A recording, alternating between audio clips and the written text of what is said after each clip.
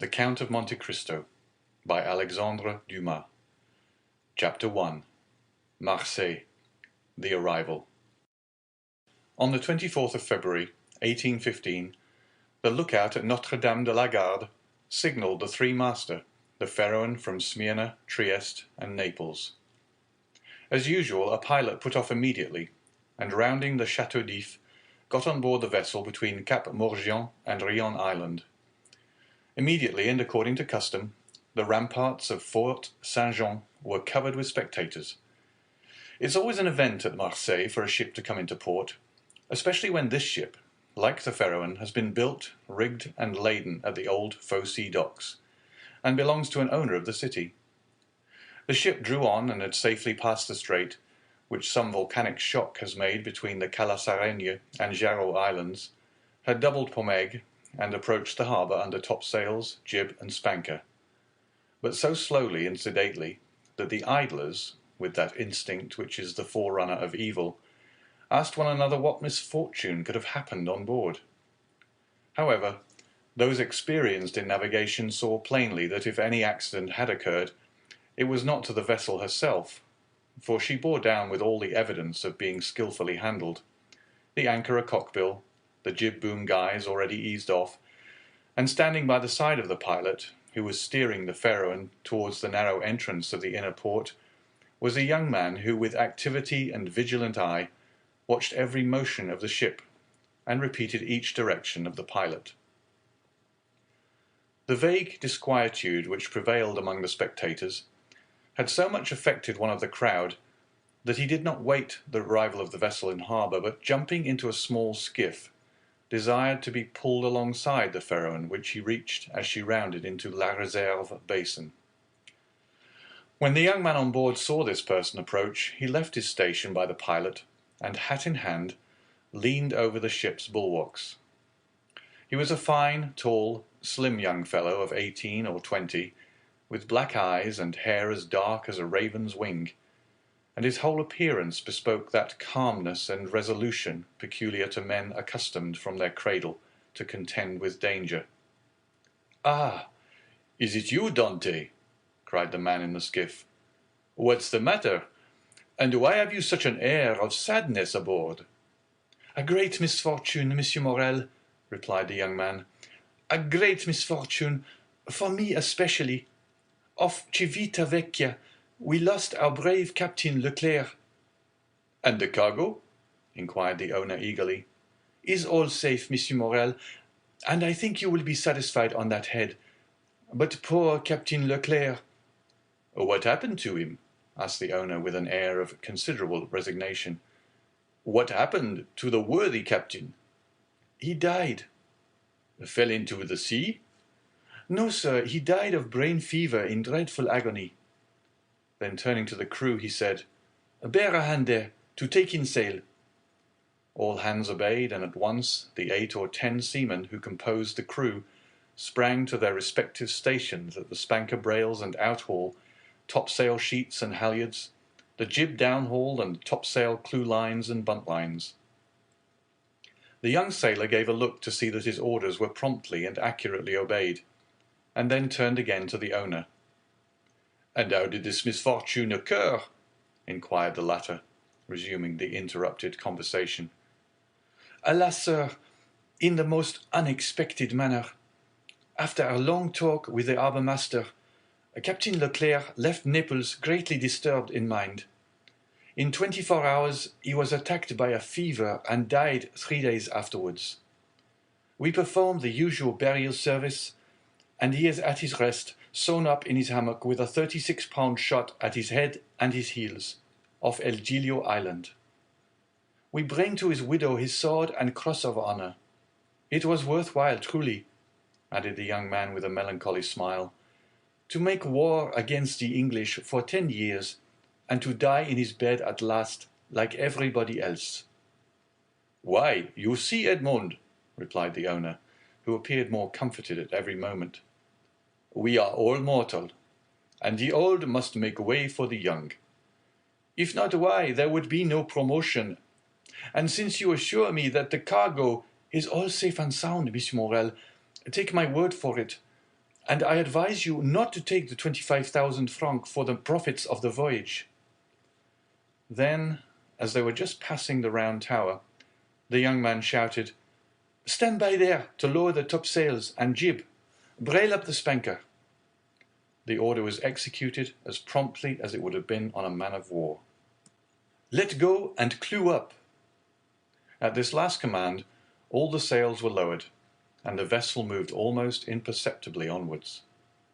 "Now, if you will come on board, Monsieur Morel," said Dantès, observing the owner's impatience, "here is your supercargo, Monsieur Danglars, coming out of his cabin, who will furnish you with every particular. As for me, I must look after the anchoring, and dress the ship in mourning." The owner did not wait for a second invitation.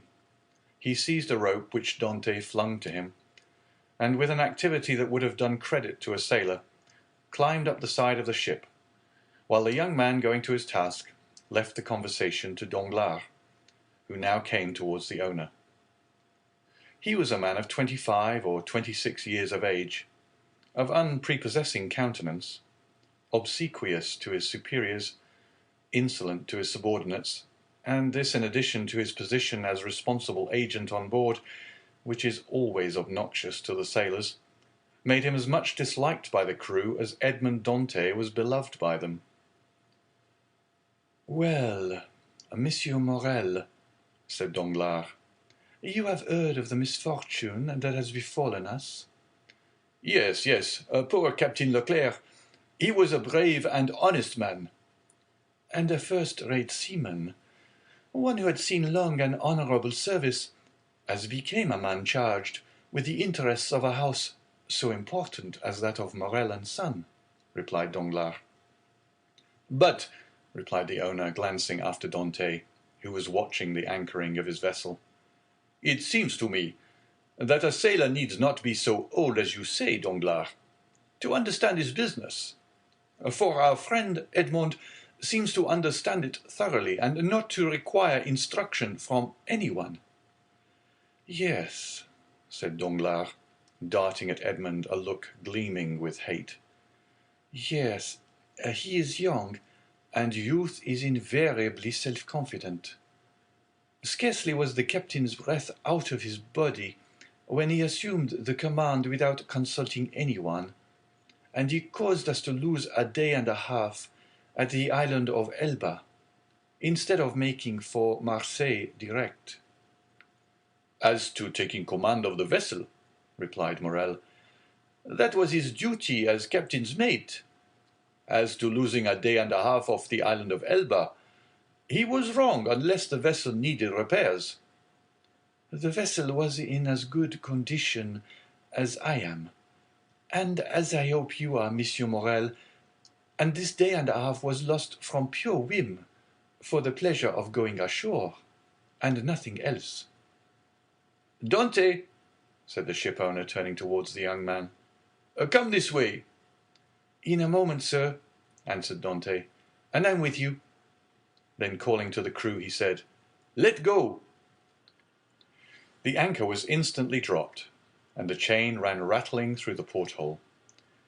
Dantès continued at his post in spite of the presence of the pilot, until this manoeuvre was completed, and then he added, "Half-mast the colours, and square the yards." "You see," said Danglars, "he fancies himself captain already, upon my word." "And so in fact he is," said the owner. "Except your signature and your partner's, Monsieur Morel." "And why should he not have this?" asked the owner. "He is young, it is true, but he seems to me a thorough seaman, and of full experience." A cloud passed over Danglars' brow. "Your pardon, Monsieur Morel," said Dantès, approaching. "The vessel now rides at anchor, and I am at your service. You hailed me, I think." Danglars retreated a step or two. "I wish to inquire why you stopped at the island of Elba." "I do not know, sir. It was to fulfill the last instructions of Captain Leclerc, who, when dying, gave me a packet for Marshal Bertrand." "Then did you see him, Edmond?" "Who?" "The marshal." "Yes, Morrel looked around him, and then drawing Dante on one side, he said suddenly, "And how is the Emperor?" "Very well, as far as I could judge from the sight of him." "You saw the Emperor, then?" "He entered the Marshal's apartment while I was there." "And you spoke to him?" "Why, it was he who spoke to me, sir," said Dante with a smile. "And what did he say to you?" "Asked me questions about the vessel, the time she left Marseille, the course she had taken, and what was her cargo. I believe if she had not been laden, and I had been her master, he would have brought her. But I told him I was only mate, and that she belonged to the firm of Morel and Son." "Ah, yes," he said, "I know them. The Morels have been shipowners from father to son. And there was a Morel who served in the same regiment with me, when I was in garrison at Valence." "Pardieu! And that is true!" cried the owner, greatly delighted. "And that was Policar Morel, my uncle, who was afterwards a captain. Dante, you must tell my uncle that the Emperor remembered him, and you will see it will bring tears into the old soldier's eyes. Come, come," continued he, patting Edmond's shoulder kindly. "You did very right, Dante, to follow Captain Leclerc's instructions and touch at Elba. Although, if it were known that you had conveyed a packet to the Marshal, and had conversed with the Emperor, it might bring you into trouble." "How could that bring me into trouble, sir?" asked Dante. "For I did not even know of what I was the bearer, and the Emperor merely made such inquiries as he would of the first comer. But pardon me, here are the health officers and the customs inspectors coming alongside." And the young man went to the gangway. As he departed, Danglars approached and said, "Well, it appears that he has given you satisfactory reasons for his landing at Porto Ferraio." "Yes, most satisfactory, my dear Danglars."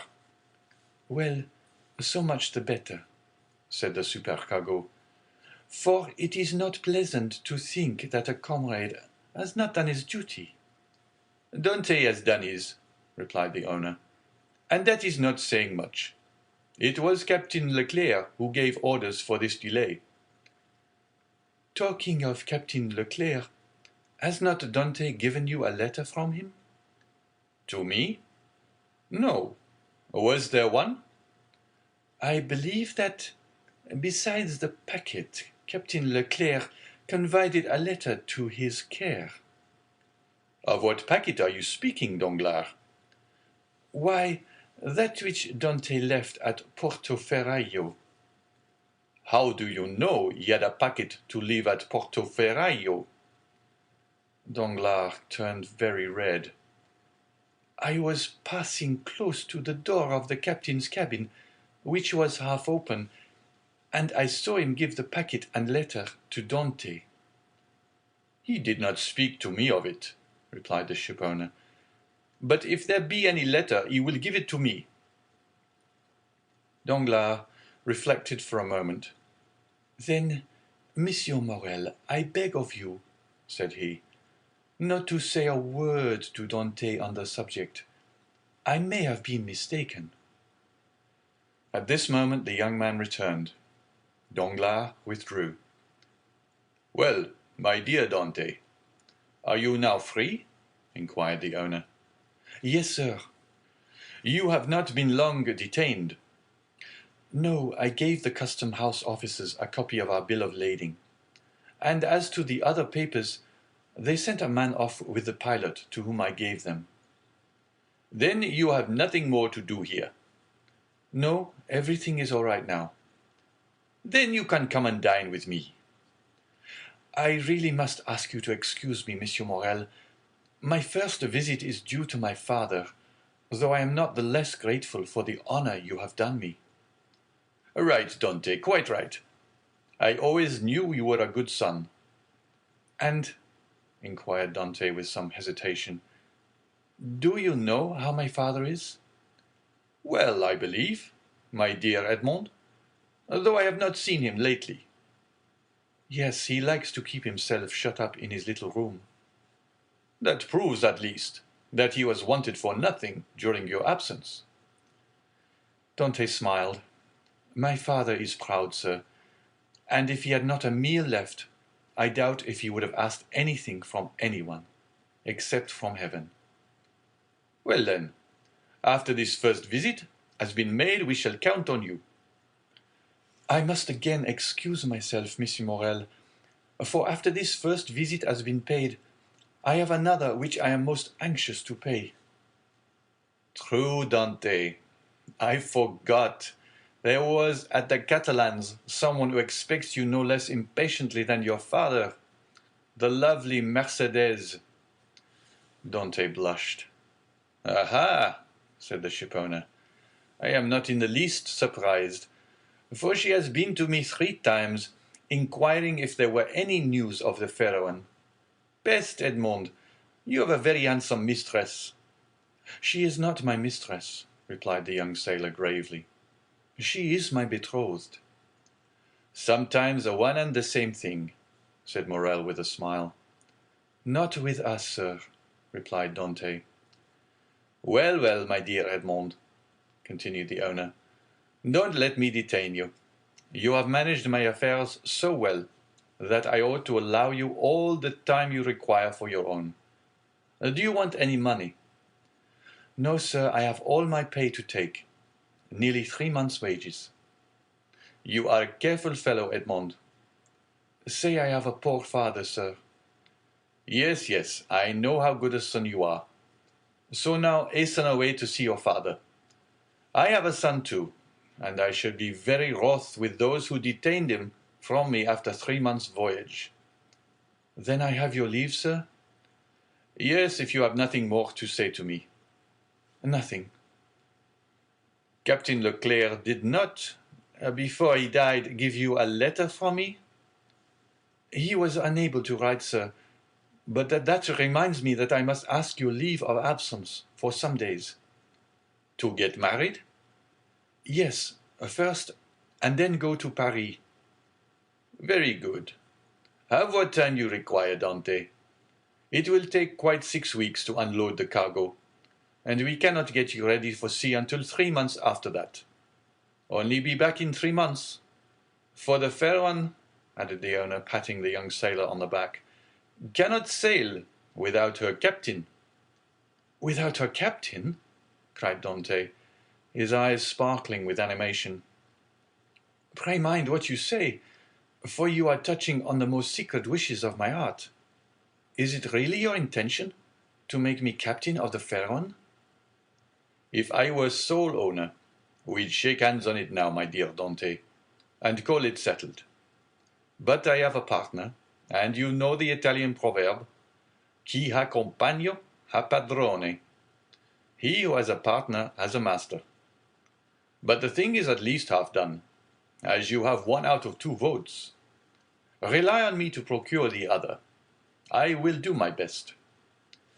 "Ah, Monsieur Morel," exclaimed the young seaman, with tears in his eyes, and grasping the owner's hand, "Monsieur Morel, I thank you in the name of my father and of Mercedes." "That's all right, Edmond. There's a providence that watches over the deserving. Go to your father. Go and see Mercedes, and afterwards come to me." "Shall I row you ashore?" "No, thank you. I shall remain and look over the accounts with Danglars. Have you been satisfied with him this voyage?" "That is according to the sense you attach to the question, sir. Do you mean, is he a good comrade?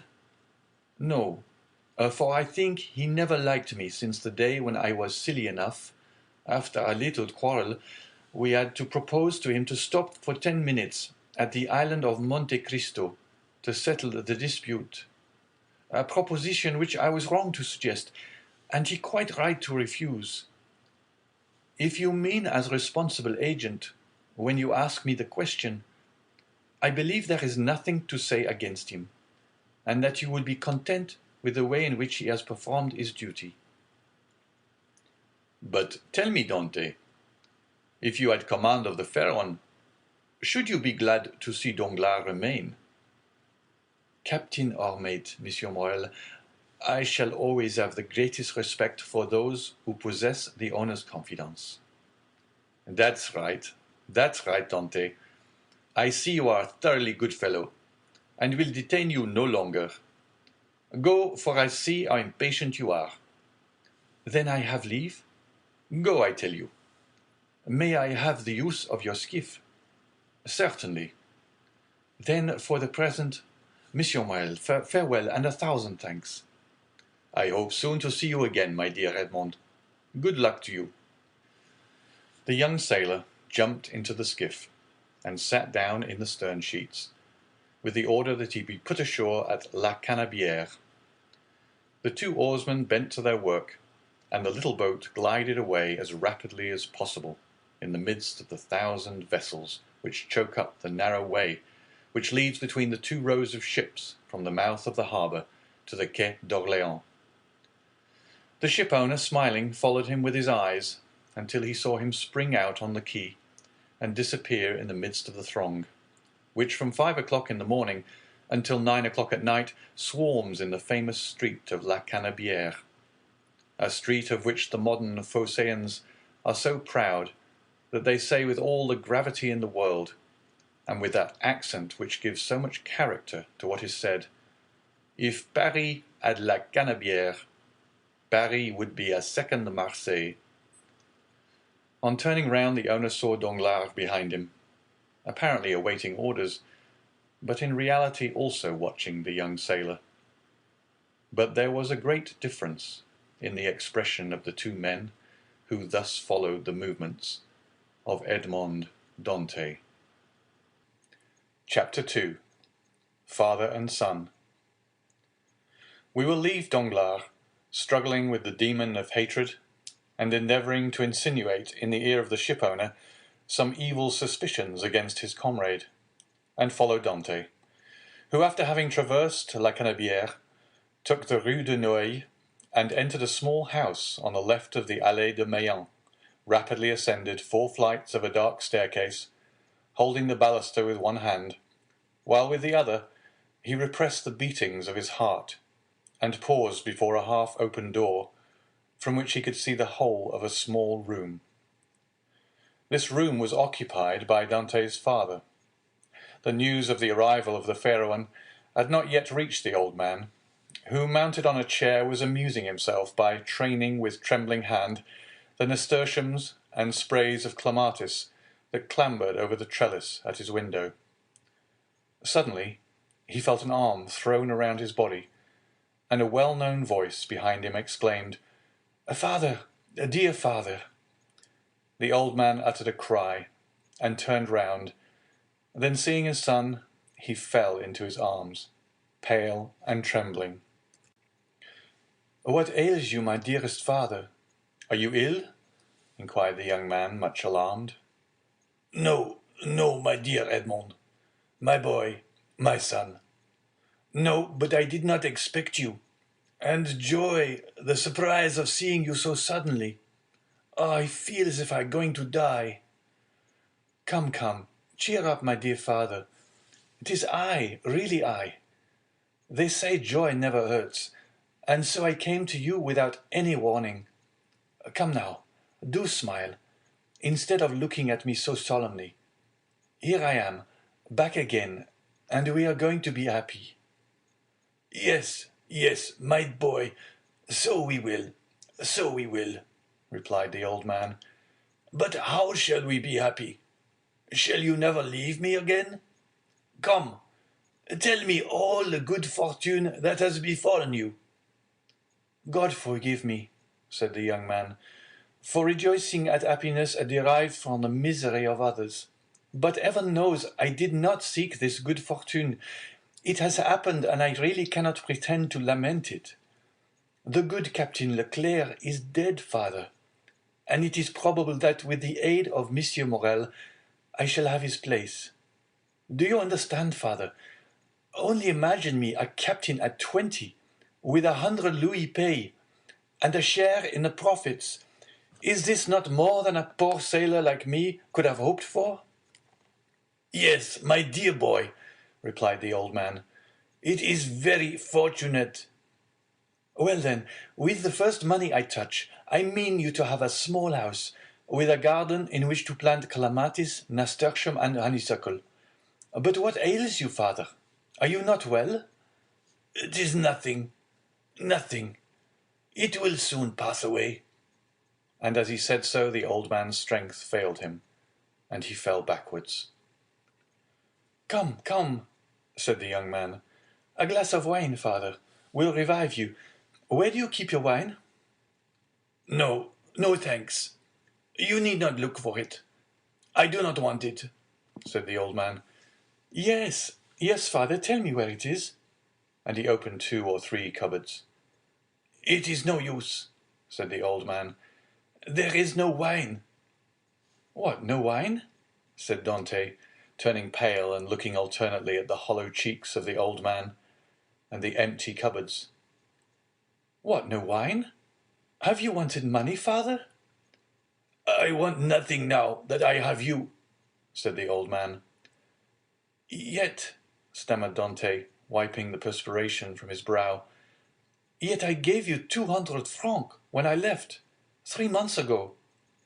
Yes, yes, Edmond, that is true, but you forgot at the time a little debt to our neighbor, Caderousse. He reminded me of it, telling me if I did not pay for you, he would be paid by Monsieur Morel, and so you see lest he might do you an injury. Well? Why, I paid him. But, cried Dante, it was 140 francs I owed Caderousse. Yes, stammered the old man. And you paid him out of the 200 francs I left you? The old man nodded. So that you have lived for 3 months on 60 francs? Muttered Edmond. You know how little I require, said the old man. Heaven pardon me, cried Edmond, falling on his knees before his father. What are you doing? You have wounded me to the heart. Never mind it, for I see you once more, said the old man, and now it's all over. Everything is all right again. Yes, I am here, said the young man, with a promising future and a little money. Here, father, here, he said. Take this, take it, and send for something immediately. And he emptied his pockets on the table, the contents consisting of 12 gold pieces, 5 or 6 5-franc pieces, and some smaller coin. The countenance of old Dante brightened. Whom does this belong to? He inquired. To me, to you, to us. Take it. Buy some provisions. Be happy. And tomorrow we shall have more. Gently, gently, said the old man with a smile. And by your leave, I will use your purse moderately, for they would say, if they saw me buy too many things at a time, that I had been obliged to await your return in order to be able to purchase them. Do as you please. But first of all, pray have a servant, father. I would not have you left alone so long. I have some smuggled coffee and most capital tobacco in a small chest in the hold, which you shall have tomorrow. But hush, here comes somebody. It is Caderousse, who has heard of your arrival, and no doubt comes to congratulate you on your fortunate return. Ah, lips that say one thing, while the heart thinks another, murmured Edmond. But never mind, he is a neighbor who has done us a service on a time, so he is welcome. As Edmond paused, the black and bearded head of Caderousse appeared at the door. He was a man of 25 or 6, and held a piece of cloth which, being a tailor, he was about to make into a coat lining. "What is it, you, Edmond, back again?" said he with a broad Marseillaise accent, and a grin that displayed his ivory white teeth. Yes, yes, as you see, neighbor Caderousse, and ready to be agreeable to you in any and every way, replied Dante, but ill concealing his coldness under his cloak of civility. Thanks, thanks, but fortunately I do not want for anything, and it chances that at times there are others who have need of me." Dante made a gesture. "I do not allude to you, my boy. No, no. I lent you money, and you returned it. That's like good neighbors, and we are quits." "We are never quits with those who oblige us," was Dante's reply. "For when we do not owe them money, we owe them gratitude." "What's the use of mentioning that? What is done. Let us talk of your happy return, my boy. I had gone on the quay to match a piece of mulberry cloth when I met a friend Danglars. 'You at Marseille?' 'Yes,' he says. 'I thought you were at Smyrna.' 'I was, but now I am back again.' 'And where is the dear boy, our little Edmond?' 'Why, with his father, no doubt,' replied Danglars. 'And so I came,' added Caderousse, 'so fast as I could, to have the pleasure of shaking hands with a friend.' 'Worthy Caderousse,' said the old man, 'he is so much attached to us.' 'Yes, to be sure I am. I love and esteem you, because honest folks are so rare. But it seems you have come back rich, my boy,' continued the tailor, looking askance at the handful of gold and silver which Dante had thrown on the table. The young man remarked the greedy glance which shone in the dark eyes of his neighbour. 'Eh,' he said negligently, 'this money is not mine. I was expressing to my father my fears that he had wanted many things in my absence, and to convince me, he emptied his purse on the table. Come, father,' added Dante, 'put this money back in your box, unless neighbor Caderousse wants anything, and in that case it is at his service.' 'No, no, my boy, no,' said Caderousse. 'I am not in any want. Thank God, my living is suited to my means. Keep your money. Keep it, I say. One never has too much. But at the same time, my boy, I am as much obliged by your offer as if I took advantage of it.' 'It was offered with good will,' said Dante. 'No doubt, my boy, no doubt. Well, you stand well with Monsieur Morrel, I hear. Are you insinuating dog, you?' 'Monsieur Morrel has always been exceedingly kind to me,' replied Dante. 'Then you were wrong to refuse to dine with him.' 'What? Did you refuse to dine with him?' said old Dante. 'And did he invite you to dine?' 'Yes, my father,' replied Edmond, smiling at his father's astonishment at the excessive honour paid to his son. 'And why did you refuse, my son?' inquired the old man. 'That I might sooner see you again, my dear father,' replied the young man. 'I was most anxious to see you.' 'But it must have vexed Monsieur Morrel good, worthy man,' said Caderousse. 'And when you are looking forward to be captain, it was wrong to annoy the owner.' 'But I explained to him the cause of my refusal,' replied Dante, 'and I hope he fully understood it.' 'Yes, but to be captain one must do a little flattery to one's patrons.' 'I hope to be captain without that,' said Dante. 'So much the better, so much the better. Nothing will give greater pleasure to all your old friends, and I know one down there behind the San Nicolas citadel who will not be sorry to hear it.' 'Mercedes?' said the old man. 'Yes, my dear father. And with your permission, now I have seen you, and know you are well, and have all you require, I will ask your consent to go and pay a visit to the Catalans.' 'Go, my dear boy,' said the old Dante, 'and heaven bless you in your wife, as it has blessed me in my son.' 'His wife?' said Caderousse. 'Why, how fast you go on, Father Dante! She is not his wife yet, as it seems to me.' 'So, but according to all probability, she soon will be,' replied Edmond. 'Yes, yes,' said Caderousse, 'but you are right to return as soon as possible, my boy.' 'And why?' 'Because Mercedes is a very fine girl, and fine girls never lack followers. She particularly has them by dozens.' 'Really?' answered Edmond with a smile which had in it traces of slight uneasiness. 'Ah, yes,' continued Caderousse, 'and capital offers too. But you know you will be captain, and who could refuse you then? "Meaning to say," replied Dante with a smile which but ill concealed his trouble, "that if I were not a captain?" "Hey!" said Caderousse, shaking his head. "Come, come," said the sailor, "I have a better opinion than you of women in general, and of Mercédès in particular. And I am certain that, captain or not, she will remain ever faithful to me." "So much the better, so much the better," said Caderousse. "When one is going to be married, there's nothing like implicit confidence. But never mind that, my boy.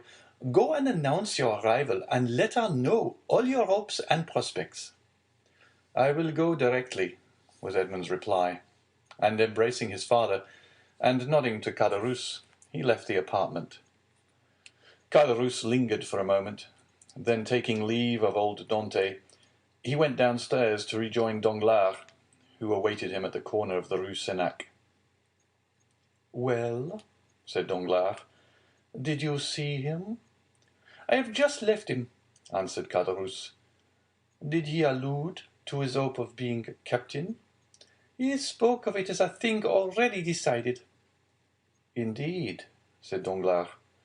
"He is in too much hurry, it appears to me." "Why? It seems M. Morrel has promised him the thing." "So that he is quite elated about it?" "Why, yes. He is actually insolent over the matter. Has already offered me his patronage, as if he were a grand personage, and offered me a loan of money, as though he were a banker." "Which you refused?" "Most assuredly, although I might easily have accepted it, for it was I who put into his hands the first silver he ever earned. But now Monsieur Dante has no longer any occasion for assistance. He is about to become a captain." "Pooh!" said Danglars. "He is not one yet." "Ma foi! It will be as well if he is not," answered Caderousse, "for if he should be, there will be really no speaking to him." "If we choose," replied Danglars, "he will remain what he is, and perhaps become even less than he is." "What do you mean?" "Nothing. I was speaking to myself. And is he still in love with the Catalan?" "Over head and ears. But unless I am much mistaken, there will be a storm in that quarter." "Explain yourself." "Why should I?" "It is more important than you think, perhaps. You do not like Dante." "I never like upstarts." "Then tell me all you know about the Catalan." "I know nothing for certain. Only I have seen things which induce me to believe, as I told you, that the future captain will find some annoyance in the vicinity of the vieille infirmiere." "What have you seen? Come, tell me." "Well, every time I see Mercédès come into the city, she has been accompanied by a tall, strapping, black-eyed Catalan, with a red complexion, brown skin, and fierce air, whom she calls cousin." "Really? And you think this cousin pays her attentions?" "I only suppose so. What else can a strapping chap of 21 mean, with a fine wench of 17? "And you say that Dante has gone to the Catalans?" "He went before I came down." "Let us go the same way. We will stop at La Réserve, and we can drink a glass of La Malgue, whilst we wait for news." "Come along," said Caderousse, "but you pay the score." "Of course," replied Danglars, and going quickly to the designated place, they called for a bottle of wine and 2 glasses. Père Pamphile had seen Dante pass not 10 minutes before, and assured that he was at the Catalans, they sat down under the budding foliage of the planes and sycamores, in the branches of which the birds were singing their welcome to one of the first days of spring. Chapter 3. The Catalans. Beyond a bare, weather-worn wall, about 100 paces from the spot where the 2 friends sat looking and listening as they drank their wine, was the village of the Catalans. Long ago this mysterious colony quitted Spain, and settled on the tongue of land on which it is to this day. Whence it came no one knew, and it spoke an unknown tongue. One of its chiefs, who understood Provençal, begged the commune of Marseille to give them this bare and barren promontory, where, like the sailors of old, they had run their boats ashore. The request was granted, and 3 months afterwards, around the 12 or 15 small vessels which had brought those gypsies of the sea, a small village sprang up. This village, constructed in a singular and picturesque manner, half Moorish, half Spanish, still remains and is inhabited by descendants of the first comers, who speak the language of their fathers.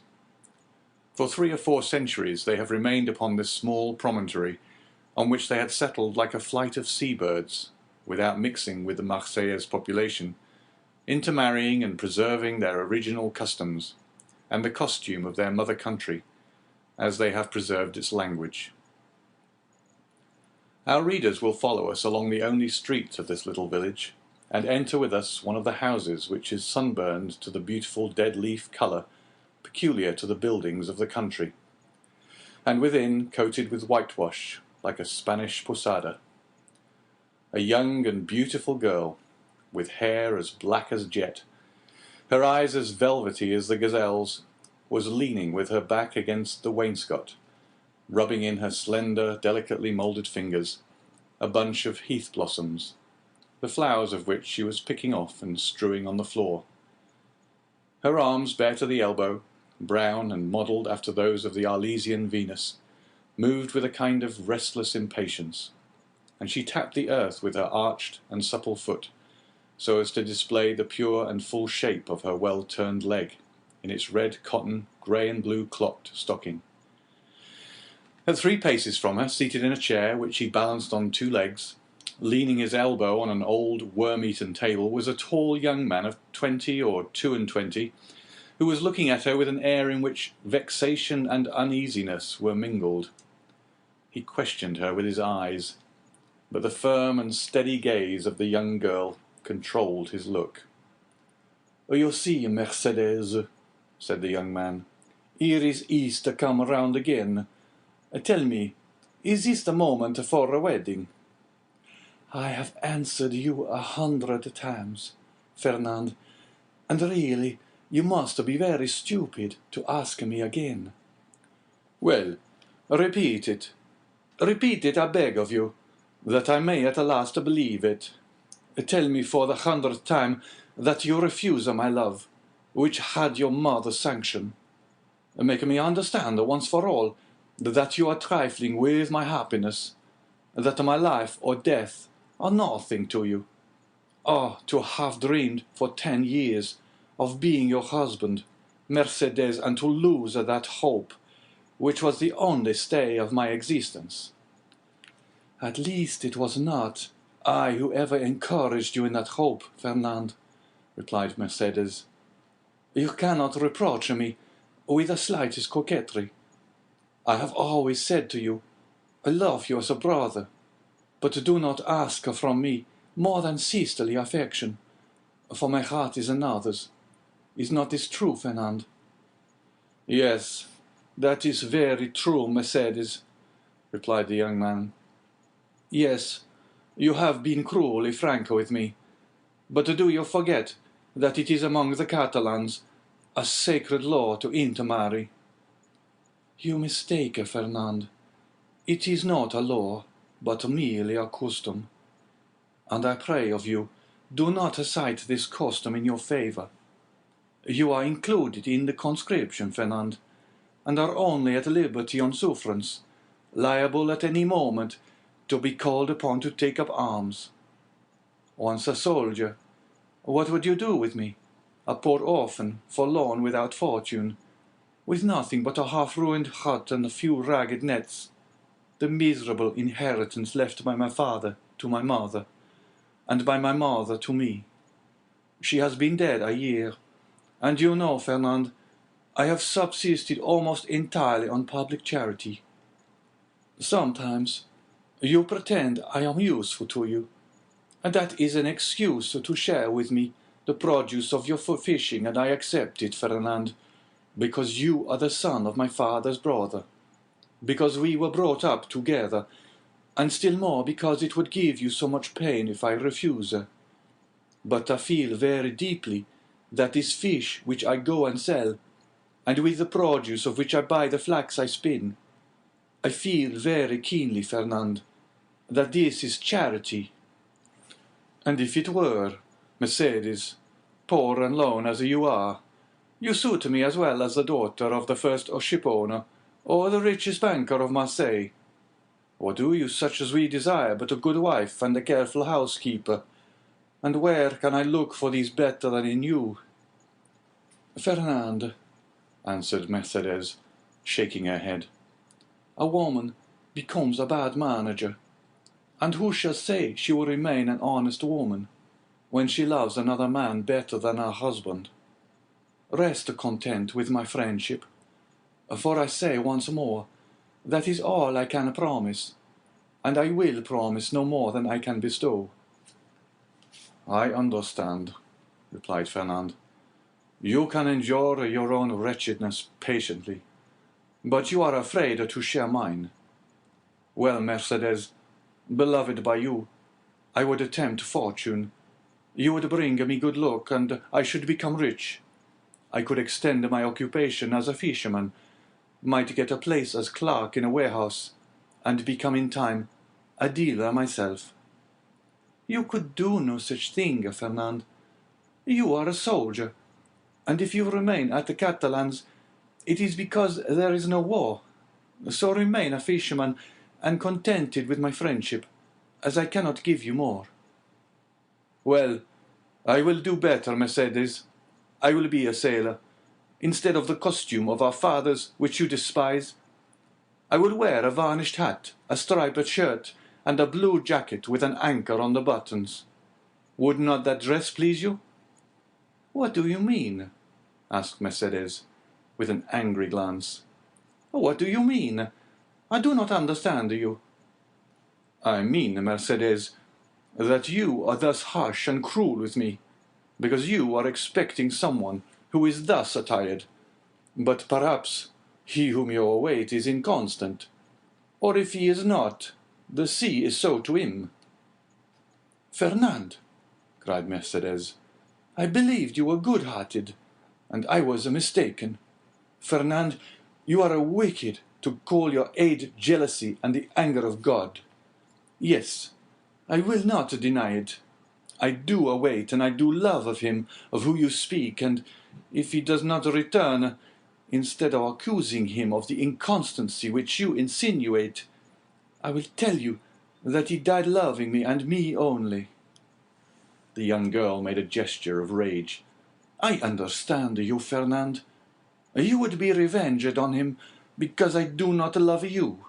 You would cross your Catalan knife with his dirk. What end would that answer? To lose you my friendship if he were conquered, and see that friendship changed into hate if you were victor. Believe me, to seek a quarrel with a man is a bad method of pleasing the woman who loves the man. No, Fernand, you will not thus give way to evil thoughts.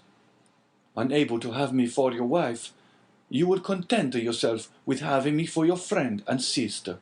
And besides, she added, her eyes troubled and moistened with tears, wait, Fernand, you said just now that the sea was treacherous, and he has been gone for 4 months, and during those 4 months there have been some terrible storms. Fernand made no reply, nor did he attempt to check the tears which flowed down the cheeks of Mercedes, although for each of these tears he would have shed his heart's blood. But these tears flowed for another. He arose, paced a while up and down the hut, and then suddenly stopping before Mercedes, with his eyes glowing and his hands clenched. "Say, Mercedes," he said, "once for all, is this your final determination?" "I love Edmond Dantès," the young girl calmly replied, "and none but Edmond shall ever be my husband." "And you will always love him?" "As long as I live."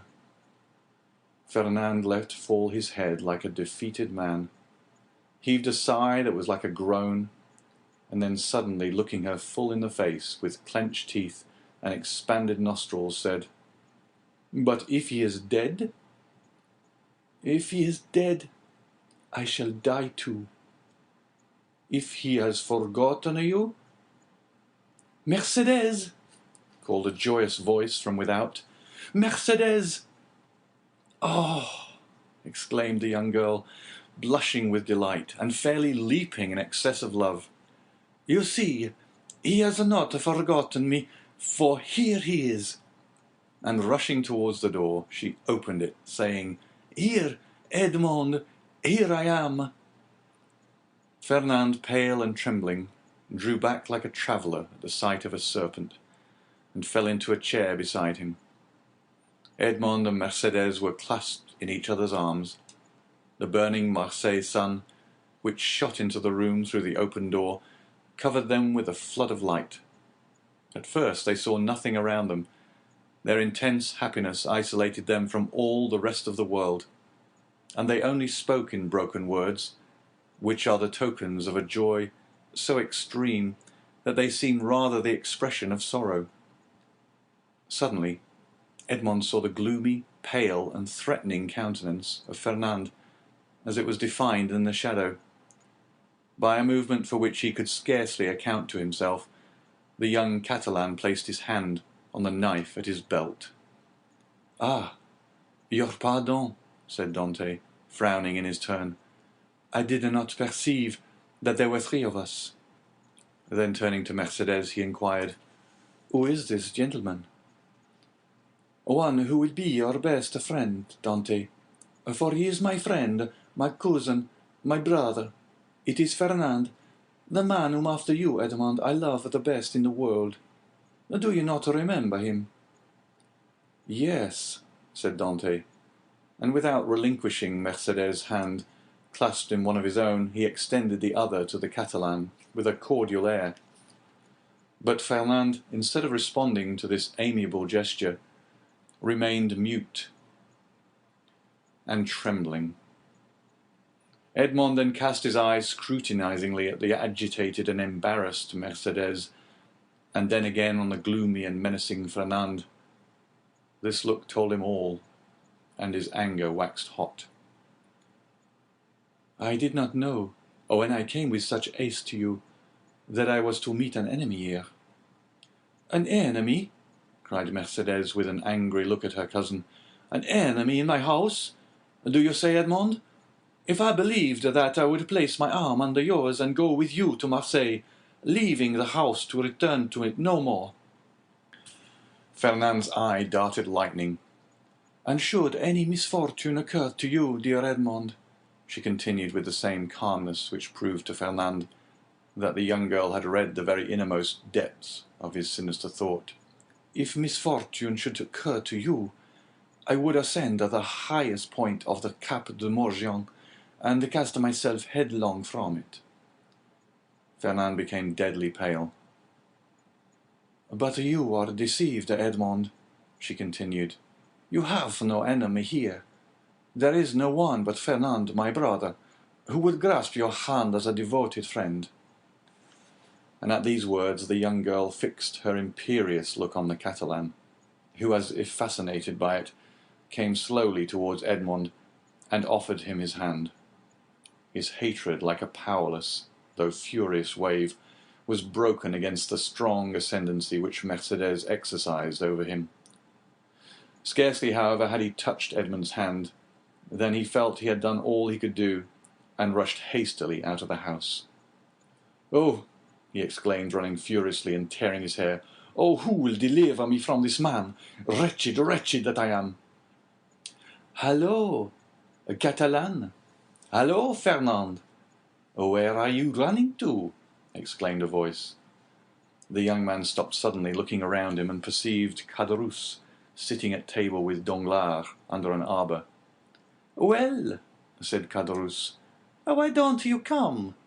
Are you really in such a hurry that you have no time to pass the time of day with your friends? Particularly when they have still a full bottle before them." added Danglars. Fernand looked at them both with a stupefied air, but did not say a word. "He seems besotted," said Danglars, pushing Caderousse with his knee.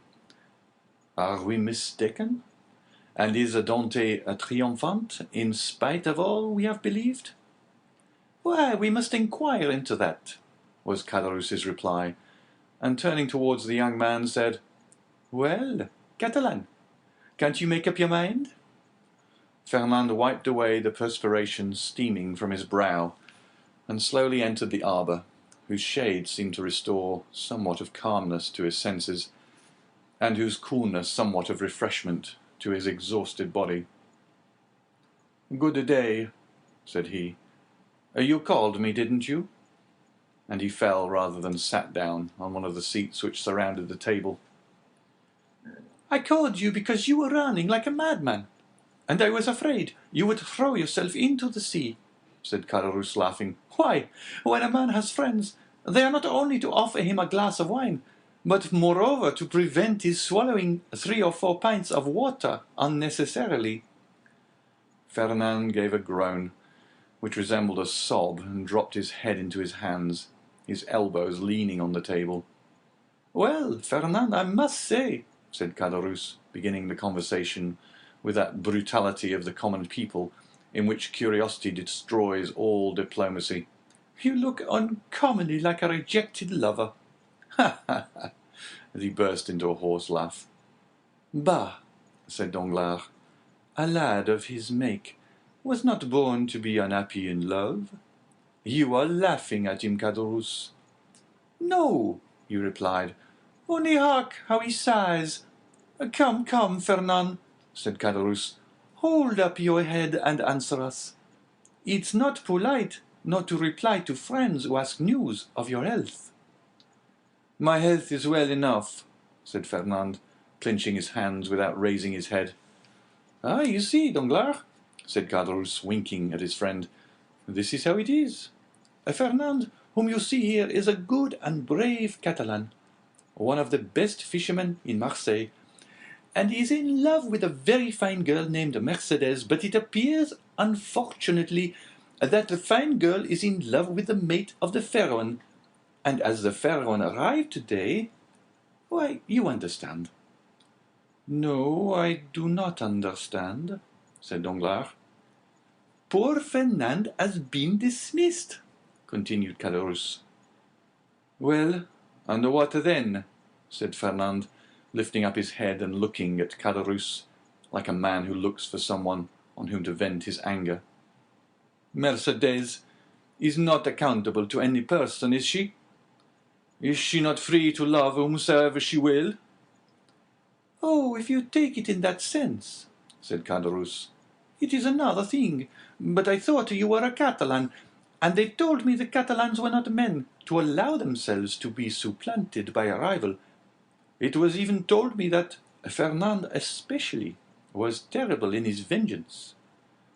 Fernand smiled piteously. "A lover is never terrible," he said. "Poor fellow," remarked Danglars, affecting to pity the young man from the bottom of his heart. "Why, you see, he did not expect to see Dante return so suddenly. He thought he was dead, perhaps, or perchance faithless. These things always come on us more severely when they come suddenly." "Ah, ma foi, under any circumstance," said Caderousse, who drank as he spoke, and on whom the fumes of the wine began to take effect, "under any circumstance, Fernand is not only person but out by the unfortunate arrival of Dante. Is he, Danglars?" "No, you are right, and I should say that would bring him ill luck." "Well, never mind," answered Caderousse, pouring out a glass of wine for Fernand and filling his own for the 8th or 9th time, while Danglars had merely sipped his. "Never mind. In the meantime, he marries Mercedes, the lovely Mercedes. At least he returns to that." During this time, Danglars fixed his piercing glance on the young man, on whose heart Caderousse's words fell like molten lead. "And when is the wedding to be?" he asked. "Oh, it is not yet fixed," murmured Fernand. "No, but it will be," said Caderousse, "as surely as the Dante will be captain of the Pharaon. Eh, Danglars?" Danglars shuddered at his unexpected attack, and turned to Caderousse, whose countenance he scrutinized, to try and detect whether the blow was premeditated. But he read nothing but envy in a countenance already rendered brutal and stupid by drunkenness. "Well," said he, filling the glasses, "let us drink to Captain Edmond Dantès, husband of the beautiful Catalane." Caderousse raised his glass to his mouth with unsteady hand, and swallowed the contents at a gulp. Fernand dashed his on the ground. "Eh, eh, eh," stammered Caderousse. "What do I see down there by the wall, in the direction of the Catalans? Look, Fernand, your eyes are better than mine. I believe I see double. You know, wine is a deceiver, but I would say it was two lovers walking side by side, and hand in hand. Heaven forgive me, they do not know that we can see them, and they are actually embracing." Danglars did not lose one pang that Fernand endured. "Do you know them, Fernand?" he said. "Yes," was the reply in a low voice. "It is Edmond and Mercédès." "Ah, see there now," said Caderousse, "and I did not recognize them. Hallo, Dante! Hallo, lovely damsel! Come this way, and let us know when the wedding is to be, for Fernand here is so obstinate he will not tell us." "Hold your tongue, will you?" said Danglars, pretending to restrain Caderousse, who with the tenacity of drunkards leaned out of the arbour. "Try to stand upright, and let the lovers make love without interruption. See, look at Fernand, and follow his example. He is well behaved." Fernand, probably excited beyond bearing, pricked by Danglars as the bull is by the bandoleros, was about to rush out, for he had risen from his seat, and seemed to be collecting himself to dash headlong upon his rival, when Mercédès, smiling and graceful, lifted up her lovely head, and looked at them with her clear and bright eyes. At this Fernand recollected her threat of dying if Edmond died, and dropped again heavily on his seat. Danglars looked at the two men, one after the other, the one brutalized by liquor, the other overwhelmed with love. "I shall get nothing from these fools," he muttered, "and am very much afraid of being here between a drunkard and a coward. He is an envious fellow, making himself boozy on wine, when he ought to be nursing his wrath. And here is a fool who sees the woman he loves stolen from under his nose, and takes on like a big baby. Yet this Catalan has eyes that glisten like those of the vengeful Spaniards, Sicilians, and Calabrians, and the other has fists big enough to crush an ox at one blow. Unquestionably, Edmond's star is in the ascendant, and he will marry the splendid girl. He will be captain too, and laugh at us all. Unless—" a sinister smile passed over Danglars' lips. "Unless I take a hand in the affair," he added. "Hallo!" continued Caderousse, half rising, and with his fist on the table. "Hallo, Edmond! Do you not see your friends, or are you too proud to speak to them?" "No, my dear fellow," replied Dantès, "I am not proud, but I am happy, and happiness blinds, I think, more than pride." "Ah, very well, that's an explanation," said Caderousse. "How do you do, Madame Dantès?" Mercédès curtsied gravely and said, "That is not my name, and in my country it bodes ill fortune, they say, to call a young girl by the name of a betrothed before he becomes her husband." So call me Mercedes, if you please." "We must excuse our worthy neighbor, Caderousse," said Dante. "He is so easily mistaken."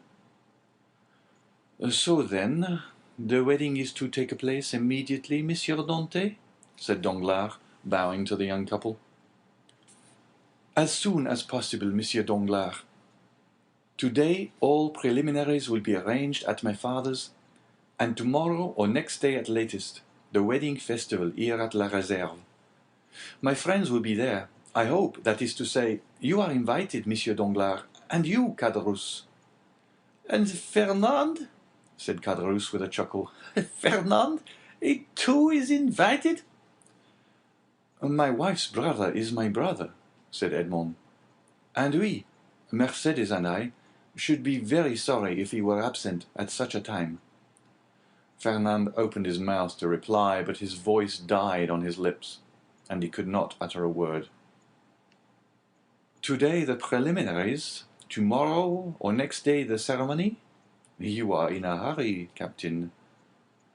"Danglars," said Edmond, smiling, "I will say to you as Mercedes said just now to Caderousse. Do not give me a title which does not belong to me. That may bring me bad luck." "Your pardon," replied Danglars. "I merely said you seemed in a hurry. And we have lots of time. The Pharaoh cannot be under way again in less than 3 months." "We are always in a hurry to be happy, Monsieur Danglars. For when we have suffered a long time, we have great difficulty in believing in good fortune. But it is not selfishness alone that makes me thus in haste. I must go to Paris." "Ah, really? To Paris? And will it be the first time you have ever been there, Dante?" "Yes."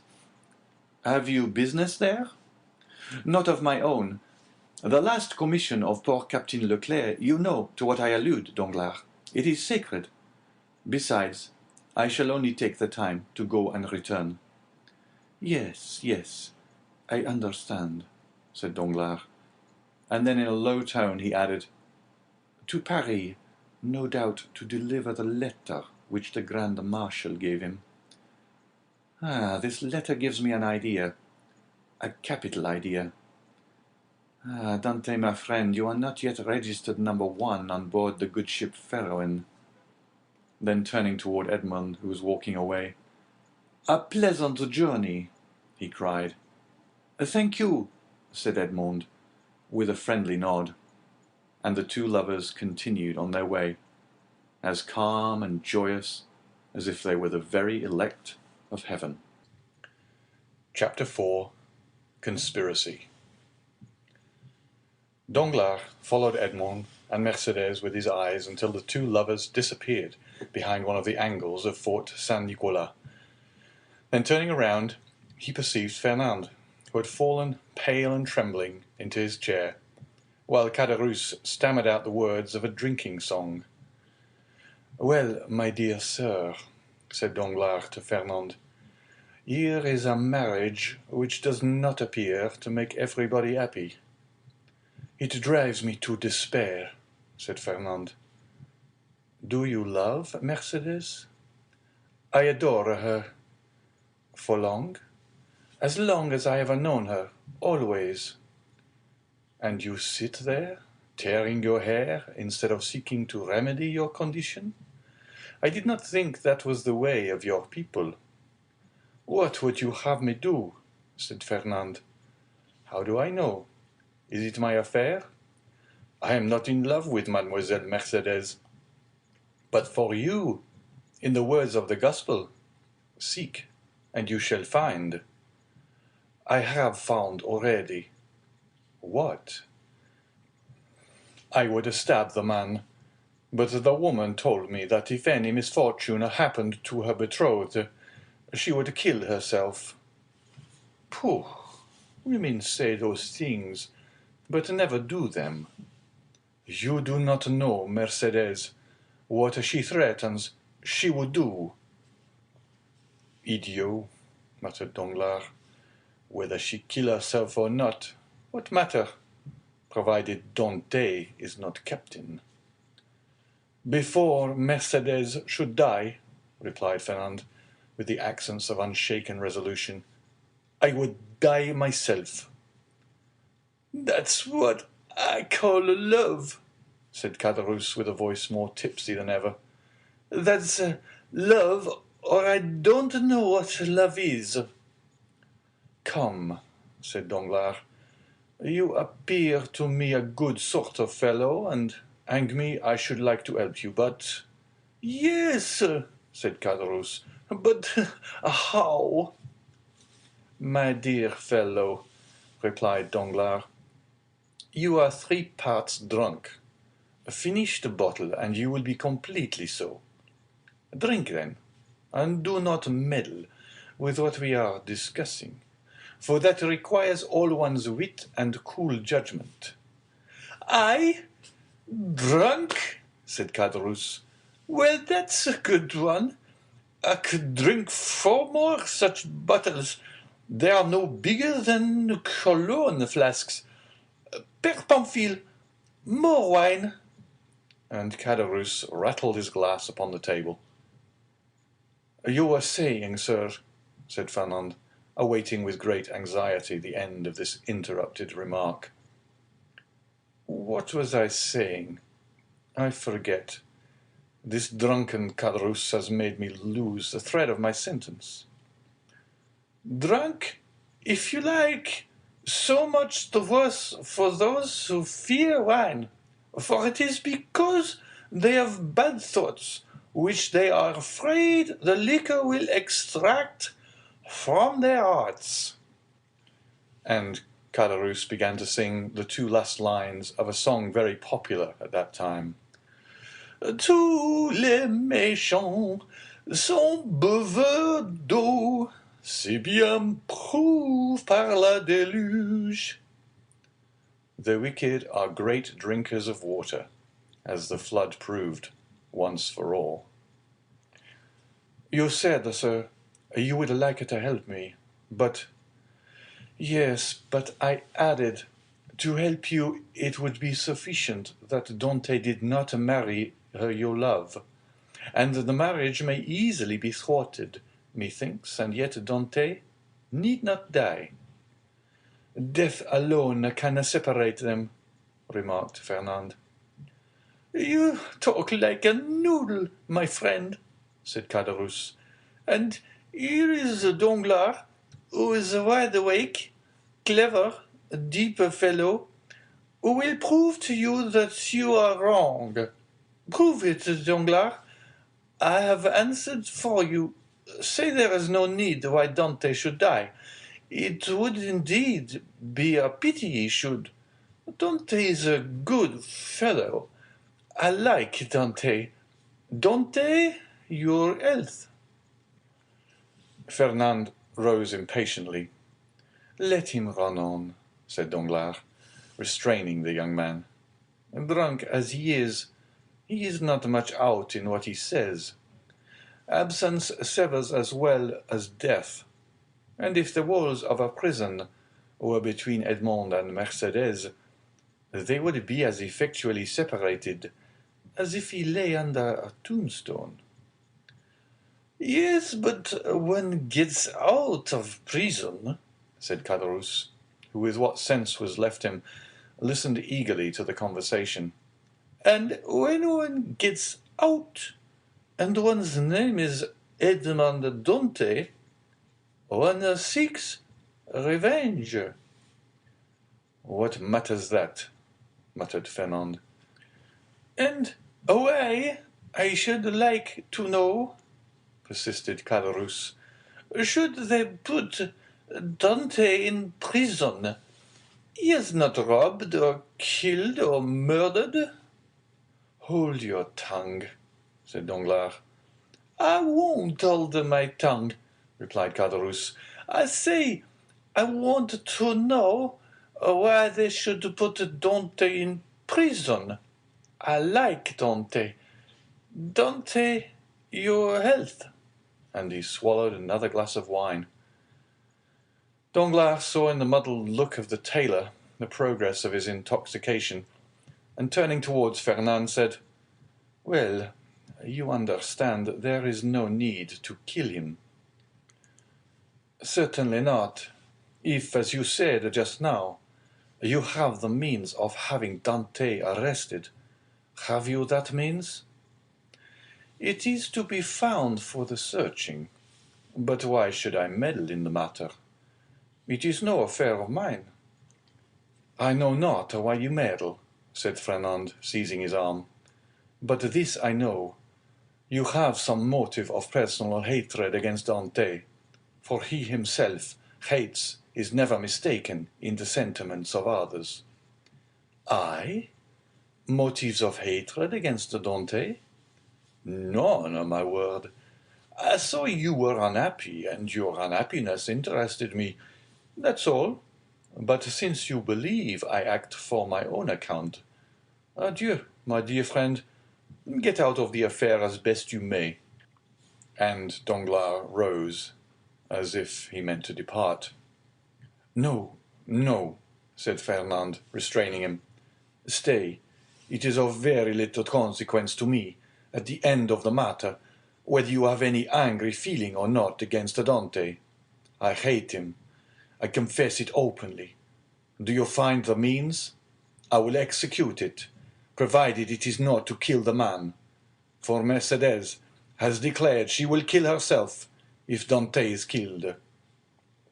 Caderousse, who had let his head drop on the table, now raised it, and looked at Fernand with his dull and fishy eyes. He said, "Kill Dante? Who talks of killing Dante? I won't have him killed, I won't. He's my friend, and this morning offered to share his money with me, as I shared mine with him. I won't have Dante killed, I won't." "And who has said a word about killing him, Madeleine?" replied Danglars. "We were merely joking. Drink to his health," he added, filling Caderousse's glass, "and do not interfere with us." "Yes, yes, Dante, good health," said Caderousse, emptying his glass. "Here's to his health! His health! Hurrah!" "But the means, said Fernand. "Have you not hit upon any?"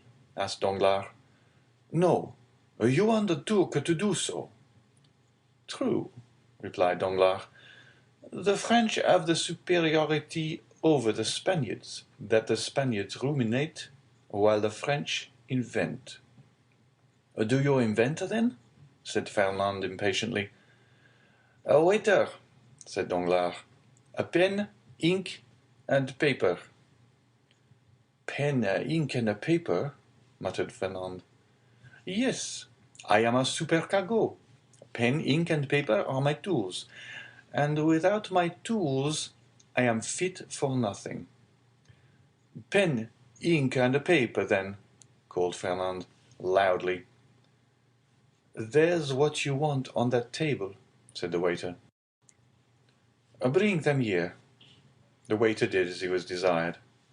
"When one thinks," said Caderousse, letting his hand drop on the paper, "there is the wherewithal to kill a man, more sure than if we waited at the corner of a wood to assassinate him. I've always had more dread of a pen, a bottle of ink, and a sheet of paper than a sword or pistol."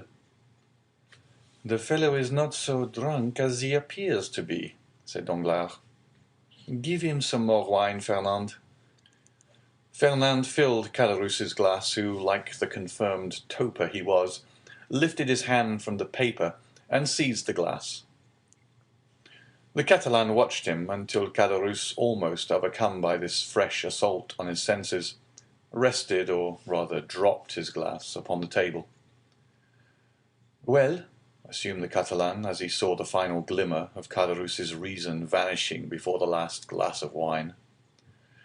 "Well, then, I should say, for instance," resumed Danglars, "that if after a voyage such as Dante has just made, in which he touched at the island of Elba, someone were to denounce him to the king's procureur as a Bonapartist agent? I will denounce him, exclaimed the young man hastily. Yes, but they will make you then sign your declaration and confront you with him you have denounced. I will supply you with the means of supporting your accusation, for I know the fact well. But Dante cannot remain forever in prison, and one day or other he will leave it. And the day when he comes out, woe betide him who was the cause of his incarceration. Oh, I should wish nothing better than that he would come and seek a quarrel with me. Yes, and Mercedes? Mercedes, who will detest you if you have only the misfortune to scratch the skin of her dearly beloved Edmond? True, said Fernand. No, no, continued Danglars. If we resolve on such a step, it would be much better to take, as I now do, this pen, dip it into this ink, and write with the left hand, that the writing may not be recognized, the denunciation we propose. And Danglars, uniting practice with theory, wrote with his left hand, and in a writing reversed from his usual style, and totally unlike it, the following lines, which he handed to Fernand, and which Fernand read in an undertone.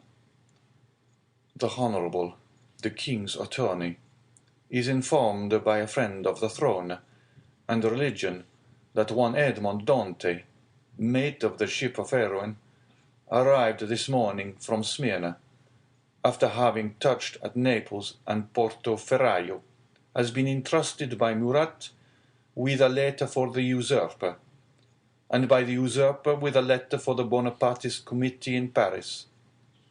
Proof of this crime will be found on arresting him, for the letter will be found upon him, or at his father's, or in his cabin on board the Pharaon.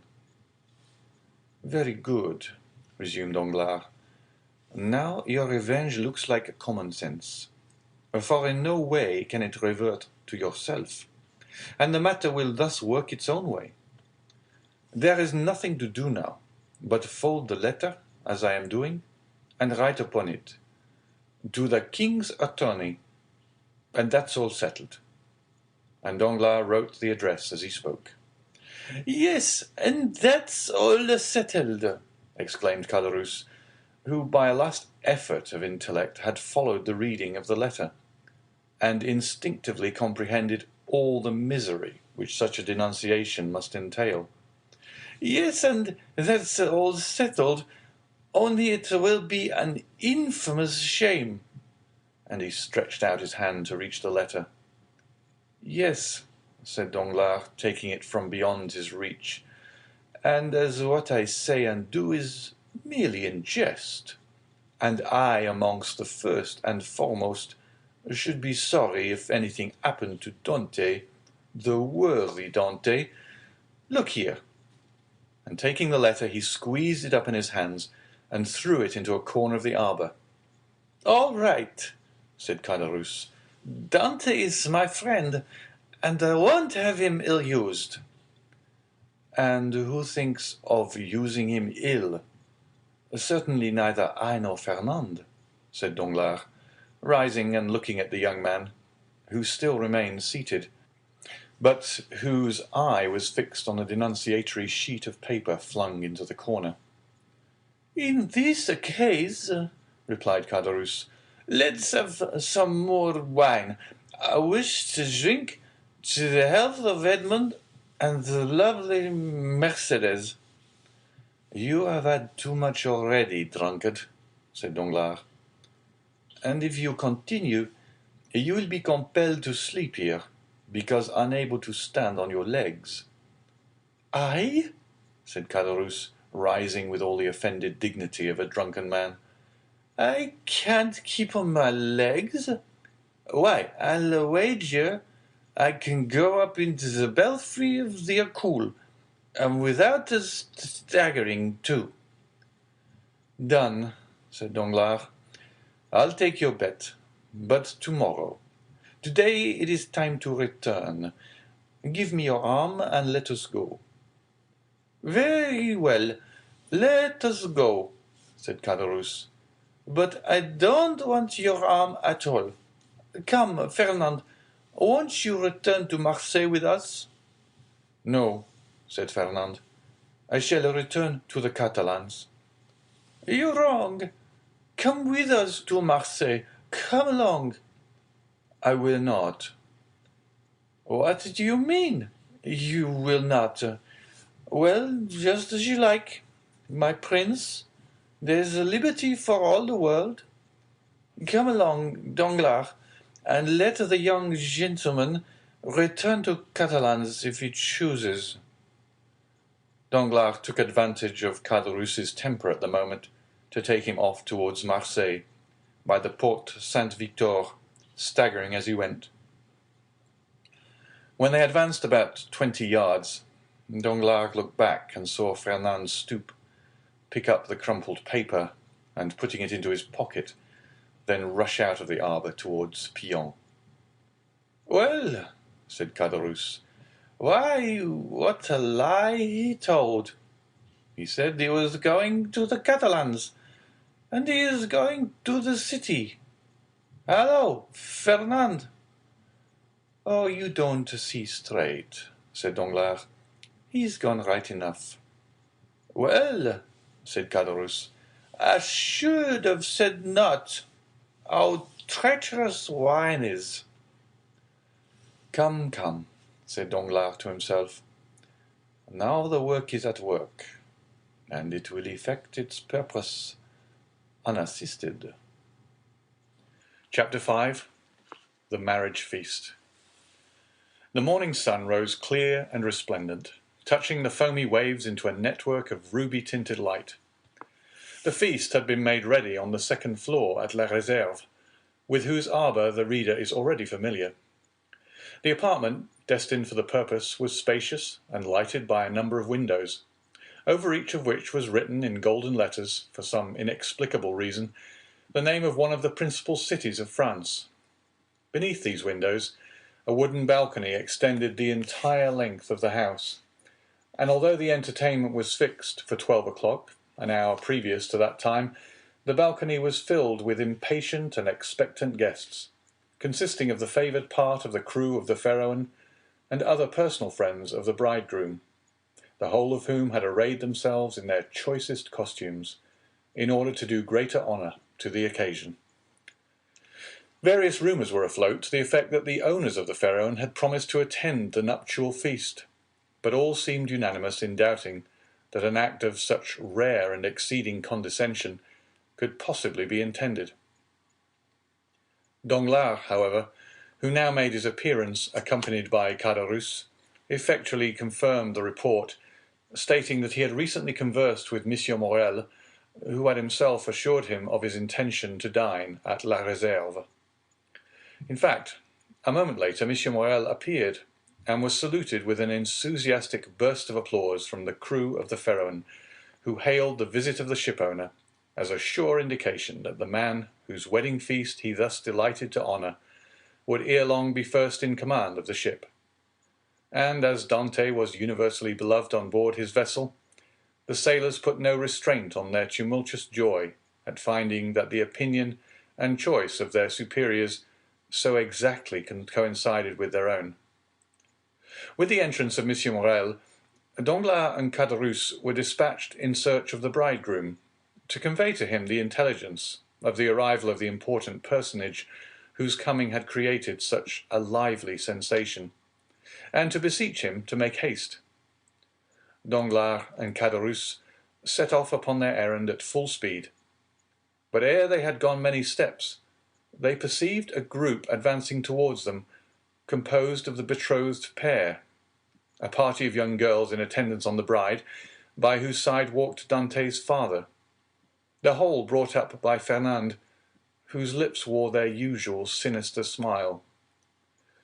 Neither Mercédès nor Edmond observed the strange expression of his countenance. They were so happy that they were conscious only of the sunshine and the presence of each other.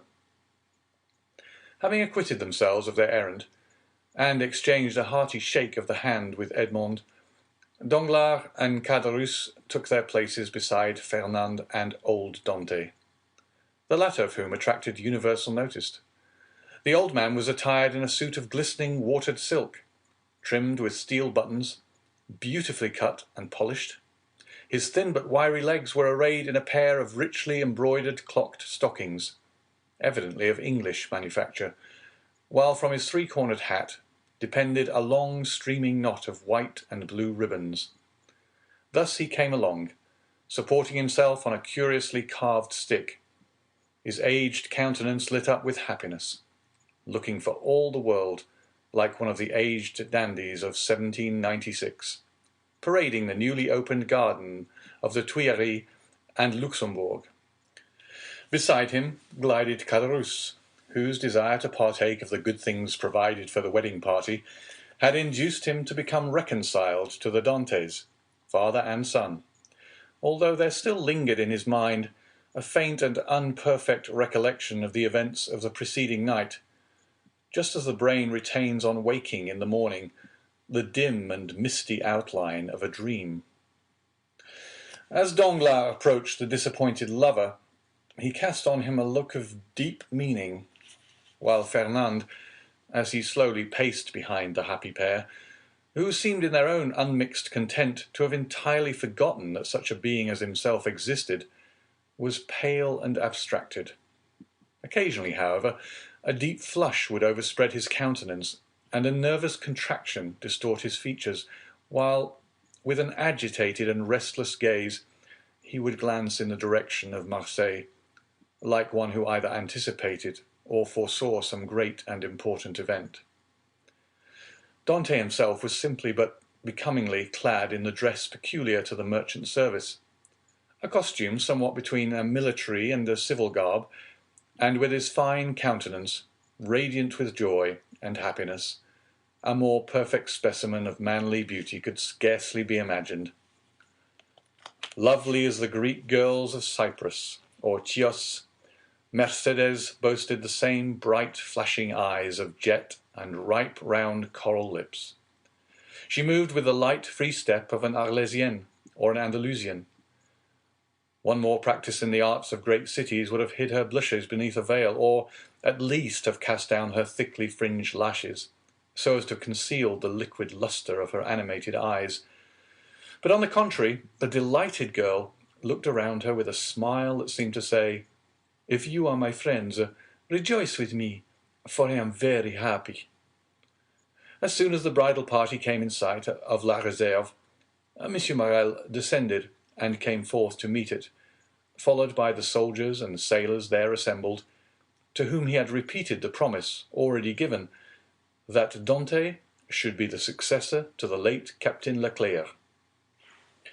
Edmond, at the approach of his patron, respectfully placed the arm of his affianced bride within that of M. Morrel, who forthwith, conducting her up the flight of wooden steps leading to the chamber in which the feast was prepared, was gaily followed by the guests, beneath whose heavy tread the slight structure creaked and groaned for the space of several minutes. "Father," said Mercédès, stopping when she had reached the centre of the table, "sit, I pray you, on my right hand. On my left I will place him who has ever been as a brother to me," pointing with a soft and gentle smile to Fernand. But her words and look seemed to inflict the direst torture on him, for his lips became ghastly pale, and even beneath the dark hue of his complexion the blood might be seen retreating as though some sudden pang drove it back to the heart. During this time, Dantès, at the opposite side of the table, had been occupied in similarly placing his most honoured guests. M. Morrel was seated at his right hand, Danglars at his left, while at a sign from Edmond, the rest of the company ranged themselves as they found it most agreeable. When they began to pass around the dusky piquant Arlésian sausages and lobsters in their dazzling red cuirasses, prawns of large size and brilliant colour, the échinu, with its prickly outside and dainty morsel within, the clovy, esteemed by the epicure of the south, as more than rivaling the exquisite flavour of the oyster, all the delicacies, in fact, that are cast up by the wash of waters on the sandy beach, and styled by the grateful fishermen fruits of the sea. "A pretty silence, truly," said the old father of the bridegroom, as he carried to his lips a glass of wine of the hue and brightness of the topaz, and which had just been placed before Mercédès herself. "Now, would anybody think that this room contained a happy, merry party, who desired nothing better than to laugh and dance the hours away?" "Ah," sighed Caderousse, "a man cannot always feel happy, because he is about to be married." "The truth is," replied Dantès, "that I am too happy for noisy mirth. If that is what you meant by your observation, my worthy friend, you are right. Joy takes a strange effect at times. It seems to oppress us almost the same as sorrow."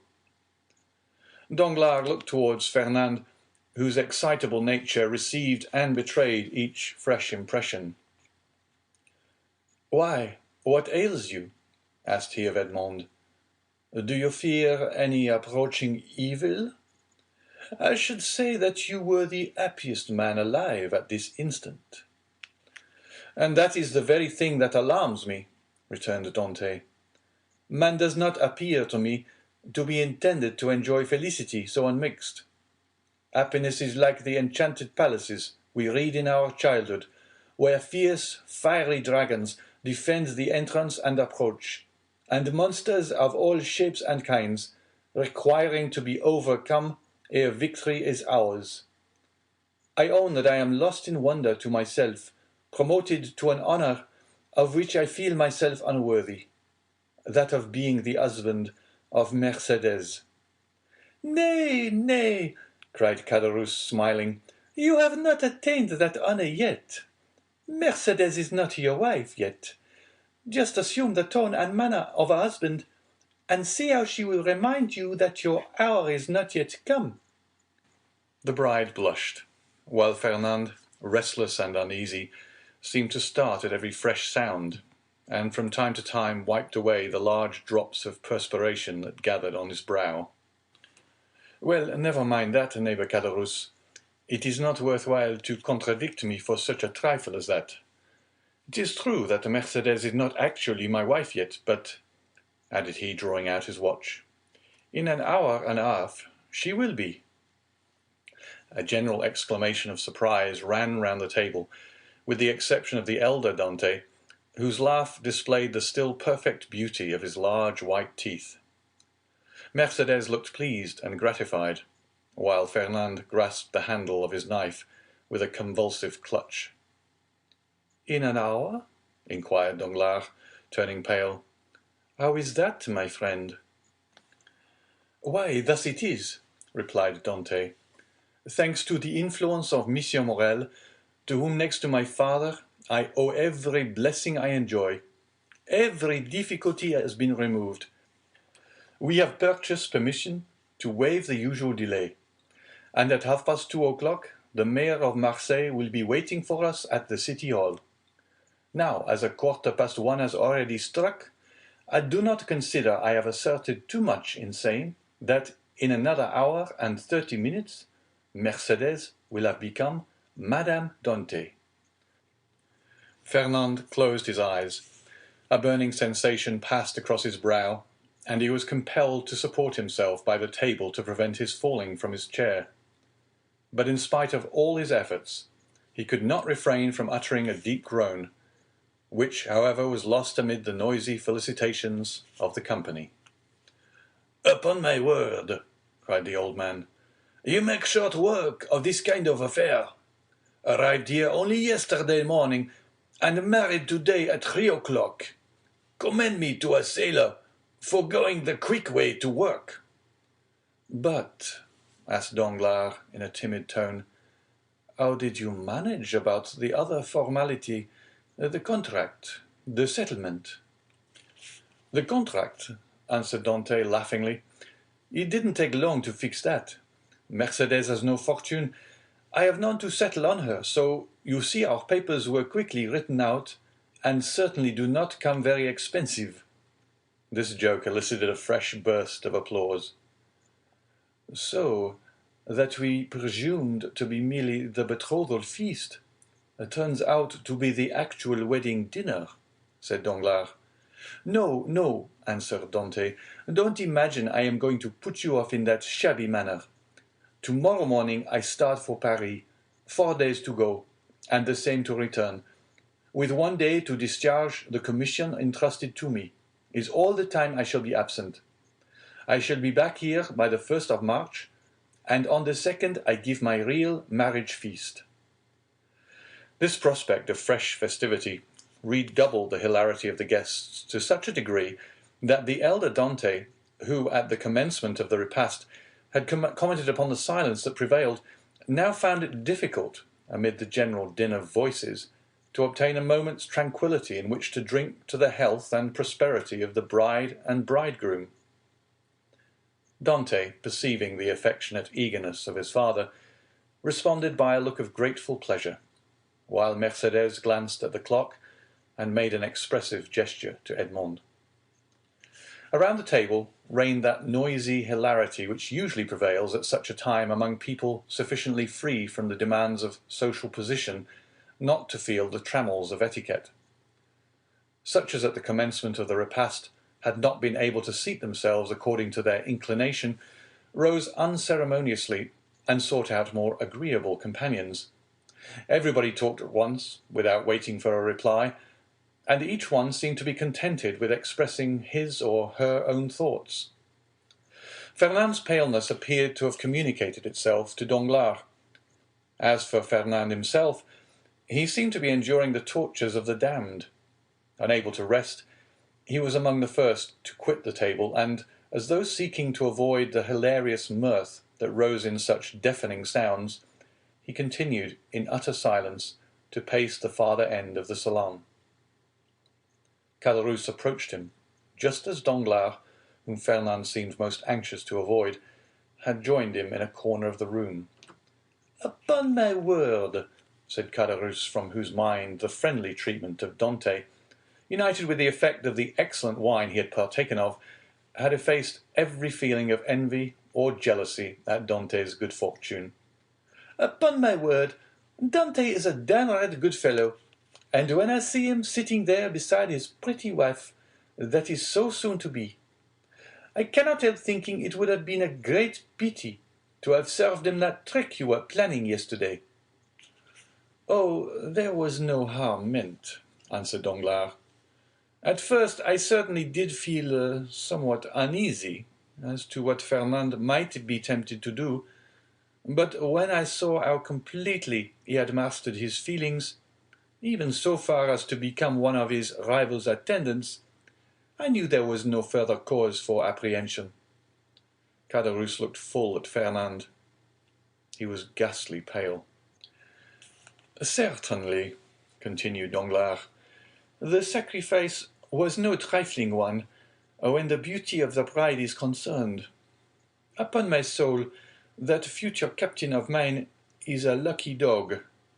Gad, I only wish he would let me take his place."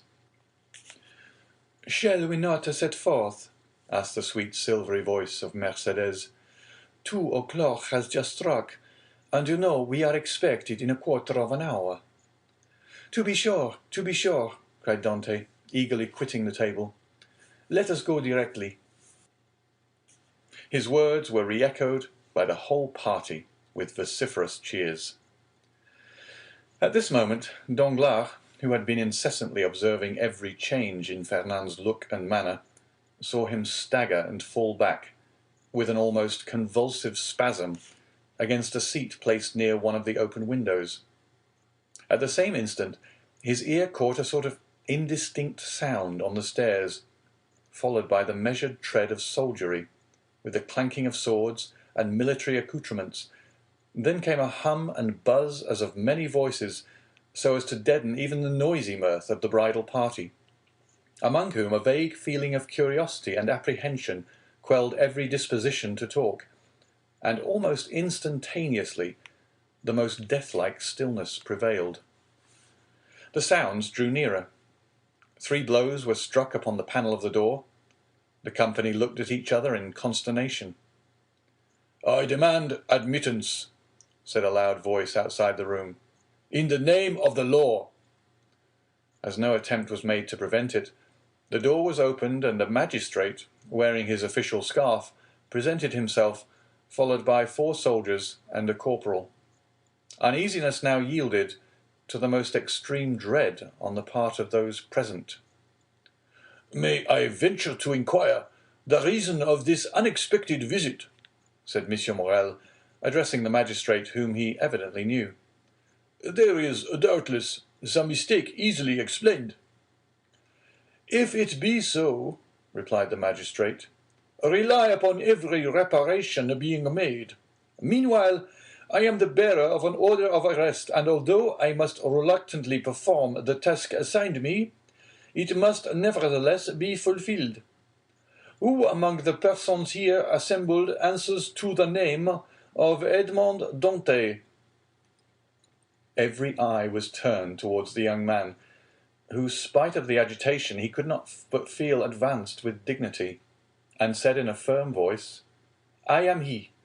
What is your pleasure with me?" "Edmond Dantès," replied the magistrate, "I arrest you in the name of the law." "Me?" repeated Edmond, slightly changing colour.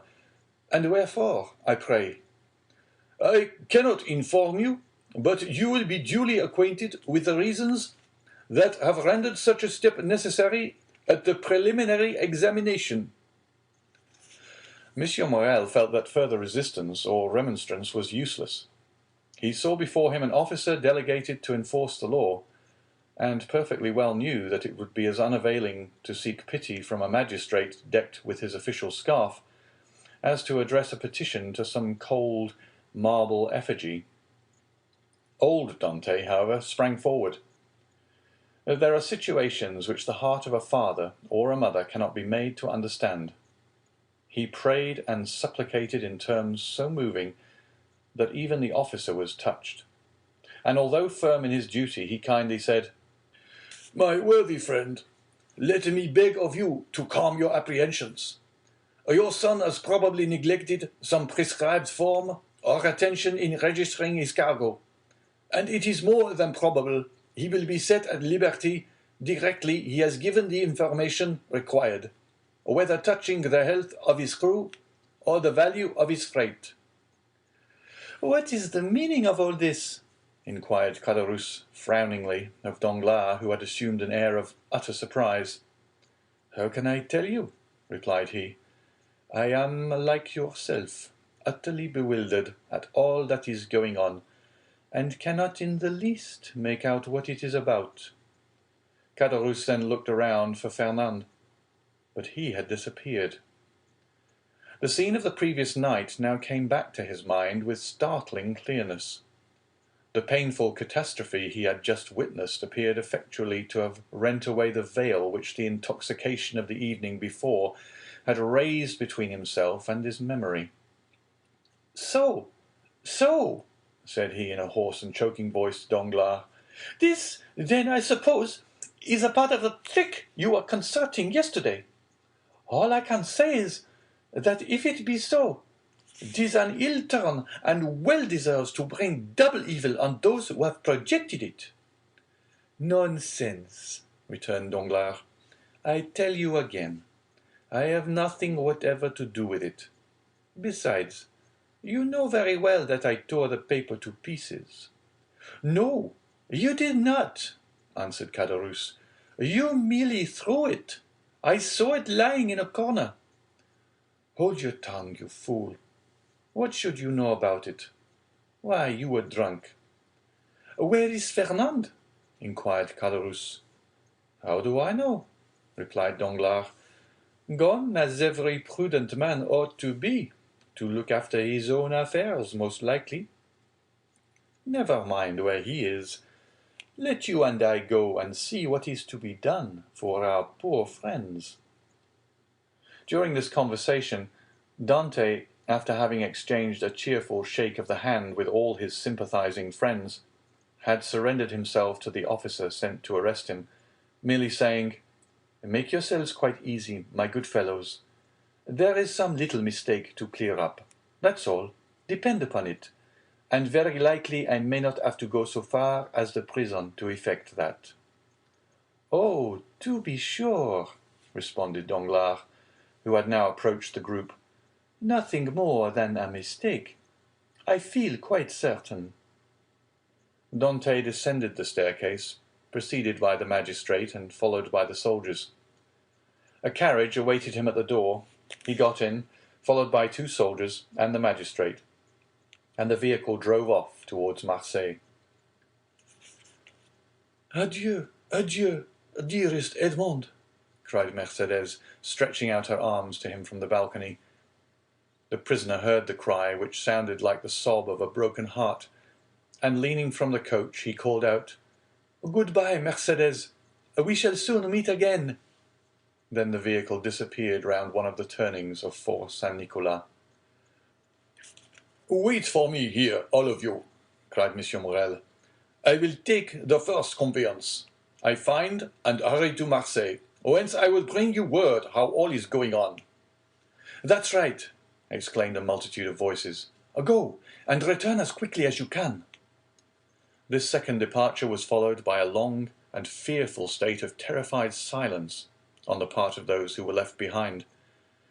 The old father and Mercédès remained for some time apart, each absorbed in grief. But at length the 2 poor victims of the same blow raised their eyes and, with simultaneous burst of feeling, rushed into each other's arms.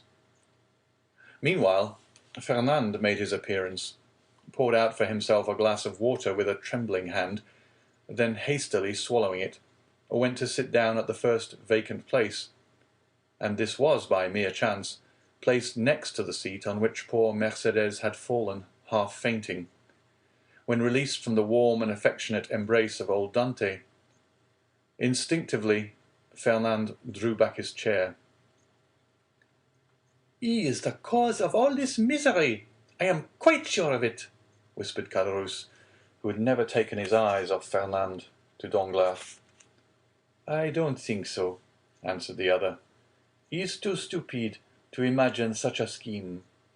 I only hope the mischief will fall upon the head of whoever wrought it." "You don't mention those who aided and abetted the deed," said Caderousse. "Surely," answered Danglars, "one cannot be held responsible for every chance arrow shot into the air." "You can indeed, when the arrow lights point downward on somebody's head." Meantime, the subject of the arrest was being canvassed in every different form. "What think you, Danglars?" said one of the party, turning towards him, "of this event?" "Why," replied he, "I think it just possible Dantès may have been detected with some trifling article on board ship, considered here as contraband." "But how could he have done so without your knowledge, Danglars, since you are the ship's supercargo?" "Why, as for that, I could only know what I was told respecting the merchandise with which the vessel was laden. I know she was loaded with cotton, and that she took in her freight at Alexandria from Pastre's warehouse, and at Smyrna from Pascal's. That is all I was obliged to know, and I beg I may not be asked for any further particulars." "Now, I recollect," said the afflicted old father. "My poor boy told me yesterday he had got a small case of coffee and another of tobacco for me." "There, you see," exclaimed Danglars. "Now the mischief is out. Depend upon it, the custom-house people went rummaging about the ship in our absence, and discovered poor Dantès' hidden treasures."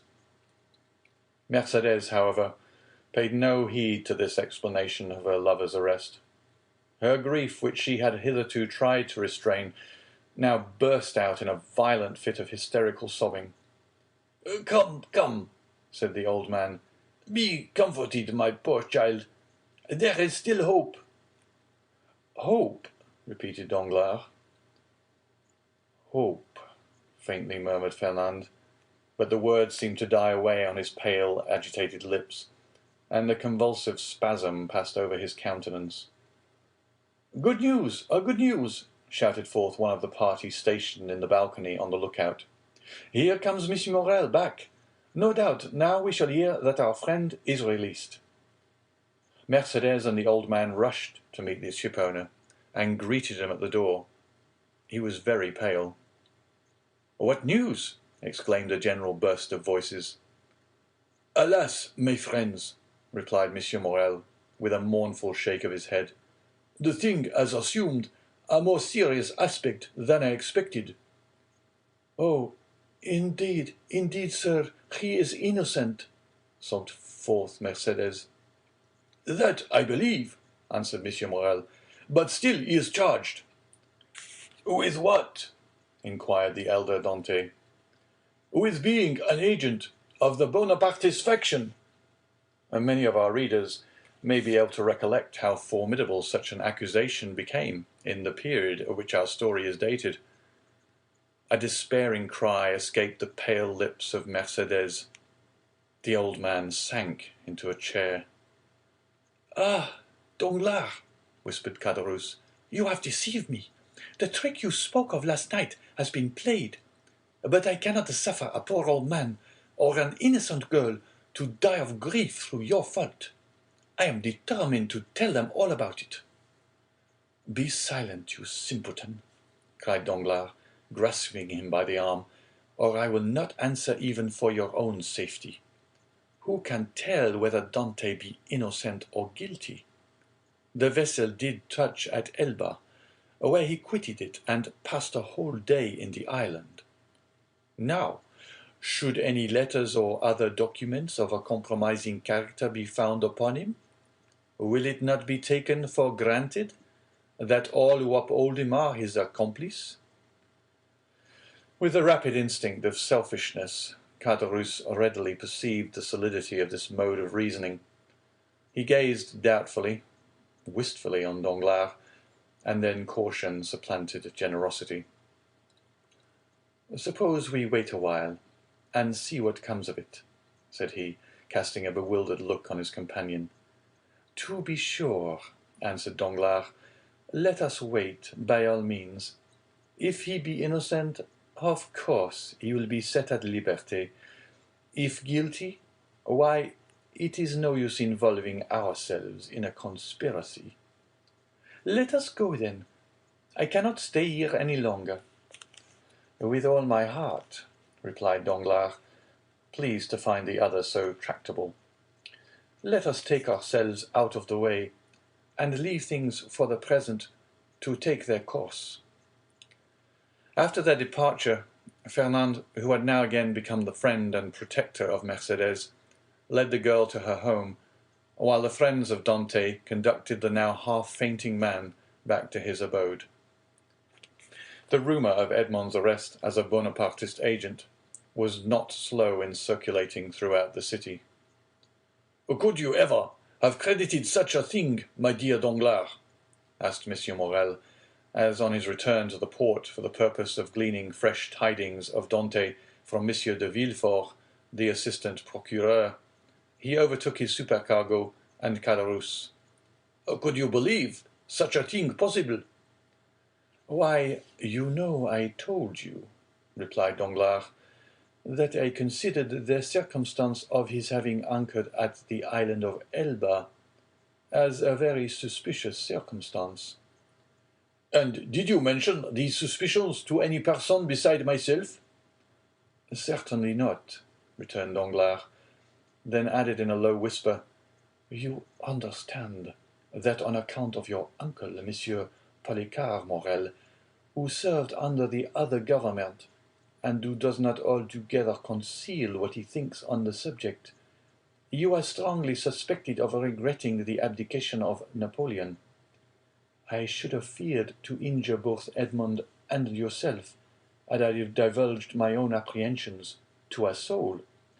I am too well aware that, though a subordinate like myself is bound to acquaint the shipowner with everything that occurs, there are many things he ought most carefully to conceal from all else."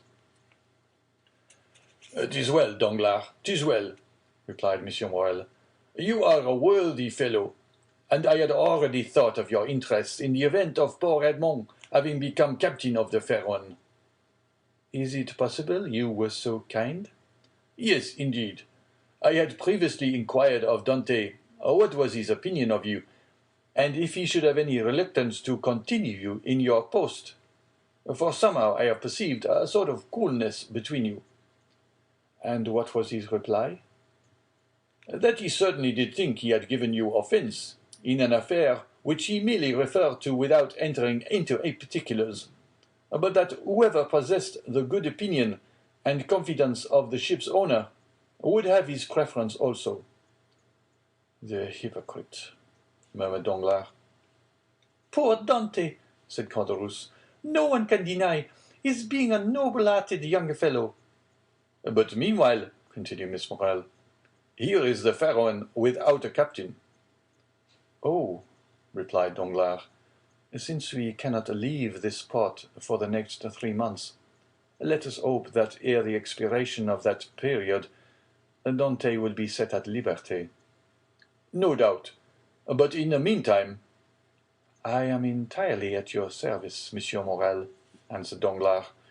"You know that I am as capable of managing a ship as the most experienced captain in the service, and it will be so far advantageous to you to accept my service, that upon Edmond's release from prison, no further change will be requisite on board the Pharaon than for Dante and myself each to resume our respective posts." "Thanks, Danglars. That will smooth over all difficulty. I fully authorize you at once to assume the command of the Pharaon, and look carefully to the unloading of her freight. Private misfortune must never be allowed to interfere with business." "Be easy on that score, Monsieur Morrel. But do you think we shall be permitted to see our poor Edmond?" "I will let you know that directly. I have seen Monsieur de Villefort, whom I shall endeavor to interest in Edmond's favor. I am aware he is a furious royalist, but in spite of that, and of his being a king's attorney, he is a man like yourselves, and I fancy not a bad sort of one." "Perhaps not," replied Danglars, "but I hear that he is ambitious, and that's rather against him." "Well, well," returned Monsieur Morrel, "we shall see. But now hasten on board. I will join you there ere long." So saying, the worthy shipowner quitted the two allies, and proceeded in the direction of the Palais de Justice. "You see," said Danglars, addressing Caderousse, "the turn things have taken. Do you still feel any desire to stand up in his defence?" "Not the slightest, but yet it seems to me a shocking thing that a mere joke should lead to such consequences." "But who perpetrated that joke, let me ask? Neither you nor myself, but Fernand. You knew very well that I threw the paper into a corner of the room. Indeed, I fancied I had destroyed it." "Oh, no," replied Caderousse. "That I can answer for you. You did not. I only wish I could see it now as plainly as I saw it lying all crushed and crumpled in a corner of the arbor." "Well, then, if you did, depend upon it, Fernand picked it up and either copied it or caused it to be copied. Perhaps even he did not take the trouble of recopying it. And now I think of it, by heavens, he may have sent the letter himself. Fortunately for me, the handwriting was disguised." "Then you are aware of Dante being engaged in a conspiracy?" "Not I. As I before said, I thought the whole thing was a joke, nothing more. It seems, however, that I have unconsciously stumbled upon the truth." "Still," argued Caderousse, "I would give a great deal if nothing of the kind had happened, or at least that I had had no hand in it. You will see, Danglars, that it will turn out an unlucky job for both of us." "Nonsense. If any harm come of it, it should fall on the guilty person, and that you know is Fernand. How can we be implicated in any way? All we have to do is to keep our own counsel, and remain perfectly quiet, not breathing a word to any living soul, and you will see that the storm will pass away, without in the least affecting us." "Amen," responded Caderousse, waving his hand in token of adieu to Danglars, and bending his steps towards the Allée de Meilhan, moving his head to and fro, and muttering as he went, after the manner of one whose mind was overcharged with one absorbing idea. "So far, then," said Danglars, mentally, "all has gone as I would have it. I am temporarily commander of the Pharaon, with the certainty of being permanently so, if that fool of a Caderousse can be persuaded to hold his tongue. My only fear is the chance of Dantès being released. But there, he is in the hands of justice. And," added he with a smile, "she will take her own." So saying, he leapt into a boat, desiring to be rowed on board the Pharaon, where M. Morrel had agreed to meet him. Chapter 6. The Deputy Procureur du Roi. In one of the aristocratic mansions built by Puget in the Rue du Grand Cours, opposite the Medusa fountain, a second marriage feast was being celebrated, almost at the same hour with the nuptial repast given by Dantès. In this case, however, although the occasion of the entertainment was similar, the company was strikingly dissimilar. Instead of a rude mixture of sailors, soldiers, and those belonging to the humblest grade of life, the present assembly was composed of the very flower of Marseille society: magistrates who had resigned their office during the usurper's reign, officers who had deserted from the imperial army and joined forces with Conde, and younger members of families brought up to hate and execrate the man whom 5 years of exile would convert into a martyr, and 15 of restoration elevate to the rank of a god. The guests were still at table, and the heated and energetic conversation that prevailed betrayed the violent and vindictive passions that then agitated each dweller of the South, where, unhappily, for 5 centuries religious strife had long given increased bitterness to the violence of party feeling. The emperor, now king of the petty island of Elba, after having held sovereign sway over 1/2 of the world, counting as his subjects a small population of 5,000 or 6,000 souls, after having been accustomed to hear the Vive Napoleon of 120 millions of human beings uttered in 10 different languages, was looked upon here as a ruined man, separated forever from any fresh connection with France or claim to her throne. The magistrates freely discussed their political views. The military part of the company talked unreservedly of Moscow and Leipzig, while the women commented on the divorce of Josephine. It was not over the downfall of the man, but over the defeat of the Napoleonic idea that they rejoiced, and this they foresaw for themselves the bright and cheering prospect of a revivified political existence. An old man, decorated with the cross of Saint Louis, now rose and proposed the health of King Louis XVIII. It was the Marquis de Saint-Méran. This toast, recalling at once the patient exile of Hartwell and the peace-loving King of France, excited universal enthusiasm. Glasses were elevated in the air à l'anglais, and the ladies, snatching their bouquet from their fair bosoms, strewed the table with their floral treasures. In a word, an almost poetic fervour prevailed. "Ah," said the Marquise de Saint-Méran, a woman with a stern, forbidding eye, though still noble and distinguished in appearance, despite her 50 years. "Ah, these revolutionists, who have driven us from those very positions they afterwards purchased for a mere trifle during the reign of terror, would be compelled to own, were they here, that all true devotion was on our side, since we were content to follow the fortunes of a falling monarch, while they, on the contrary, made their fortune by worshipping the rising sun.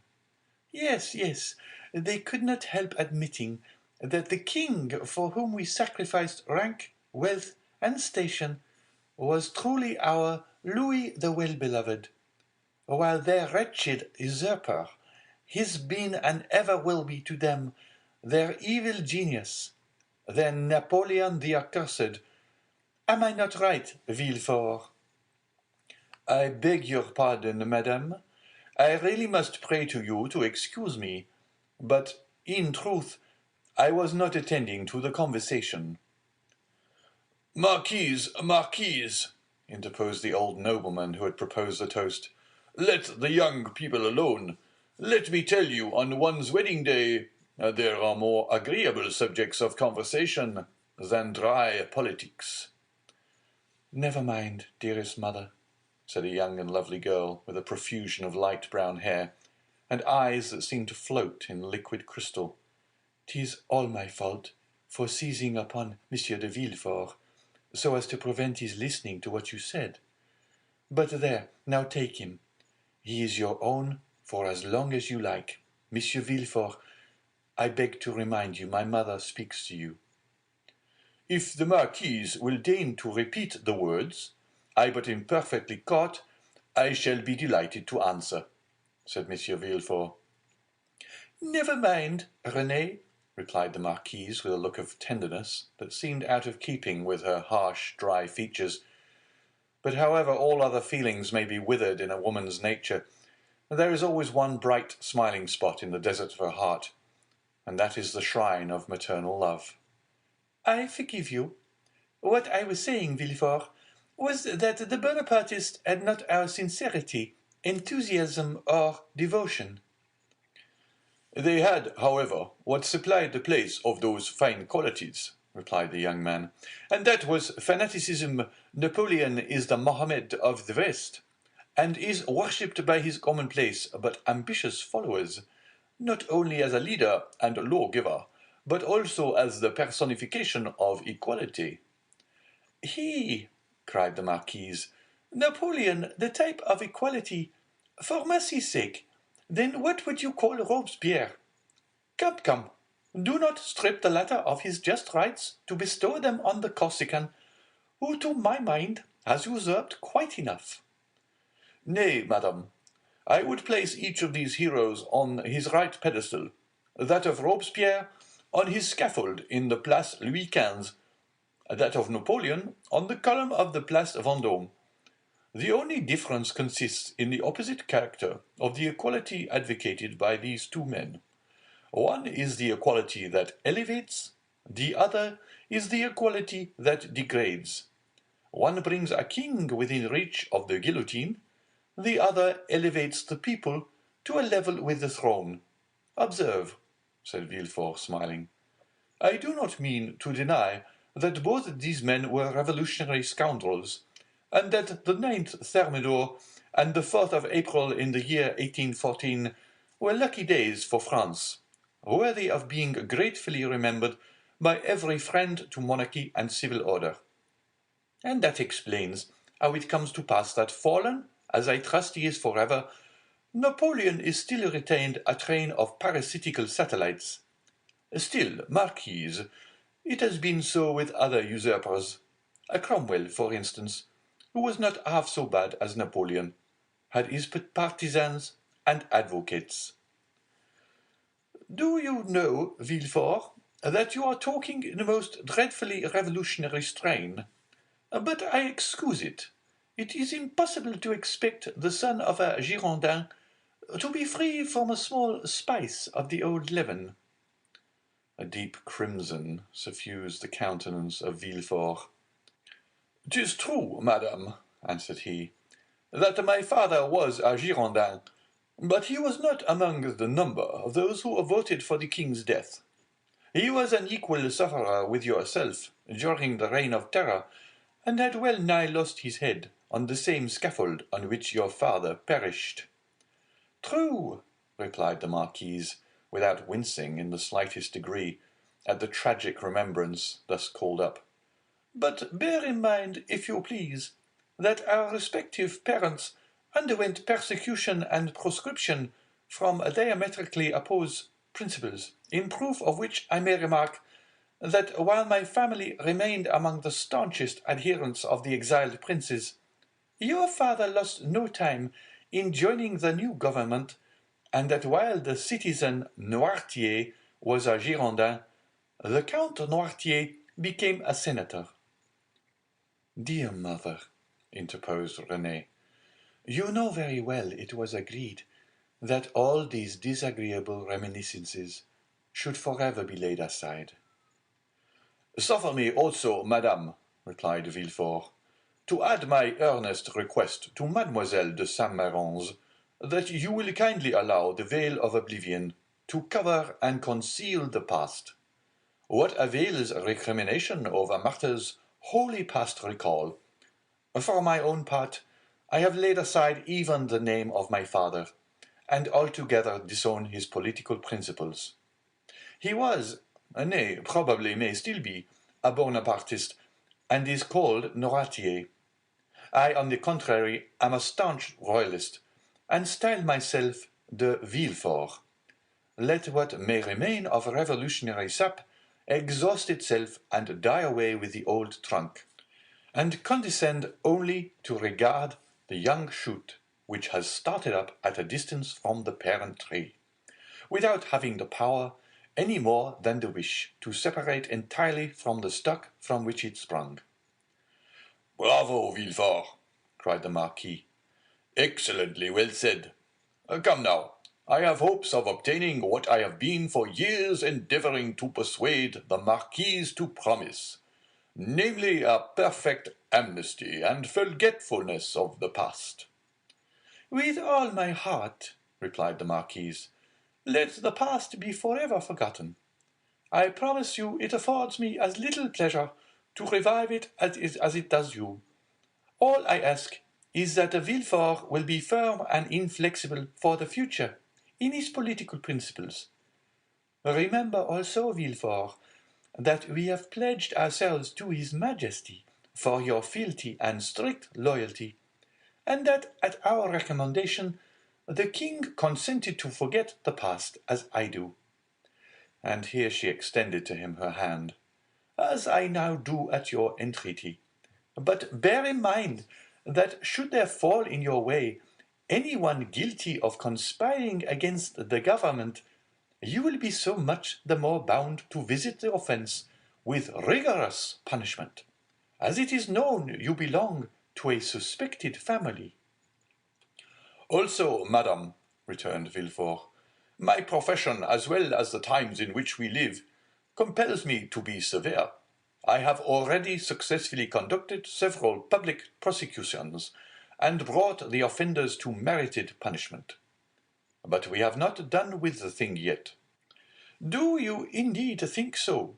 inquired the Marquise.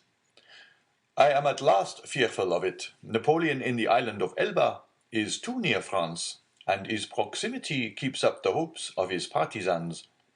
Marseille is filled with half-pay of officers who are daily, under one frivolous pretext or other, getting up quarrels with the royalists. From hence arise continual and fatal duels among the higher classes of persons, and assassinations in the lower. You have heard, perhaps, said the Comte de Salvieux, one of Monsieur de Saint-Méran's oldest friends, and chamberlain to the Comte d'Artois, that the Holy Alliance propose removing him from thence. Yes, they were talking about it when we left Paris, said Monsieur de Saint-Méran. And where is it decided to transfer him? To St. Helena. For heaven's sake, where is that? asked the Marquise. An island situated on the other side of the equator, at least 2,000 leagues from here, replied the Count. So much the better. As Villefort observes, it is a great act of folly to have left such a man between Corsica, where he was born, and Naples, of which his brother-in-law is king, and face to face with Italy, the sovereignty of which he coveted for his son. Unfortunately, said Villefort, there are treaties of 1814, and we cannot molest Napoleon without breaking those compacts. "Oh, well, we shall find some way out of it," responded Monsieur de Salvieux. "There wasn't any trouble over treaties when it was a question of shooting the poor Duc d'Enghien." "Well," said the Marquise, "it seems probable that by the aid of the Holy Alliance we shall be rid of Napoleon, and we must trust to the vigilance of Monsieur de Villefort to purify Marseille of his partisans. The king is either a king or no king.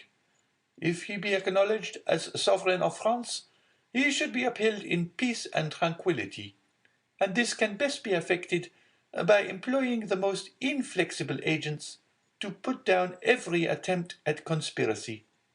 'Tis the best and surest means of preventing mischief." "Unfortunately, madame," answered Villefort, "the strong arm of the law is not called upon to interfere until the evil has taken place." "Then all he has got to do is to endeavour to repair it." "Nay, madame, the law is frequently powerless to effect this.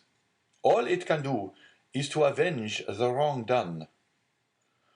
"Oh, Monsieur de Villefort," cried a beautiful young creature, daughter to the Comte de Salvieux, and the cherished friend of Mademoiselle de Saint-Méran, "do try and get up some famous trial while we are at Marseille. I never was in a law court. I am told it is so very amusing." "Amusing, certainly," replied the young man, "inasmuch as instead of shedding tears, as at the fictitious tale of woe produced at a theatre, you behold in a law court a case of real and genuine distress, a drama of life. The prisoner, whom you there see pale, agitated, and alarmed, instead of, as is the case when a curtain falls on a tragedy, going home to sup peacefully with his family, and then retiring to rest, that he may recommence his mimic woes on the morrow, is removed from your sight, merely to be reconducted to his prison and delivered up to the executioner. I leave you to judge how far your nerves are calculated to bear you through such a scene. Of this, however, be assured, that should any favourable opportunity present itself, I will not fail to offer you the choice of being present." "For shame, Monsieur de Villefort," said Renée, becoming quite pale. "Don't you see how you are frightening us? And yet you laugh." "What would you have? 'Tis like a duel. I have already recorded sentence of death 5 or 6 times against the movers of political conspiracies, and who can say how many daggers may be ready sharpened and only waiting a favourable opportunity to be buried in my heart?" "Gracious heavens, Monsieur de Villefort," said Renée, becoming more and more terrified, "you surely are not in earnest." "Indeed I am," replied the young magistrate with a smile, "and in the interesting trial that young lady is anxious to witness, the case would only be still more aggravated. Suppose, for instance, the prisoner, as is more than probable, to have served under Napoleon. Well, can you expect for an instant that one accustomed, at the word of his commander, to rush fearlessly on the very bayonets of his foe, will scruple more to drive a stiletto into the heart of one he knows to be his personal enemy, than to slaughter his fellow creatures merely because bidden to do so by one he is bound to obey? Besides, one requires the excitement of being hateful in the eyes of the accused, in order to lash oneself into a state of sufficient vehemence and power. I would not choose to see the man against whom I pleaded smile, as though in mockery of my words. No, my pride is to see the accused pale, agitated, and as though beaten out of all composure by the fire of my eloquence." Renée uttered a smothered exclamation. "Bravo!" cried one of the guests. "That is what I call talking to some purpose." "Just the person we require at a time like the present," said a second. "What a splendid business that last case of yours was, my dear Villefort," remarked a third. I mean the trial of the man for murdering his father. Upon my word, you killed him ere the executioner had laid his hand upon him." "Oh, as for parricides, and such dreadful people as that," interposed Renée, "it matters very little what is done to them. But as regards poor unfortunate creatures, whose only crime consists in having mixed themselves up in political intrigues—" "Why, that is the very worst offence they could possibly commit. For don't you see, Renée, the king is the father of his people, and he who shall plot or contrive aught against the life and safety of the parent of 32 millions of souls is a parricide upon a fearfully great scale." "I don't know anything about that," replied Renée. "But, Monsieur de Villefort, you have promised me, have you not, always to show mercy to those I plead for?" "Make yourself quite easy on that point," answered Villefort, with one of his sweetest smiles. "You and I will always consult upon our verdicts." "My love," said the marquise, "attend to your doves, your lapdogs and embroidery, but do not meddle with what you do not understand. Nowadays the military profession is in abeyance, and the magisterial robe is the badge of honor. There is a wise Latin proverb that is very much in point." "Sedant arma togae," said Villefort with a bow. "I cannot speak Latin," responded the marquise. "Well," said Renée, "I cannot help regretting that you had not chosen some other profession than your own. A physician, for instance. Do you know, I always felt a shudder at the idea of even a destroying angel." "Dear, good Renée," whispered Villefort, as he gazed with unutterable tenderness on the lovely speaker. "Let us hope, my child," cried the Marquis, "that Monsieur de Villefort may prove the moral and political physician of this province. If so, he will have achieved a noble work." "And one which will go far to efface the recollection of his father's conduct," added the incorrigible marquise. "Madam," replied Villefort, with a mournful smile, "I have already had the honor to observe that my father has at least, I hope so, abjured his past errors, and that he is at the present moment a firm and zealous friend to religion and order. A better royalist, possibly, than his son, for he has to atone for past dereliction, while I have no other impulse than warm, decided preference and conviction." Having made his well-turned speech, Villefort looked carefully around to mark the effect of his oratory, much as he would have done had he been addressing the bench in open court. "Do you know, my dear Villefort," cried the Comte de Salvieux, "that is exactly what I myself said the other day at the Tuileries, when questioned by His Majesty's principal chamberlain touching the singularity of an alliance between the son of our Girondin and the daughter of an officer of the Duc de Conde. And I assure you, he seemed fully to comprehend that this mode of reconciling political differences was based upon sound and excellent principles. Then the king, who, without our suspecting it, had overheard our conversation, interrupted us by saying, "Villefort." Observe that the king did not pronounce the word Noirtier, but on the contrary placed considerable emphasis on that of Villefort. "Villefort," said his Majesty, "is a young man of great judgment and discretion, who will be sure to make a figure in his profession. I like him much, and it gave me great pleasure to hear that he was about to become the son-in-law of the Marquis and Marquise de Saint-Méran. I should myself have recommended the match, had not the noble Marquis anticipated my wishes by requesting my consent to it." "Is it possible the king could have condescended so far as to express himself so favourably of me?" asked the enraptured Villefort. I give you his very words, and if the Marquis chose to be candid, he will confess that they perfectly agree with what his Majesty said to him, when he went 6 months ago to consult him upon the subject of your espousing his daughter. That is true, answered the Marquis. How much do I owe this gracious prince? What is there I would not do to evince my earnest gratitude? That is right, cried the Marquise. I love to see you thus. Now then, with a conspirator to fall into your hands, he would be most welcome. For my part, dear mother, interposed Renée, I trust your wishes will not prosper, and that Providence will only permit petty offenders, poor debtors, and miserable cheats to fall into Monsieur de Villefort's hands. Then I shall be contented. Just as the same as though you prayed that a physician might only be called upon to prescribe for headaches, measles, and the stings of wasps, or any other slight affection of the epidermis.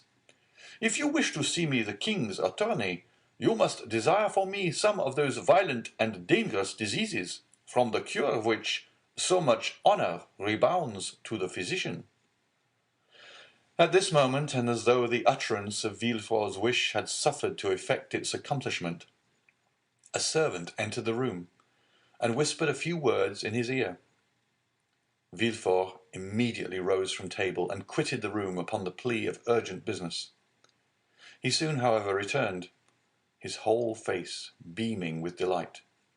Renée regarded him with fond affection, and certainly his handsome features lit up, as they then were, with more than usual fire, and animation seemed formed to excite the innocent admiration with which she gazed on her graceful and intelligent lover. "You were wishing just now," said Villefort, addressing her, "that I were a doctor instead of a lawyer.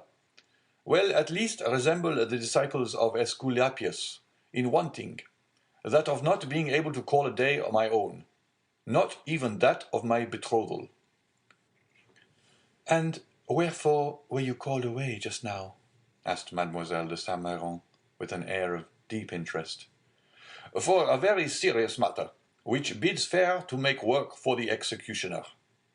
"How dreadful!" exclaimed Renée, turning pale. "Is it possible?"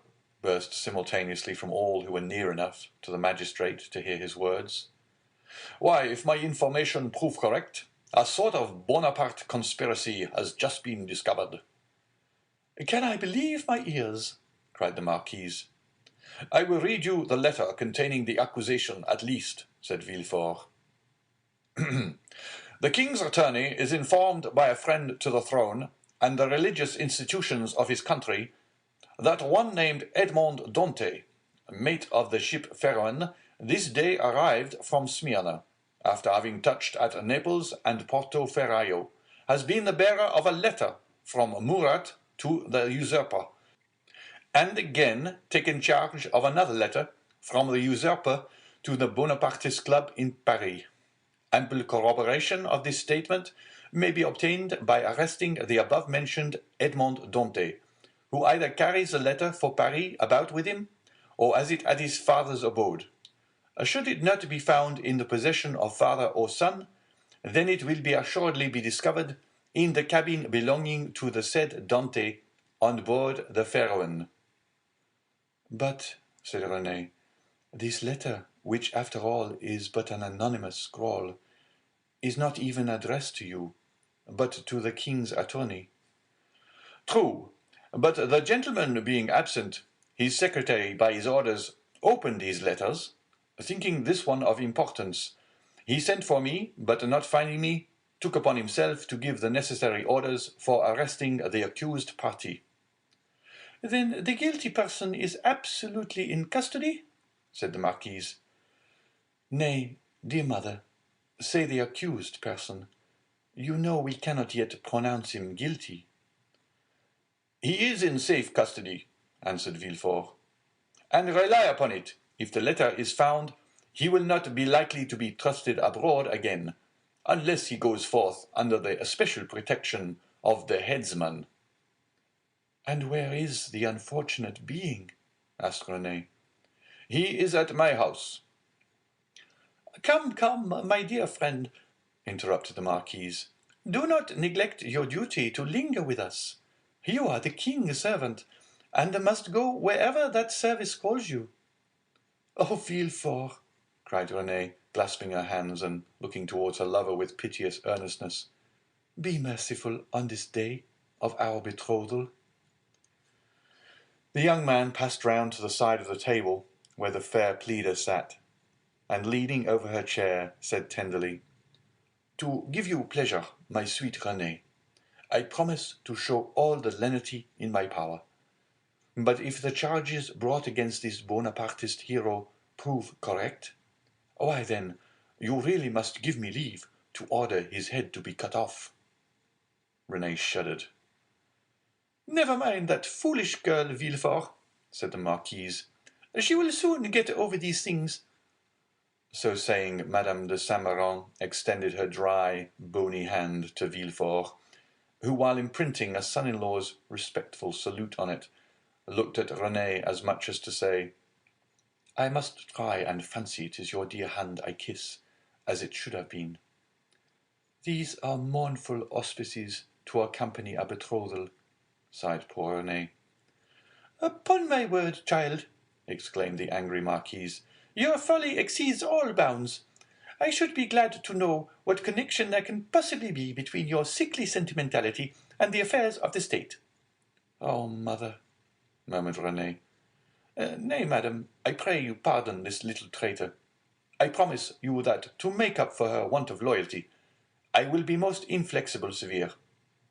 Then casting an expressive glance at his betrothed, which seemed to say, "Fear not, for your dear sake my justice shall be tempered with mercy," and receiving a sweet and approving smile in return, Villefort quitted the room. Chapter 7. The Examination. No sooner had Villefort left the salon than he assumed the grave air of a man who holds the balance of life and death in his hands. Now, in spite of the nobility of his countenance, the command of which, like a finished actor, he had carefully studied before the glass, it was by no means easy for him to assume an air of judicial severity. Except the recollection of the line of politics his father had adopted, and which might interfere, unless he acted with the greatest prudence, with his own career, Gérard de Villefort was as happy as a man could be. Already rich, he held a high official situation. Though only 27, he was about to marry a young and charming woman, whom he loved, not passionately, but reasonably, as became a deputy attorney of the king, and besides her personal attractions, which were very great, Mademoiselle de Saint-Méran's family possessed considerable political influence, which they would, of course, exert in his favour. The dowry of his wife amounted to 50,000 crowns, and he had, besides, the prospect of seeing her fortune increased to 500,000 at her father's death. These considerations naturally gave Villefort a feeling of such complete felicity that his mind was fairly dazzled in its contemplation. At the door he met the commissary of police, who was waiting for him. The sight of this officer recalled Villefort from the third heaven to earth. He composed his face, as we have before described, and said, "I have read the letter, sir, and you have acted rightly in arresting this man. Now inform me what you have discovered concerning him and the conspiracy." "We know nothing, as yet, of the conspiracy, monsieur. All the papers found have been sealed up and placed on your desk. The prisoner himself is named Edmond Dantès, mate on board the three-master, the Pharaon, trading in cotton with Alexandre and Smyrna, and belonging to Morel and Son of Marseille. Before he entered the merchant service, had he ever served in the marines?" "Oh no, monsieur. He is very young." "How old?" 19 or 20 at the most." At this moment, and as Villefort had arrived at the corner of the Rue du Conseil, a man who seemed to have been waiting for him approached. It was Monsieur Morel. "Ah, Monsieur de Villefort," cried he, "I am delighted to see you. Some of your people have committed the strangest mistake. They have just arrested Edmond Dantès, mate of my vessel." "I know it, monsieur," replied Villefort, "and I am now going to examine him." "Oh," said Morrel, carried away by his friendship, "you do not know him, and I do. He is the most estimable, the most trustworthy creature in the world, and I will venture to say there is not a better seaman in all the merchant service. Oh, Monsieur de Villefort, I beseech your indulgence for him." Villefort, as we have seen, belonged to the aristocratic party at Marseille, Morrel to the plebeian. The first was a royalist, the other suspected of Bonapartism. Villefort looked disdainfully at Morrel and replied, "You are aware, monsieur, that a man may be estimable and trustworthy in private life, and the best seaman in the merchant service, and yet be, politically speaking, a great criminal. Is it not true?" The magistrate laid emphasis on these words, as if he wished to apply them to the owner himself, while his eyes seemed to plunge into the heart of one who, interceding for another, had himself need of indulgence. Morrel reddened, for his own conscience was not quite clear on politics. Besides, what Dantès had told him of his interview with the Grand Marshal, and what the Emperor had said to him, embarrassed him.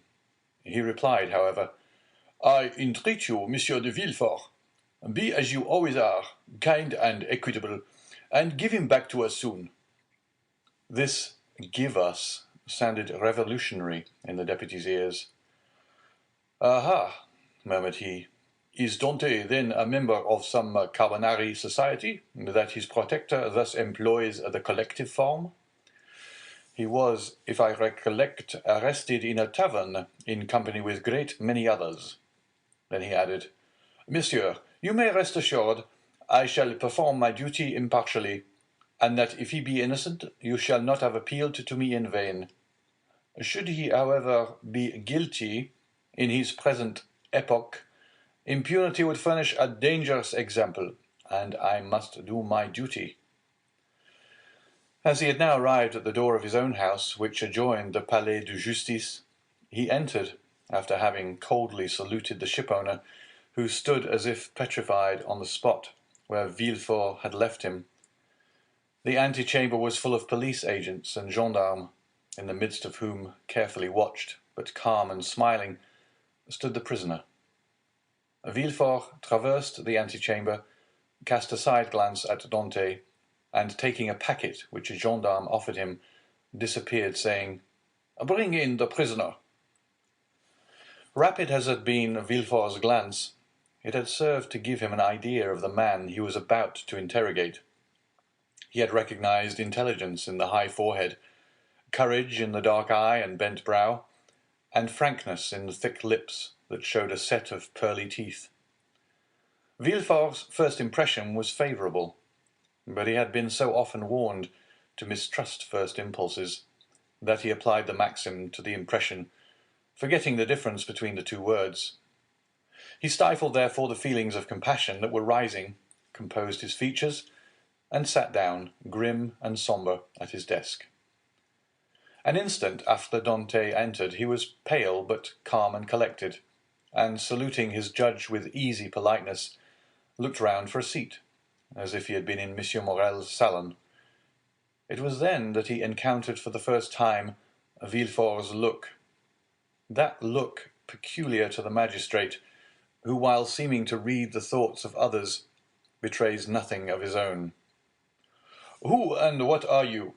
demanded Villefort, turning over a pile of papers containing information relative to the prisoner that a police agent had given to him on his entry, and that already in an hour's time had swelled to voluminous proportions, thanks to the corrupt espionage of which the accused is always made the victim. "My name is Edmond Dantès," replied the young man calmly. "I am mate of the Pharaon, belonging to Messrs. Morrel and Son." "Your age?" continued Villefort. 19, returned Dantès. "What were you doing at the moment you were arrested?" "I was at the festival of my marriage, monsieur." said the young man, his voice slightly tremulous. So great was the contrast between that happy moment and the painful ceremony he was now undergoing. So great was the contrast between the sombre aspect of M. de Villefort and the radiant face of Mercédès. "You were at the festival of your marriage," said the deputy, shuddering in spite of himself. "Yes, monsieur. I am on the point of marrying a young girl I have been attached to for 3 years." Villefort, impassive as he was struck with this coincidence, and the tremulous voice of Dantès, surprised in the midst of his happiness, struck a sympathetic chord in his own bosom. He also was on the point of being married, and he was summoned from his own happiness to destroy that of another. "This philosophic reflection," thought he, "will make a great sensation at Monsieur de Saint-Méran's." And he arranged mentally, while Dantès awaited further questions, the antithesis by which orators often create a reputation for eloquence. When this speech was arranged, Villefort turned to Dantès. "Go on, sir," said he. "What would you have me say?" "Give all the information in your power." "Tell me on which point you desire information, and I will tell you all I know. Only," he added with a smile, "I warn you, I know very little." "Have you served under the usurper?" "I was about to be mustered into the Royal Marines when he fell." "It is reported your political opinions are extreme," said Villefort, who had never heard anything of the kind, but was not sorry to make this inquiry, as if it were an accusation. "My political opinions?" replied Dantès. "Alas, sir, I never had any opinions. I am hardly 19. I know nothing. I have no part to play. If I obtain the situation I desire, I shall owe it to M. Morrel. Thus all my opinions, I will not say it public, but private, are confined to these 3 sentiments. I love my father, I respect M. Morrel, and I adore Mercédès. This, sir, is all I can tell you, and you see how uninteresting it is." As Dantès spoke, Villefort gazed at his ingenuous and open countenance, and recollected the words of Renée, who, without knowing who the culprit was, had besought his indulgence for him. With the deputy's knowledge of crime and criminals, every word the young man uttered convinced him more and more of his innocence. This lad, for he was scarcely a man, simple, natural, eloquent with that eloquence of the heart never found when sought for, full of affection for everybody because he was happy and because happiness renders even the wicked good, extended his affection even to his judge, spite of Villefort's severe look and stern accent. Dantès seemed full of kindness. "Pardieu," said Villefort, "he is a noble fellow. I hope I shall gain Renée's favor easily by obeying the first command she ever imposed on me. I shall have at least a pressure of the hand in public, and a sweet kiss in private." Full of this idea, Villefort's face became so joyous that when he turned to Dantès, the latter, who had watched the change on his physiognomy, was smiling also. "Sir," said Villefort, "have you any enemies, at least, that you know?" "I have enemies?" replied Dantès. "My position is not sufficiently elevated for that. As for my disposition, that is, perhaps, somewhat too hasty. But I have striven to repress it. I have had 10 or 12 sailors under me, and if you question them, they will tell you that they love and respect me, not as a father, for I am too young, but as an elder brother." "But you may have excited jealousy. You are about to become captain at 19, an elevated post. You are about to marry a pretty girl who loves you, and these 2 pieces of good fortune may have excited the envy of someone." "You are right. You know men better than I do, and what you say may possibly be the case, I confess.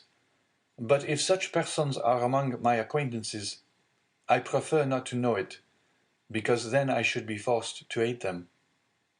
"You are wrong. You should always strive to see clearly around you. You seem a worthy young man. I will depart from the strict line of my duty to aid you in discovering the author of this accusation. Here is the paper. Do you know the writing?"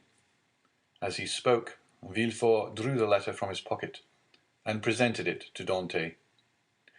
Dantès read it. A cloud passed over his brow as he said, "No, monsieur, I do not know the writing, and yet it is tolerably plain. Whoever did it writes well. I am very fortunate," added he, looking gratefully at Villefort, "to be examined by such a man as you, for this envious person is a real enemy." And by the rapid glance that the young man's eyes shot forth, Villefort saw how much energy lay hid beneath his mildness. "Now," said the deputy, "answer me frankly, not as a prisoner to a judge, but as one man to another who takes an interest in him. What truth is there in the accusation contained in this anonymous letter?" And Villefort threw disdainfully on his desk the letter Dantès had just given back to him. "None at all. I will tell you the real facts. I swear by my honor as a sailor, by my love for Mercédès, by the life of my father." "Speak, monsieur," said Villefort. Then internally, "If Renée could see me, I hope she would be satisfied, and would no longer call me a decapitator." "Well, when we quitted Naples, Captain Leclerc was attacked with a brain fever. As we had no doctor on board, and he was so anxious to arrive at Elba that he would not touch at any other port, his disorder rose to such a height that at the end of the third day, feeling he was dying, he called me to him. "My dear Dantès," said he, "swear to perform what I am going to tell you, for it is a matter of the deepest importance." "I swear, captain," replied I. "Well, as after my death, the command devolves on you as mate, assume the command and bear up for the island of Elba. Disembark at Porto Ferraio, ask for the Grand Marshal. Give him this letter. Perhaps they will give you another letter and charge you with a commission. You will accomplish what I was to have done, and derive all the honor and profit from it." "I will do it, captain, but perhaps I shall not be admitted to the Grand Marshal's presence as easily as you expect." "Here is a ring that will obtain audience of him, and remove every difficulty," said the captain. At these words he gave me a ring. It was time. 2 hours after he was delirious, the next day, he died. "And what did you do then?" "What I ought to have done, and what everyone would have done in my place.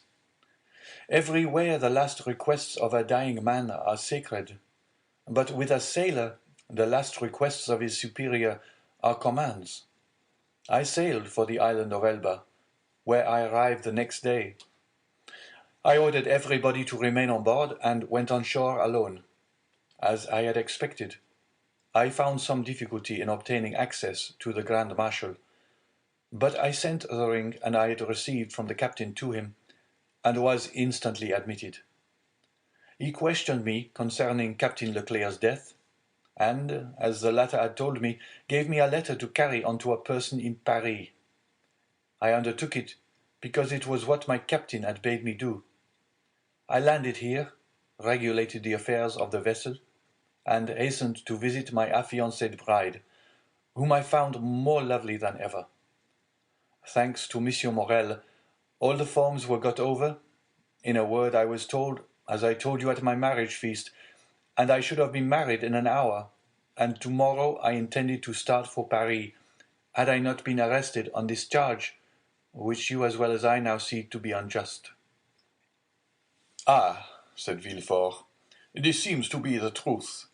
If you have been culpable, it was imprudence, and this imprudence was in obedience to the orders of your captain. Give up this letter you have brought from Elba, and pass your word you will appear should be required, and go and rejoin your friends." "I am free then, sir?" cried Dantès joyfully. "Yes, but first give me this letter." You have it already, for it was taken from me, with some others which I see in that packet." "Stop a moment," said the deputy, as Dantès took his hat and gloves. "To whom is it addressed?" "To Monsieur Noirtier, Rue Coqueron, Paris." Had a thunderbolt fallen into the room, Villefort could not have been more stupefied. He sank into his seat and hastily, turning over the packet, drew forth the fatal letter, at which he glanced with an expression of terror. "Monsieur Noirtier, Rue Coqueron, numéro 13, murmured he, growing still paler. "Yes," said Dantès. "Do you know him?" "No," replied Villefort. "A faithful servant of the king does not know conspirators."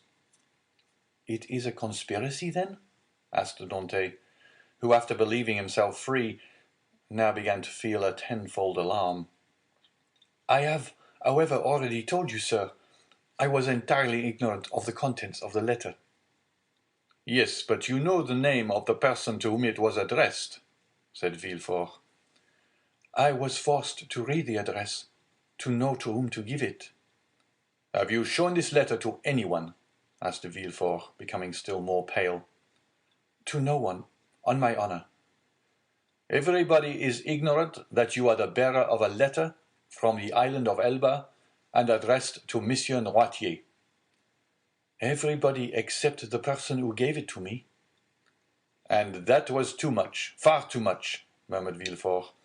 Villefort's brow darkened more and more. His white lips and clenched teeth filled Dantès with apprehension. After reading the letter, Villefort covered his face with his hands. "Oh," said Dantès timidly, "what is the matter?" Villefort made no answer, but raised his head at the expiration of a few seconds, and again perused the letter. "And you say that you are ignorant of the contents of this letter?" "I give you my word of honor, sir," said Dantès. "But what is the matter? You are ill. Shall I ring for assistance? Shall I call?" "No," said Villefort, rising hastily. "Stay where you are. It is for me to give orders here, not you." "Monsieur," replied Dantès proudly, "it was only to summon assistance for you." "I want none. It was a temporary indisposition. Attend to yourself. Answer me." Dantès waited, expecting a question, but in vain. Villefort fell back on his chair, passed his hand over his brow, moist with perspiration, and for the third time read the letter. "Oh, if he knows the contents of this," murmured he, "and that Noirtier is the father of Villefort, I am lost." And he fixed his eyes upon Edmond, as if he would have penetrated his thoughts. "Oh, it is impossible to doubt it!" cried he suddenly. "In heaven's name," cried the unhappy young man, "if you doubt me, question me. I will answer you." Villefort made a violent effort, and in a tone he strove to render firm. "Sir," said he, "I am no longer able, as I had hoped, to restore you immediately to liberty. Before doing so, I must consult the trial justice. What my own feeling is you already know." "Oh, monsieur," cried Dantès, "you have been rather a friend than a judge." "Well, I must detain you some time longer, but I will strive to make it as short as possible. The principal charge against you is this letter, and you see—" Villefort approached the fire, cast it in, and waited until it was entirely consumed. "You see, I destroy it." "Oh," exclaimed Dantès, "you are goodness itself." "Listen," continued Villefort. "You can now have confidence in me after what I have done." "Oh, command, and I will obey." "Listen. This is not a command, but advice I give you." "Speak, and I will follow your advice." "I shall detain you until this evening in the Palais de Justice. Should anyone else interrogate you, say to him what you have said to me, But do not breathe a word of this letter." "I promise." It was Villefort who seemed to entreat, and the prisoner who reassured him. "You see," continued he, glancing toward the grate, where fragments of burnt paper fluttered in the flames, "the letter is destroyed. You and I alone know of its existence. Should you therefore be questioned, deny all knowledge of it. Deny it boldly, and you are saved." "Be satisfied, I will deny it." "It was the only letter you had?" "It was." "Swear it." "I swear it." Villefort rang. A police agent entered. Villefort whispered some words in his ear, to which the officer replied by a motion of his head. "Follow him," said Villefort to Dantès. Dantès saluted Villefort and retired. Hardly had the door closed when Villefort threw himself, half fainting, into a chair. "Alas, alas," murmured he, "if the procureur himself had been at Marseilles, I should have been ruined. This accursed letter would have destroyed all my hopes. Oh, my father, must you, past career, always interfere with my successes?" Suddenly a light passed over his face. A smile played round his set mouth, and his haggard eyes were fixed in thought. "This will do," said he. "And from this letter, which might have ruined me, I will make my fortune. Now, to the work I have in hand." And after having assured himself that the prisoner was gone, the deputy procureur hastened to the house of his betrothed. Chapter 8. The Château d'If. The commissary of police, as he traversed the antechamber, made a sign to two gendarmes, who placed themselves one on Dantès' right and the other on his left. A door that communicated with the Palais de Justice was opened, and they went through a long range of gloomy corridors, whose appearance might have made even the boldest shudder. The Palais de Justice communicated with the prison, a sombre edifice that from its grated windows looks on the clock tower of the Accoules. After numberless windings, Dantès saw a door with an iron wicket. The commissary took up an iron mallet and knocked thrice. Every blow seemed to Dantès as if struck on his heart. The door opened, the two gendarmes gently pushed him forward, and the door closed with a loud sound behind him. The air he inhaled was no longer pure, but thick and mephitic. He was in prison.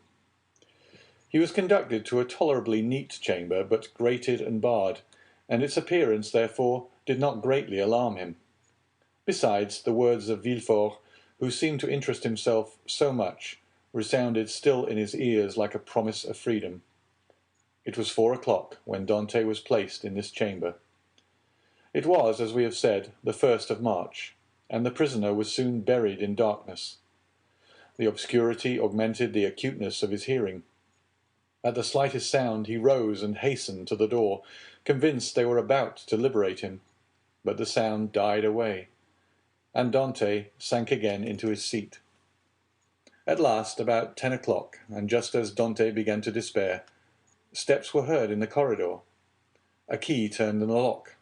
The bolts creaked, the massy oaken door flew open, and a flood of light from 2 torches pervaded the apartment. By the torchlight, Dantès saw the glittering sabres and carbines of 4 gendarmes. He had advanced at first, but stopped at the sight of this display of force. "Are you come here to fetch me?" asked he. "Yes," replied a gendarme. "By the orders of the deputy procureur?" "I believe so."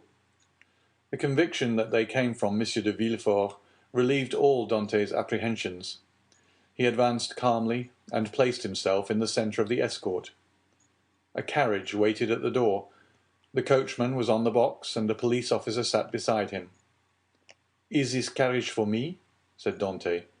"It is for you," replied a gendarme.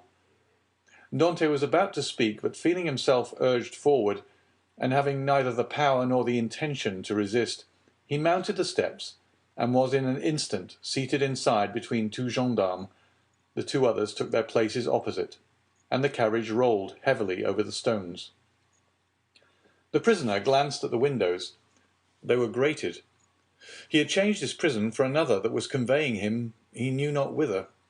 Through the grating, however, Dantès saw they were passing through the Rue Caisserie and by the Rue Saint-Laurent and the Rue Taramie to the port. Soon he saw the lights of La Consigne. The carriage stopped.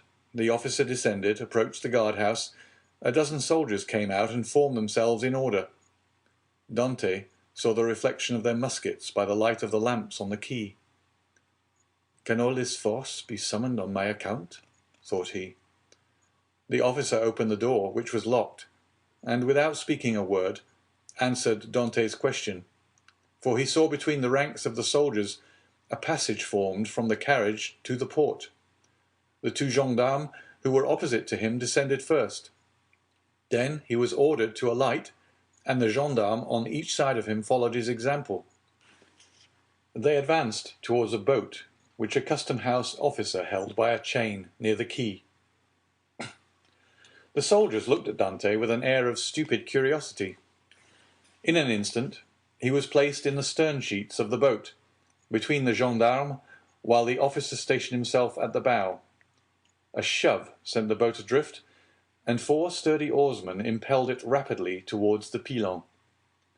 At a shout from the boat, the chain that closes the mouth of the port was lowered, and in a second they were, as Dantès knew, in the Frioul and outside the inner harbour.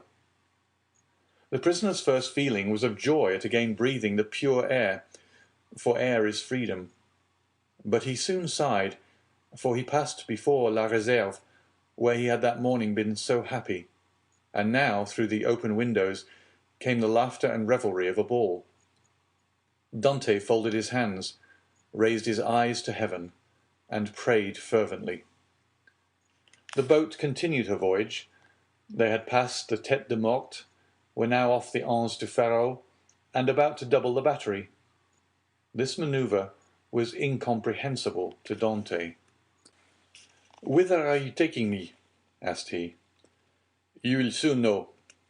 "But still—" "We are forbidden to give you an explanation." Dantès, trained in discipline, knew that nothing would be more absurd than to question subordinates, who were forbidden to reply, and so he remained silent. The most vague and wild thoughts passed through his mind. The boat they were in could not make a long voyage. There was no vessel at anchor outside the harbour. He thought perhaps they were going to leave him on some distant point. He was not bound, nor had they made any attempt to handcuff him. This seemed a good augury. Besides, had not the deputy who had been so kind to him told him that provided he did not pronounce the dreaded name of Noirtier, he had nothing to apprehend? Had not Villefort in his presence destroyed the fatal letter, the only proof against him? He waited silently, striving to pierce through the darkness. They had left the Île Ratonneau, where the lighthouse stood on the right, and were now opposite the Point des Catalans. It seemed to the prisoner that he could distinguish a feminine form on the beach, for it was there Mercédès dwelt. How was it that a presentiment did not warn Mercédès that her lover was within 300 yards of her? One light alone was visible, and Dantès saw that it came from Mercédès' chamber. Mercédès was the only one awake in the whole settlement. A loud cry could be heard by her, but pride restrained him, and he did not utter it. What would his guards think if they heard him shout like a madman? He remained silent, his eyes fixed upon the light. The boat went on, but the prisoner thought only of Mercédès. An intervening elevation of land hid the light. Dantès turned, and perceived that they had got out to sea. While he had been absorbed in thought, they had shipped their oars and hoisted sail. The boat was now moving with the wind. In spite of his repugnance to address the guards, Dantès turned to the nearest gendarme, and taking his hand, "Comrade," said he, "I adjure you, as a Christian and a soldier, to tell me where we are going. I am Captain Dantès, a loyal Frenchman, thought accused of treason. Tell me where you are conducting me, and I promise, on my honor, I will submit to my fate." The gendarme looked irresolutely at his companion, who returned for answer a sign that said, "I see no great harm in telling him now." And the gendarme replied, "You are a native of Marseille and a sailor, and yet you do not know where you are going?" On my honor, I have no idea. Have you no idea whatever? None at all. That is impossible. I swear to you, it is true. Tell me, I entreat. But my orders. Your orders do not forbid your telling me what I must know in 10 minutes, in half an hour, or an hour. You see, I cannot escape, even if I intended. Unless you are blind, or have never been outside the harbor, you must know. I do not. Look round you, then. Dante rose and looked forward, when he saw rise within 100 yards of him the black and frowning rock on which stands the Château d'If. This gloomy fortress, which has for more than 300 years furnished food for so many wild legends, seemed to Dante like a scaffold to a malefactor. "The Château d'If?" cried he. "What are we going there for?" The gendarme smiled. "I'm not going there to be imprisoned," said Dante. "It is only used for political prisoners. I have committed no crime. Are there any magistrates or judges at the Château d'If?" "There are only," said the gendarme, "a governor, a garrison, turnkeys, and good thick walls. Come, come, do not look so astonished, or you will make me think you are laughing at me in return for my good nature." Dante pressed the gendarme's hand as though he would crush it. "You think, then," said he, "that I am taken to the Château d'If to be imprisoned there?" "It is probable, but there is no occasion to squeeze so hard." "Without any inquiry? Without any formality?" "All the formalities have been gone through. The inquiry is already made." "And so in spite of Monsieur de Villefort's promises?" "I do not know what Monsieur de Villefort promised you," said the gendarme, "but I know we are taking you to the Château d'If. But what are you doing? Help, comrade, help!" By a rapid movement, which the gendarme's practised eye had perceived, Dante sprang forward to precipitate himself into the sea, but 4 vigorous arms seized him as his feet quitted the bottom of the boat. He fell back, cursing with rage. "Good," said the gendarme, placing his knee on his chest. "Believe soft-spoken gentlemen again. Harkee, my friend, I have disobeyed my first order, but I will not disobey the second, and if you move, I will blow your brains out." And he levelled his carbine at Dante, who felt the muzzle against his temple. For a moment, the idea of struggling crossed his mind, and of so ending the unexpected evil that had overtaken him. But he bethought of Monsieur de Villefort's promise, and, besides, death in a boat from the hand of a gendarme seemed too terrible. He remained motionless, but gnashing his teeth and wringing his hands with fury. At this moment the boat came to a landing with a violent shock. One of the sailors leapt on shore. A cord creaked as it ran through a pulley, and Dante guessed they were at the end of the voyage, and that they were mooring the boat. His guards, taking him by the arms and coat collar, forced him to rise, and dragged him towards the steps that led to the gate of the fortress, while the police officer, carrying a musket with fixed bayonet, followed behind.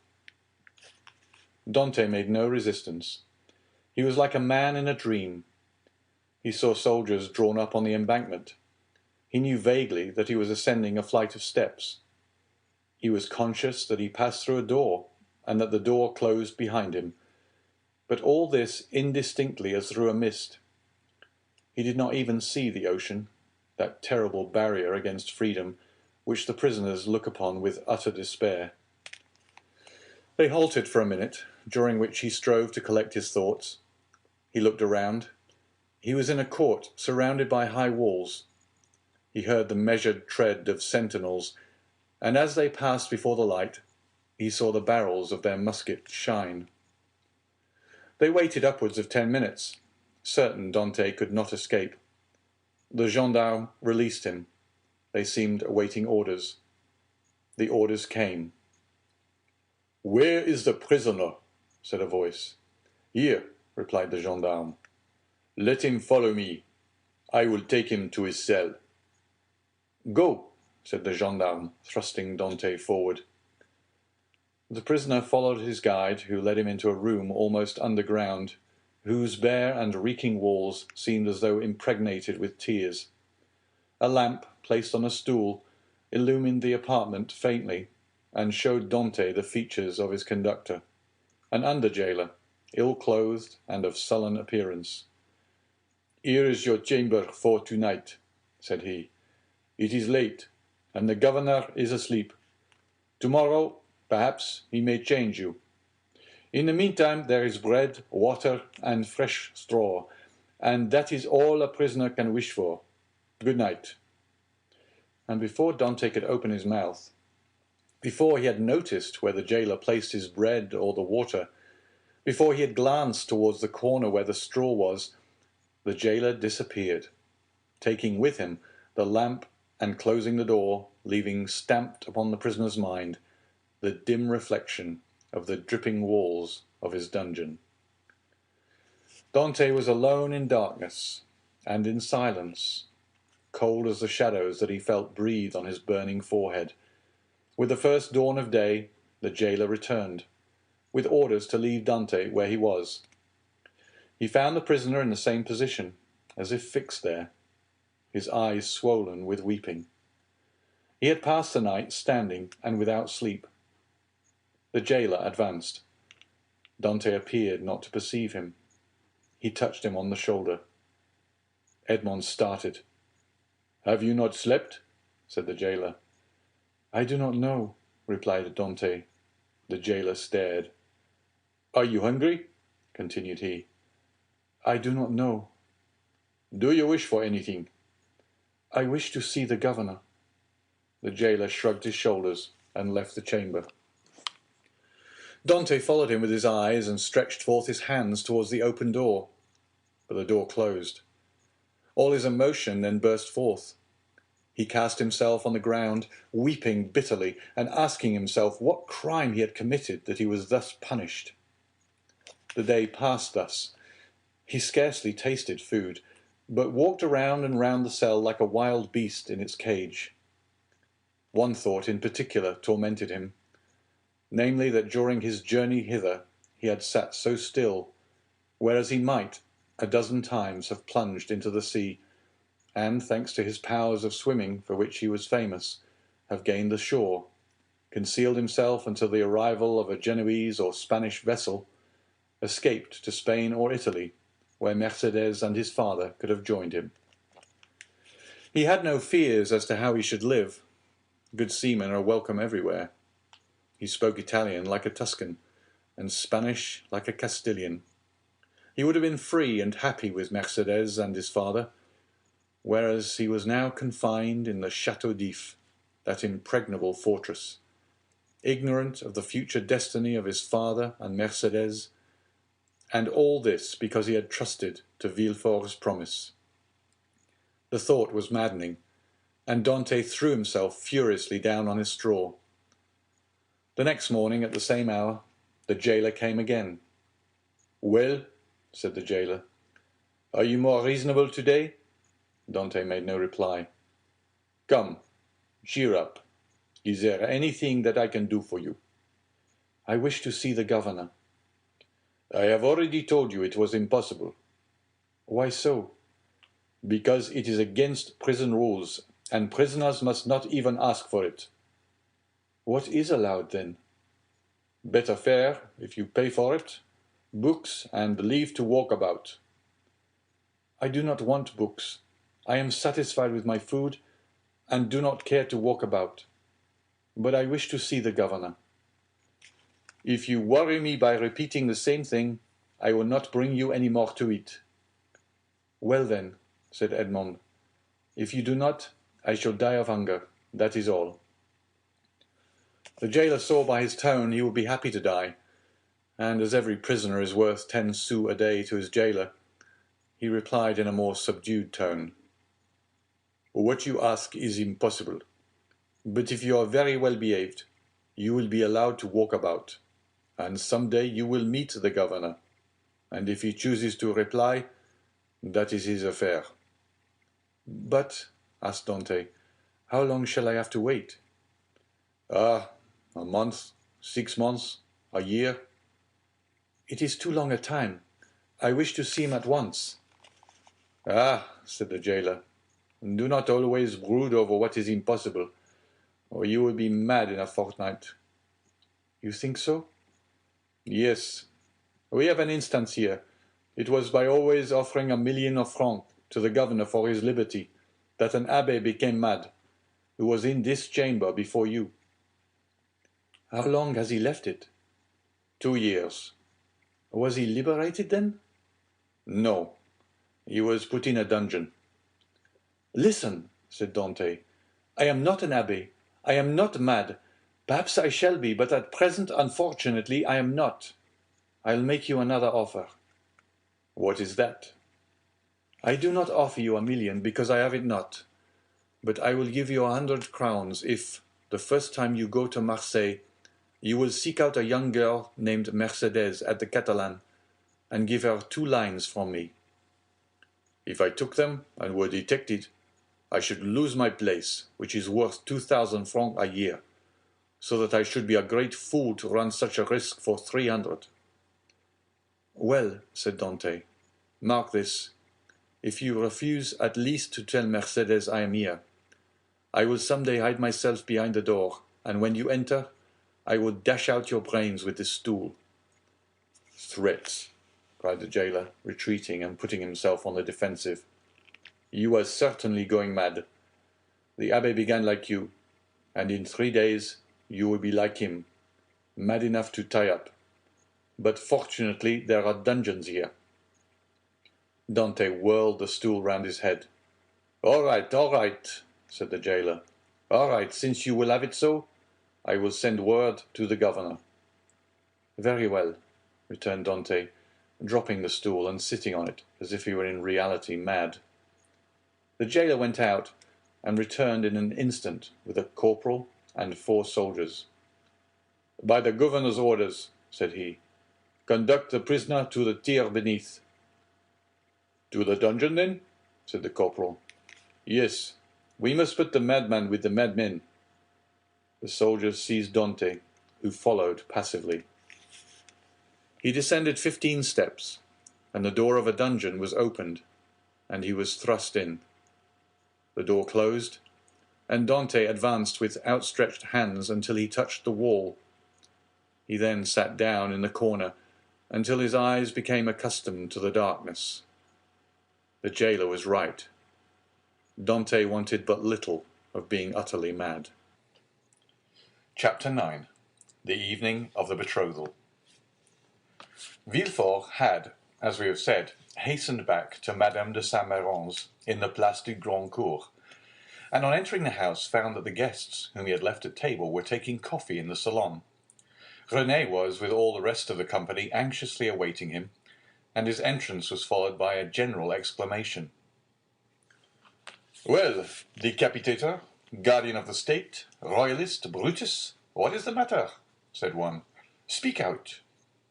"Are we threatened with a fresh reign of terror?" asked another. "Has the Corsican ogre broken loose?" cried a third. "Marquise," said Villefort, approaching his future mother-in-law, "I request your pardon for thus leaving you. Will the Marquise honor me by a few moments' private conversation?" "Ah, it is a really serious matter, then?" asked the Marquis, remarking the cloud on Villefort's brow. "So serious that I must take leave of you for a few days. So," added he, turning to Renée, "judge for yourself, if it be not important." "You are not going to leave us?" cried Renée, unable to hide her emotion at this unexpected announcement. "Alas," returned Villefort, "I must." "Where, then, are you going?" asked the Marquise. "That, madam, is an official secret, but if you have any commissions for Paris, a friend of mine is going there tonight, and will with pleasure undertake them." The guests looked at each other. "You wish to speak to me alone?" said the Marquis. "Yes, let us go to the library, please." The Marquis took his arm, and they left the salon. "Well," asked he, as soon as they were by themselves, "tell me what it is." "An affair of the greatest importance that demands my immediate presence in Paris. Now, excuse the indiscretion, Marquis, but have you any landed property?" "All my fortune is in the funds, 700,000 or 800,000 francs." "Then sell out, Marquis, or you will lose it all." "How can I sell out here?" "You have a broker, have you not?" "Yes." "Then give me a letter to him, and tell him to sell out without an instant's delay. Perhaps even now I shall arrive too late." "The deuce you say," replied the Marquis. "Let us lose no time, then." And sitting down, he wrote a letter to his broker, ordering him to sell out at the market price. "Now then," said Villefort, placing the letter in his pocket-book, "I must have another." "To whom?" "To the king." "To the king?" "Yes." "I dare not write to his Majesty." "I do not ask you to write to his Majesty, but ask Monsieur de Salvieux to do so. I want a letter that will enable me to reach the king's presence without all the formalities of demanding an audience. That would occasion a loss of precious time." "But address yourself to the keeper of the seals. He has the right of entry at the Tuileries, and can procure your audience at any hour of the day or night." "Doubtless, but there is no occasion to divide the honors of my discovery with him." "The keeper would leave me in the background, and take all the glory to himself." "I tell you, Marquis, my fortune is made if I only reach the Tuileries the first, for the king will not forget the service I do him." "In that case, go and get ready. I will call Salvieux, and make him write the letter." "Be as quick as possible. I must be on the road in quarter of an hour." "Tell your coachman to stop at the door." "You will present my excuses to the Marquise and Mademoiselle Renée, whom I leave on such a day with great regret." "You will find them both here, and can make your farewells in person." "A thousand thanks. And now for the letter." The Marquis rang. A servant entered. "Say to the Comte de Salvieux that I would like to see him." "Now then, go," said the Marquis. "I shall be gone only a few moments." Villefort hastily quitted the apartment, but reflecting that the sight of the deputy procureur running through the streets would be enough to throw the whole city into confusion, he resumed his ordinary pace. At his door he perceived a figure in the shadow that seemed to wait for him. It was Mercédès, who, hearing no news of her lover, had come unobserved to inquire after him. As Villefort drew near, she advanced and stood before him. Dantès had spoken of Mercédès, and Villefort instantly recognized her. Her beauty and high bearing surprised him, and when she inquired what had become of her lover, it seemed to him that she was the judge and he the accused. "The young man you speak of," said Villefort abruptly, "is a great criminal, and I can do nothing for him, mademoiselle." Mercédès burst into tears, and as Villefort strove to pass her, again addressed him. "But at least tell me where he is, that I may know whether he is alive or dead," said she. "I do not know. He is no longer in my hands," replied Villefort. And, desirous of putting an end to the interview, he pushed by her and closed the door, as if to exclude the pain he felt. But remorse is not thus banished. Like Virgil's wounded hero, he carried the arrow in his wound, and arrived at the salon. Villefort uttered a sigh that was almost a sob, and sank into a chair. Then the first pangs of an unending torture seized upon his heart.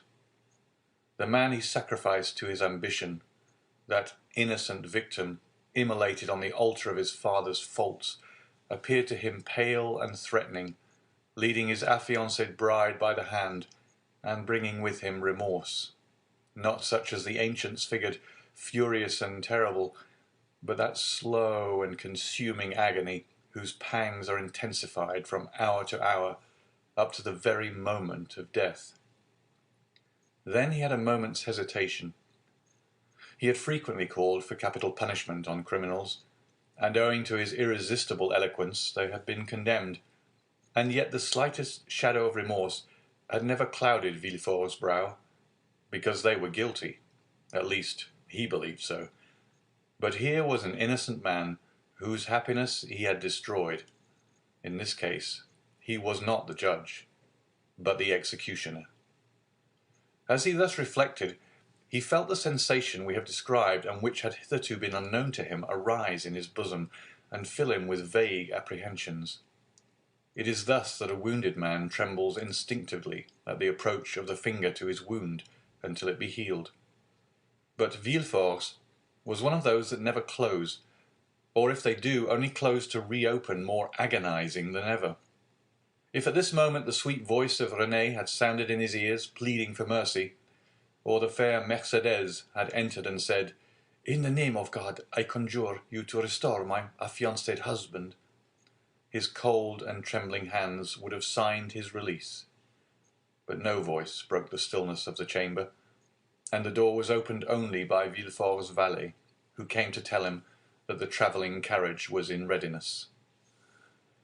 Villefort arose, or rather sprang, from his chair, hastily opened one of the drawers of his desk, emptied all the gold it contained into his pocket, stood motionless an instant, his hand pressed to his head, muttered a few inarticulate sounds, and then, perceiving that his servant had placed his cloak on his shoulders, he sprang into the carriage, ordering the postilions to drive to Monsieur de Saint-Méran's.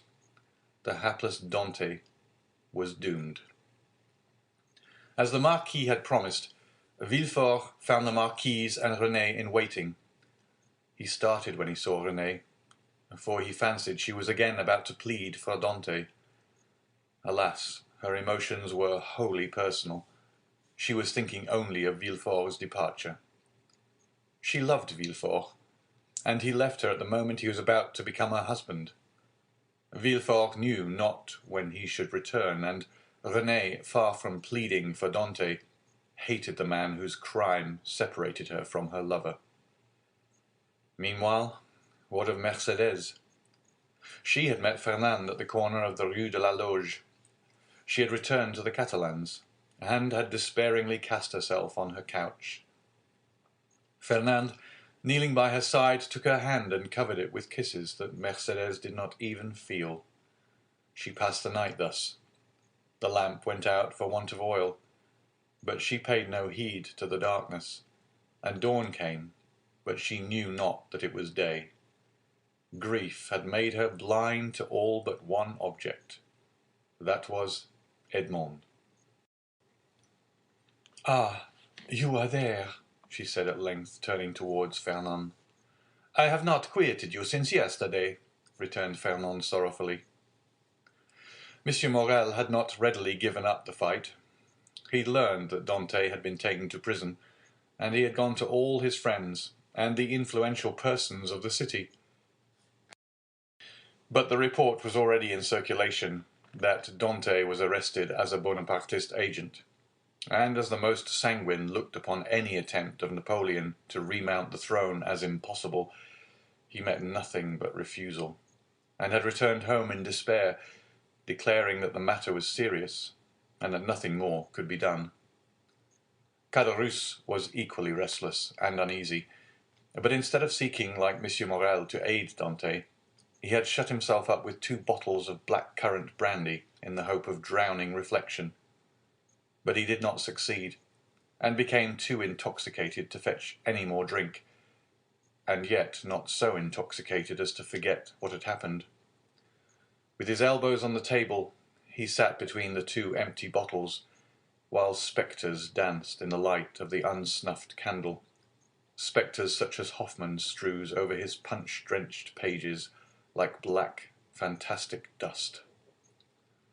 Danglars alone was content and joyous. He had got rid of an enemy, and made his own situation on the Pharaon secure. Danglars was one of those men born with a pen behind the ear, and an inkstand in place of a heart. Everything with him was multiplication or subtraction. The life of a man was to him of far less value than a numeral, especially when, by taking it away, he could increase the sum total of his own desires. He went to bed at his usual hour and slept in peace. Villefort, after having received M. de Salvieux's letter, embraced Renée, kissed the Marquis's hand, and shaken that of the Marquis, started for Paris, along the Aix road. Old Dantès was dying with anxiety to know what had become of Edmond, but we know very well what had become of Edmond.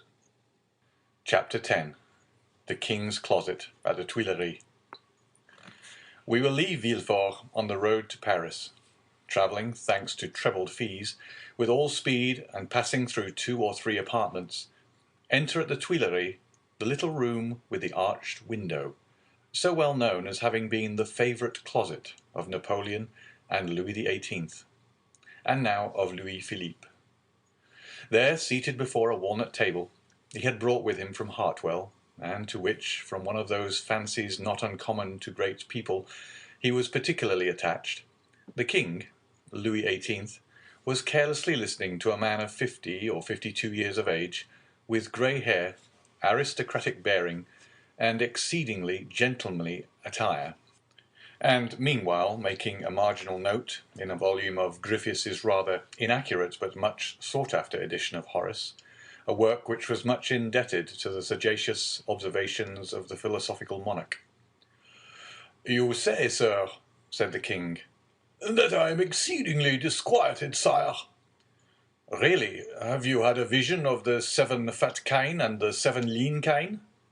"No, sire, for that would only betoken for us 7 years of plenty and 7 years of scarcity.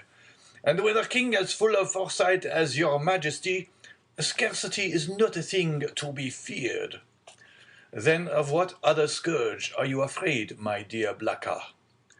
"Sire, I have every reason to believe that a storm is brewing in the south." "Well, my dear Duke," replied Louis XVIII, "I think you are wrongly informed, and know positively that, on the contrary, it is very fine weather in that direction." Man of ability as he was, Louis XVIII liked a pleasant jest. "Sire," continued M. de Blacas, "if it only be to reassure a faithful servant, will your majesty send into Languedoc, Provence, and Dauphine trusty men who will bring you back a faithful report as to the feeling in these 3 provinces?" "Caninus sordis," replied the king, continuing the annotations in his Horace. "Sire," replied the courtier, laughing in order that he might seem to comprehend the quotation, "your majesty may be perfectly right in relying on the good feeling of France, but I fear I am not altogether wrong in dreading some desperate attempt." "By whom?" "By Bonaparte, or at least by his adherents." "My dear Blacas," said the king, "you, with your alarms, prevent me from working." "And you, sire, prevent me from sleeping, with your security." "Wait, my dear sir, wait a moment, for I have such a delightful note on the pastor quum traheret. Wait, and I will listen to you afterwards." There was a brief pause, during which Louis XVIII wrote, in a hand as small as possible, another note on the margin of his Horace, and then, looking at the Duke with the air of a man who thinks he has an idea of his own, while he is only commenting upon the idea of another, said, "Go on, my dear Duke, go on, I listen." "Sire," said Blacas, who had for a moment the hope of sacrificing Villefort to his own profit, "I am compelled to tell you that these are not mere rumors destitute of foundation, which thus disquiet me, but a serious-minded man, deserving all my confidence, and charged by me to watch over the south," the Duke hesitated as he pronounced these words, "has arrived by post to tell me that a great peril threatens the king, and so I hasten to you, sire." "Mala ducis avi domum," continued Louis XVIII, still annotating. Does your Majesty wish me to drop the subject? By no means, my dear Duke, but just stretch out your hand. Which? Whichever you please, there to the left. Here, sire. I tell you the left, and you are looking to the right. I mean on my left. Yes, there. You will find yesterday's report of the Minister of Police. But here is Mr. Dondre himself. And Monsieur Dondre, announced by the Chamberlain-in-Waiting, entered. Come in, said Louis XVIII, with repressed smile. Come in, Baron, and tell the Duke all you know. The latest news of Monsieur de Bonaparte. Do not conceal anything, however serious. Let us see, the island of Elba is a volcano, and we may expect to have issuing thence flaming and bristling warbella, horrida bella. Monsieur Dondre leaned very respectfully on the back of a chair with his two hands and said, Has your Majesty perused yesterday's report? Yes, yes, but tell the Duke himself, who cannot find anything, what the report contains, and give him the particulars of what the usurper is doing in his islet. Monsieur, said the Baron to the Duke, all the servants of his Majesty must approve of the latest intelligence which we have from the island of Elba. Bonaparte.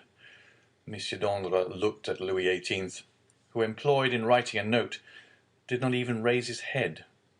Bonaparte, continued the Baron, is mortally wearied and passes all days in watching his miners at work at Porto Longone, and scratches himself for amusement, added the king. Scratches himself? inquired the Duke. What does your Majesty mean? Yes, indeed, my dear Duke. Did you forget that this great man, this hero, this demigod, is attacked with a malady of the skin, which worries him to death, a prurigo? And moreover, my dear Duke, continued the Minister of Police, we are almost assured that in a very short time the usurper will be insane. Insane? Raving mad. His head becomes weaker. Sometimes he weeps bitterly, sometimes laughs boisterously. At other times he passes hours on the seashore, flinging stones in the water, and when the flint makes duck and drake 5 or 6 times, he appears as delighted as if he had gained another Marengo or Austerlitz. Now, you must agree that these are indubitable symptoms of insanity. Or of wisdom, my dear Baron, or of wisdom, said Louis XVIII, laughing. The greatest captains of antiquity amuse themselves by casting pebbles into the ocean. See Plutarch's Life of Scipio Africanus. Monsieur de Blacas pondered deeply between the confident monarch and the truthful minister. Villefort, who did not choose to reveal the whole secret, lest another should reap all the benefit of the disclosure, had yet communicated enough to cause him the greatest uneasiness. Well, well, Dondre, said Louis XVIII, Blacas is not yet convinced. Let us proceed, therefore, to the usurper's conversion.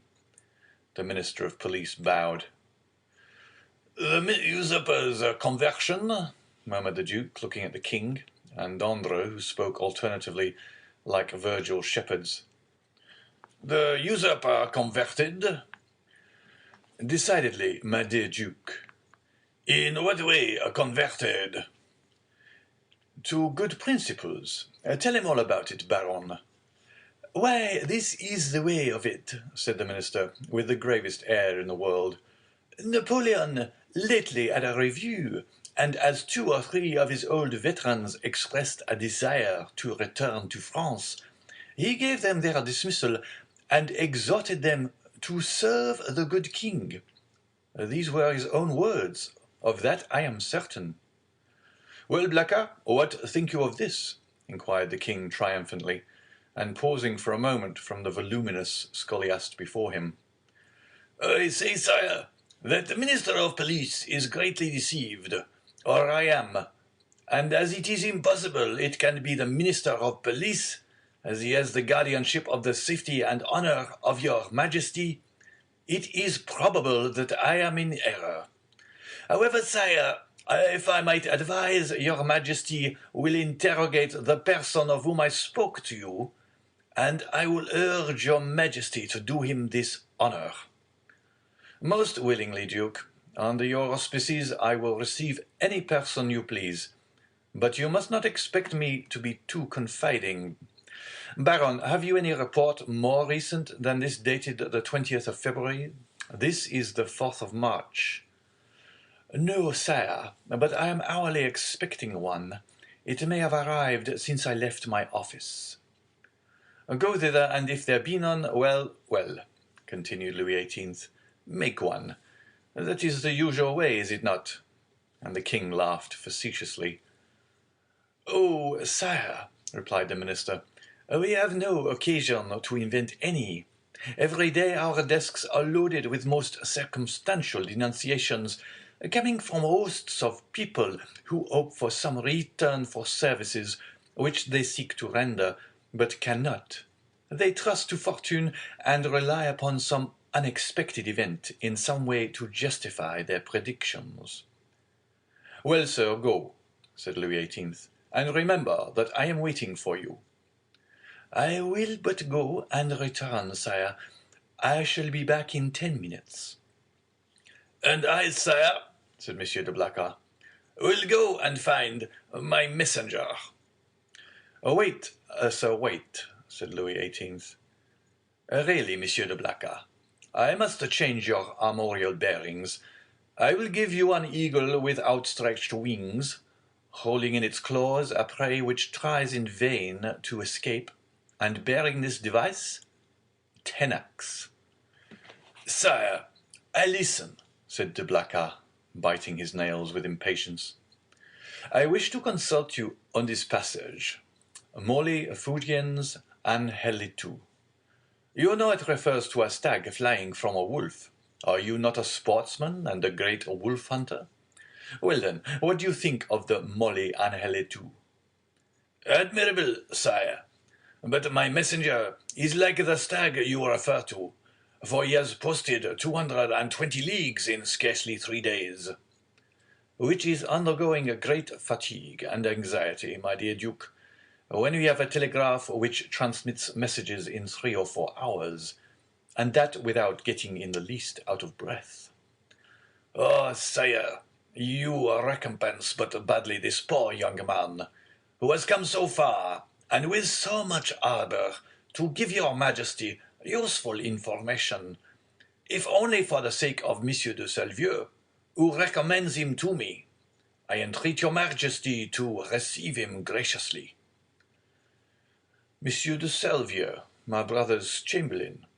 Yes, sire. He is at Marseille, and writes me thence.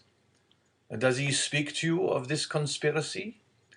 No, but strongly recommends Monsieur de Villefort, and begs me to present him to your Majesty. Monsieur de Villefort, cried the king. Is the messenger's name Monsieur de Villefort? Yes, sire. And he comes from Marseille? In person.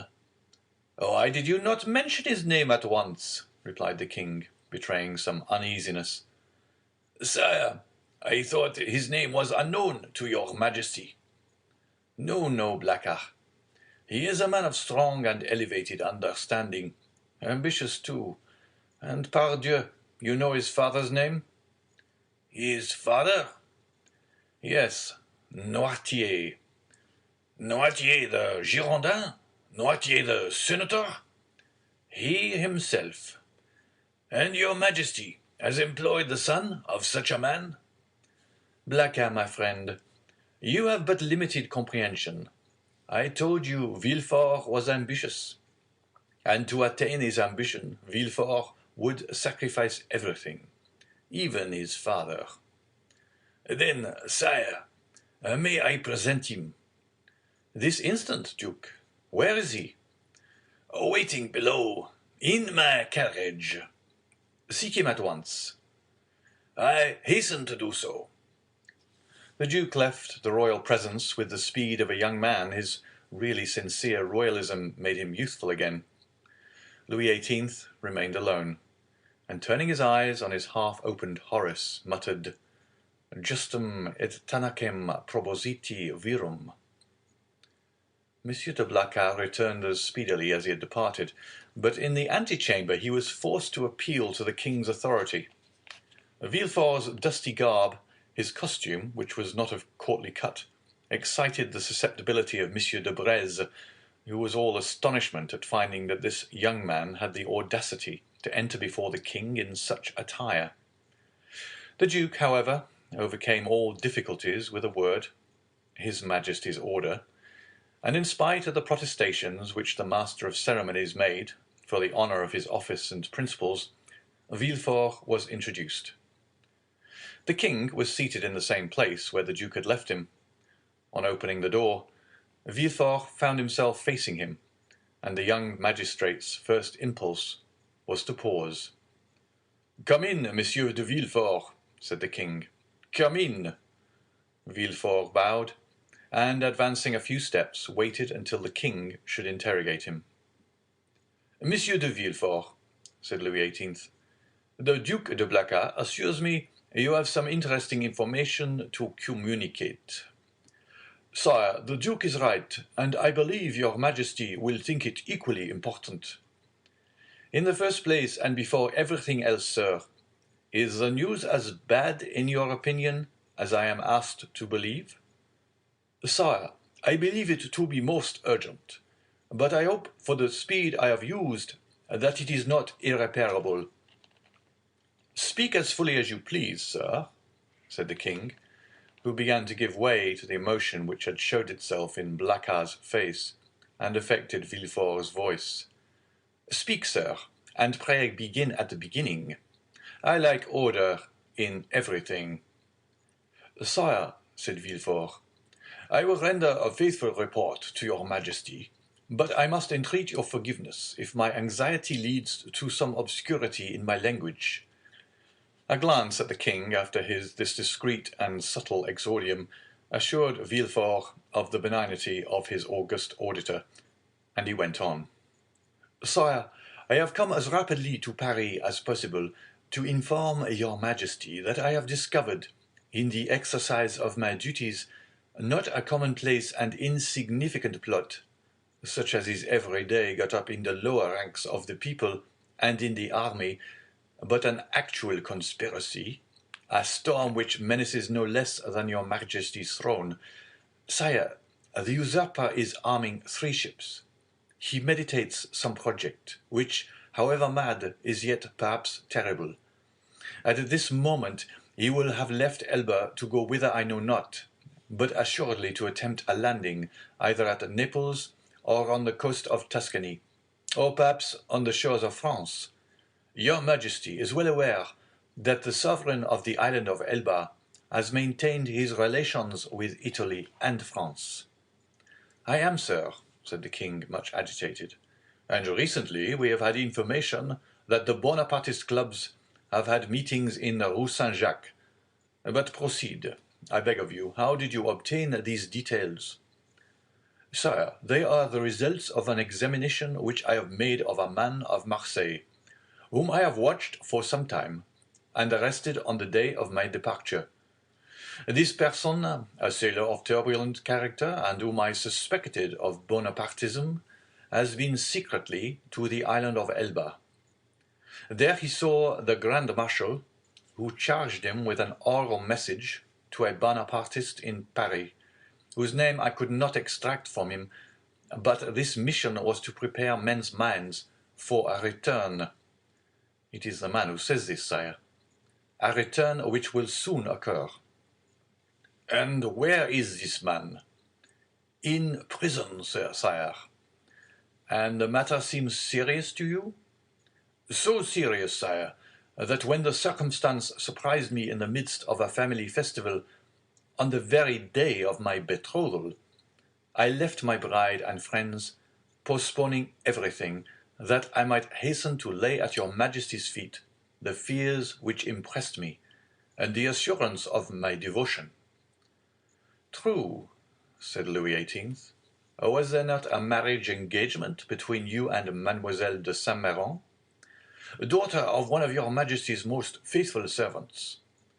Yes, yes, but let us talk of this plot, Monsieur de Villefort. Sire, I fear it is more than a plot. I fear it is a conspiracy. A conspiracy in these times, said Louis XVIII, smiling, is a thing very easy to meditate, but more difficult to conduct to an end, inasmuch as, re-established so recently on the throne of our ancestors, we have our eyes open at once upon the past, the present, and the future. For the last 10 months, my ministers have redoubled their vigilance in order to watch the shore of the Mediterranean. If Bonaparte landed at Naples, the whole coalition would be on foot before he could even reach Piemono. If he landed in Tuscany, he would be in an unfriendly territory. If he landed in France, it must be with a handful of men, and the result of that would be easily foretold, execrated as he is by the population. Take courage, sir, but at the same time rely on our royal gratitude. Ah, here is Monsieur d'Andre, cried de Blacas. At this instant, the Minister of Police appeared at the door, pale, trembling, and as if ready to faint. Villefort was about to retire, but Monsieur de Blacas, taking his hand, restrained him. Chapter 11. The Corsican Ogre. At the sight of this agitation, Louis XVIII pushed from him violently the table at which he was sitting. "What ails you, Baron?" he exclaimed. "You appear quite aghast. Has your uneasiness anything to do with what Monsieur de Blacas has told me, and Monsieur de Villefort has just confirmed?"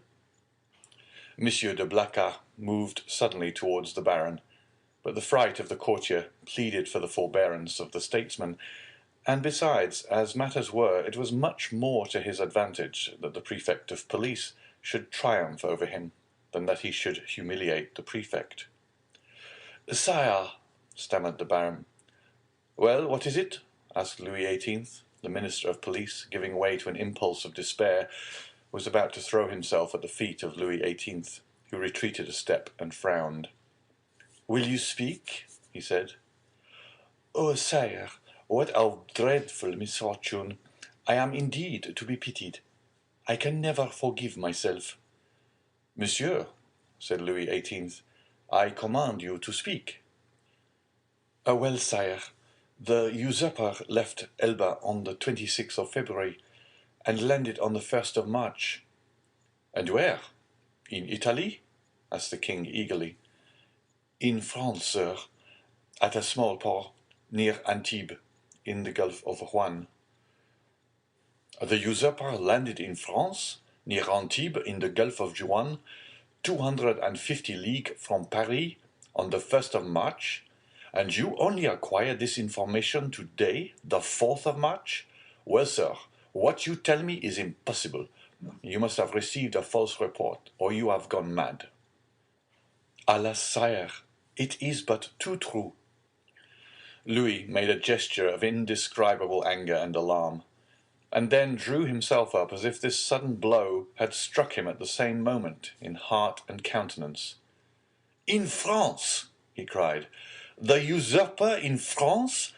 Then they did not watch over this man. Who knows, they were perhaps in league with him." "Oh, sire!" exclaimed the Duc de Blacas, "Monsieur d'Andre is not a man to be accused of treason. Sire, we have all been blind, and the Minister of Police has shared the general blindness, that is all." "But," said Villefort, and then suddenly checking himself, he was silent. Then he continued, "Your pardon, sire," he said, bowing. "My zeal carried me away. Will your Majesty deign to excuse me?" "Speak, sir, speak boldly," replied Louis. "You alone forewarned us of the evil. Now try and aid us with the remedy." "Sire," said Villefort, "the usurper is detested in the south, and it seems to me that if he ventured into the south, it would be easy to raise a Languedoc and Provence against him." "Yes, assuredly," replied the minister. "But he is advancing by Gap and Sisteron." "Advancing? He is advancing?" said Louis XVIII. "Is he then advancing on Paris?" The Minister of Police maintained a silence which was equivalent to a complete avowal. "And Dauphine, sir?" inquired the King of Villefort. "Do you think it possible to rouse that as well as Provence?" "Sire, I am sorry to tell your Majesty a cruel fact, but the feeling in Dauphine is quite the reverse of that in Provence or Languedoc. The mountaineers are Bonapartists, sire." "Then," murmured Louis, "he was well informed. And how many men had he with him?" "I do not know, sire," answered the Minister of Police. "What? You do not know? Have you neglected to obtain information on that point? Of course it is of no consequence," he added with a withering smile. "Sire, it was impossible to learn. The dispatch simply stated the fact of the landing and the route taken by the usurper." "And how did this dispatch reach you?" inquired the king. The minister bowed his head, and while a deep colour overspread his cheeks, he stammered out, "By the telegraph, sire." Louis XVIII advanced a step and folded his arms over his chest, as Napoleon would have done. "So then," he exclaimed, turning pale with anger, 7 conjoined and allied armies overthrow that man. A miracle of heaven replaced me on the throne of my fathers after 25 years of exile. I have, during those 25 years, spared no pains to understand the people of France and the interests which were confided to me. And now, when I see the fruition of my wishes almost within reach, the power I hold in my hands bursts and shatters me to atoms." "Sire, it is a fatality," murmured the minister, feeling that the pressure of circumstances, however light a thing to destiny, was too much for any human strength to endure. "What our enemies say of us is then true. We have learnt nothing, forgotten nothing.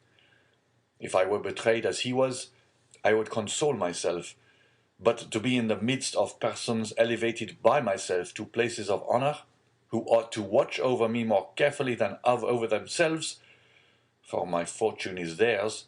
Before me they were nothing. After me they will be nothing, and perish miserably from incapacity, ineptitude. Oh yes, sir, you are right. It is fatality."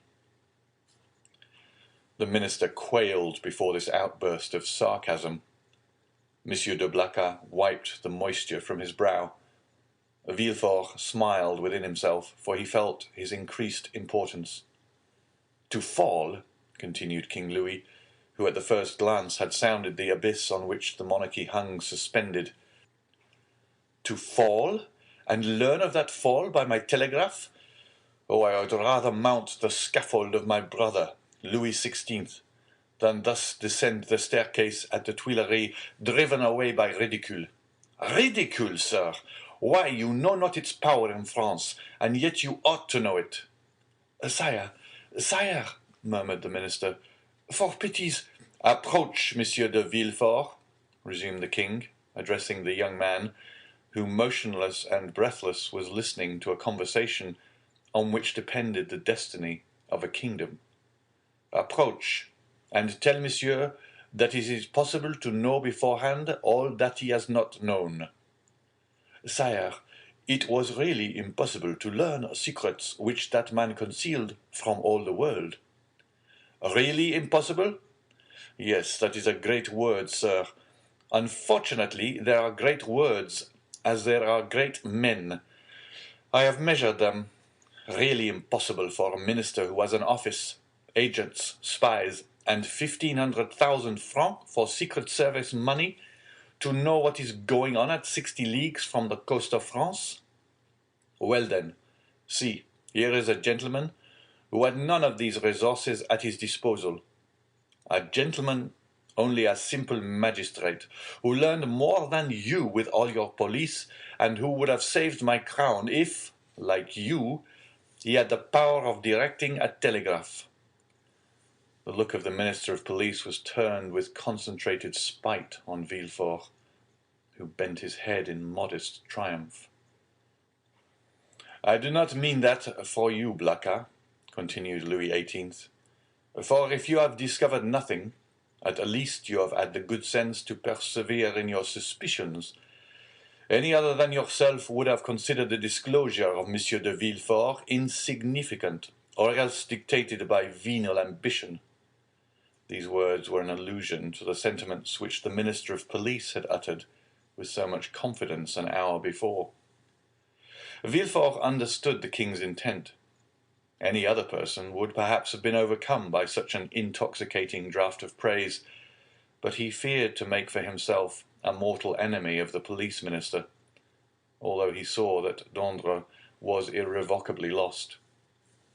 In fact, the minister, who in the plenitude of his power had been unable to unearth Napoleon's secret, might, in despair at his own downfall, interrogate Dantès, and so lay bare the motives of Villefort's plot. Realizing this, Villefort came to the rescue of the crestfallen minister, instead of aiding to crush him. "Sire," said Villefort, "the suddenness of this event must prove to your Majesty that the issue is in the hands of Providence. What your Majesty is pleased to attribute to me as profound perspicacity is simply owing to chance, and I have profited by that chance like a good and devoted servant. That's all.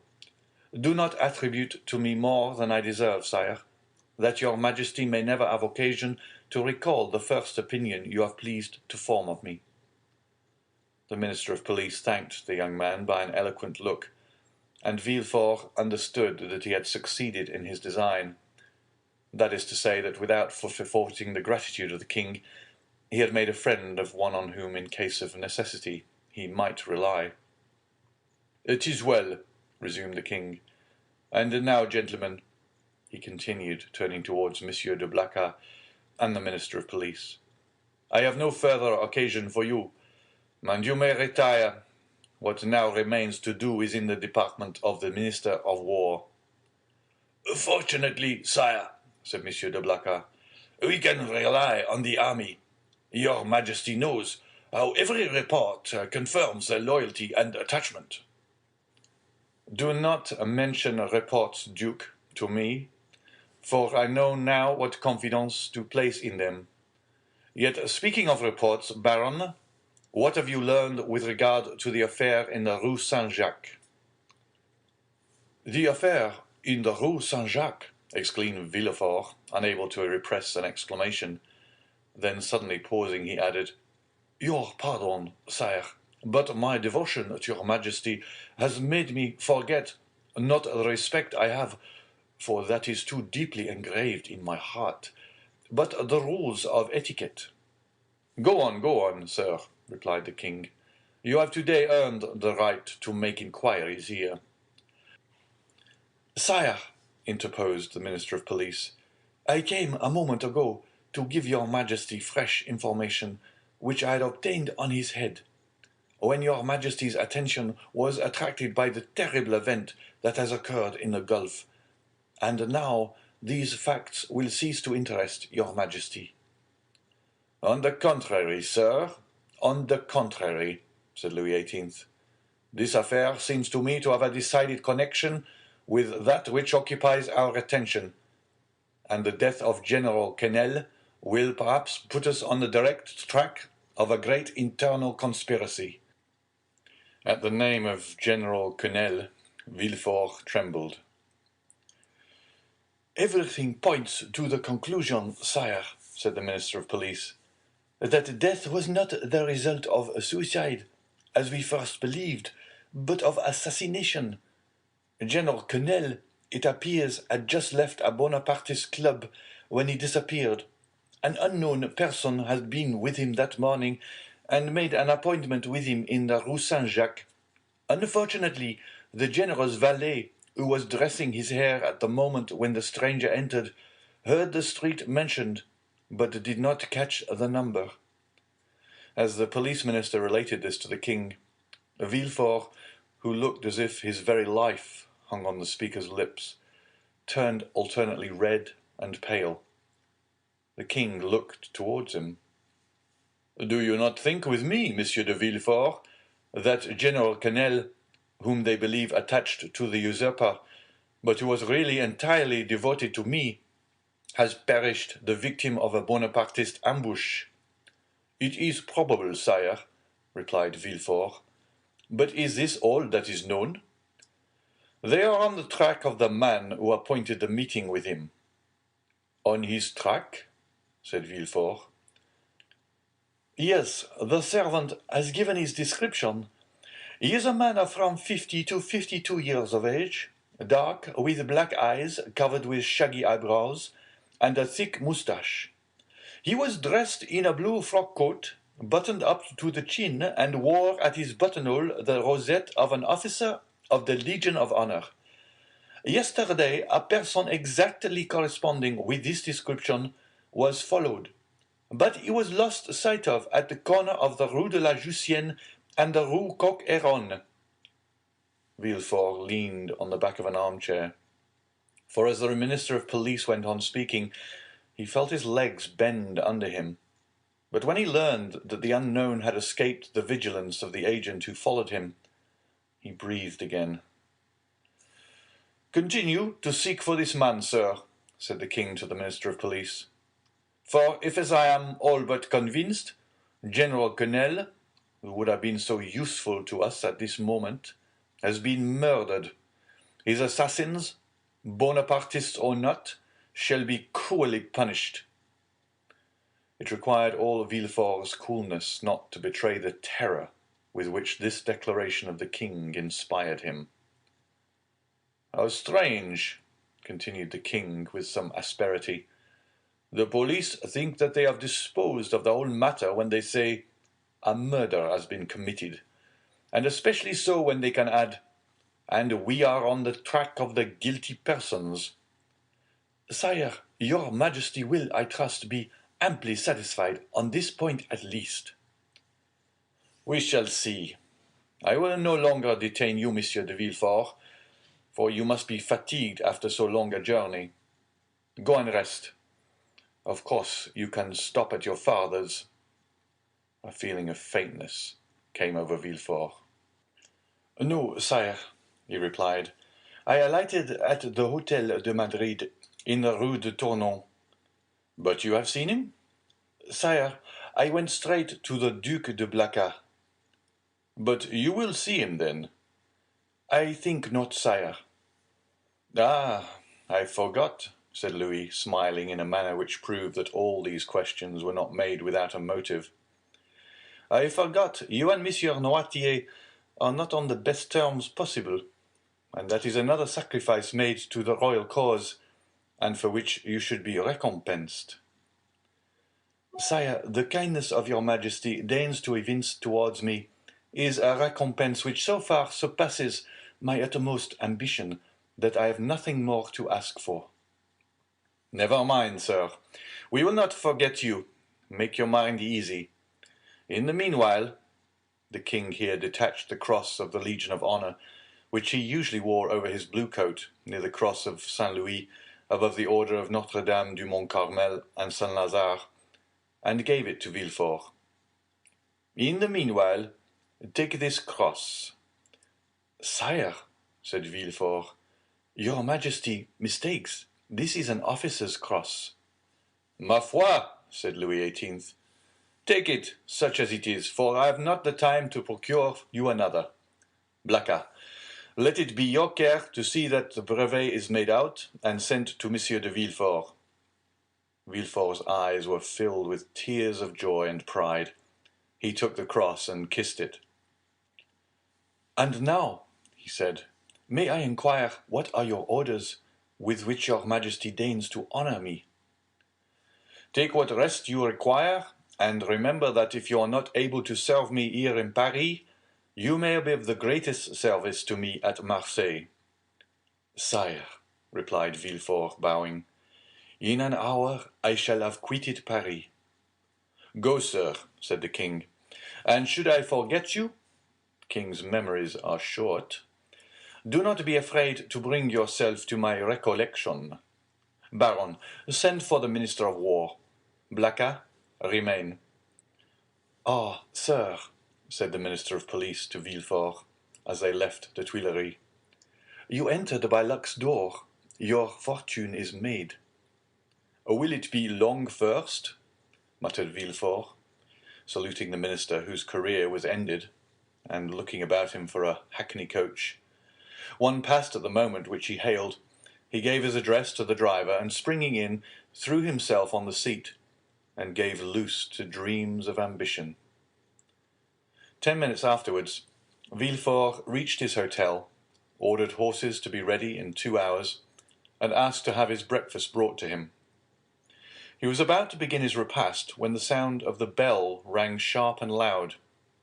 The valet opened the door, and Villefort heard someone speak his name. "Who could know that I was here already?" said the young man. The valet entered. "Well," said Villefort, "what is it? Who rang? Who asked for me?" "A stranger. You will not send his name." "A stranger who will not send in his name? What can he want with me?" "He wishes to speak to you." "To me?" "Yes."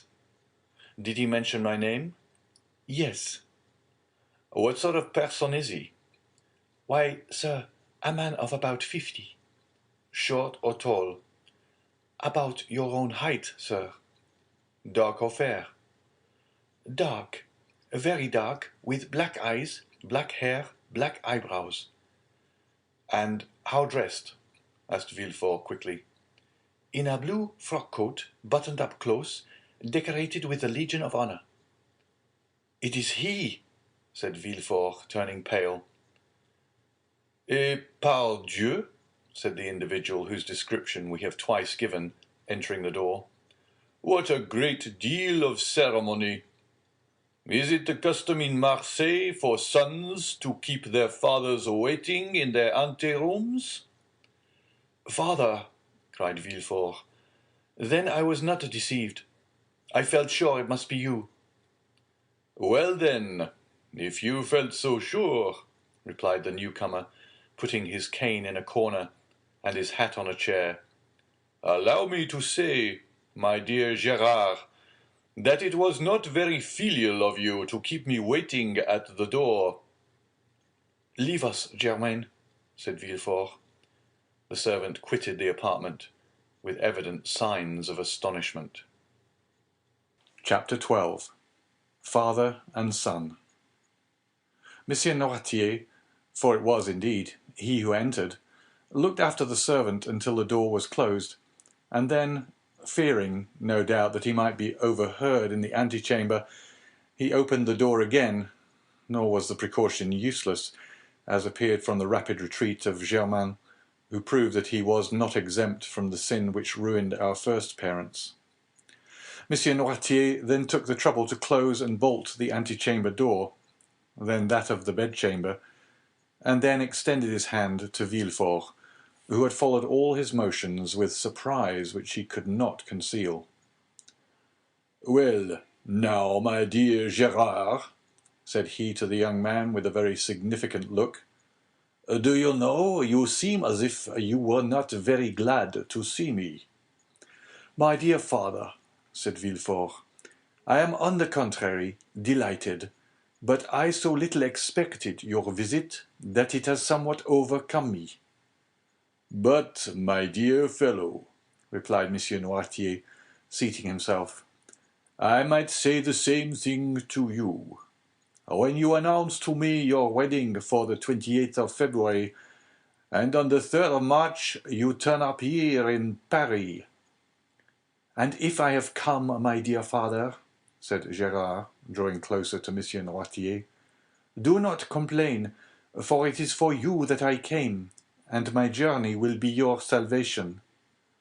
"Ah, indeed," said Monsieur Noirtier, stretching himself out at his ease in the chair.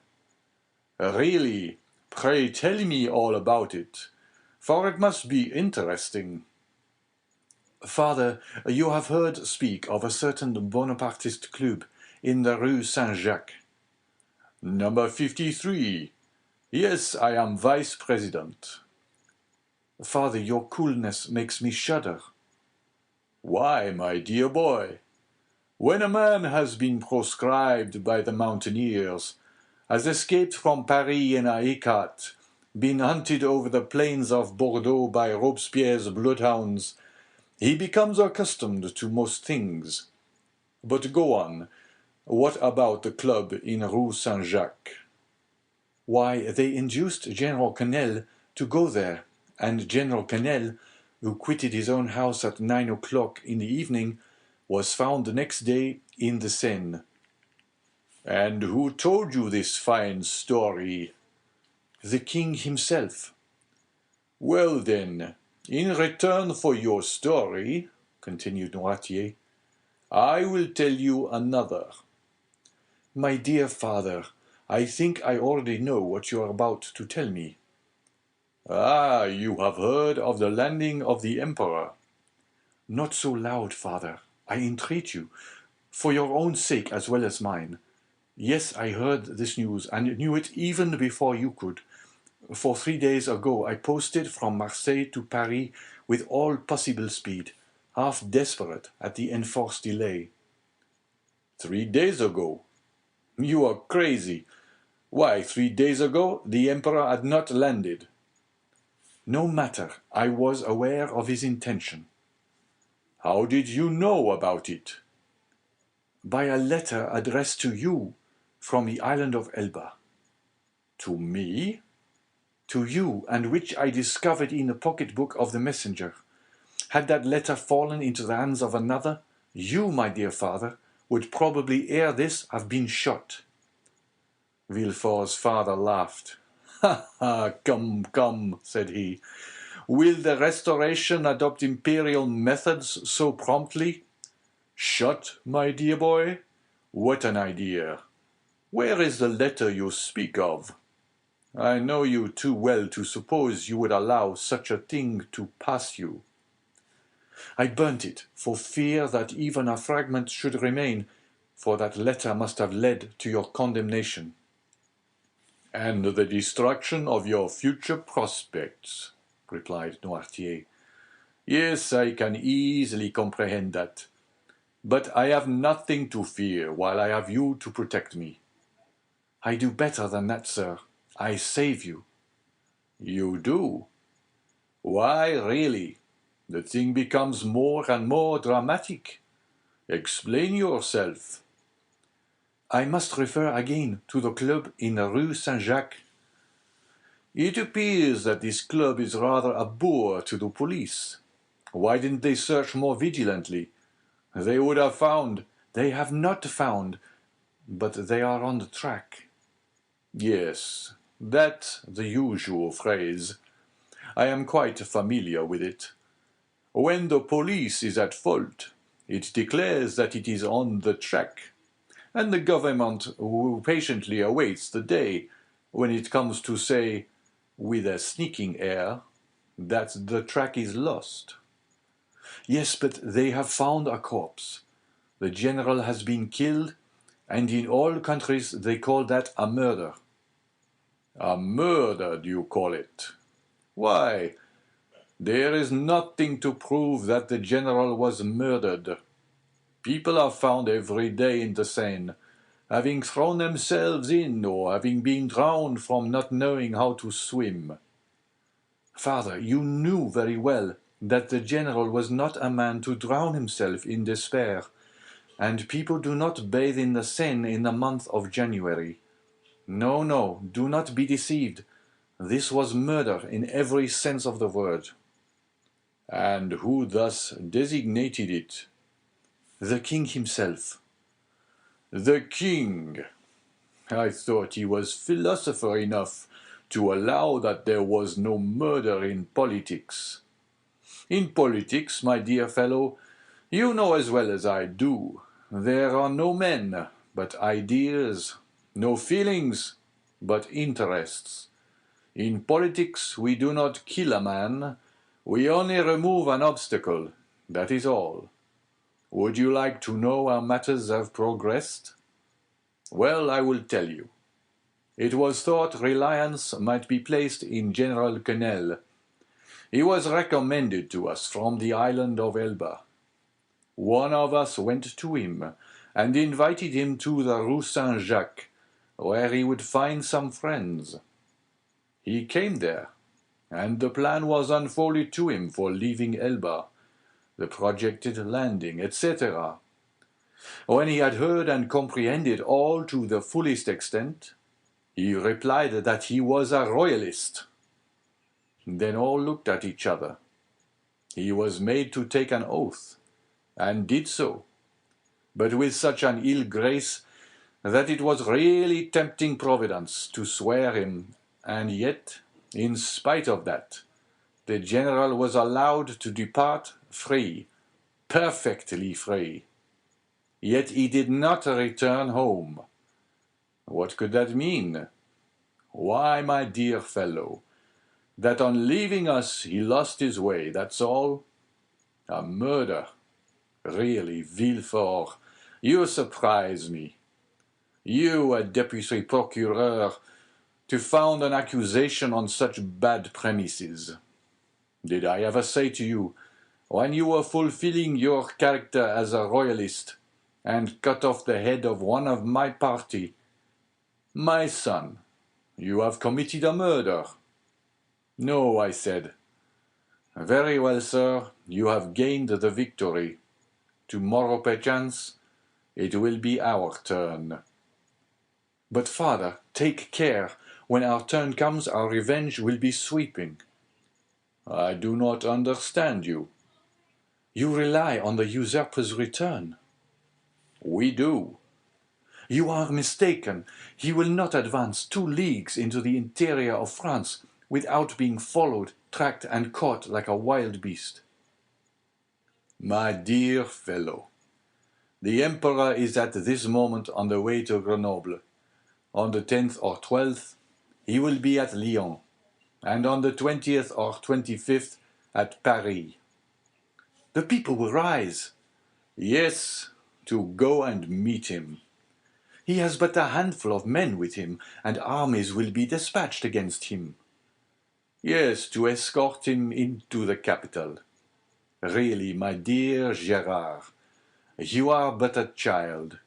You think yourself well informed because the telegraph has told you. 3 days after the landing, the usurper has landed at Cannes with several men. He is pursued. But where is he? What is he doing? You do not know at all. And in this way they will chase him to Paris without drawing a trigger. Grenoble and Lyons are faithful cities, and will oppose him to an impassable barrier. Grenoble will open her gates to him with enthusiasm. All Lyons will hasten to welcome him. Believe me, we are as well informed as you, and our police are as good as your own. Would you like a proof of it? Well, you wish to conceal your journey from me, and yet I knew of your arrival half an hour after you had passed the barrier. You gave your direction to no one but your postilion. Yet I have your address, and in proof I am here, the very instant you are going to sit at table. Ring, then, if you please, for a second knife, fork, and plate, and we will dine together. Indeed, replied Villefort, looking at his father with astonishment. You really do seem very well informed. Eh? The thing is simple enough. You who are in power have only the means that money produces. We who are in expectation have those with devotion prompts. Devotion? Said Villefort with a sneer. Yes, devotion, for that is, I believe, the phrase for hopeful ambition. And Villefort's father extended his hand to the bell rope to summon the servant whom his son had not called. Villefort caught his arm. "Wait, my dear father," said the young man. "One word more." "Say on." "However stupid the royalist police may be, they do know one terrible thing." "And what is that?" "The description of the man who, on the morning of the day when General Quesnel disappeared, presented himself at his house." "Oh, the admirable police have found that out, have they? And what may be that description?" "Dark complexion, hair, eyebrows and whiskers black, blue frock coat, buttoned up to the chin, rosette of an officer of the Legion of Honor in his buttonhole, a hat with wide brim, and a cane." "Aha, that is it," said Noirtier. "And why then have they not laid hands on him?" "Because yesterday or the day before they lost sight of him at the corner of the Rue Coqueron." "Didn't I say that your police were good for nothing?" "Yes, but they may catch him yet." "True," said Noirtier, looking carelessly around him. "True, if this person were not on his guard as he is." And he added with a smile, "He will consequently make a few changes in his personal appearance." At these words he rose and put off his frock coat and cravat, went towards a table on which he lay his son's toilet articles, lathered his face, took a razor and, with a firm hand, cut off the compromising whiskers. Villefort watched him with alarm, not devoid of admiration.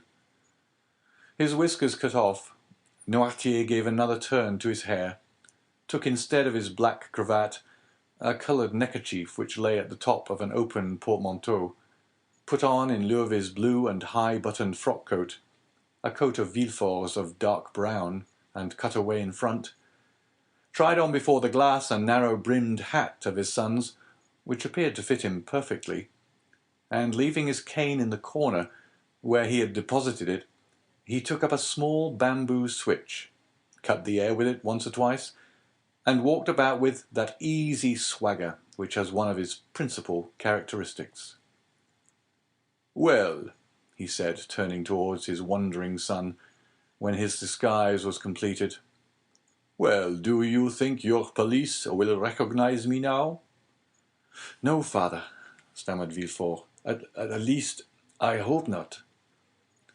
"And now, my dear boy," continued Noirtier, "I rely on your prudence to remove all the things which I leave in your care." "Oh, rely on me," said Villefort. "Yes, yes, and now I believe you are right, and that you have really saved my life. Be assured I will return the favor hereafter." Villefort shook his head. "You are not convinced yet." "I hope at least that you may be mistaken." "Shall you see the king again?" "Perhaps." "Would you pass in his eyes for a prophet?" "Prophets of evil are not in favor at the court, father." "True, but some day they do them justice. And supposing a second restoration, you would then pass for a great man." "Well, what should I say to the king?" "Say to him, 'Sire, you are deceived as to the feeling in France, as to the opinions of the towns, and the prejudices of the army. He whom in Paris you call the Corsican ogre, who at Nevers is styled the usurper, is already saluted as Bonaparte at Lyons and Emperor at Grenoble. You think he is tracked, pursued, captured. He is advancing as rapidly as his own eagles.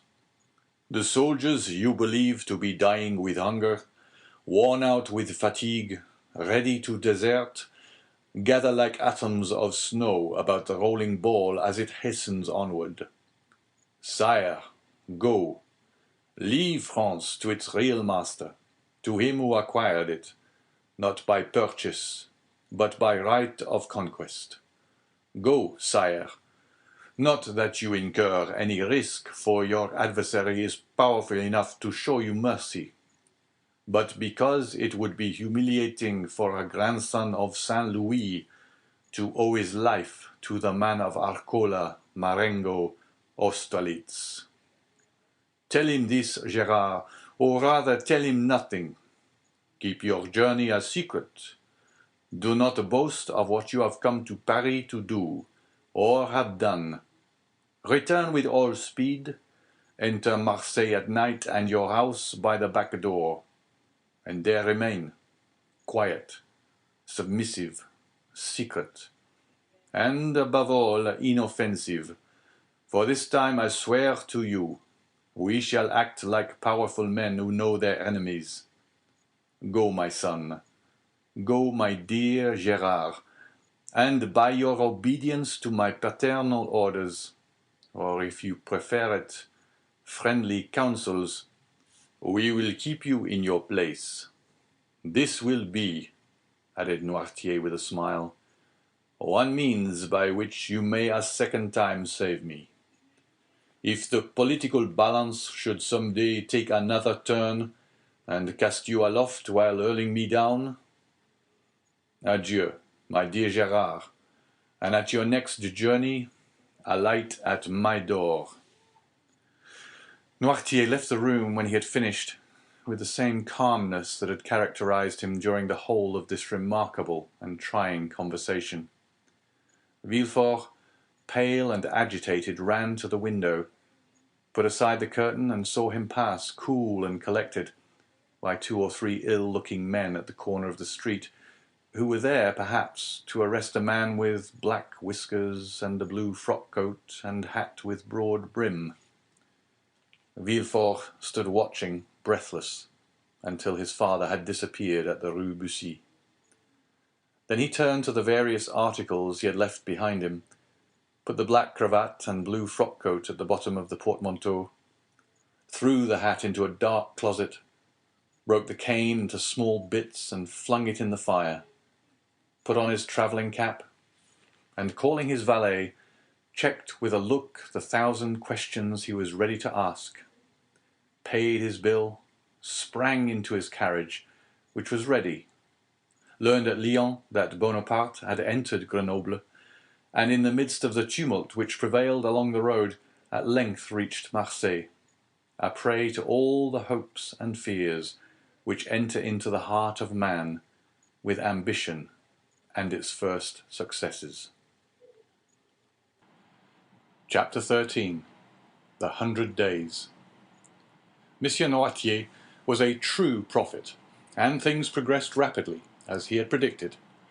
Everyone knows the history of the famous return from Elba, a return which was unprecedented in the past, and will probably remain without a counterpart in the future. Louis XVIII made but a faint attempt to parry this unexpected blow.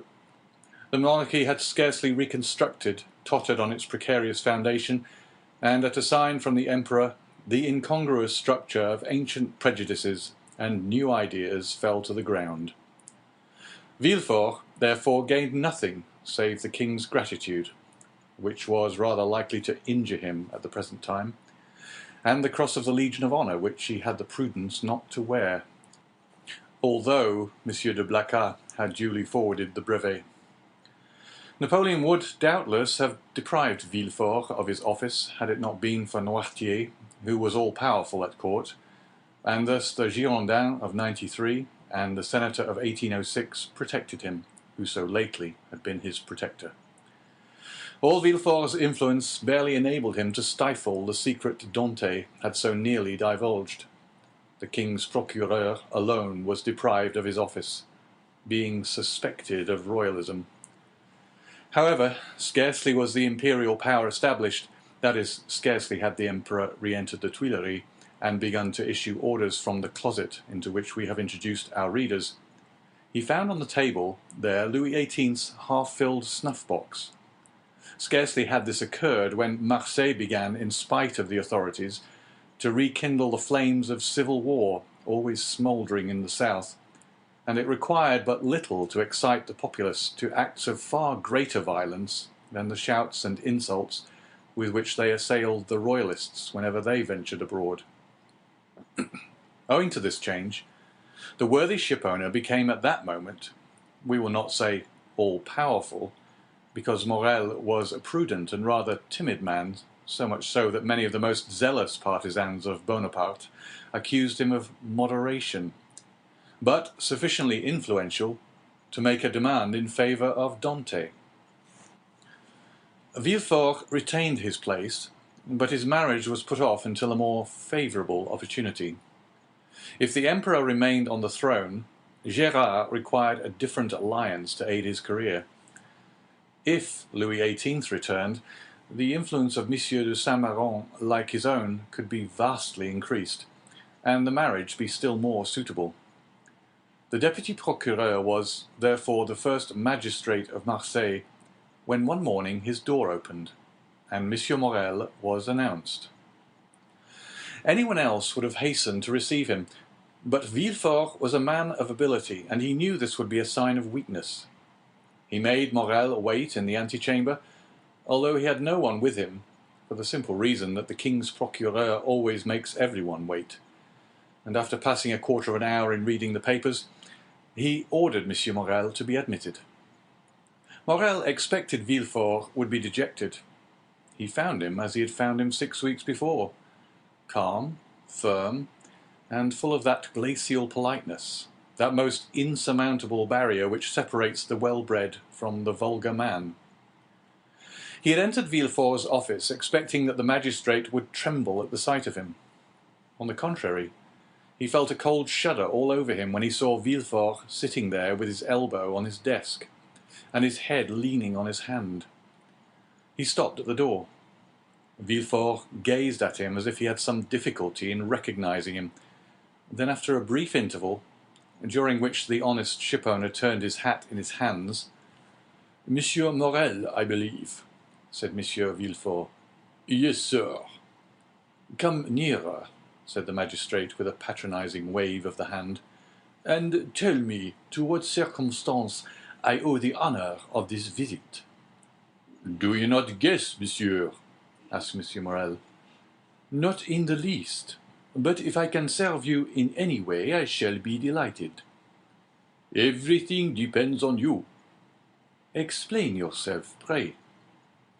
"Monsieur," said Morel, recovering his assurance as he proceeded, "do you recollect that a few days before the landing of His Majesty the Emperor, I came to intercede for a young man, the mate of my ship, who was accused of being concerned in correspondence with the island of Elba? What was the other day a crime is today a title to favor. You then served Louis XVIII, and you did not show any favor. It was your duty.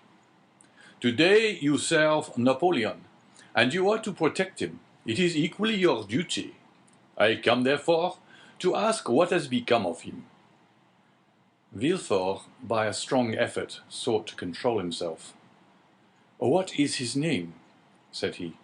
"Tell me his name." "Edmond Dantès." Villefort would probably have rather stood opposite the muzzle of a pistol at 25 paces than have heard this name spoken, but he did not blanch. "Dantès," repeated he. "Edmond Dantès." "Yes, monsieur." Villefort opened a large register, then went to a table. From the table turned to his registers, and then, turning to Morel, "Are you quite sure you are not mistaken, monsieur?" said he, in the most natural tone in the world. Had Morel been a more quick-sighted man, or better versed in these matters, he would have been surprised at the king's procureur answering him on such a subject, instead of referring him to the governors of the prison or the prefect of the department. But Morel, disappointed in his expectations of exciting fear, was conscious only of the other's condescension. Villefort had calculated rightly. "No," said Morel, "I am not mistaken. I have known him for 10 years, the last 4 of which he was in my service. Do not you recollect, I came about 6 weeks ago to plead for clemency, as I come today to plead for justice. You receive me very coldly. Oh, the Royalists were very severe with the Bonapartists in those days. Monsieur, returned Villefort, I was then a Royalist, because I believed the Bourbons not only the heirs to the throne, but the chosen of the nation. The miraculous return of Napoleon has conquered me. The legitimate monarch is he who is loved by his people. That's right, cried Morrel. I like to hear you speak thus, and I augur well for Edmond from it. Wait a moment, said Villefort, turning over the leaves of a register. I have it. A sailor, who was about to marry a young Catalan girl. I recollect now, it was a very serious charge. How so? You know that when he left here, he was taken to the Palais de Justice. Well? I made my report to the authorities at Paris, and a week after he was carried off. Carried off? Said Morrel. What can they have done with him? Oh, he has been taken to Fenestrelle, to Pignerol, or to the Sainte Marguerite island. Some fine morning he will return to take command of your vessel. Come, when he will, it shall be kept for him. But how is it he is not already returned? It seems to me the first care of a government should be to set at liberty those who have suffered for their adherence to it. Do not be hasty, Monsieur Morrel, replied Villefort. The order of the imprisonment came from high authority, and the order for his liberation must proceed from the same source. And as Napoleon has scarcely been reinstated a fortnight, the letters have not yet been forwarded. But, said Morrel, is there no way of expediting all these formalities of releasing him from arrest? There has been no arrest. How? It is sometimes essential to government to cause a man's disappearance without leaving any traces, so that no written forms or documents may defeat their wishes. It might be so under the Bourbons, but at present. It has always been so, Monsieur Morrel, since the reign of Louis XIV. The Emperor is more strict in prison discipline than even Louis himself, and the number of prisoners whose names are not on the register is incalculable. Had Morrel even any suspicions, so much kindness would have dispelled them. Well, Monsieur de Villefort, how would you advise me to act? Asked he. Petition the minister. Oh, I know what that is. The minister receives 200 petitions every day, and does not read 3. That is true, but he will read a petition countersigned and presented by me. And will you undertake to deliver it? With the greatest pleasure. Dante was then guilty, and now he is innocent, and it is as much my duty to free him as it was to condemn him. Villefort thus forestalled any danger of an inquiry which, however improbable it might be, if it did take place, would leave him defenceless. But how shall I address the minister? Sit down there, said Villefort, giving up his place to Morrel, and write what I dictate. Will you be so good? Certainly, but lose no time. We have lost too much already. That is true. Only think what the poor fellow may even now be suffering. Villefort shuddered at the suggestion, but he had gone too far to draw back. Dante must be crushed to gratify Villefort's ambition. Villefort dictated a petition in which, from an excellent intention, no doubt, Dante's patriotic services were exaggerated, and he was made out one of the most active agents of Napoleon's return. It was evident that at the sight of this document, the minister would instantly release him. The petition finished, Villefort read it aloud. "That will do," said he. "Leave the rest to me." Will the petition go soon? Today. Countersigned by you? The best thing I can do will be to certify the truth of the contents of your petition." And sitting down, Villefort wrote the certificate at the bottom. "What more is to be done?" "I will do whatever is necessary." This assurance delighted Morrel, who took leave of Villefort and hastened to announce to old Dante that he would soon see his son. As for Villefort, instead of sending to Paris, he carefully preserved the petition that so fearfully compromised Dante, in the hopes of an event that seemed not unlikely, that is, a second restoration. Dante remained a prisoner and heard not the noise of the fall of Louis XVIII's throne, or the still more tragic destruction of the empire. Twice during the 100 Days had Morrel renewed his demand, and twice had Villefort soothed him with promises. At last there was Waterloo, and Morrel came no more. He had done all that was in his power, and any fresh attempt would only compromise himself uselessly. Louis XVIII remounted the throne. Villefort, to whom Marseille had become filled with remorseful memories, sought and obtained the situation of king's procureur at Toulouse, and a fortnight afterwards he married Mademoiselle de Saint-Méran, whose father now stood higher at court than ever. And so Dante, after the 100 Days and after Waterloo, remained in his dungeon, forgotten of earth and heaven. Danglars comprehended the full extent of the wretched fate that overwhelmed Dante, and when Napoleon returned to France, he, after the manner of mediocre minds, termed the coincidence a decree of Providence. But when Napoleon returned to Paris, Danglars' heart failed him, and he lived in constant fear of Dante's return on a mission of vengeance. He therefore informed M. Morrel of his wish to quit the sea, and obtained a recommendation from him to a Spanish merchant, into whose service he entered at the end of March, that is, 10 or 12 days after Napoleon's return. He then left for Madrid, and was no more heard of. Fernand, understanding nothing except that Dante was absent, what had become of him he cared not to inquire. Only during the respite the absence of his rival afforded him, he reflected partly on the means of deceiving Mercédès as to the cause of his absence, partly on plans of emigration and abduction, as from time to time he sat sad and motionless on the summit of Cape Faro, at the spot from whence Marseille and the Catalans are visible, watching for the apparition of a young and handsome man, who was for him also the messenger of vengeance. Fernand's mind was made up. He would shoot Dante, and then kill himself.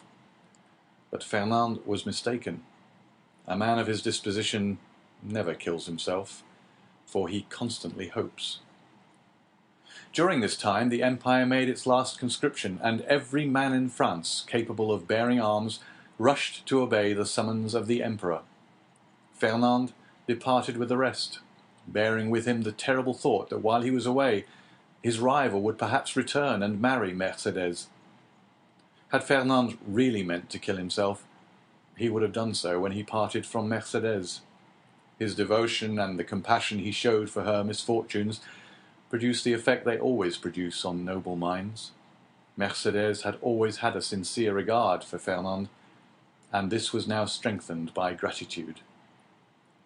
"My brother," said she as she placed his knapsack on his shoulders, "be careful of yourself, for if you are killed, I shall be alone in the world." These words carried a ray of hope into Fernand's heart. Should Dante not return, Mercédès might one day be his.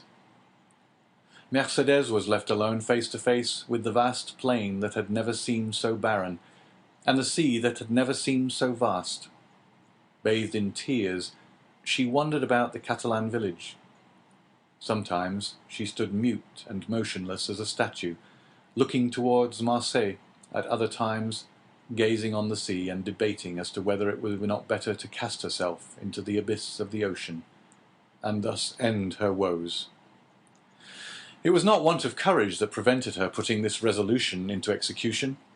But her religious feelings came to her aid and saved her. Caderousse was, like Fernand, enrolled in the army, but, being married and 8 years older, he was merely sent to the frontier. Old Dante, who was only sustained by hope, lost all hope at Napoleon's downfall. 5 months after he had been separated from his son, and almost at the hour of his arrest, he breathed his last in Mercédès' arms. M. Morrel paid the expenses of his funeral, and a few small debts the poor old man had contracted. There was more than benevolence in this action. There was courage. The South was aflame, and to assist even on his deathbed the father of so dangerous a Bonapartist as Dante was stigmatized as a crime. Chapter 14. The Two Prisoners. A year after Louis XVIII's restoration, a visit was made by the Inspector General of Prisons. Dante, in his cell, heard the noise of preparation, sounds that at the depth where he lay would have been inaudible to any but the ear of a prisoner who could hear the splash of the drop of water that every hour fell from the roof of his dungeon.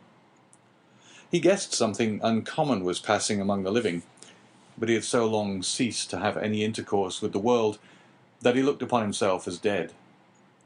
The inspector visited, one after another, the cells and dungeons of several of the prisoners, whose good behaviour or stupidity recommended them to the clemency of the government. He inquired how they were fed, and if they had any request to make. The universal response was that the fare was detestable, and that they wanted to be set free. The inspector asked if they had anything else to ask for. They shook their heads. What could they desire beyond their liberty? The inspector turned smilingly to the governor. I do not know what reason a government can assign for these useless visits. When you see one prisoner, you see all. Always the same thing, ill-fed and innocent. Are there any others? Yes, the dangerous and mad prisoners are in the dungeons. Let us visit them, said the inspector with an air of fatigue. We must play the farce to the end. Let us see the dungeons. Let us first send for 2 soldiers, said the governor. The prisoners sometimes, through mere uneasiness of life, and in order to be sentenced to death, commit acts of useless violence, and you might fall a victim. Take all the needful precautions, replied the inspector. 2 soldiers were accordingly sent for, and the inspector descended a stairway so foul, so humid, so dark as to be loathsome to sight, smell, and respiration. Oh, cried the inspector, who can live here? A most dangerous conspirator, a man we are ordered to keep the most strict watch over, as he is daring and resolute. He is alone? Certainly. How long has he been there? Nearly a year. Was he placed here when he first arrived?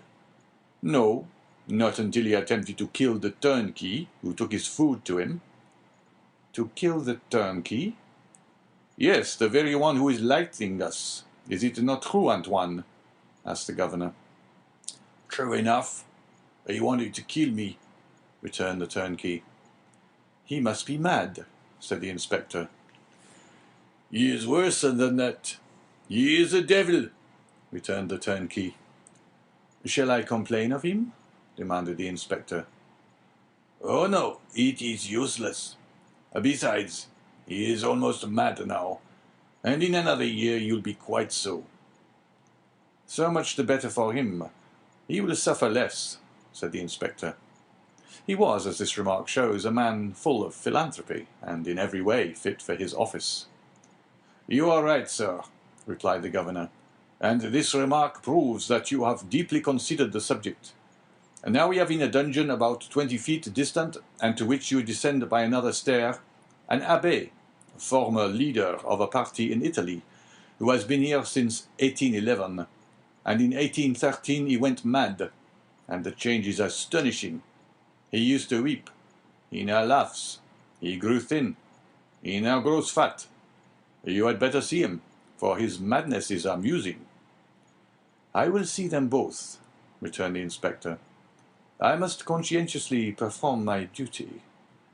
This was the inspector's first visit. He wished to display his authority. "Let us visit this one first," added he. "By all means," replied the governor, and he signed to the turnkey to open the door. At the sound of the key turning in the lock and the creaking of the hinges, Dante, who was crouched in a corner of the dungeon, whence he could see the ray of light that came through a narrow iron grating above, raised his head. Seeing a stranger, escorted by 2 turnkeys holding torches, and accompanied by 2 soldiers, and to whom the governor spoke bareheaded, Dante, who guessed the truth, and that the moment to address himself to the superior authorities was come, sprang forward with clasped hands.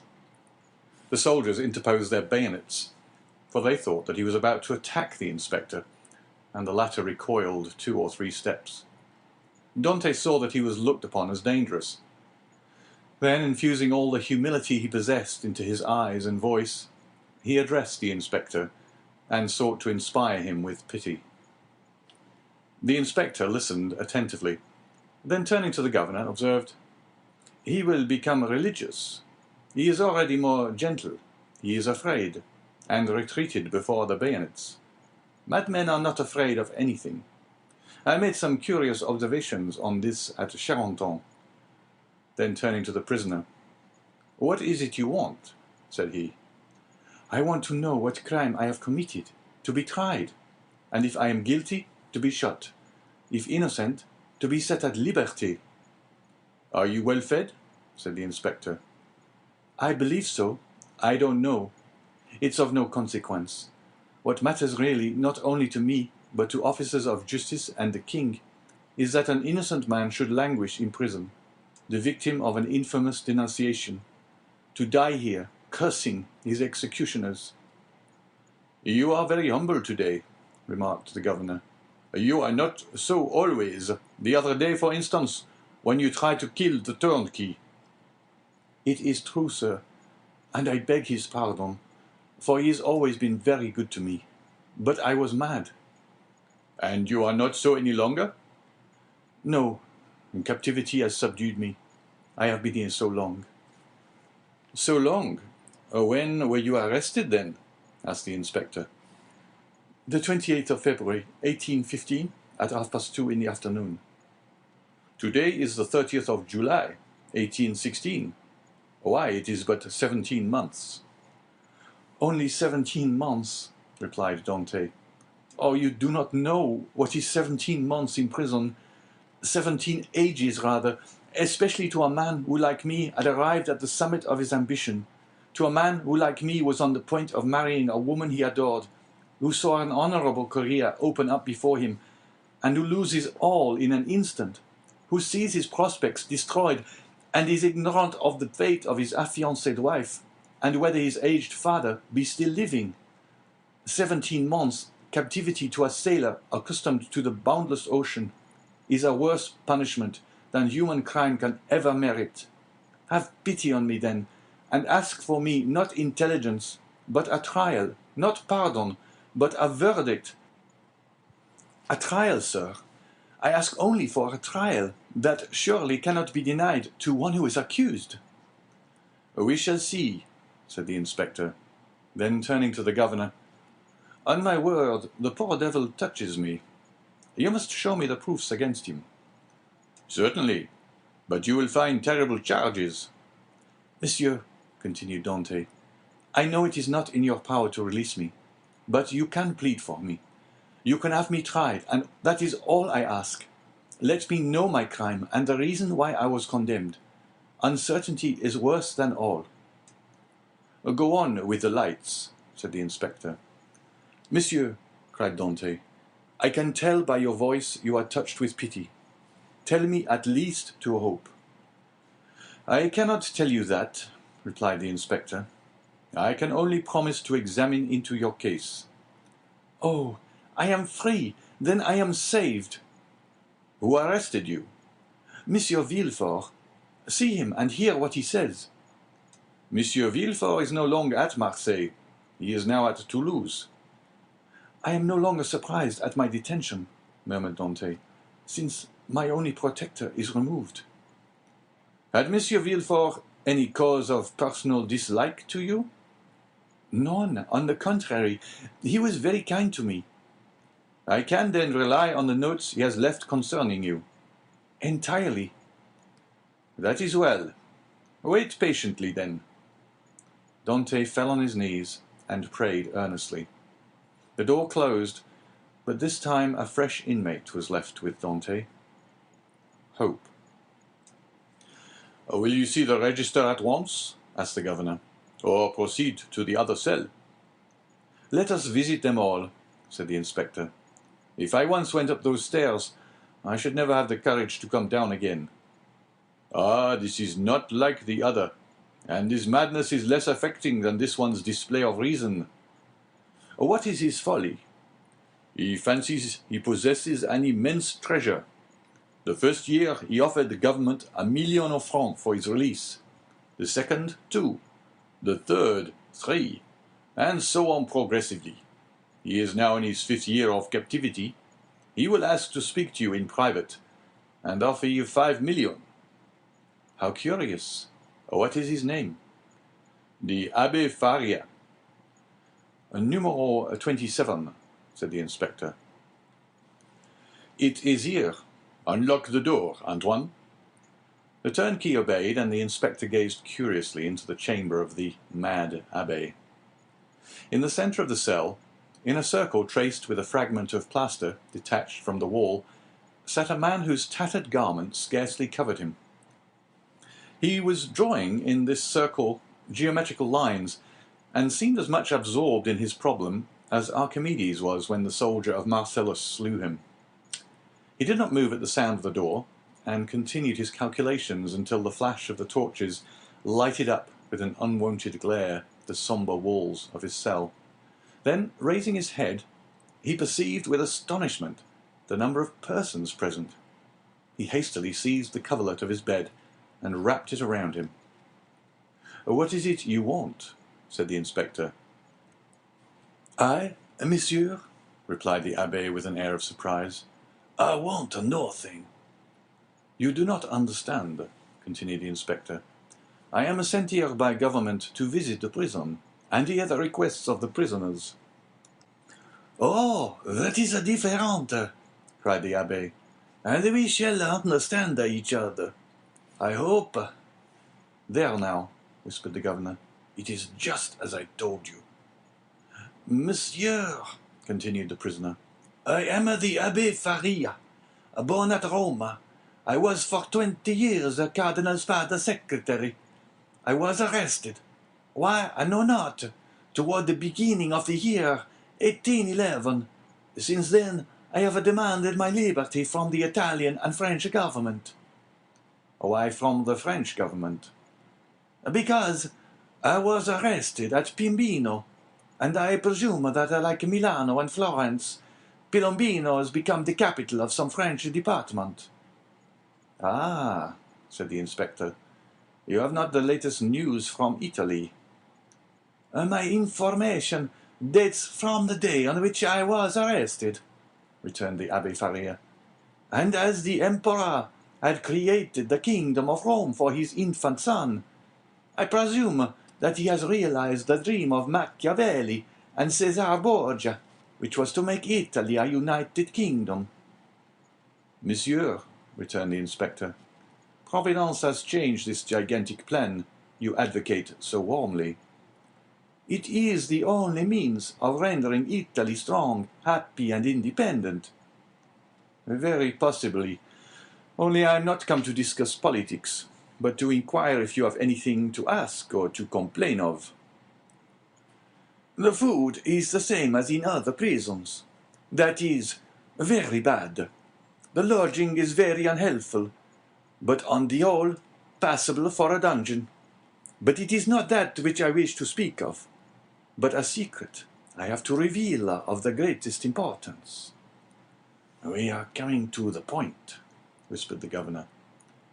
"It is for that reason I am delighted to see you," continued the abbé. "Although you have disturbed me in a most important calculation, which, if it succeeded, would possibly change Newton's system. Could you allow me a few words in private?" "What did I tell you?" said the governor. "You knew him," returned the inspector with a smile. "What you ask is impossible, monsieur," continued he, addressing Faria. "But," said the abbé, "I would speak to you of a large sum, amounting to 5 millions." "The very sum you named," whispered the inspector in his turn.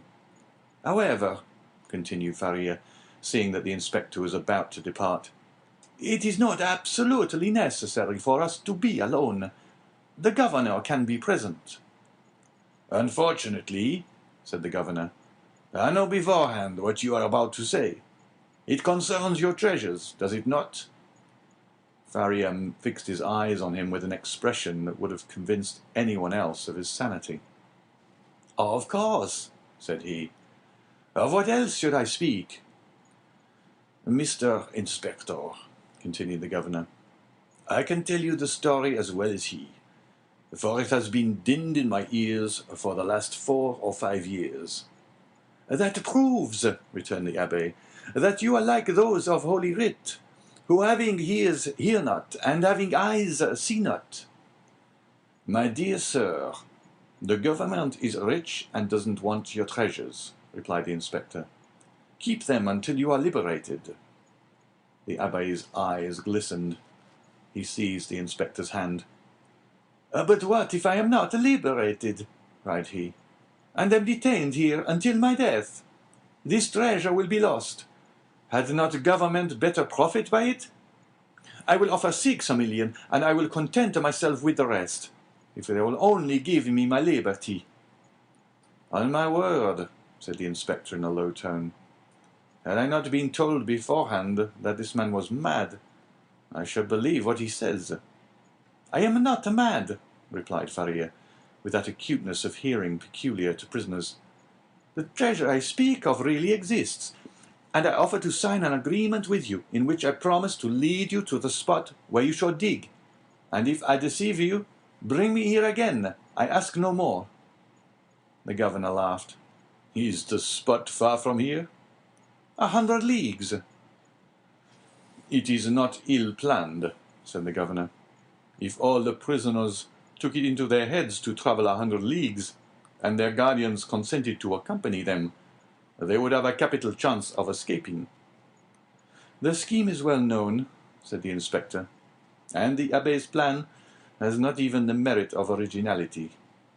Then turning to Faria, "I inquired if you are well fed," said he. "Swear to me," replied Faria, "to free me if what I tell you prove true, and I will stay here while you go to the spot." "Are you well fed?" repeated the inspector. "Monsieur, you can run no risk, for as I told you, I will stay here, so there is no chance of me escaping." "You do not reply to my question," replied the inspector impatiently. "Nor you to mine," cried the abbé. "You will not accept my gold. I will keep it for myself. You refuse me my liberty. God will give it to me." And the abbé, casting away his coverlet, resumed his place and continued his calculations. "What is he doing there?" said the inspector. "Counting his treasures," replied the governor. Faria replied to this sarcasm with a glance of profound contempt. They went out. The turnkey closed the door behind them.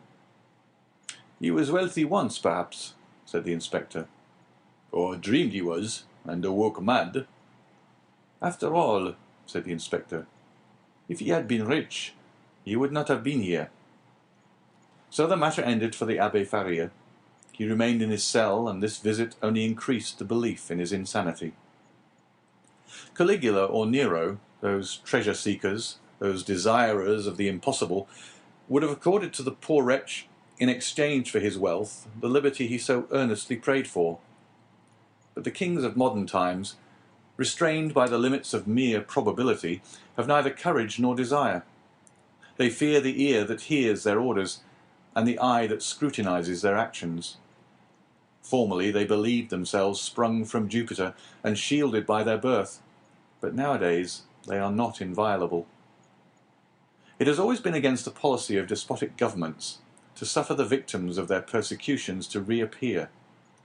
As the Inquisition rarely allowed its victims to be seen with their limbs distorted and their flesh lacerated by torture, so madness is always concealed in its cell, from whence should it depart, it is conveyed to some gloomy hospital, where the doctor has no thought for man or mind in the mutilated being the jailer delivers to him. The very madness of the Abbé Faria, gone mad in prison, condemned him to perpetual captivity. The inspector kept his word with Dante. He examined the register and found the following note concerning him. Edmond Dantès, violent Bonapartist, took an active part in the return from Elba. The greatest watchfulness and care to be exercised. This note was in a different hand from the rest, which showed that it had been added since his confinement.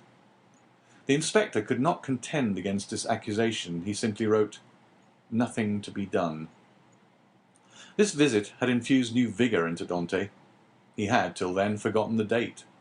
But now, with a fragment of plaster, he wrote the date, 30th of July, 1816, and made a mark every day in order not to lose his reckoning again.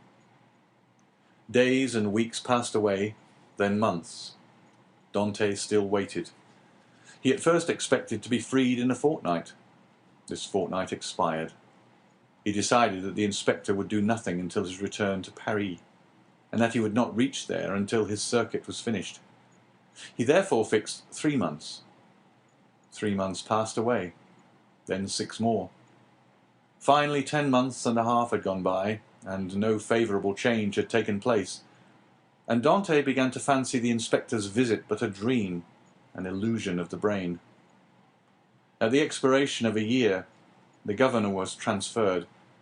He had obtained the charge of the fortress at Ham. He took with him several of his subordinates, and amongst them Dante's jailer. A new governor arrived. It would have been too tedious to acquire the names of the prisoners. He learned their numbers instead. This horrible place contained 50 cells. Their inhabitants were designated by the numbers of their cell, and the unhappy young man was no longer called Edmond Dantès. He was now number 34. Chapter 15. Number 34 and number 27. Dante passed through all the stages of torture natural to prisoners in suspense.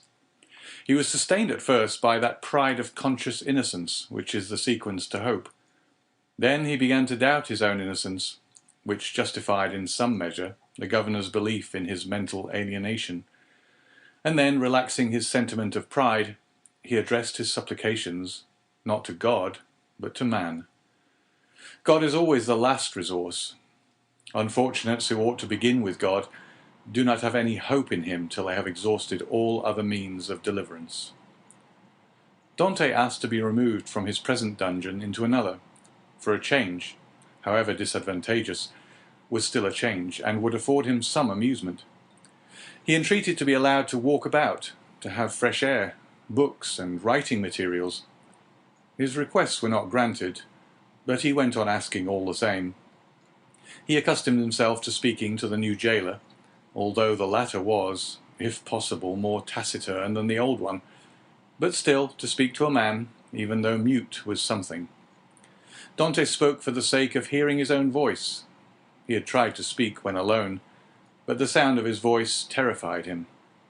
Often, before his captivity, Dante's mind had revolted at the idea of assemblages of prisoners made up of thieves, vagabonds, and murderers. He now wished to be amongst them, in order to see some other faces besides that of his jailer. He sighed for the galleys, with the infamous costume, the chain, and the brand on the shoulder. The galley slaves breathed the fresh air of heaven, and saw each other. They were very happy. He besought the jailer one day to let him have a companion, were it even the mad abbé. The jailer, though rough and hardened by the constant sight of so much suffering, was yet a man. At the bottom of his heart he had often had a feeling of pity for this unhappy young man who suffered so, and he laid the request of number 34 before the governor. But the latter sapiently imagined that Dante wished to conspire or attempt an escape, and refused his request. Dante had exhausted all human resources, and he then turned to God. All the pious ideas that had been so long forgotten returned. He recollected the prayers his mother had taught him and discovered a new meaning in every word, for in prosperity prayers seem but a mere medley of words until misfortune comes, and the unhappy sufferer first understands the meaning of the sublime language in which he invokes the pity of heaven. He prayed and prayed aloud, no longer terrified at the sound of his own voice, for he fell into a sort of ecstasy. He laid every action of his life before the Almighty, proposed tasks to accomplish, and at the end of every prayer introduced the entreaty oftener addressed to man than to God. "Forgive us our trespasses, as we forgive them that trespass against us." Yet in spite of his earnest prayers, Dante remained a prisoner. Then gloom settled heavily upon him. Dante was a man of great simplicity of thought, and without education. He could not therefore, in the solitude of his dungeon, traverse in mental vision the history of the ages, bring to life the nations that had perished, and rebuild the ancient cities, so vast and stupendous in the light of the imagination, and that passed before the eye glowing with celestial colours in Martin's Babylonian pictures. He could not do this, he whose past life was so short, whose present so melancholy, and his future so doubtful. 19 years of light to reflect upon in eternal darkness. No distraction could come to his aid. His energetic spirit, that would have exulted in thus revisiting the past, was imprisoned like an eagle in a cage. He clung to one idea, that of his happiness, destroyed without apparent cause by an unheard-of fatality. He considered and reconsidered this idea, devoured it, so to speak, as the implacable Ugolino devours the skull of Archbishop Roger in the Inferno of Dante. Rage supplanted religious fervour. Dante uttered blasphemies that made his jailer recoil with horror, dashed himself furiously against the walls of his prison, wreaked his anger upon everything and chiefly upon himself, so that the least thing, a grain of sand, a straw, or a breath of air that annoyed him, led to paroxysms of fury. Then the letter that Villefort had showed to him recurred to his mind, and every line gleamed forth in fiery letters on the wall, like the menetekel Upharsin of Belshazzar. He told himself that it was the enmity of man and not the vengeance of heaven that had thus plunged him into the deepest misery. He consigned his unknown persecutors to the most horrible tortures he could imagine, and found them all insufficient, because after torture came death, and after death, if not repose, at least the boon of unconsciousness. By dint of constantly dwelling on the idea that tranquillity was death, and if punishment were the end in view, other tortures than death must be invented, he began to reflect on suicide. Unhappy he who, on the brink of misfortune, broods over ideas like these. Before him is a dead sea that stretches in azure calm before the eye, but he who unwarily ventures within its embrace finds himself struggling with a monster that would drag him down to perdition. Once thus ensnared, unless the protecting hand of God snatch him thence, all is over, and his struggles but tend to hasten his destruction. This state of mental anguish is, however, less terrible than the sufferings that precede, or the punishment that possibly will follow. There is a sort of consolation at the contemplation of the yawning abyss, at the bottom of which lie darkness and obscurity. Edmond found some solace in these ideas. All his sorrows, all his sufferings, with their train of gloomy spectres, fled from his cell when the angel of death seemed about to enter. Dante reviewed his past life with composure, and, looking forward with terror to his future existence, chose that middle line that seemed to afford him a refuge. "Sometimes," said he, "in my voyage, when I was a man and commanded other men, I have seen the heavens overcast, the sea rage and foam, the storm arise, and like a monstrous bird, beating the two horizons with its wings. Then I felt that my vessel was a vain refuge, that trembled and shook before the tempest. Soon the fury of the waves and the sight of the sharp rocks announced the approach of my death. And death then terrified me, and I used all my skill and intelligence as a man and a sailor to struggle against the wrath of God. But I did so because I was happy, because I had not courted death, because to be cast upon a bed of rocks and seaweed seemed terrible, because I was unwilling that I, a creature made for the service of God, should serve for food to the gulls and ravens. But now it is different. I have lost all that bound me to life. Death smiles and invites me to repose. I die after my own manner. I die exhausted and broken-spirited as I fall asleep when I have paced 3,000 times around my cell." No sooner had this idea taken possession of him than he became more composed, arranged his couch to the best of his power, ate little and slept less, and found existence almost supportable, because he felt that he could throw it off at pleasure like a worn-out garment. Two methods of self-destruction were at his disposal. He could hang himself with his handkerchief to the window bars, or refuse food and die of starvation. But the first was repugnant to him. Dante had always entertained the greatest horror of pirates who were hung up to the yardarm. He would not die by what seemed an infamous death. He resolved to adopt the second, and began that day to carry out his resolve. Nearly 4 years had passed away. At the end of the second, he had ceased to mark the lapse of time. Dante said, "I wish to die," and had chosen the manner of his death, and fearful of changing his mind, he had taken an oath to die. "When my morning and evening meals are brought," thought he, "I will cast them out of the window, and they will think that I have eaten them." He kept his word. Twice a day he cast out, through the barred aperture, the provisions his jailer brought him. At first gaily, then with deliberation, and at last with regret. Nothing but the recollection of his oath gave him strength to proceed. Hunger made viands once repugnant, now acceptable.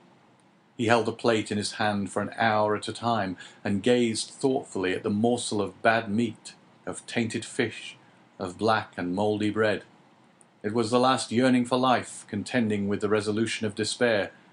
Then his dungeon seemed less sombre, his prospects less desperate. He was still young. He was only 4 or 25. He had nearly 50 years to live.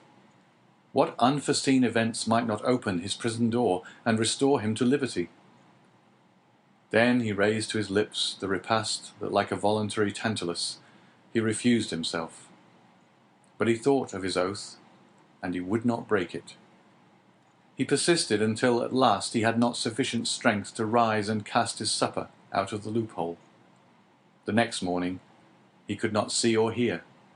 The jailer feared he was dangerously ill. Edmond hoped he was dying. Thus the day passed away. Edmond felt a sort of stupor creeping over him, which brought with it a feeling almost of content. The gnawing pain at his stomach had ceased. His thirst had abated.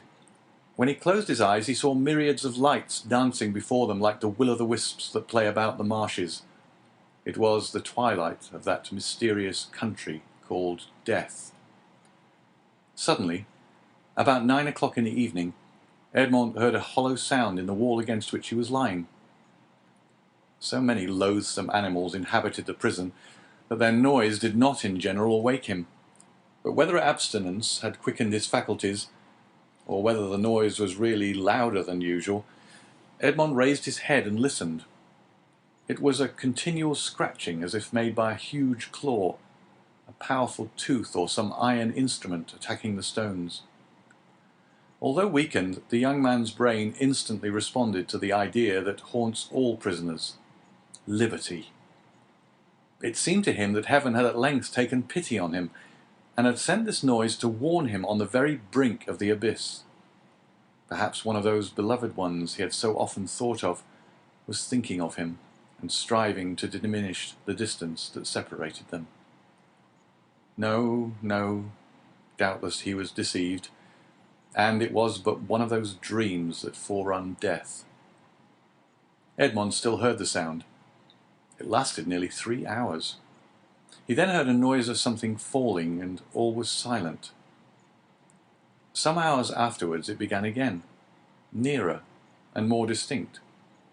Edmond was intensely interested. Suddenly the jailer entered.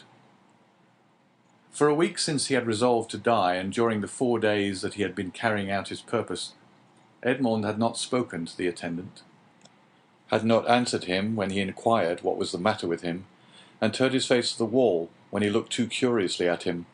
But now the jailer might hear the noise and put an end to it, and so destroy a ray of something like hope that soothed his last moments. The jailer brought him his breakfast. Dante raised himself up and began to talk about everything, about the bad quality of the food, about the coldness of his dungeon, grumbling and complaining in order to have an excuse for speaking louder and wearying the patience of his jailer, who out of kindness of heart had brought broth and white bread for his prisoner. Fortunately, he fancied that Dante was delirious, and placing the food on the rickety table, he withdrew. Edmond listened, and the sound became more and more distinct. "There can be no doubt about it," thought he. "It is some prisoner who is striving to obtain his freedom. Oh, if I only were there to help him!" Suddenly another idea took possession of his mind, so used to misfortune that it was scarcely capable of hope. The idea that the noise was made by workmen the governor had ordered to repair the neighbouring dungeon. It was easy to ascertain this, but how could he risk the question? It was easy to call his jailer's attention to the noise and watch his countenance as he listened. But might he not by this means destroy hopes far more important than the short-lived satisfaction of his own curiosity? Unfortunately, Edmond's brain was still so feeble that he could not bend his thoughts to anything in particular.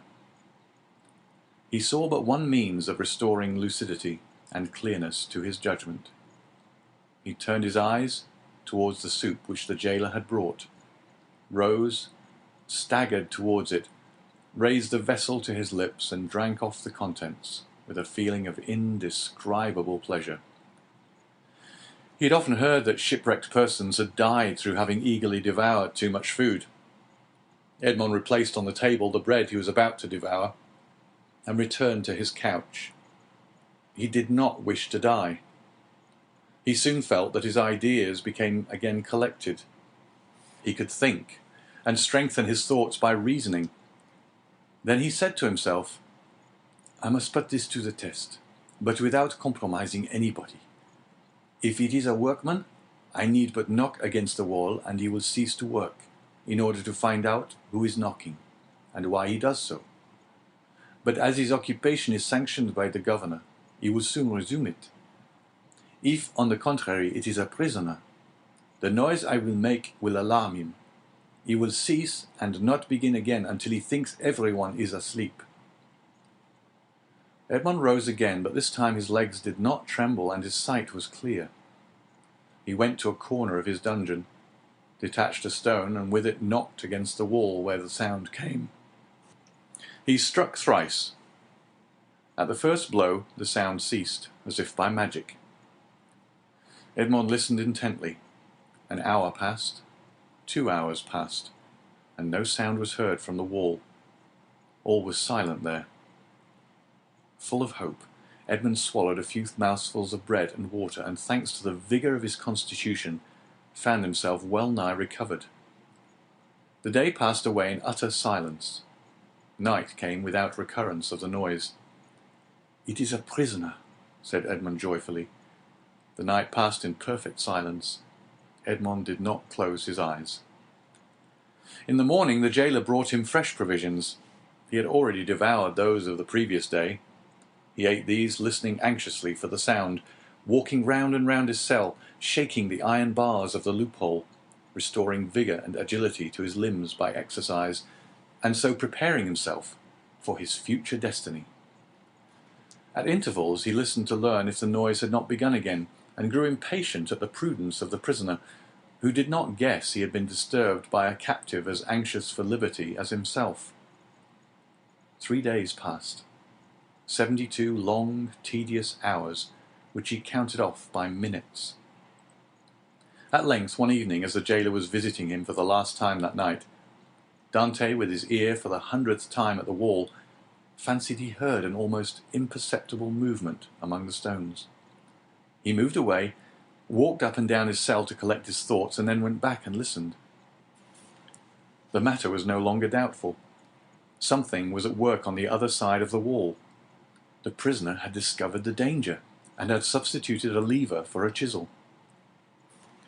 Encouraged by this discovery, Edmond determined to assist the indefatigable labourer. He began by moving his bed and looking around for anything with which he could pierce the wall, penetrate the moist cement, and displace a stone. He saw nothing. He had no knife or sharp instrument. The window grating was of iron, but he had too often assured himself of its solidity. All his furniture consisted of a bed, a chair, a table, a pail, and a jug. The bed had iron clamps, but they were screwed to the wood, and it would have required a screwdriver to take them off. The table and chair had nothing. The pail had once possessed a handle, but that had been removed. Dante had but one resource, which was to break the jug, and with one of the sharp fragments attack the wall. He let the jug fall on the floor, and it broke in pieces. Dante concealed 2 or 3 of the sharpest fragments in his bed, leaving the rest on the floor. The breaking of his jug was too natural an accident to excite suspicion. Edmond had all the night to work in, but in the darkness he could not do much, and he soon felt that he was working against something very hard. He pushed back his bed and waited for day. All night he heard the subterranean workman, who continued to mine his way. Day came, the jailer entered.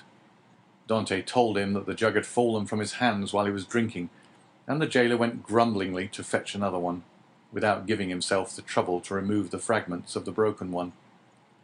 He returned speedily, advised the prisoner to be more careful, and departed. Dante heard joyfully the key grate in the lock.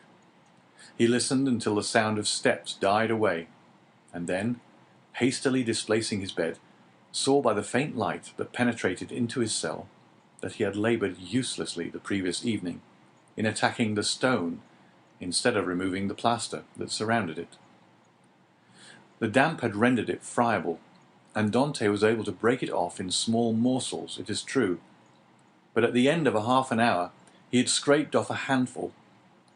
A mathematician might have calculated that in 2 years, supposing that the rock was not encountered, a passage 20 feet long and 2 feet broad might be formed. The prisoner reproached himself with not having thus employed the hours he had passed in vain hopes, prayer, and despondency. During the 6 years that he had been imprisoned, what might he not have accomplished? In 3 days he had succeeded with the utmost precaution in removing the cement and exposing the stonework. The wall was built of rough stones, among which, to give strength to the structure, blocks of hewn stone were at intervals embedded. It was one of these he had uncovered, and which he must remove from its socket. Dante strove to do this with his nails, but they were too weak. The fragments of the jug broke, and after an hour of useless toil, he paused. Was he to be thus stopped at the beginning, and was he to wait inactive until his fellow workman had completed his task? Suddenly, an idea occurred to him. He smiled, and the perspiration dried on his forehead. The jailer always brought Dante's soup in an iron saucepan. This saucepan contained soup for both prisoners, for Dante had noticed that it was either quite full or half empty, according as the turnkey gave it to him or to his companion first. The handle of this saucepan was of iron. Dante would have given 10 years of his life in exchange for it. The jailer was accustomed to pour the contents of the saucepan into Dante's plate, and Dante, after eating his soup with a wooden spoon, washed the plate which thus served for every day. Now when evening came, Dante put his plate on the ground near the door. The jailer, as he entered, stepped on it and broke it. This time he could not blame Dante. He was wrong to leave it there, but the jailer was wrong not to have looked before him. The jailer therefore only grumbled when he looked about for something to pour the soup into. Dante's entire dinner service consisted of one plate.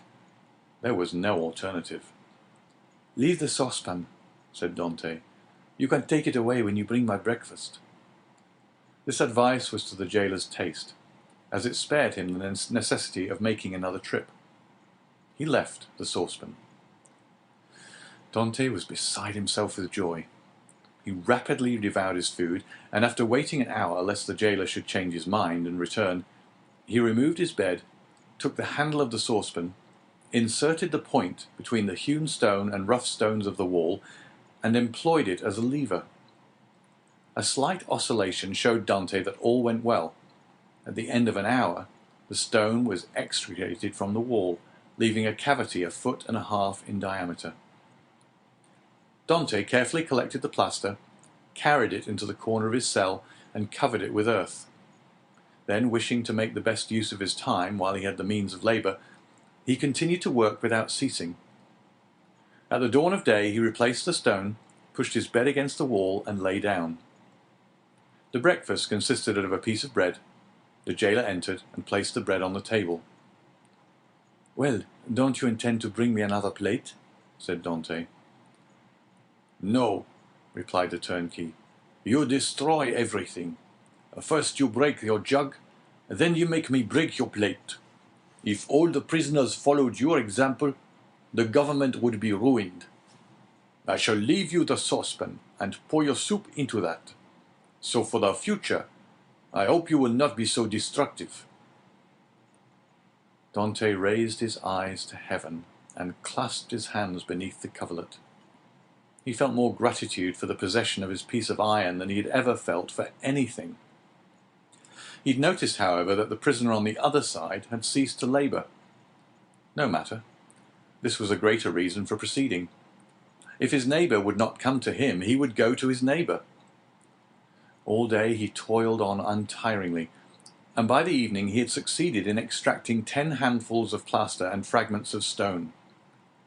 When the hour for his jailer's visit arrived, Dante straightened the handle of the saucepan as well as he could, and placed it in its accustomed place. The turnkey poured his ration of soup into it, together with the fish, for thrice a week the prisoners were deprived of meat. This would have been a method of reckoning time had not Dante long ceased to do so. Having poured out the soup, the turnkey retired. Dante wished to ascertain whether his neighbour had really ceased to work. He listened.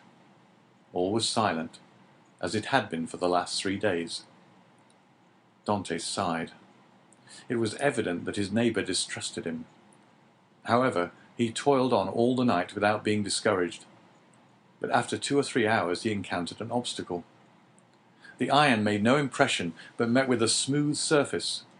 Dante touched it, and found that it was a beam. This beam crossed, or rather blocked up, the hole Dante had made. It was necessary, therefore, to dig above or under it. The unhappy young man had not thought of this. "Oh, my God, murmured he. "I have so earnestly prayed to you that I hoped my prayers had been heard. After having deprived me of my liberty, after having deprived me of death, after having recalled me to existence, my God, have pity on me and do not let me die in despair." "Who talks of God and despair at the same time?" said a voice that seemed to come from beneath the earth, and deadened by the distance, sounded hollow and sepulchral in the young man's ears. Edmond's hair stood on end, and he rose to his knees. "Ah," said he, "I hear a human voice." Edmond had not heard anyone speak save his jailer for 4 or 5 years, and a jailer is no man to a prisoner. He is a living door, a barrier of flesh and blood, adding strength to the restraints of oak and iron. "In the name of heaven," cried Dante, Speak again, though the sound of your voice terrifies me. Who are you?" "Who are you?" said the voice. "An unhappy prisoner," replied Dante, who made no hesitation in answering. "Of what country?" "A Frenchman." "Your name?" "Edmond Dantès." "Your profession?" "A sailor." "How long have you been here?" "Since the 28th of February, 1815. "Your crime?" "I am innocent." "But of what are you accused?" "Of having conspired to aid the Emperor's return." "What? For the Emperor's return? The Emperor is no longer on the throne, then." "He abdicated at Fontainebleau in 1814, and was sent to the island of Elba." "But how long have you been here, that you are ignorant of all this?" "Since 1811. Dante shuddered. This man had been 4 years longer than himself in prison. "Do not dig any more," said the voice. "Only tell me how high is your excavation?" "On a level with the floor." "How is it concealed?" "Behind my bed." "Has your bed been moved since you have been a prisoner?" "No." "What does your chamber open on?" "A corridor." "And the corridor?" "On a court." "Alas!" murmured the voice. "Oh, what is the matter?" cried Dante. "I have made a mistake owing to an error in my plans. I took the wrong angle, and have come out 15 feet from where I intended. I took the wall you are mining for the outer wall of the fortress." "But then you would be close to the sea." "That is what I hoped." "And supposing you had succeeded?" "I should have thrown myself into the sea, gained one of the islands near here, the Ile de Dôme or the Ile de Tiboulon, and then I should have been safe." "Could you have swum so far?" "Heaven would have given me strength. But now all is lost." "All?" "Yes. Stop up your excavation carefully. Do not work any more, and wait until you hear from me." "Tell me at least who you are." I am a number 27. "You mistrust me, then," said Dante. Edmond fancied he heard a bitter laugh resounding from the depths. "Oh, I am a Christian," cried Dante, guessing instinctively that this man meant to abandon him. "I swear to you, by him who died for us, that naught shall induce me to breathe one syllable to my jailers. But I conjure you, do not abandon me. If you do, I swear to you, for I have got to the end of my strength, that I will dash my brains out against the wall, and you will have my death to reproach yourself with." "How old are you?" "Your voice is that of a young man." "I do not know my age, for I have not counted the years I have been here. All I do know is that I was just 19 when I was arrested, the 28th of February, 1815. "Not quite 26, murmured the voice. "At that age, he cannot be a traitor." "Oh, no, no," cried Dante. "I swear to you, again, rather than betray you, I would allow myself to be hacked in pieces." "You have done well to speak to me, and ask for my assistance. For I was about to form another plan and leave you, but your age reassures me. I will not forget you. Wait." "How long?" "I must calculate our chances. I will give you the signal." "But you will not leave me. You will come to me, or you will let me come to you. We will escape, and if we cannot escape, we will talk. You of those whom you love, and I of those whom I love. You must love somebody." "No, I am alone in the world." "Then you will love me. If you are young, I will be your comrade. If you are old, I will be your son. I have a father who is 70 if he yet lives. I only love him and a young girl called Mercedes. My father has not yet forgotten me, I am sure, but God alone knows if she loves me still. I shall love you as I loved my father." "It is well," returned the voice. "Tomorrow." These few words were uttered with an accent that left no doubt of his sincerity. Dante rose, dispersed the fragments with the same precaution as before, and pushed his bed back against the wall. He then gave himself up to his happiness. He would no longer be alone. He was, perhaps, about to regain his liberty. At the worst, he would have a companion, and captivity that is shared is but half captivity. Plaints made in common are almost prayers, and prayers where 2 or 3 are gathered together invoke the mercy of heaven. All day, Dante walked up and down his cell. He sat down occasionally on his bed, pressing his hand on his heart.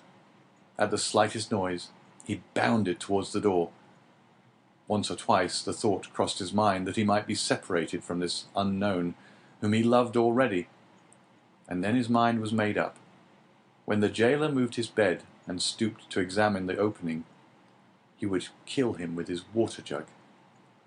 He would be condemned to die, but he was about to die of grief and despair when this miraculous noise recalled him to life. The jailer came in the evening. Dante was on his bed. It seemed to him that thus he better guarded the unfinished opening. Doubtless there was a strange expression in his eyes, for the jailer said, "Come, are you going mad again?" Dante did not answer. He feared that the emotion of his voice would betray him. The jailer went away, shaking his head. Night came.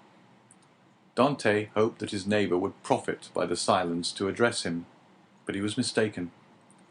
The next morning, however, just as he removed his bed from the wall, he heard 3 knocks.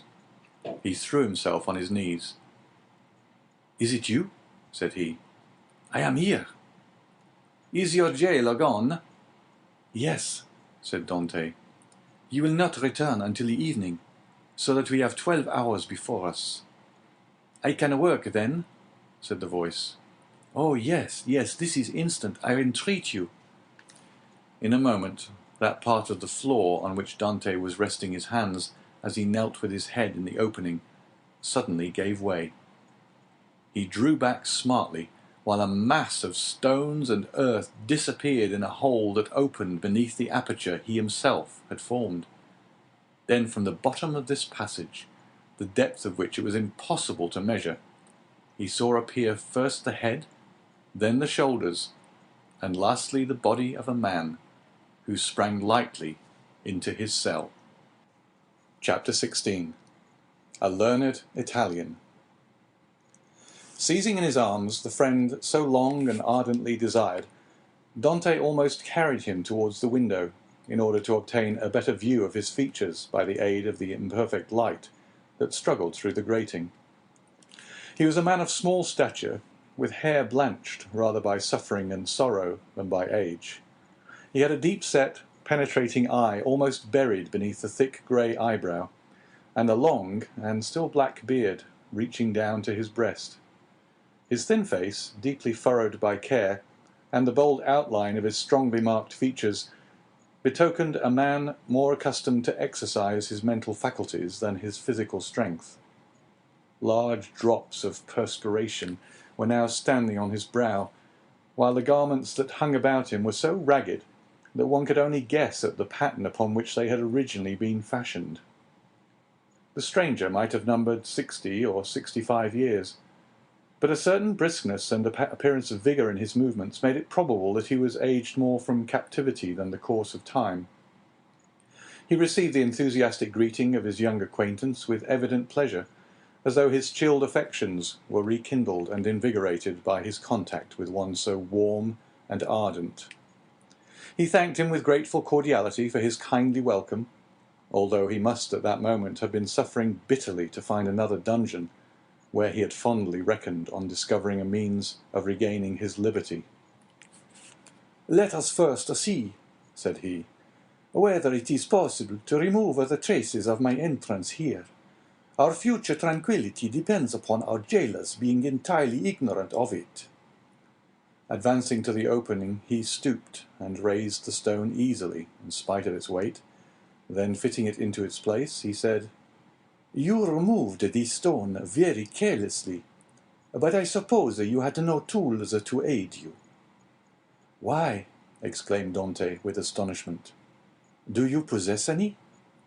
I made myself some, and with the exception of a file, I have all that are necessary, a chisel, pincers, and a lever. Oh, how I should like to see those products of your industry and patience. Well, in the first place, here is my chisel. So saying, he displayed a sharp, strong blade with a handle made of beechwood. And with what did you contrive to make that? Inquired Dante. With one of the clamps of my bedstead, and this very tool has sufficed me to hollow out the road by which I came hither, a distance of about 50 feet. 50 feet, responded Dante, almost terrified. Do not speak so loud, young man. Don't speak so loud. It frequently occurs in a state prison like this, that persons are stationed outside of the doors of the cells, purposely to overhear the conversation of the prisoners. But they believe I am shut up alone here. That makes no difference. And you say that you dug your way a distance of 50 feet to get here? I do.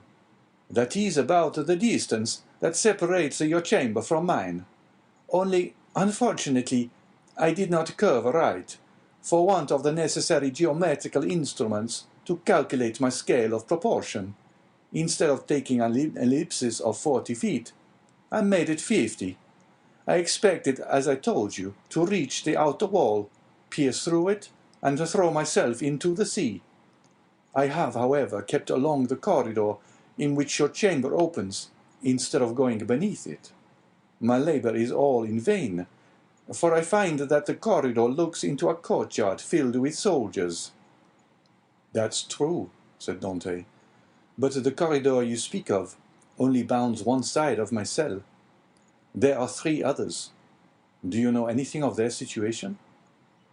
This one is built against the solid rock, and it would take 10 experienced miners, duly furnished with the requisite tools, as many years to perforate it. This adjoins the lower part of the governor's apartments, and were we to work our way through, we should only get into some lock-up cellars, where we must necessarily be recaptured. The 4th and last side of your cell faces on. Stop a minute. Now, where does it face? The wall of which he spoke was the one in which was fixed the loophole by which light was admitted to the chamber. This loophole, which gradually diminished in size as it approached the outside to an opening through which a child could not have passed, was, for better security, furnished with 3 iron bars, so as to quiet all apprehensions, even in the mind of the most suspicious jailer, as to the possibility of a prisoner's escape. As the stranger asked the question, he dragged a table beneath the window. "Climb up," said he to Dante. The young man obeyed, mounted on the table, and divining the wishes of his companion, placed his back securely against the wall and held out both hands. The stranger, whom as yet Dante knew only by the number of his cell, sprang up with an agility by no means to be expected in a person of his years, and, light and steady on his feet as a cat or a lizard, climbed from the table to the outstretched hands of Dante, and from them to his shoulders. Then, bending double, for the ceiling of the dungeon prevented him from holding himself erect, he managed to slip his head between the upper bars of the window, so as to be able to command a perfect view from top to bottom. An instant afterwards he hastily drew back his head, saying, "I thought so," and sliding from the shoulders of Dante, as dexterously as he had descended, he nimbly leapt from the table to the ground. "What was it that you thought?" asked the young man anxiously, in his turn descending from the table. The elder prisoner pondered the matter. "Yes," said he at length, "it is so. This side of your chamber looks out upon a kind of open gallery, where patrols are continually passing, and sentries keep watch day and night." "Are you quite sure of that?" "Certain. I saw the soldier's shape. and the top of his musket. That made me draw my head so quickly, for I was fearful he might also see me." "Well?" inquired Dante. "You perceive, then, the utter impossibility of escaping through your dungeon." "Then," pursued the young man eagerly, "then," answered the elder prisoner, "the will of God be done." And as the old man slowly pronounced those words, an air of profound resignation spread itself over his careworn countenance. Dante gazed on the man who could thus philosophically resign hopes so long and ardently nourished, with an astonishment mingled with admiration. "Tell me, I entreat you, who and what you are," said he at length. "Never have I met with so remarkable a person as yourself." "Willingly," answered the stranger, "if indeed you feel any curiosity respecting one, now alas powerless to aid you in any way." "Say not so. You can console and support me by the strength of your own powerful mind. Pray let me know who you really are." The stranger smiled a melancholy smile. "Then listen," said he. "I am the Abbé Faria, and have been imprisoned, as you know, in this Château d'If since the year 1811. Previously to which I had been confined for 3 years in the fortress of Fenestrelle. In the year 1811 I was transferred to Piedmont in France. It was at this period I learned that the destiny which seemed subservient to every wish formed by Napoleon had bestowed on him a son, named King of Rome even in his cradle. I was very far then from expecting the change you have just informed me of, namely that 4 years afterwards this colossus of power would be overthrown. Then who reigns in France at this moment? Napoleon II? No, Louis XVIII. The brother of Louis XVII? How inscrutable are the ways of Providence! For what great and mysterious purpose has it pleased Heaven to abase the man once so elevated, and raise up him who was so abased?" Dante's whole attention was riveted on a man who could thus forget his own misfortunes while occupying himself with the destinies of others. "Yes, yes," continued he, "it will be the same as it was in England. After Charles I, Cromwell. After Cromwell, Charles II, and then James II, and then some son-in-law or relation, some Prince of Orange, a stadtholder who becomes a king. Then new concessions to the people, then a constitution, then liberty. Ah, my friend," said the abbé, turning towards Dante and surveying him with the kindling gaze of a prophet, "you are young. You will see all this come to pass." "Probably, if ever I get out of prison." "True," replied Faria. "We are prisoners, but I forget this sometimes, and there are even moments when my mental vision transports me beyond these walls, and I fancy myself at liberty." "But wherefore are you here?" "Because in 1807 I dreamed of the very plan Napoleon tried to realize in 1811. Because, like Machiavelli, I desired to alter the political face of Italy, and instead of allowing it to be split up into a quantity of petty principalities, each held by some weak or tyrannical ruler, I sought to form one large, compact, and powerful empire. And lastly, because I fancied I had found my Caesar Borgia in a crowned simpleton, who feigned to enter into my views only to betray me. It was the plan of Alexander VI and Clement VII. But it will never succeed now, for they attempted it fruitlessly, and Napoleon was unable to complete his work. Italy seems fated to misfortune." And the old man bowed his head. Dante could not understand a man risking his life for such matters. Napoleon certainly he knew something of, inasmuch as he had seen and spoken with him, but of Clement VII and Alexander VI he knew nothing. "Are you not," he asked, The priest who here in Château d'If is generally thought to be ill? Mad, you mean, don't you? I did not like to say so, answered Dantès, smiling.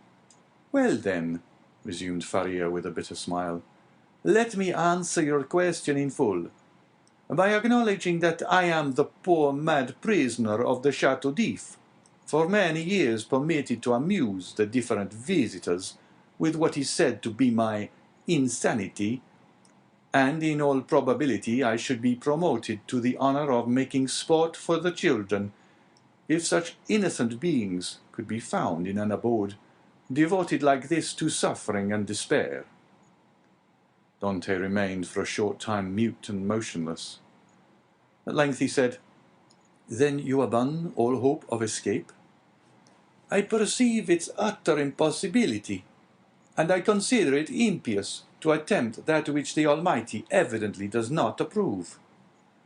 Nay, but do not be discouraged.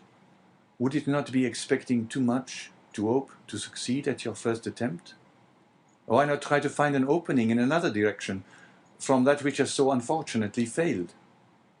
Alas, it shows how little notion you can have of all it has cost me to effect a purpose so unexpectedly frustrated, that you talk of beginning over again.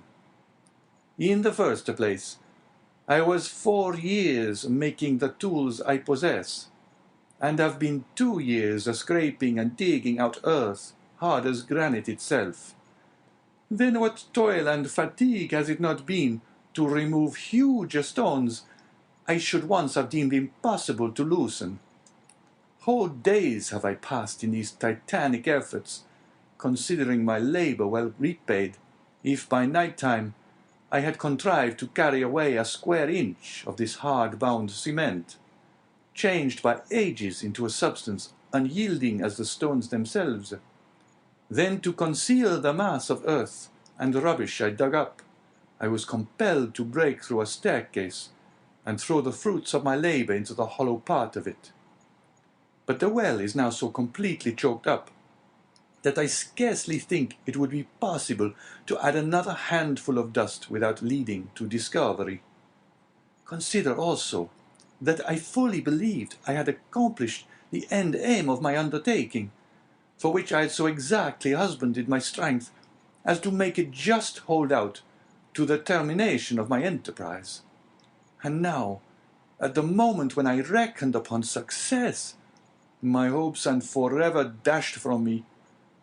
No, I repeat again, that nothing will induce me to renew attempts evidently at variance with the Almighty's pleasure.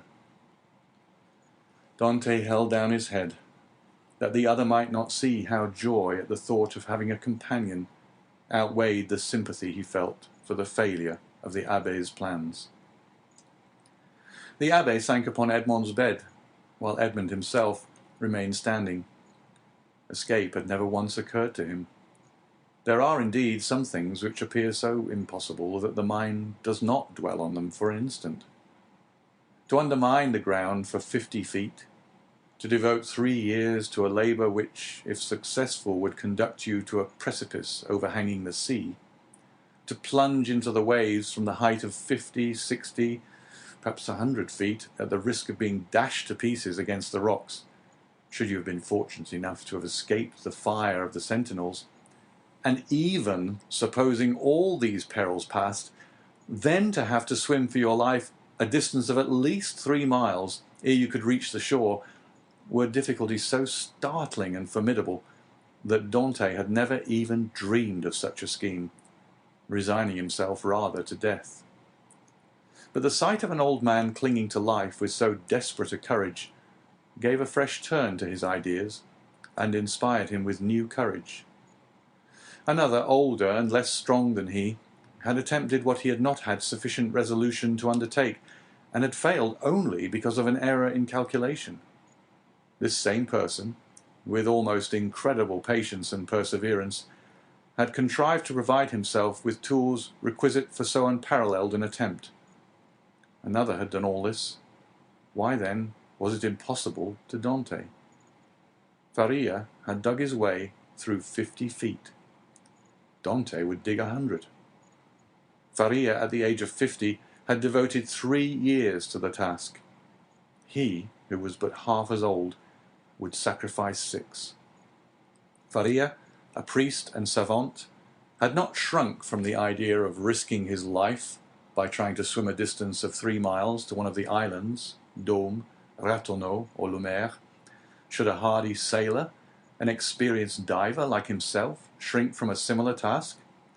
Should he, who had so often, for mere amusement's sake, plunged to the bottom of the sea to fetch up the bright coral branch, hesitate to entertain the same project? He could do it in an hour. And how many times had he, for pure pastime, continued in the water for more than twice as long? At once, Dante resolved to follow the brave example of his energetic companion, and to remember that what has once been done may be done again.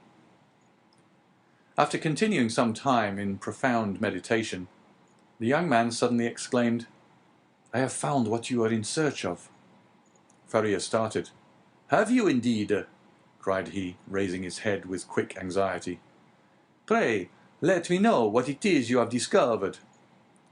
"The corridor through which you have bored your way from the cell you occupy here extends in the same direction as the outer gallery, does it not?" "It does." "And is not above 15 feet from it?" "About that."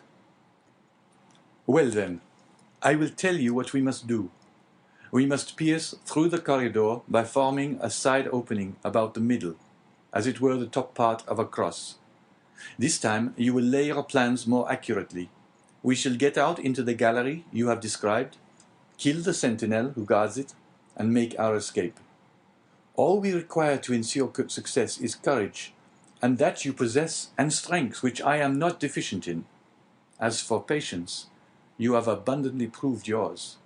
You shall now see me prove mine." "One instant, my dear friend," replied the abbé. "It is clear you do not understand the nature of the courage with which I am endowed, and what use I intend making of my strength.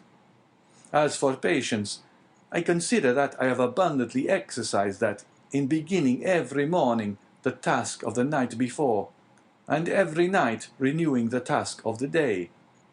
But then, a young man, and I pray of you to give me your full attention, then I thought I could not be doing anything displeasing to the Almighty in trying to set an innocent being at liberty, one who had committed no offense, and merited not condemnation." "And have your notions changed?" asked Dante with much surprise. "Do you think yourself more guilty in making the attempt since you have encountered me?" "No, neither do I wish to incur guilt. Hitherto I have fancied myself merely waging war against circumstances, not men.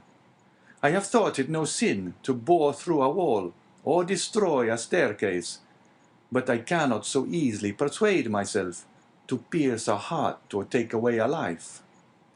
A slight movement of surprise escaped Dante.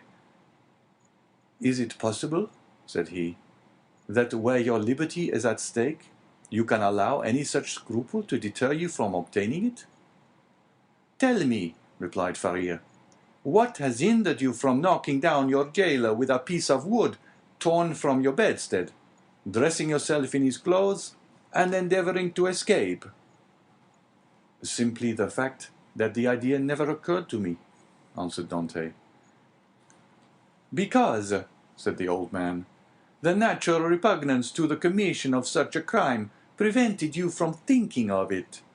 And so it ever is, because in simple and allowable things our natural instincts keep us from deviating from the strict line of duty.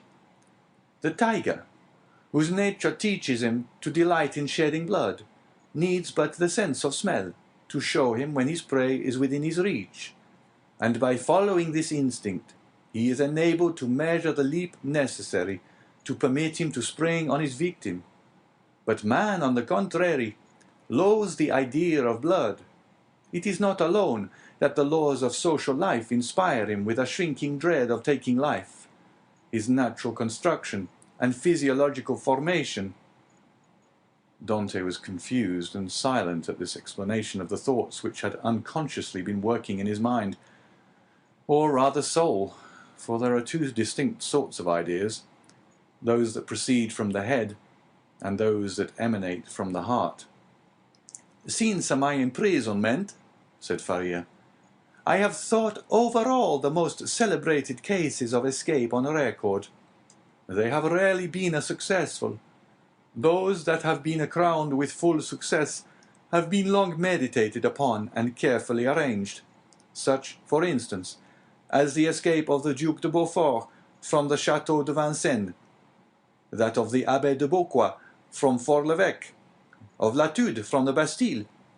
Then there are those for which chance sometimes affords opportunity, and those are the best of all. Let us therefore wait patiently for some favourable moment, and when it presents itself, profit by it. Ah, said Dante, you might well endure the tedious delay. You were constantly employed in the task you set yourself, and when weary with toil, you had your hopes to refresh and encourage you.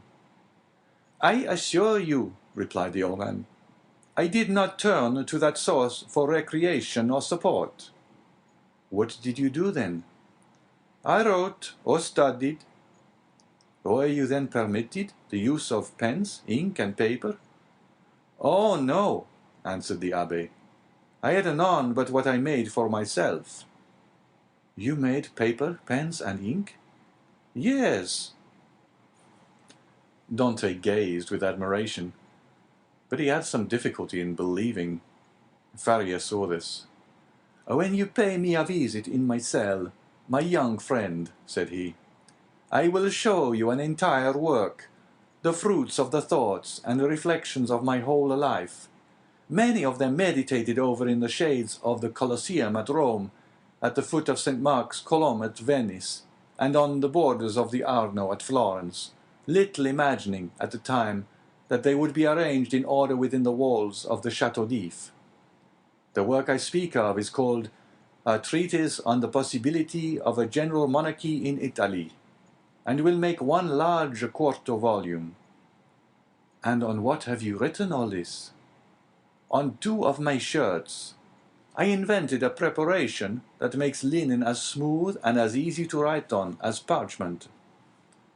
You are then a chemist? Somewhat.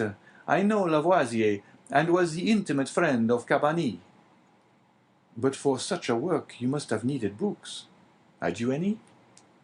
I had nearly 5,000 volumes in my library at Rome, but after reading them over many times, I found out that with 150 well-chosen books, a man possesses, if not a complete summary of all human knowledge, at least all that a man need really know.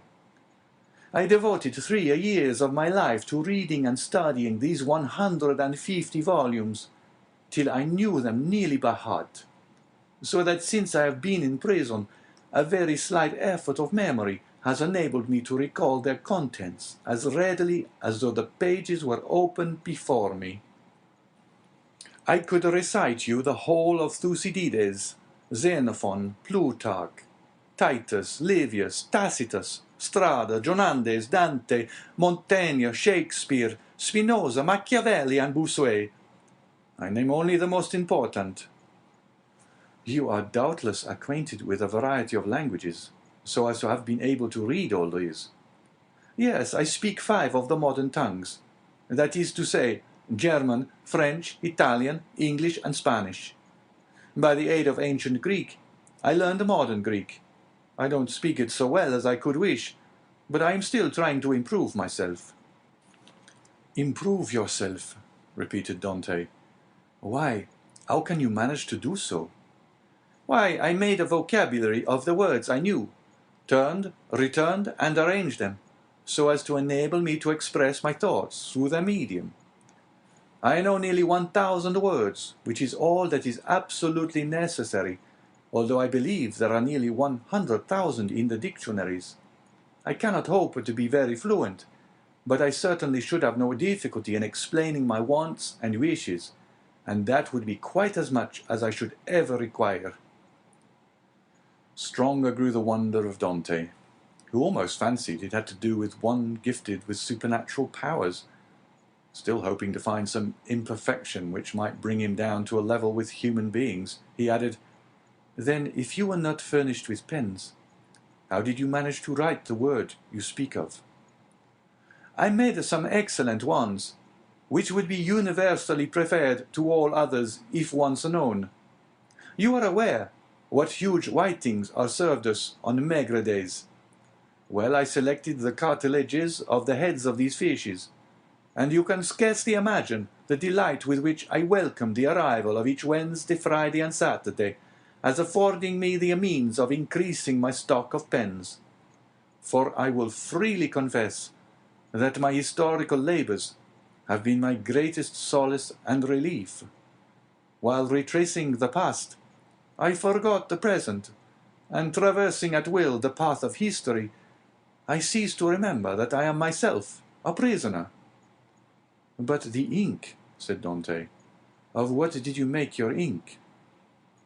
"There was formerly a fireplace in my dungeon," replied Faria, "but it was closed up long ere I became an occupant of this prison. Still, it must have been many years in use, for it was thickly covered with a coating of soot. This soot I dissolved in a portion of the wine brought to me every Sunday, and I assure you a better ink cannot be desired. For very important notes, for which closer attention is required, I pricked one of my fingers, and wrote with my own blood." "And when?" asked Dante. "May I see all this?" "Whenever you please," replied the abbé.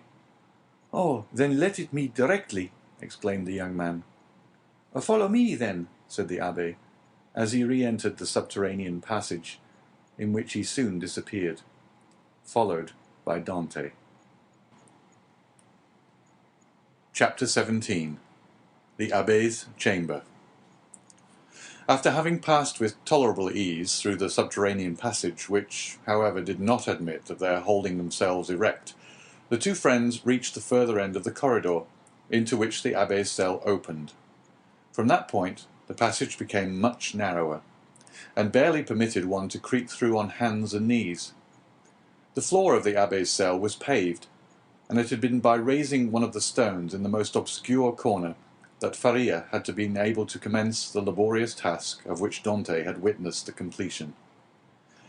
As he entered the chamber of his friend, Dante cast around one eager and searching glance in quest of the expected marvels, but nothing more than common met his view.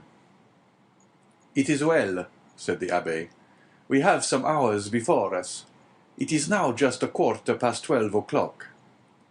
Instinctively, Dante turned round to observe by what watch or clock the abbé had been able so accurately to specify the hour. "Look at this ray of light which enters by my window," said the abbé, "and then observe the lines traced on the wall. Well, by means of these lines, which are in accordance with the double motion of the earth, and the ellipse it describes around the sun, I am enabled to ascertain the precise hour with more minuteness than if I possessed a watch, for that might be broken or deranged in its movements, while the sun and the earth never vary in their appointed paths." This last explanation was wholly lost upon Dante. He had always imagined, from seeing the sun rise from behind the mountains and set in the Mediterranean, that it moved, and not the earth. A double movement of the globe he inhabited, and of which he could feel nothing, appeared to him perfectly impossible. Each word that fell from his companion's lips seemed fraught with the mysteries of science, as worthy of digging out as of the gold and diamonds in the mines of Guzerat and Golconda, which he could just recollect having visited during a voyage made in his earliest youth. "Come," said he to the abbé, "I am anxious to see your treasures." The abbé smiled, and proceeding to the disused fireplace, raised by the help of his chisel a long stone, which had doubtless been the hearth, beneath which was a cavity of considerable depth, serving as a safe depository of the articles mentioned to Dante. "What do you wish to see first?" asked the abbé. "Oh, your great work on the monarchy of Italy." Faria then drew forth from his hiding-place 3 or 4 rolls of linen, laid one over the other like folds of papyrus, These rolls consisted of slips of cloth about 4 inches wide and 18 long. They were all carefully numbered and closely covered with writing, so legible that Dante could easily read it, as well as make out the sense, it being in Italian, a language he, as a Provençal, perfectly understood. "There," said he, "there is the work complete. I wrote the word finis at the end of the 68th strip about a week ago. I have torn up 2 of my shirts, and as many handkerchiefs as I was master of, to complete the precious pages. Should I ever get out of prison and find in all Italy a printer courageous enough to publish what I have composed, my literary reputation is forever secured." "I see," answered Dante. "Now let me behold the curious pens with which you have written your work." "Look," said Faria, showing to the young man a slender stick about 6 inches long, and much resembling the size of the handle of a fine painting brush, to the end of which was tied, by a piece of thread, one of those cartilages of which the abbé had before spoken to Dante. It was pointed, and divided at the nib like an ordinary pen. Dante examined it with intense admiration, then looked around to see the instrument with which it had been shaped so correctly into form. "Ah, yes," said Faria. "The penknife, that's my masterpiece. I made it as well, this larger knife, out of an old iron candlestick." The penknife was sharp and keen as a razor. As for the other knife, it would serve a double purpose, and with it one cut and thrust. Dante examined the various articles shown to him with the same attention that he had bestowed on the curiosities and strange tools exhibited in the shops at Marseilles as the works of the savages in the South Seas, from whence they had been brought by the different trading vessels. "As for the ink," said Faria, "I told you I managed to obtain that, and I only just made it from time to time as I require it." "One thing still puzzles me," observed Dante, "and that is how you managed to do all this by daylight." "I worked at night also," replied Faria. "Night? Why, for heaven's sake, are your eyes like cats, that you can see to work in the dark?" "Indeed they are not, but God has supplied man with the intelligence that enables him to overcome the limitations of natural conditions. I furnish myself with a light." "You did? Pray, tell me how." "I separated the fat from the meat served to me, melted it, and so made oil. Here is my lamp." So saying, the abbé exhibited a sort of torch, very similar to those used in public illuminations. "But a light?" "Here are 2 flints and a piece of burnt linen." "And matches?" "I pretended that I had a disorder of the skin, and asked for a little sulphur, which was readily supplied." Dante laid the different things he had been looking at on the table, and stood with his head drooping on his breast, as though overwhelmed by the perseverance and strength of Faria's mind. "You have not seen all yet," continued Faria, "for I do not think it wise to trust all my treasures in the same hiding place. Let us shut this one up." They put the stone back in its place. The abbé sprinkled a little dust over it to conceal the traces of its having been removed, rubbed his foot well on it to make it assume the same appearance as the other, and then, going towards his bed, he removed it from the spot it stood in. Behind the head of the bed, and concealed by a stone fitting in so closely as to defy all suspicion, was a hollow space, and in this space a ladder of cords between 25 and 38 feet in length. Dante closely and eagerly examined it. He found it firm, solid, and compact enough to bear any weight. "Who supplied you with the materials for making this wonderful work?" "I tore up several of my shirts, and ripped out the seams in the sheets of my bed, during my 3 years' imprisonment at Fenestrelle, and when I was removed to the Château, I managed to bring the ravellings with me, so that I have been able to finish my work here." "And was it not discovered that your sheets were unhemmed?" "Oh, no, for when I had taken out the thread I required, I hemmed the edges over again." "With what?" "With this needle," said the abbé, As opening his ragged vestments, he showed Dante a long, sharp fishbone, with a small perforated eye for the thread, a small portion of which still remained in it. "I once thought," continued Faria, "of removing these iron bars and letting myself down from the window, which, as you see, is somewhat wider than yours, although I should have enlarged it still more, preparatory to my flight. However, I discovered that I should merely have dropped into a sort of inner court, and I therefore renounced the project altogether as too full of risk and danger. Nevertheless, I carefully preserved my ladder against one of those unforeseen opportunities of which I spoke just now, and which sudden chance frequently brings about." While affecting to be deeply engaged in examining the ladder, the mind of Dante was, in fact, busily occupied by the idea that a person so intelligent, ingenious, and clear-sighted as the abbé might probably be able to solve the dark mystery of his own misfortunes, where he himself could see nothing. "What are you thinking of?" asked the abbé smilingly, imputing the deep abstraction in which his visitor was plunged to the excess of his awe and wonder. "I was reflecting, in the first place," replied Dante, "upon the enormous degree of intelligence and ability you must have employed to reach the high perfection to which you have attained. What would you not have accomplished if you had been free?" "Possibly nothing at all. The overflow of my brain would probably, in a state of freedom, have evaporated in 1,000 follies.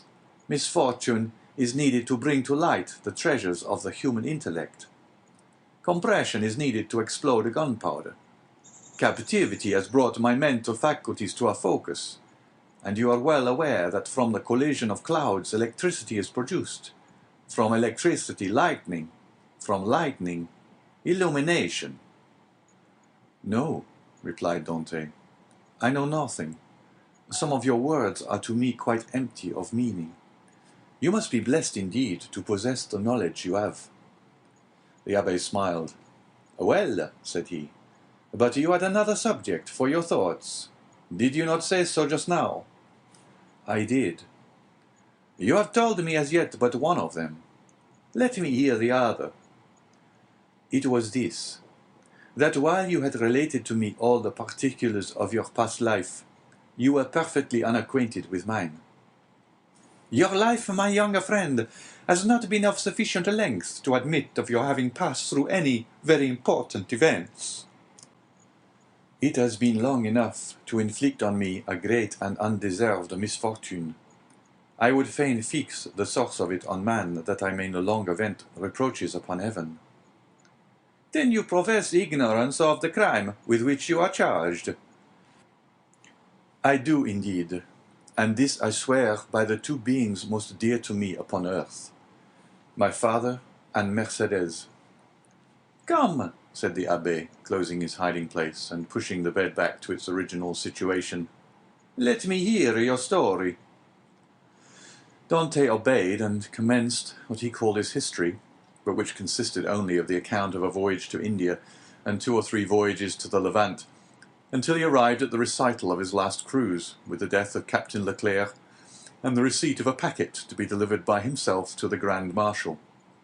His interview with that personage, and his receiving, in place of the packet brought, a letter addressed to a Monsieur Noirtier, his arrival at Marseille and interview with his father, his affection for Mercédès and their nuptial feast, his arrest and subsequent examination, his temporary detention at the Palais de Justice, and his final imprisonment in the Château d'If.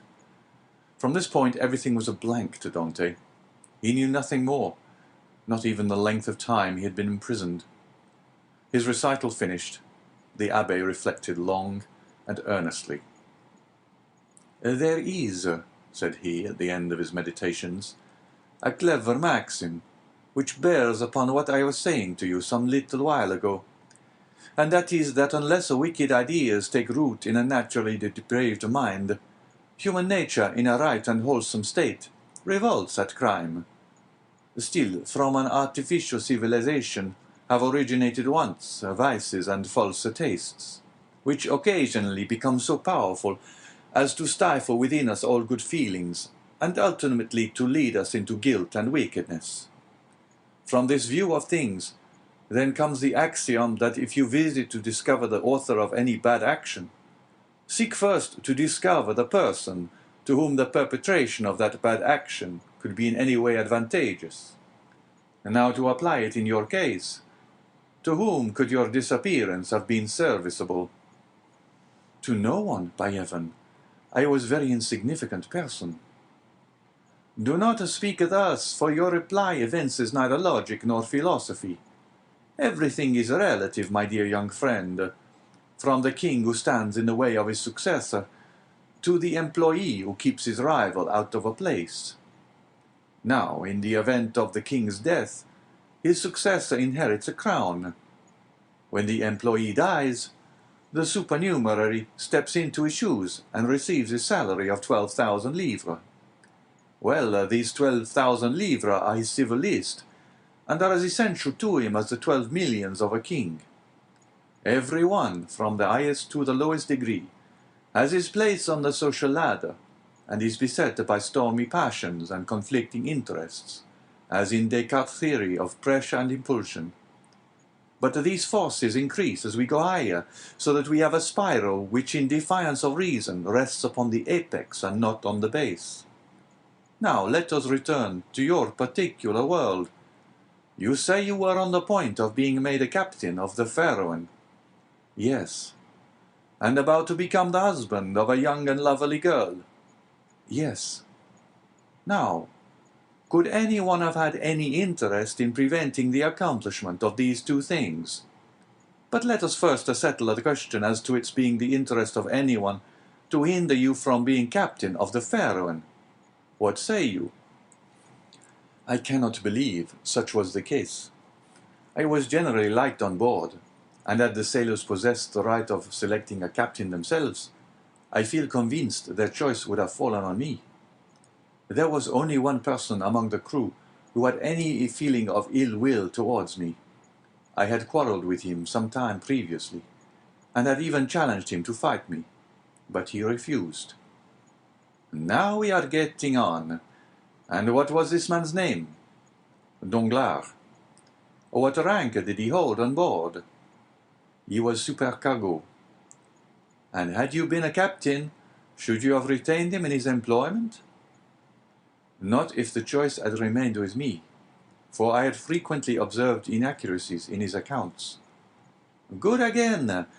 Now then tell me, was any person present during your last conversation with Captain Leclerc? No, we were quite alone. Could your conversation have been overheard by anyone? It might, for the cabin door was open. And stay, now, I recollect. Danglars himself passed by just as Captain Leclerc was giving me the packet for the Grand Marshal. That's better, cried the Abbé. Now we are on the right scent. Did you take anybody with you when you put into the port of Elba? Nobody. Somebody there received your packet, and gave you a letter in place of it, I think. Yes, the Grand Marshal did. And what did you do with that letter? Put it into my portfolio. You had your portfolio with you, then? Now, how could a sailor find room in his pocket for a portfolio large enough to contain an official letter? You are right, it was left on board. Then it was not until your return to the ship that you put the letter in the portfolio? No. And what did you do with this same letter while returning from the Porto Ferraio to the vessel? I carried it in my hand. So that when you went on board the Pharaon, everybody could see that you held a letter in your hand? Yes. Danglars as well as the rest? Danglars as well as others. Now listen to me, and try to recall every circumstance attending your arrest. Do you recollect the words in which the information against you was formulated? Oh yes, I read it over 3 times, and the words sank deeply into my memory. Repeat it to me. Dante paused a moment, then said, This is it, word for word.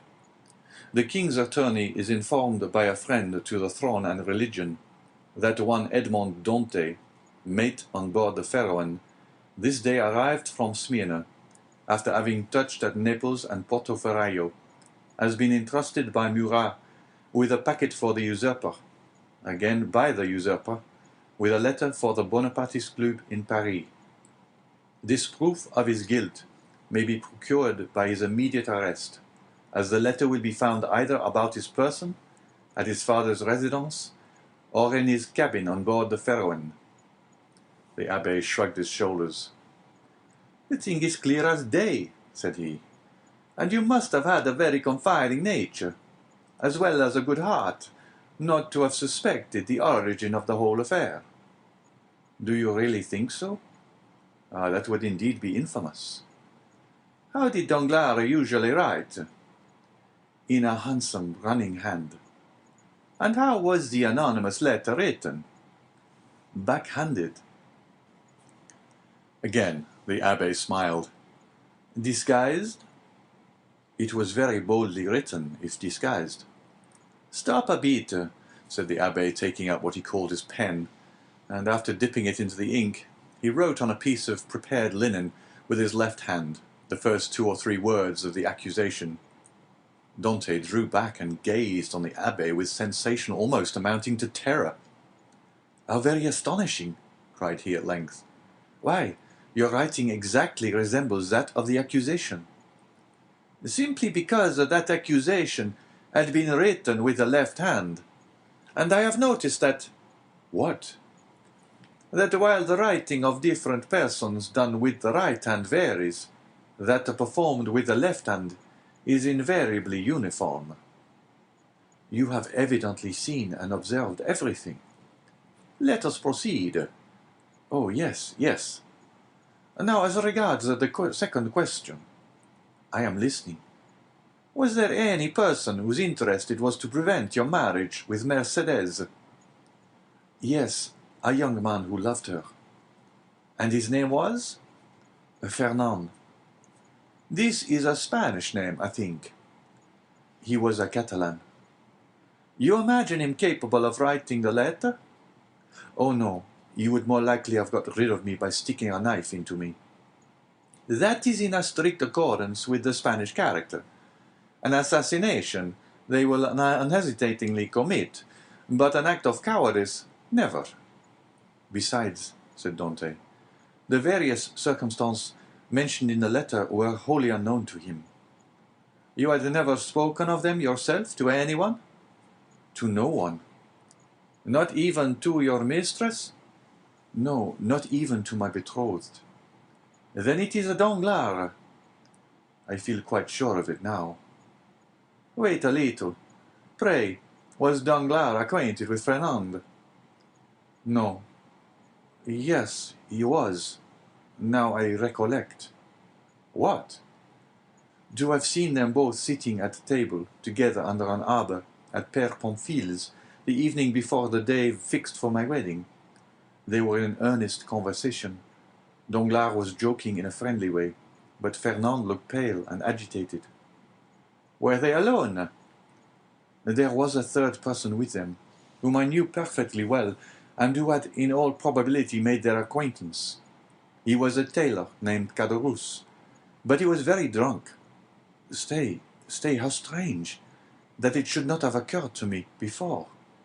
Now I remember quite well that on the table round which they were sitting were pens, ink, and paper.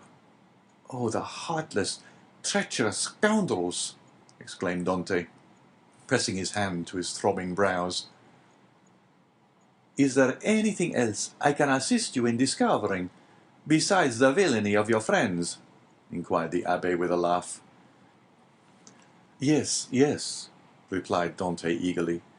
"I would beg of you, who see so completely to the depths of things, and to whom the greatest mystery seems but an easy riddle, to explain to me how it was that I underwent no second examination, was never brought to trial, and, above all, was condemned without ever having had sentence passed on me." "That is altogether a different and more serious matter," responded the abbé. The ways of justice are frequently too dark and mysterious to be easily penetrated. All we have hitherto done in the matter has been child's play. If you wish me to enter upon the more difficult part of the business, you must assist me by the most minute information on every point. Pray ask me whatever question you please, for in good truth you see more clearly into my life than I do myself. In the first place, then who examined you? The king's attorney, his deputy, or a magistrate? The deputy. Was he young or old? About 6 or 27 years of age, I should say. So, answered the abbé, old enough to be ambitious, but too young to be corrupt. And how did he treat you? With more of mildness than severity. Did you tell him your whole story? I did. And did his conduct change at all in the course of your examination? He did appear much disturbed when he read the letter that had brought me into this scrape. He seemed quite overcome by my misfortune. By your misfortune? Yes. Then you feel quite sure that it was the misfortune he deplored. He gave me one great proof of his sympathy at any rate. And that? He burnt the sole evidence that could at all have criminated me. What, the accusation? No, the letter. Are you sure? I saw it done. That alters the case. This man might after all be a great scoundrel than you have thought possible. Upon my word, said Dante, you make me shudder. Is the world filled with tigers and crocodiles? Yes, and remember that two-legged tigers and crocodiles are more dangerous than the others. Never mind. Let us go on. With all my heart. You tell me he burned the letter. He did, saying at the same time, you see, I thus destroy the only proof existing against you.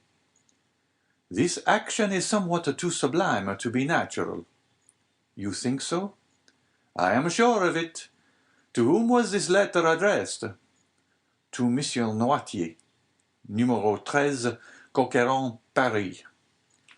Now can you conceive of any interest that your heroic deputy could possibly have had in the destruction of that letter? Why, it is not altogether impossible. He might have had, for he made me promise several times never to speak of that letter to anyone, assuring me he so advised me for my own interest. And more than this, he insisted on my taking a solemn oath never to utter the name mentioned in the address. Noirtier, repeated the abbé. Noirtier. I knew a person of that name at the court of the Queen of Etruria, a Noirtier, who had been a Girondin during the Revolution. What was your deputy called? De Villefort. The abbé burst into a fit of laughter, while Dante gazed on him in utter astonishment. What ails you? Said he at length. Do you see that ray of sunlight? I do. Well, the whole thing is more clear to me than that sunbeam is to you. Poor fellow, poor young man. And you tell me this magistrate expressed great sympathy and commiseration for you. He did. And the worthy man destroyed your compromising letter? Yes. And then made you swear never to utter the name of Noirtier? Yes. Why, you poor short-sighted simpleton, can you not guess who this Noirtier was, whose very name he was so careful to keep concealed? Noirtier was his father. Had a thunderbolt fallen at the feet of Dante, or hell opened its yawning gulf before him, he could not have been more completely transfixed with horror than he was at the sound of these unexpected words. Starting up, he clasped his hands around his head as though to prevent his very brain from bursting, and exclaimed, His father? His father? Yes, his father, replied the abbé. His right name was Noirtier de Villefort. At this instant a bright light shot through the mind of Dante, and cleared up all that had been dark and obscure before. the change that had come over Villefort during the examination, the destruction of the letter, the exacted promise, the almost supplicating tones of the magistrate, who seemed rather to implore mercy than to pronounce punishment, all returned with a stunning force to his memory. He cried out and staggered against the wall like a drunken man. Then he hurried to the opening that led from the abbé's cell to his own, and said, "I must be alone, to think over all this." When he regained his dungeon, he threw himself on his bed, where the turnkey found him in the evening visit, sitting with fixed gaze and contracted features, dumb and motionless as a statue. During these hours of profound meditation, which to him had seemed only minutes, he had formed a fearful resolution, and bound himself to its fulfilment by a solemn oath.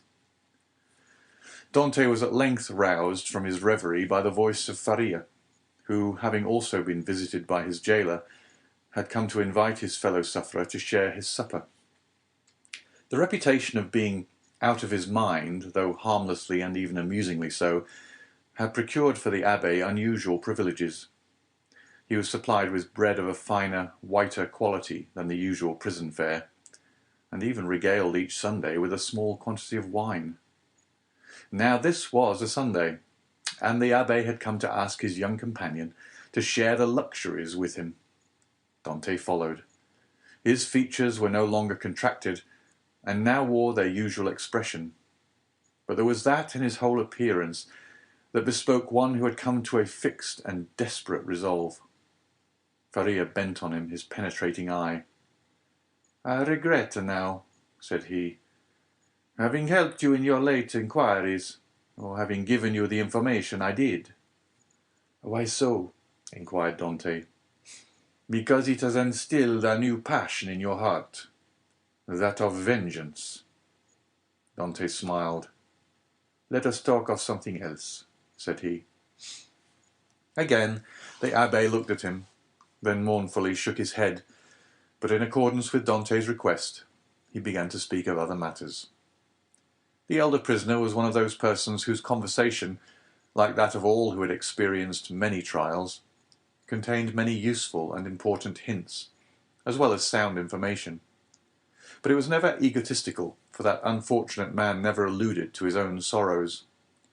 Dante listened with admiring attention to all he said. Some of his remarks corresponded with what he already knew, or applied to the sort of knowledge his nautical life had enabled him to acquire.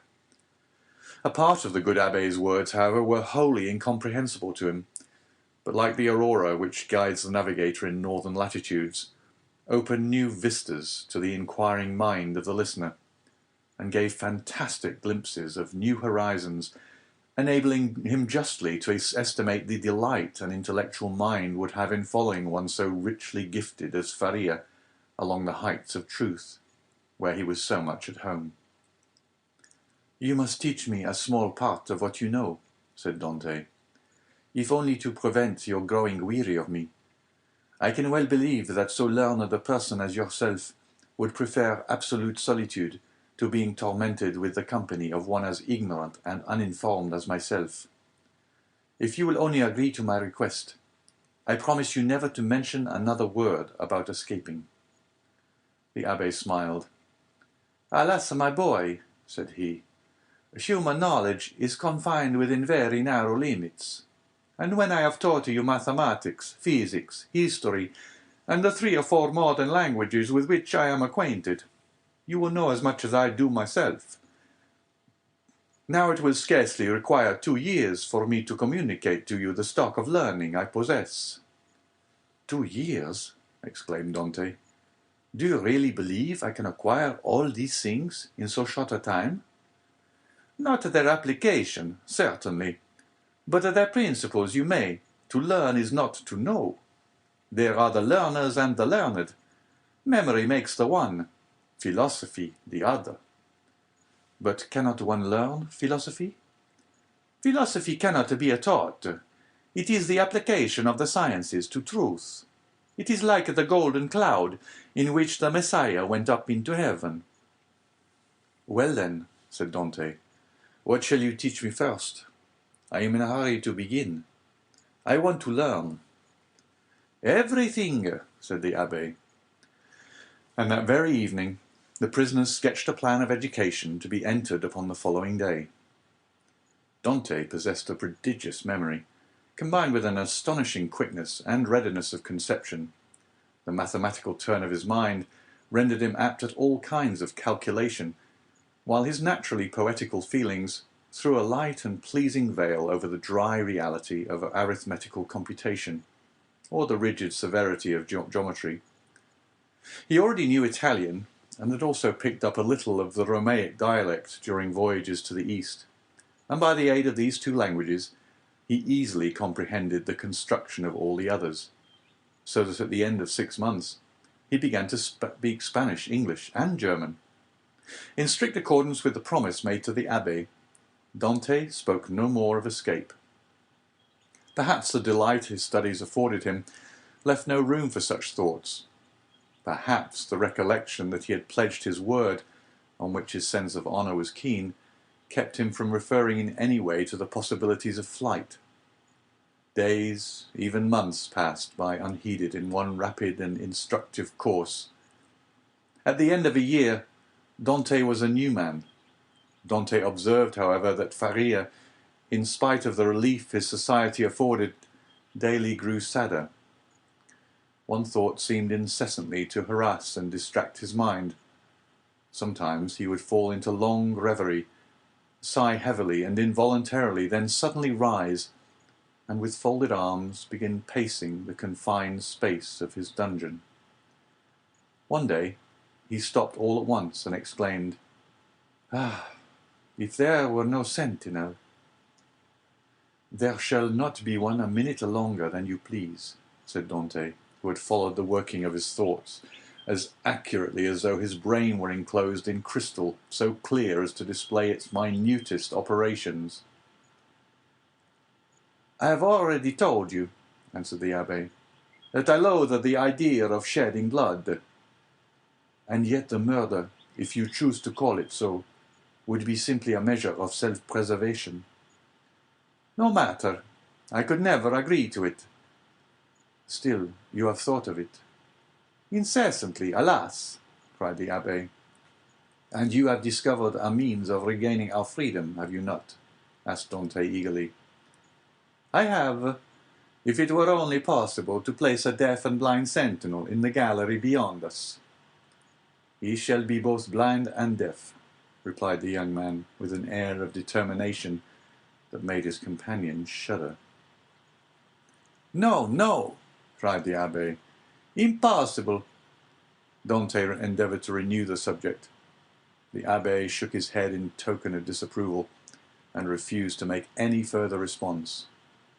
3 months passed away. "Are you strong?" the abbé asked one day of Dante. The young man in reply took up the chisel, bent it into the form of a horseshoe, and then as readily straightened it. "And you will engage not to do any harm to the sentry, except as a last resort?" "I promise, on my honour." "Then," said the abbé, "we may hope to put our design into execution." "And how long shall we be in accomplishing the necessary work?" "At least a year." "And shall we begin at once?" "At once." "We have lost a year to no purpose," cried Dante. "Do you consider the last 12 months to have been wasted?"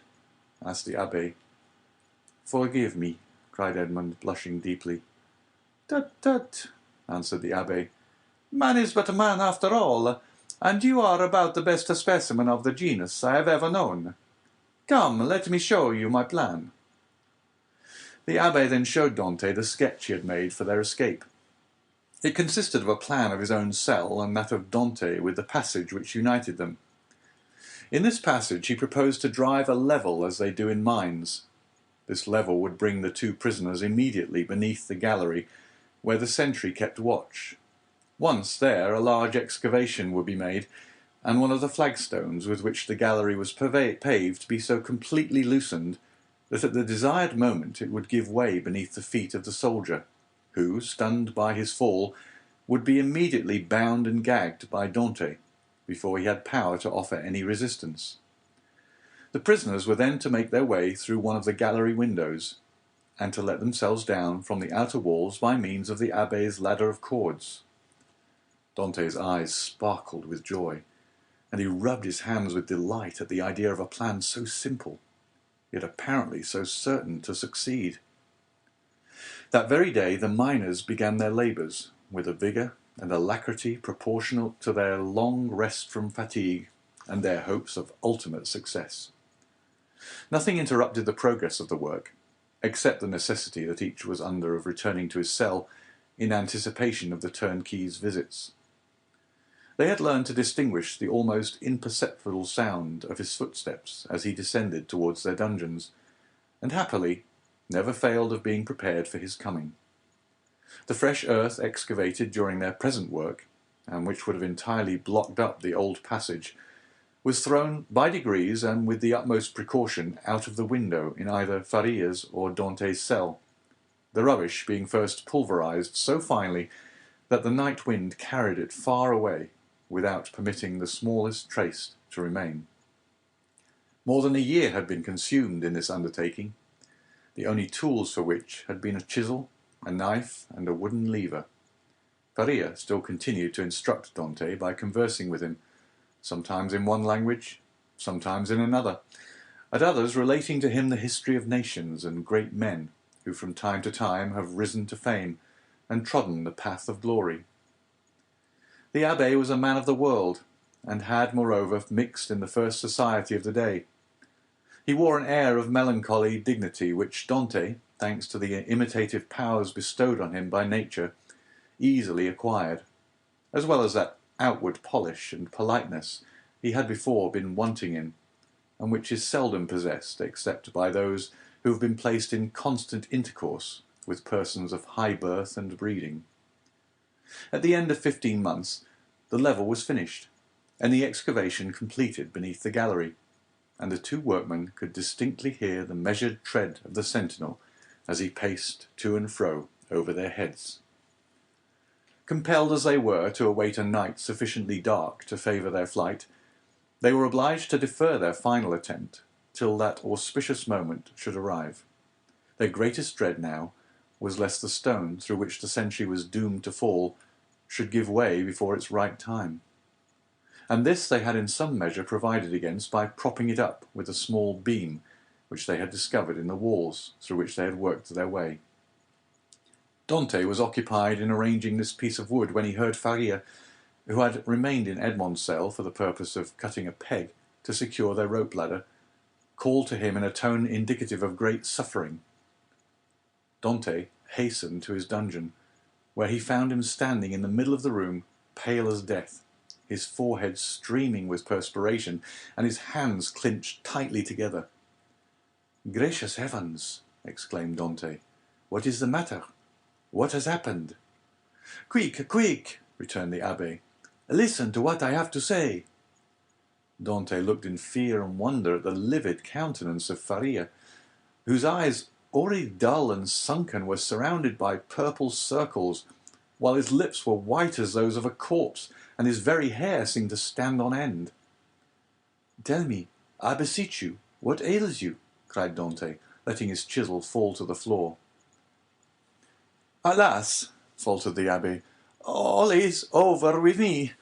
I am seized with a terrible, perhaps mortal illness. I can feel that the paroxysm is fast approaching. I had a similar attack the year previous to my imprisonment. This malady admits but of one remedy. I will tell you what it is. Go into my cell as quickly as you can. Draw out one of the feet that support the bed. You will find it has been hollowed out for the purpose of containing a small phial. You will see they are filled with a red-looking fluid. Bring it to me. Or rather, no, I may be found here. Therefore, help me back to my room while I have the strength to drag myself along. Who knows what may happen, or how long the attack may last?"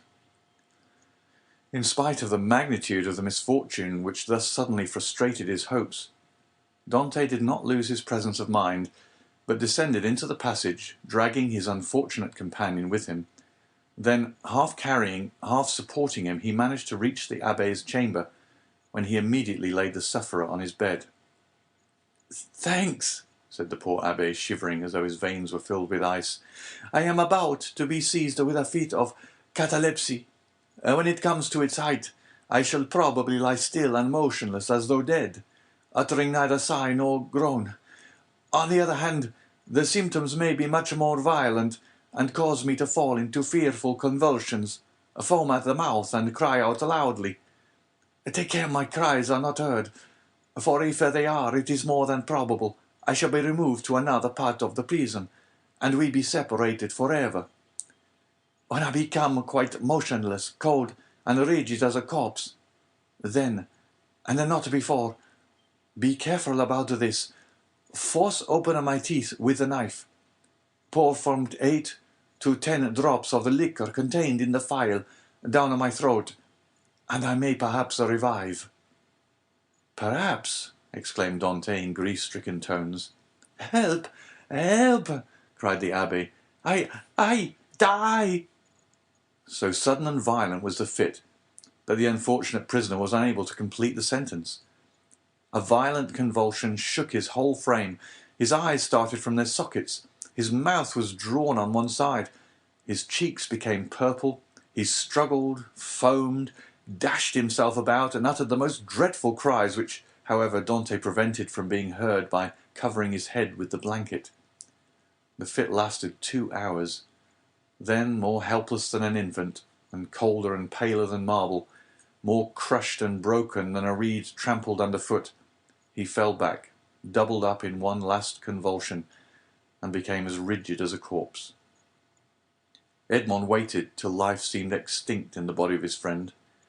Then, taking up the knife, he with difficulty forced open the closely fixed jaws, carefully administered the appointed number of drops, and anxiously awaited the result. An hour passed away, and the old man gave no sign of returning animation. Dante began to fear he had delayed too long ere he had administered the remedy, and thrusting his hands into his hair, continued gazing on the lifeless features of his friend.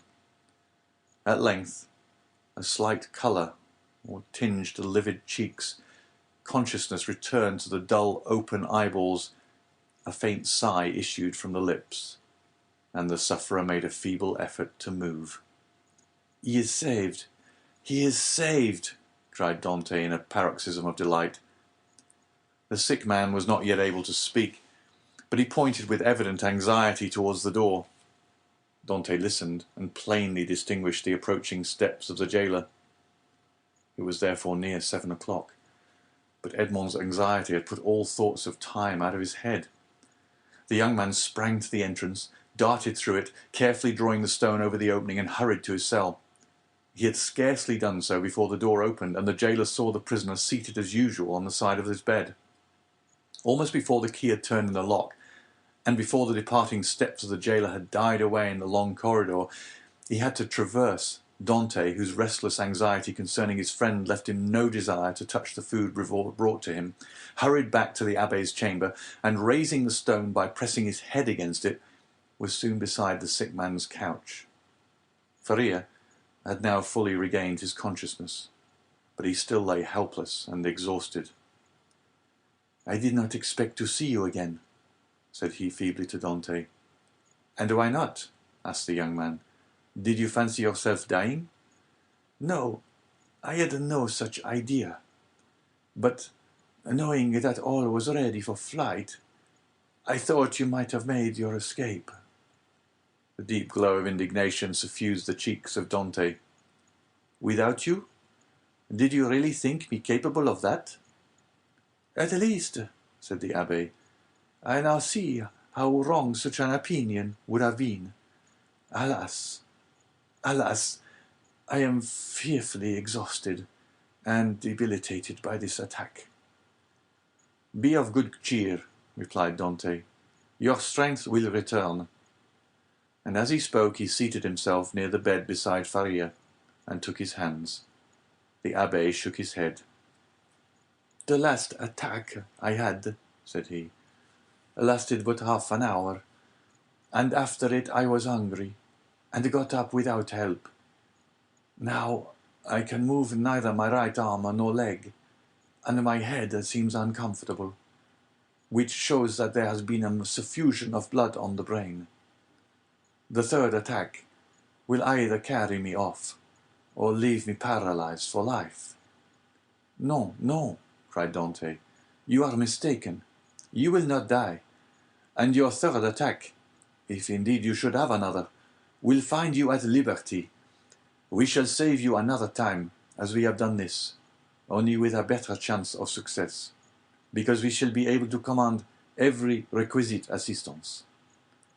"My good Edmond," answered the abbé, "be not deceived.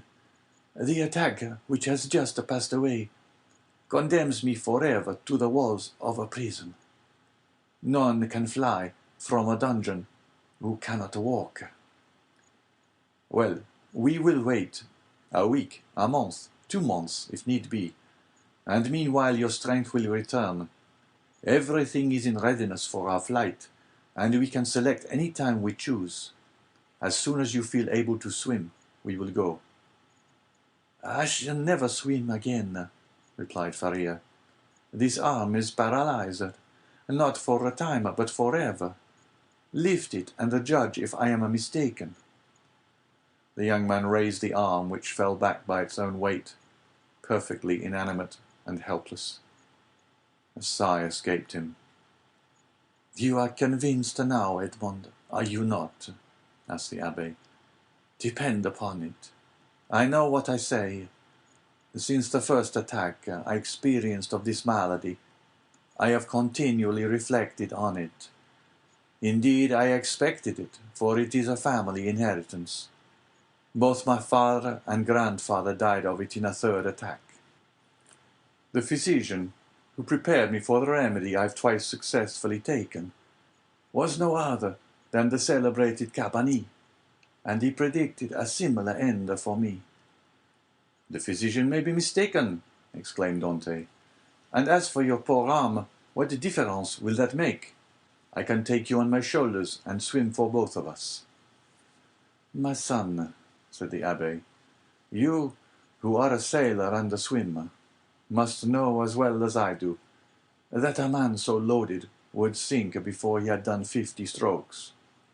Cease then to allow yourself to be duped by vain hopes that even your own excellent heart refuses to believe in.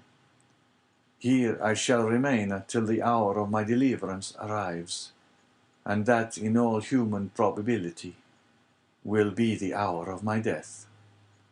As for you, who are young and active, delay not on my account, but fly, go. I give you back your promise." "It is well," said Dante. "Then I shall also remain." Then rising and extending his hand with an air of solemnity over the old man's head, he slowly added, "By the blood of Christ, I swear never to leave you while you live."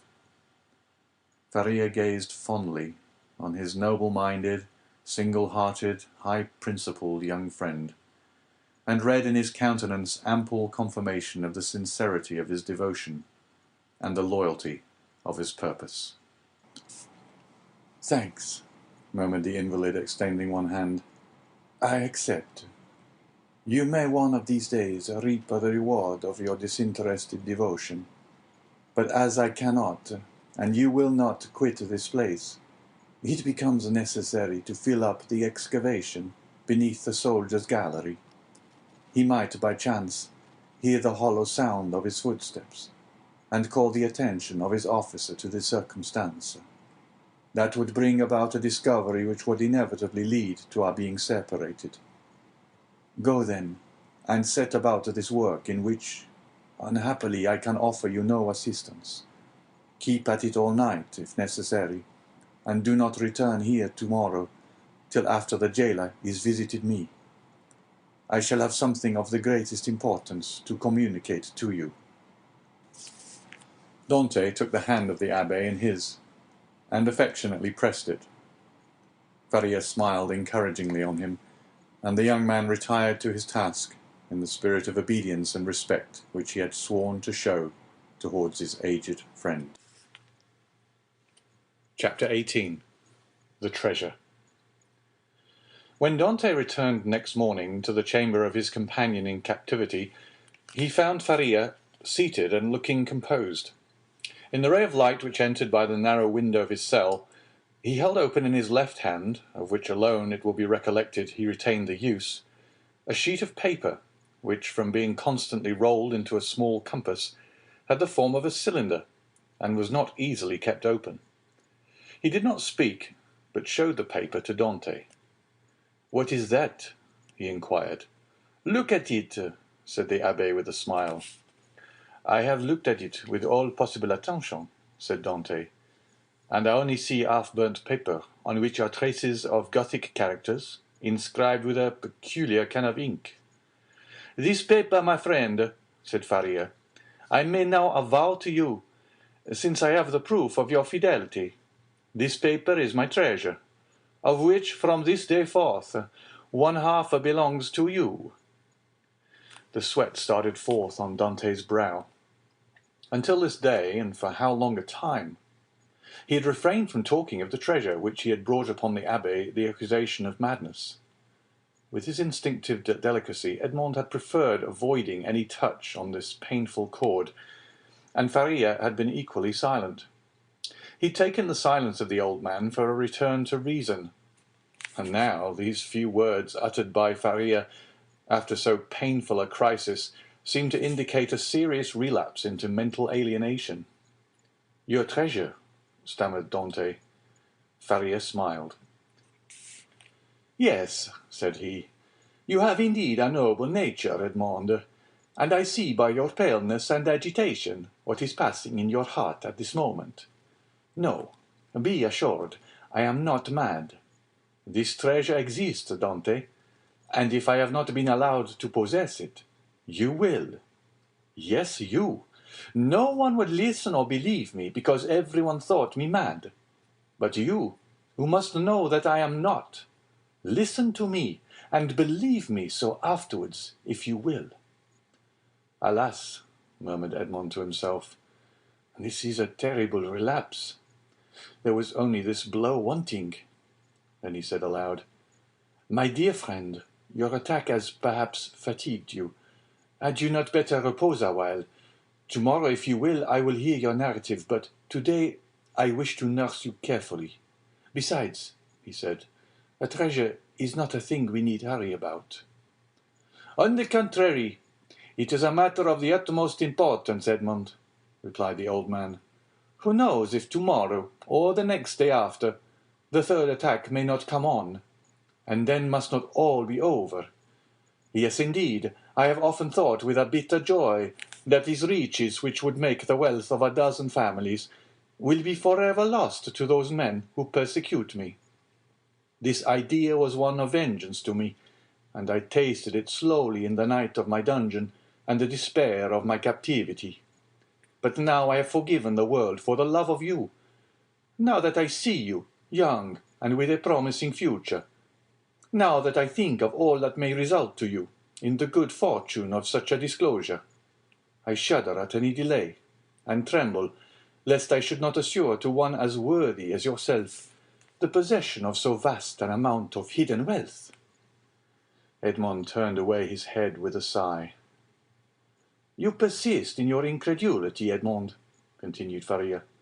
"My words have not convinced you. I see you require proofs. Well then, read this paper, which I have never shown to anyone." "Tomorrow, my dear friend," said Edmond, desirous of not yielding to the old man's madness. "I thought it was understood that we should not talk of that until tomorrow." "Then we will not talk of it until tomorrow, but read this paper today." "I will not irritate him," thought Edmond, and taking the paper, of which half was wanting, having been burnt, no doubt by some accident, he read, "This treasure, which may amount to 2 of Roman crowns in the most distant of the second opening declare to belong to him allo heir, 25th April, 1490. "Well," said Faria, when the young man had finished reading it. "Why," replied Dante, "I see nothing but broken lines and unconnected words, which are rendered illegible by fire." "Yes, to you, my friend, who read them for the first time, but not for me, who have grown pale over them by many nights' study, and have reconstructed every phrase, completed every thought." "And do you believe you have discovered the hidden meaning?" "I am sure I have, and you shall judge for yourself. But first listen to the history of this paper." "Silence!" exclaimed Dante. "Steps approach. I go. Adieu." And Dante, happy to escape the history and explanation which would be sure to confirm his belief in his friend's mental instability, glided like a snake along the narrow passage, while Faria, restored by his alarm to a certain amount of activity, pushed the stone into place with his foot and covered it with a mat in order the more effectually to avoid discovery. It was the governor, who, hearing of Faria's illness from the jailer, had come in person to see him. Faria sat up to receive him, avoiding all gestures in order that he might conceal from the governor the paralysis that had already half stricken him with his death. His fear was lest the governor, touched with pity, might order him to be removed to better quarters, and thus separate him from his young companion. But fortunately this was not the case, and the governor left him convinced that the poor madman, for whom in his heart he felt a kind of affection, was only troubled with a slight indisposition. During this time Edmond, seated on his bed with his head in his hands, tried to collect his scattered thoughts. Faria, since their first acquaintance, had been on all points so rational and logical, so wonderfully sagacious, in fact, that he couldn't understand how so much wisdom on all points could be allied with madness. Was Faria deceived as to his treasure, or was all the world deceived as to Faria? Dante remained in his cell all day, not daring to return to his friend, thinking thus to defer the moment when he should be convinced, once for all, that the abbé was mad. Such conviction would be so terrible. But towards the evening, after the hour for the customary visit had gone by, Faria, not seeing the young man appear, tried to move and get over the distance which separated them. Edmond shuddered when he heard the painful efforts which the old man made to drag himself along. His leg was inert, and he could no longer make use of one arm. Edmond was obliged to assist him, for otherwise he would not have been able to enter by the small aperture which led to Dante's chamber. "Here I am, pursuing you remorselessly," he said with a benignant smile. "You thought to escape my munificence, but it is in vain. Listen to me." Edmond saw there was no escape, and placing the old man on his bed, he seated himself on the stool beside him. "You know," said the abbé, "that I was the secretary and intimate friend of Cardinal Spada, the last of the princes of that name. I owe to this worthy lord all the happiness I have ever knew. He was not rich, although the wealth of his family had passed into a proverb, and I heard the phrase very often, as rich as a Spada. But he, like public rumor, lived on his reputation for wealth. His palace was my paradise. I was tutor to his nephews, who are dead, and when he was alone in the world, I tried by absolute devotion to his will to make up to him all he had done for me during 10 years of unremitting kindness. The cardinal's house had no secrets from me. I had often seen my noble patron annotating ancient volumes and eagerly searching amongst dusty family manuscripts. One day, when I was reproaching him for his unavailing searches, and deploring the prostration of mind that followed them, he looked at me, and smiling bitterly, opened a volume relating to the history of the city of Rome. There, in the 20th chapter of the life of Pope Alexandre VI, were the following lines which I can never forget. The great wars of Romagna had ended. Caesar Borgia, who had completed his conquest, had need of money to purchase all Italy.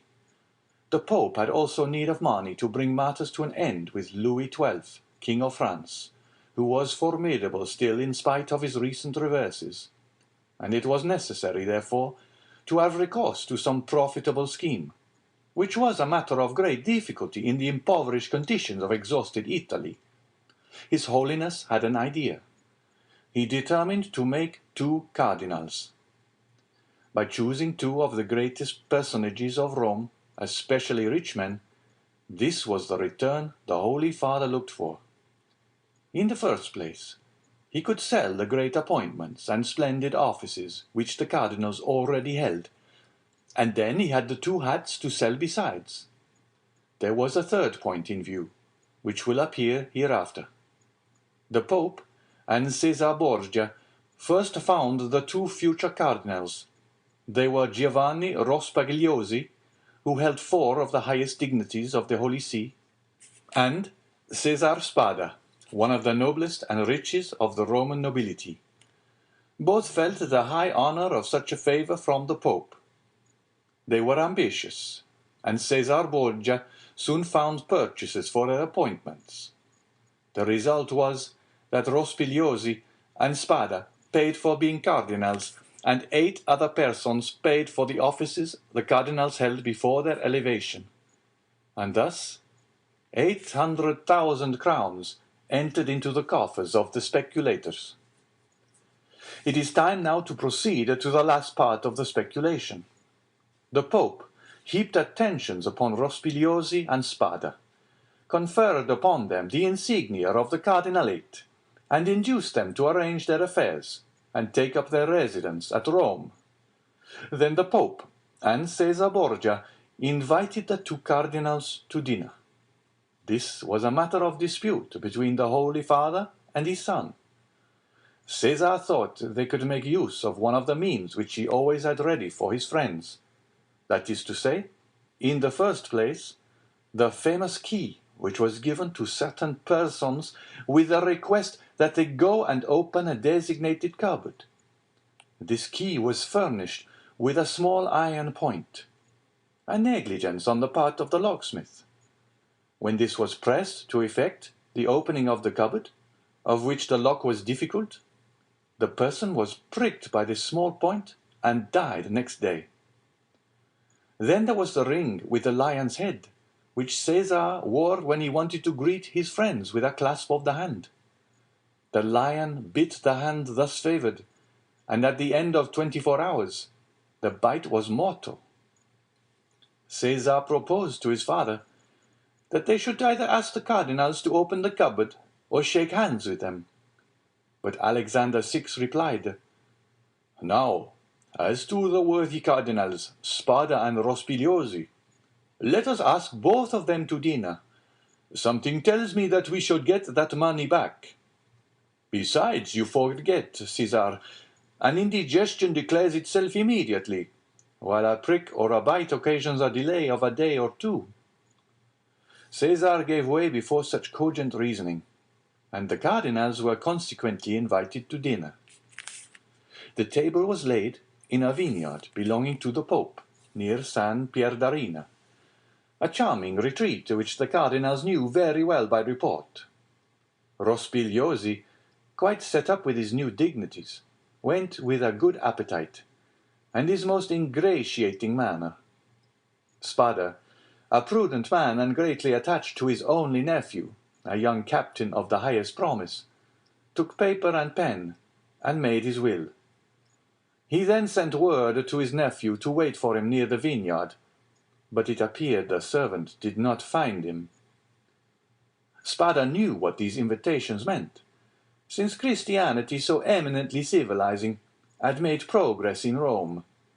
It was no longer a centurion who came from the tyrant with a message, "Cæsar wills that you die," but it was a legate at a Latere who came with a smile on his lips to say from the Pope, "His Holiness requests you to dine with him." Spada set about 2 o'clock to San Pierdarina. The Pope awaited him. The first sight that attracted the eyes of Spada was that of his nephew in full costume, and Cæsar Borgia paying him most marked attentions. Spada turned pale, as César looked at him with an ironical air which proved that he had anticipated all, and that the snare was well spread. They began their dinner, and Spada was only able to inquire of his nephew if he had received his message. The nephew replied no, perfectly comprehending the meaning of the question. It was too late, for he had already drunk a glass of excellent wine, placed for him expressly by the Pope's butler. Spada at the same moment saw another bottle approach him, which he was pressed to taste. An hour afterwards, a physician declared they were both poisoned through eating mushrooms. Spada died on the threshold of the vineyard. The nephew expired at his own door, making signs which his wife could not comprehend. Then César and the Pope hastened to lay hands on the heritage, under presence of seeking for papers of the dead man. But the inheritance consisted in this only, a scrap of paper on which Spada had written, "I bequeath to my beloved nephew my coffers, my books, and amongst others my breviary, with the gold corners, which I beg he would preserve in remembrance of his affectionate uncle." The heirs sought everywhere, admired the breviary, laid hands on the furniture, and were greatly astonished that Spada, the rich man, was really the most miserable of uncles. No treasures, unless they were those of science, contained in the library and laboratories. That was all. César and his father searched, examined, scrutinized, but found nothing, or at least very little, not exceeding a few thousand crowns in plate, and about the same in ready money. But the nephew had time to say to his wife before he expired, "Look well among my uncle's papers. There is a will." They sought even more thoroughly than the august heirs had done, but it was fruitless. There were 2 palaces and a vineyard behind the Palatine Hill. But in these days landed property had not much value, and the 2 palaces and the vineyard remained to the family, since they were beneath the rapacity of the Pope and his son. Months and years rolled on. Alexander VI died, poisoned. You know by what mistake. César, poisoned at the same time, escaped by shedding his skin like a snake. But the new skin was spotted by the poison, till it looked like a tiger's. Then, compelled to quit Rome, he went and got himself obscurely killed in a night skirmish, scarcely noticed in history. After the Pope's death and his son's exile, it was supposed that Spada family would resume the splendid position they had held before the cardinal's time. But this was not the case. The Spadas remained in doubtful ease. A mystery hung over this dark affair, and the public rumor was that César, a better politician than his father, had carried off from the Pope the fortune of the 2 cardinals. I say the 2 because Cardinal Rospigliosi, who had not taken any precaution, was completely despoiled.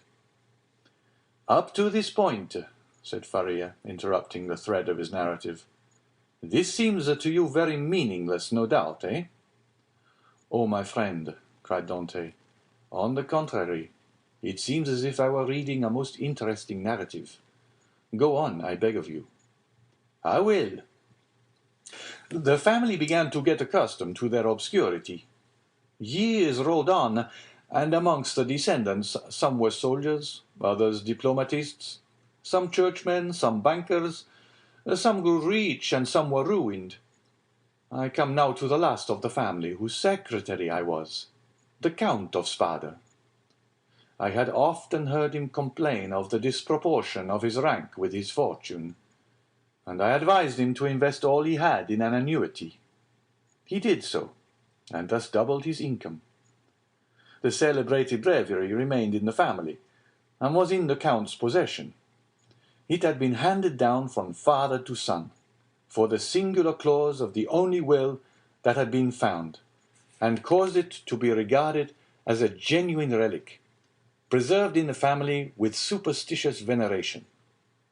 It was an illuminated book, with beautiful Gothic characters, and so weighty with gold that a servant always carried it before the cardinal on days of great solemnity. At the sight of papers of all sorts, titles, contracts, parchments, which were kept in the archives of the family, all descending from the poisoned cardinal, I in my turn examined the immense bundles of documents, like 20 servitors, stewards, secretaries before me.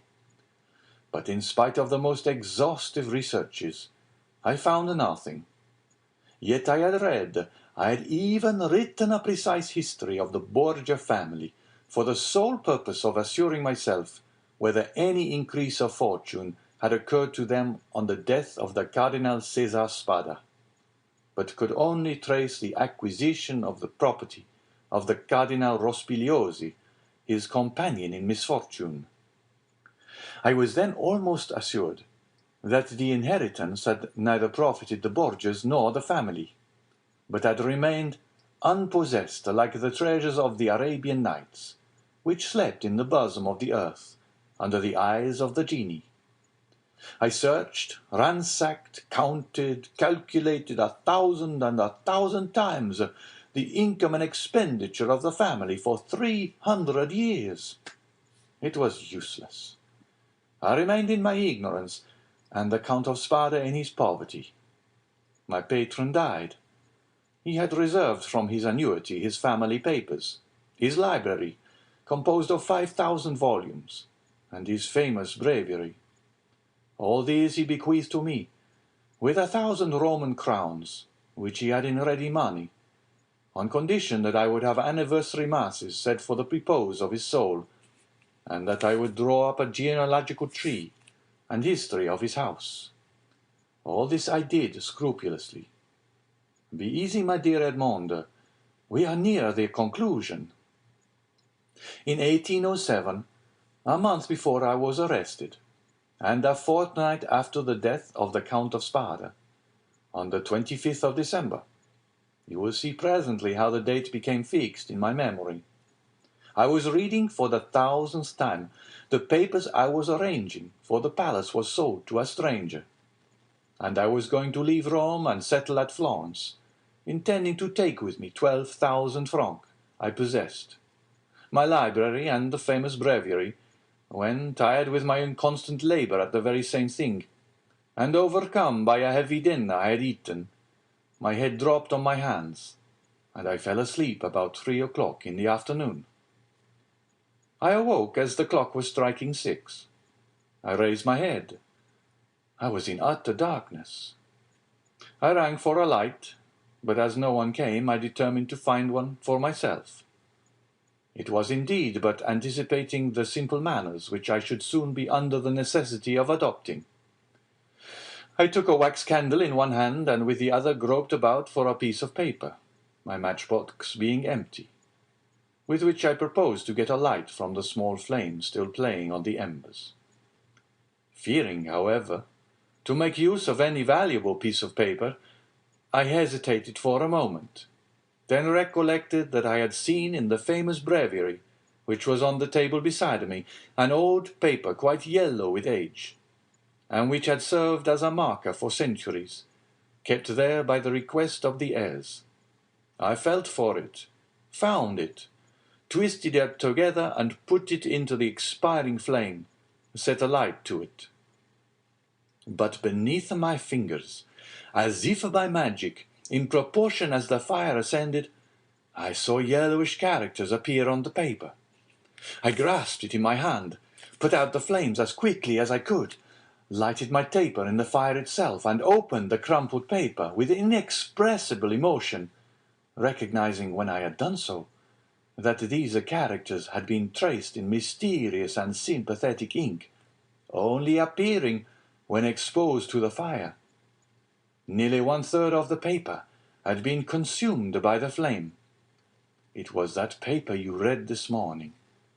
Read it again, Dante, and then I will complete for you the incomplete words and unconnected sense. Faria, with an air of triumph, offered the paper to Dante, who this time read the following words, traced with an ink of a reddish colour resembling rust. This 25th day of April, 1498, B. Alexander VI, and fearing that not he may desire to become my heir, and Bentivoglio, who were poisoned, my sole heir that I have but, and has visited with me, that is in island of Monte Cristo, all I jewels, diamonds, gems, that I alone may amount to nearly the 2 will find on raising the 20th row creek to the east in a right line, 2 open. In these caves the treasure is in the furthest, which treasure I bequeath and leave as my sole heir. 25th April 1498, says. And now, said the abbé, read this other paper, and he presented to Dante a second leaf, with fragments of lines written on it, which Edmond read as follows. Ing invited to dine by his holiness, content with making me pay for my hat, serves for me the fate of Cardinals Caprara. I declare to my nephew, Guido Spada. Read in a place he knows, the caves of the small, est of ingots, gold, money, know of the existence of this treasure which lions of Roman crowns, and which he from the small ings have been made, Ngel in the second, tire to him, R. Spada. Faria followed him with an excited look. And now, he said, when he saw that Dante had read the last line, put the 2 fragments together and judge for yourself. Dante obeyed, and the conjointed pieces gave the following.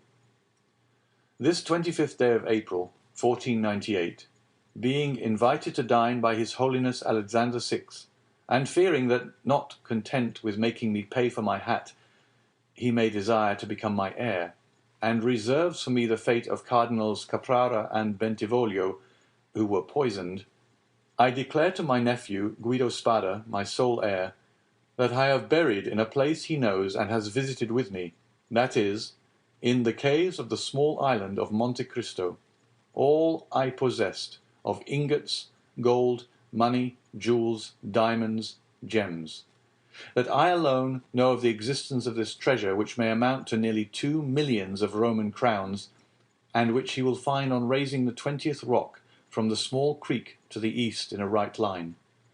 2 openings have been made in these caves. The treasure is in the furthest angle in the second, which treasure I bequeath and leave entire to him as my sole heir. 25th April, 1498. César Spada. Well, do you comprehend now? Inquired Faria. It is the declaration of Cardinal Spada, and the will so long sought for, replied Edmond, still incredulous. Yes, 1,000 times yes. And who completed it as it is now? I did, aided by the remaining fragment. I guessed the rest, measuring the length of the lines by those of the paper, and divining the hidden meaning by means of what was in part revealed, as we are guided in a cavern by the small ray of light above us. And what did you do when you arrived at this conclusion? I resolved to set out, and did set out at that very instant, carrying with me the beginning of my great work, the unity of the Italian kingdom. But for some time the imperial police, who at this period, quite contrary to what Napoleon desired so soon as he had son born to him, wished for a partition of provinces, had their eyes on me, and my hasty departure, the cause of which they were unable to guess, having aroused their suspicions. I was arrested at the very moment I was leaving Piombino. Now, continued Faria, addressing Dante with an almost paternal expression, now, my dear fellow, you know as much as I do myself. If we ever escape together, half of this treasure is yours. If I die here, and you escape alone, the whole belongs to you. But, inquired Dante, hesitating, has this treasure no more legitimate possessor in the world than ourselves? No, no, be easy on that score. The family is extinct. The last Count of Spada, moreover, made me his heir, bequeathing to me this symbolic breviary. He bequeathed to me all it contained. No, no, make your mind satisfied on that point. If we lay hands on this fortune, we may enjoy it without remorse. And you say this treasure amounts to 2 millions of Roman crowns, nearly 13 millions of our money. Impossible, said Dante, staggered at the enormous amount. Impossible? And why? Asked the old man. The Spada family was one of the oldest and most powerful families of the 15th century. And in those times when other opportunities for investment were wanting, such accumulations of gold and jewels were by no means rare.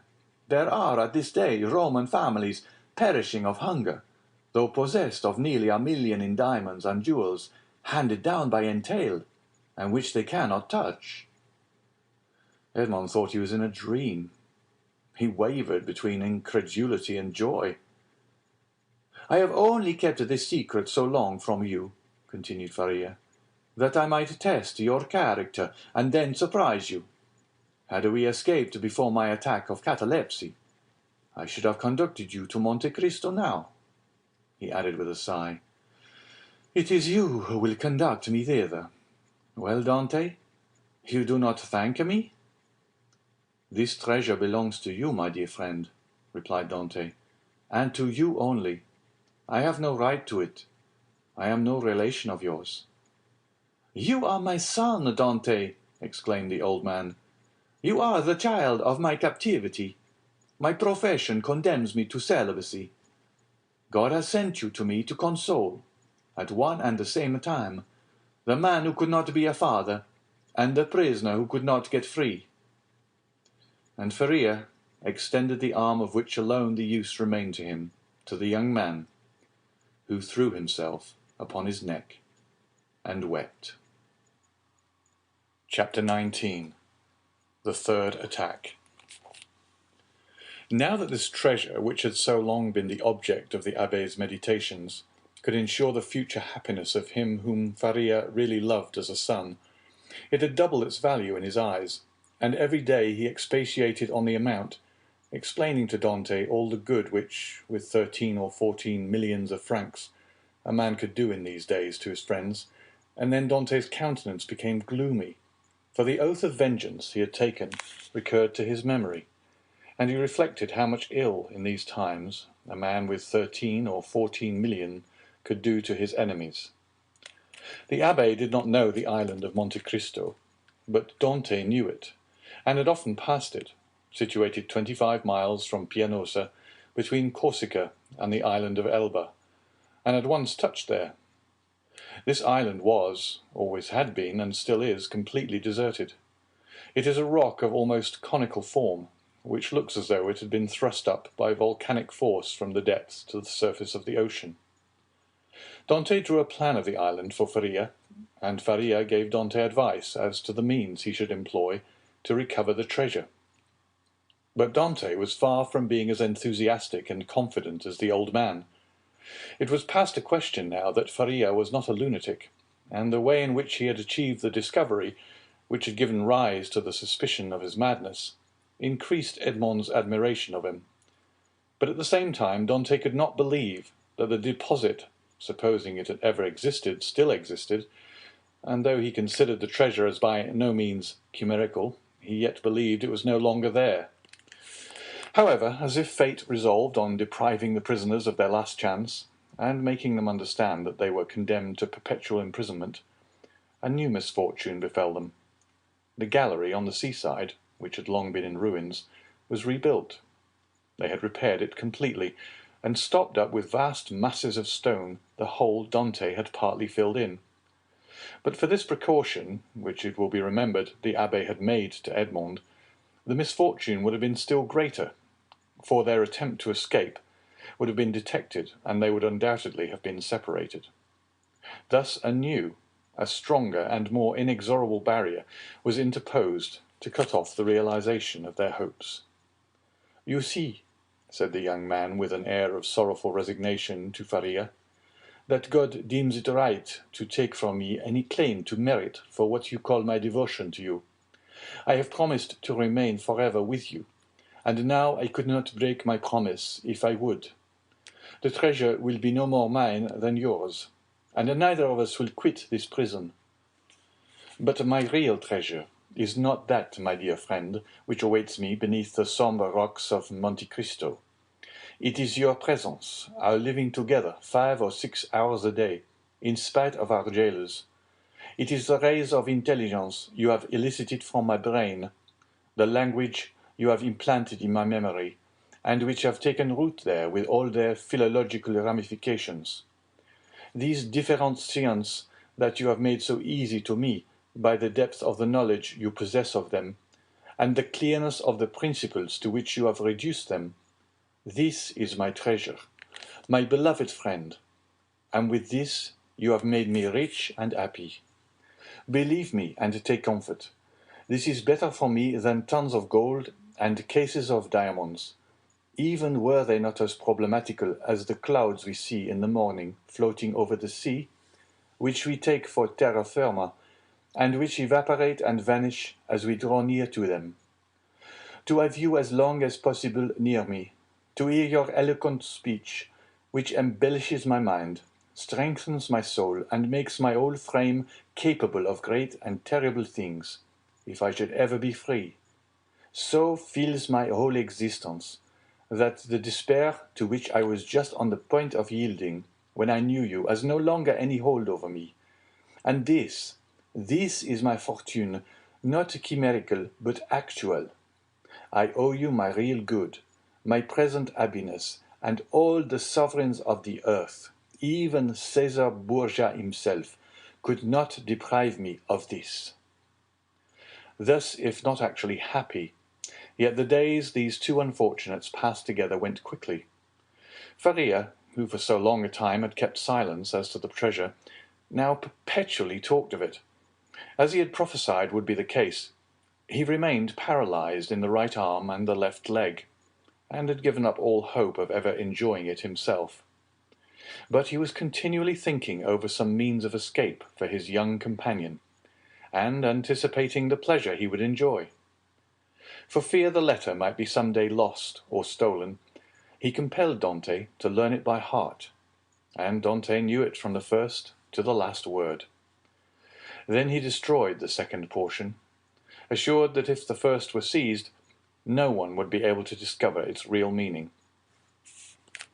Whole hours passed while Faria was giving instructions to Dante, instructions which were to serve him when he was at liberty.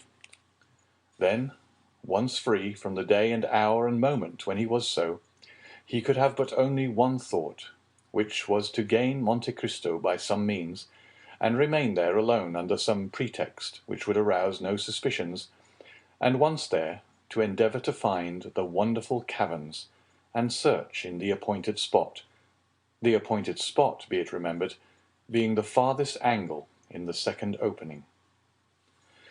In the meanwhile the hours passed, if not rapidly, at least tolerably. Faria, as we have said, without having recovered the use of his hand and foot, had regained all the clearness of his understanding, and had gradually, besides the moral instructions we have detailed, taught his youthful companion the patient and sublime duty of a prisoner, who learns to make something from nothing. They were thus perpetually employed. Faria, that he might not see himself grow old; Dante, for fear of recalling the almost extinct past, which now only floated in his memory like a distant light wandering in the night. So life went on for them, as it does for those who are not victims of misfortune, and whose activities glide along mechanically and tranquilly beneath the eye of Providence. But beneath his superficial calm, there were in the heart of the young man, and perhaps in that of the old man, many repressed desires, many stifled sighs, which would vent when Faria was left alone, and when Edmond returned to his cell. One night, Edmond awoke suddenly, believing that he heard someone calling him. He opened his eyes upon utter darkness. His name, or rather a plaintive voice which essayed to pronounce his name, reached him. He sat up in bed, and a cold sweat broke out upon his brow. Undoubtedly the call came from Faria's dungeon. "Alas!" murmured Edmond. "Can it be?" He moved his bed, drew up the stone, rushed into the passage, and reached the opposite extremity. The secret entrance was open. By the light of the wretched and wavering lamp of which we have spoken, Dante saw the old man, pale, but yet erect, clinging to the bedstead.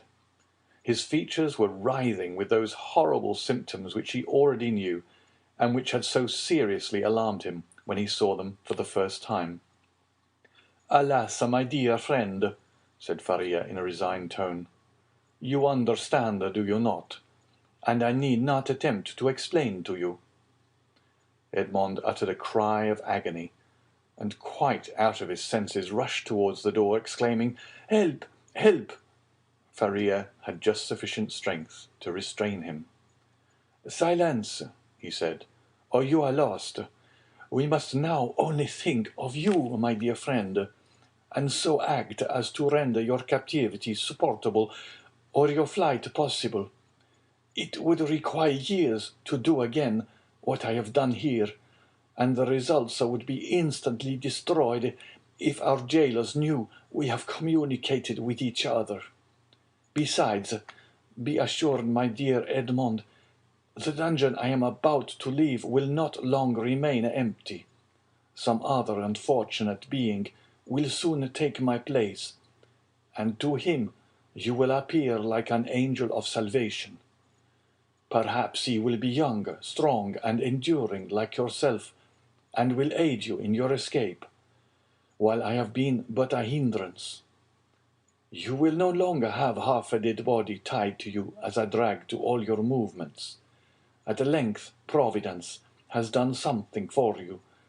He restores to you more than he takes away, and it was time I should die." Edmond could only clasp his hands and exclaim, "Oh, my friend, speak not thus!" And then resuming all his presence of mind, which had for a moment staggered under this blow, and his strength which had failed at the words of the old man, he said, "Oh, I have saved you once, and I will save you a second time." And raising the foot of the bed, he drew out the phial, still a third filled with the red liquor. "See," he exclaimed, "there remains still some of the magic draught. Quick, quick, tell me what I must do this time.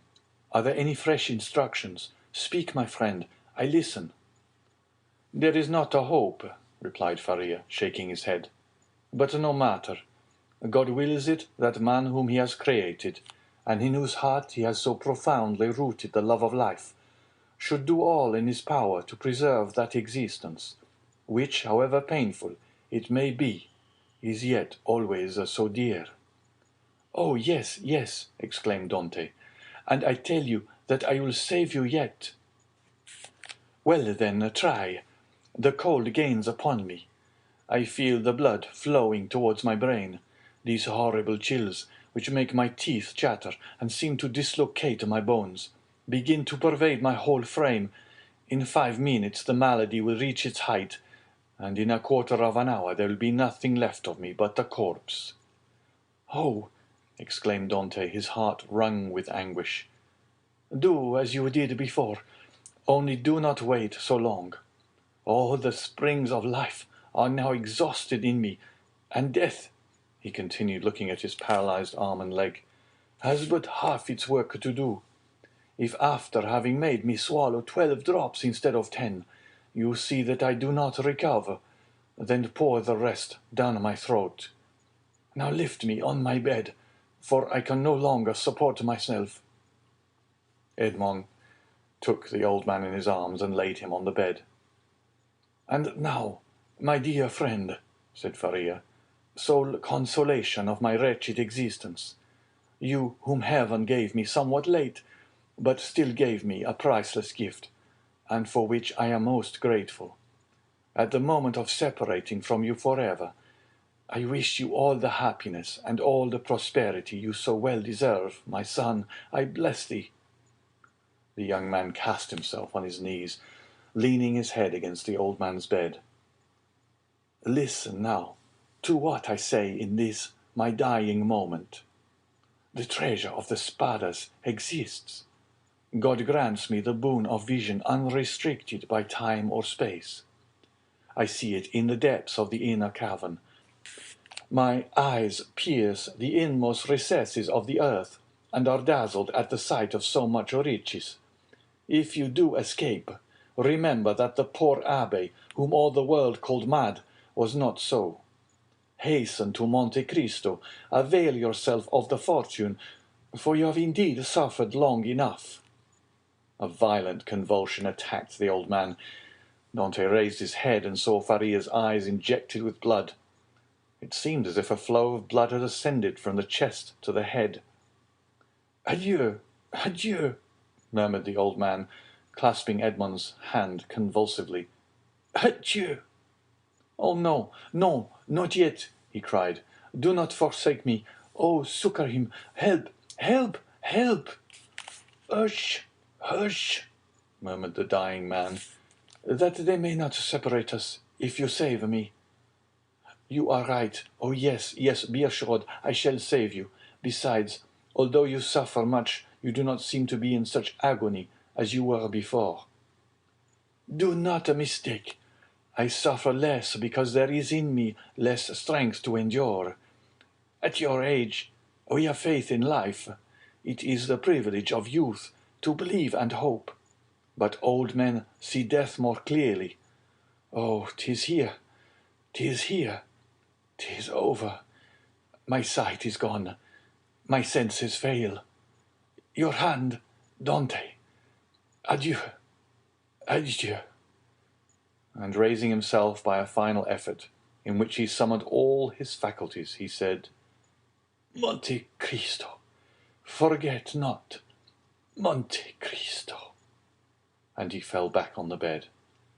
The crisis was terrible, and a rigid form with twisted limbs, swollen eyelids, and lips flecked with bloody foam lay on the bed of torture in place of the intellectual being who so lately rested there. Dante took the lamp, placed it on a projecting stone above the bed, whence its tremulous light fell with strange and fantastic ray on the distorted countenance and motionless, stiffened body. With steady gaze he awaited confidently the moment for administering the restorative. When he believed that the right moment had arrived, he took the knife, pried open the teeth which offered less resistance than before, counted one after the other 12 drops, and watched. The phial contained perhaps twice as much more. He waited 10 minutes, a quarter of an hour, half an hour. No change took place. Trembling, his hair erect, his brow bathed with perspiration, he counted the seconds by the beating of his heart. Then he thought it was time to make the last trial, and he put the phial to the purple lips of Faria, and without having occasion to force open his jaws, which had remained extended, he poured the whole of the liquid down his throat. The draught produced a galvanic effect. A violent trembling pervaded the old man's limbs. His eyes opened until it was fearful to gaze upon them. He heaved a sigh which resembled a shriek, and then his convulsed body returned gradually to its former immobility, the eyes remaining open. Half an hour, an hour and a half elapsed, and during this period of anguish Edmond leaned over his friend, his hand applied to his heart, and felt the body gradually grow cold, and the heart's pulsation become more and more deep and dull, until at length it stopped. The last movement of the heart ceased. The face became livid. The eyes remained open, but the eyeballs were glazed. It was 6 o'clock in the morning. The dawn was just breaking, and its feeble ray came into the dungeon, and paled the ineffectual light of the lamp. Strange shadows passed over the countenance of the dead man, and at times gave it the appearance of life. While the struggle between day and night lasted, Dante still doubted. But as soon as the daylight gained the preeminence, he saw that he was alone with a corpse. Then an invincible and extreme terror seized upon him, and he dared not again press the hand that hung out of bed. He dared no longer to gaze on those fixed and vacant eyes, which he tried many times to close, but in vain. They opened again as soon as shut. He extinguished the lamp carefully, concealed it, and then went away, closing as well as he could the entrance to the secret passage by the large stone as he descended. It was time, for the jailer was coming. On this occasion he began his rounds at Dante's cell, and on leaving him he went on to Faria's dungeon, taking thither breakfast and some linen. Nothing betokened that the man knew anything of what had occurred. He went on his way.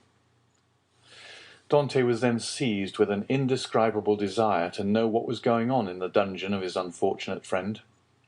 He therefore returned by the subterraneous gallery, and arrived in time to hear the exclamations of the turnkey, who called out for help. Other turnkeys came, and then was heard the regular tramp of soldiers. Last of all came the governor. Edmond heard the creaking of the bed as they moved the corpse, heard the voice of the governor, who asked them to throw water on the dead man's face, and seeing that in spite of this application the prisoner did not recover, they sent for the doctor. The governor then went out, and words of pity fell on Dante's listening ears, mingled with brutal laughter. "Well, well," said one, "the madman has gone to look after his treasure. Good journey to him. With all his millions, he will not have enough to pay for his shroud," said another. "Oh," added a third voice, "the shrouds of the Château d'If are not dear."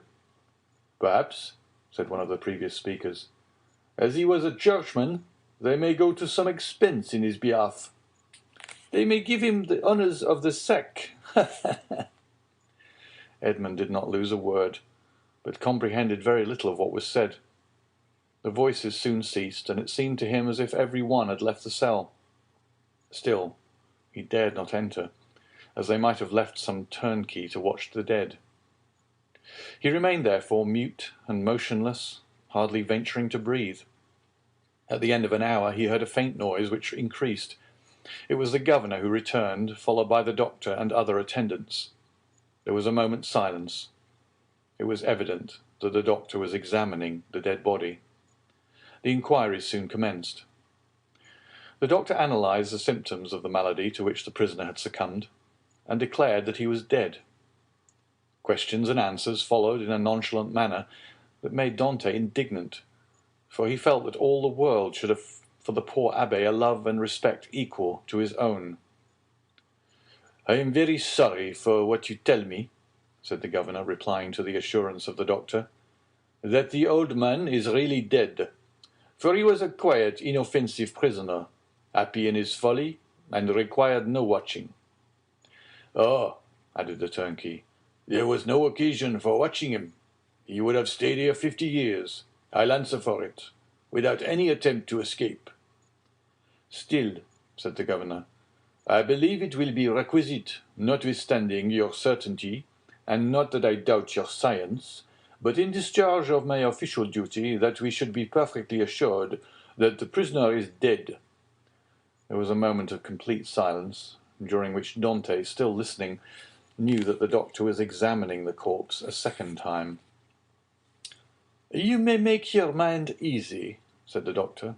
"He is dead. I will answer for that."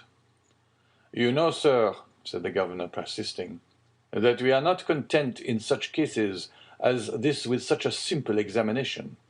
In spite of all appearances, be so kind, therefore, as to finish your duty by fulfilling the formalities described by law." "Let the irons be heated," said the doctor. "But really it is a useless precaution." This order to heat the irons made Dante shudder. He heard hasty steps, the creaking of a door, people going and coming, and some minutes afterwards a turnkey entered, saying, "Here is the brazier, lighted." There was a moment's silence, and then was heard the crackling of burning flesh, of which the peculiar and nauseous smell penetrated even behind the wall where Dante was listening in horror.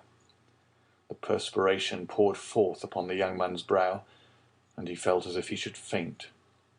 "You see, sir, he is really dead," said the doctor. "This burn in the heel is decisive. The poor fool is cured of his folly and delivered from his captivity." "Wasn't his name Faria?" inquired one of the officers who accompanied the governor.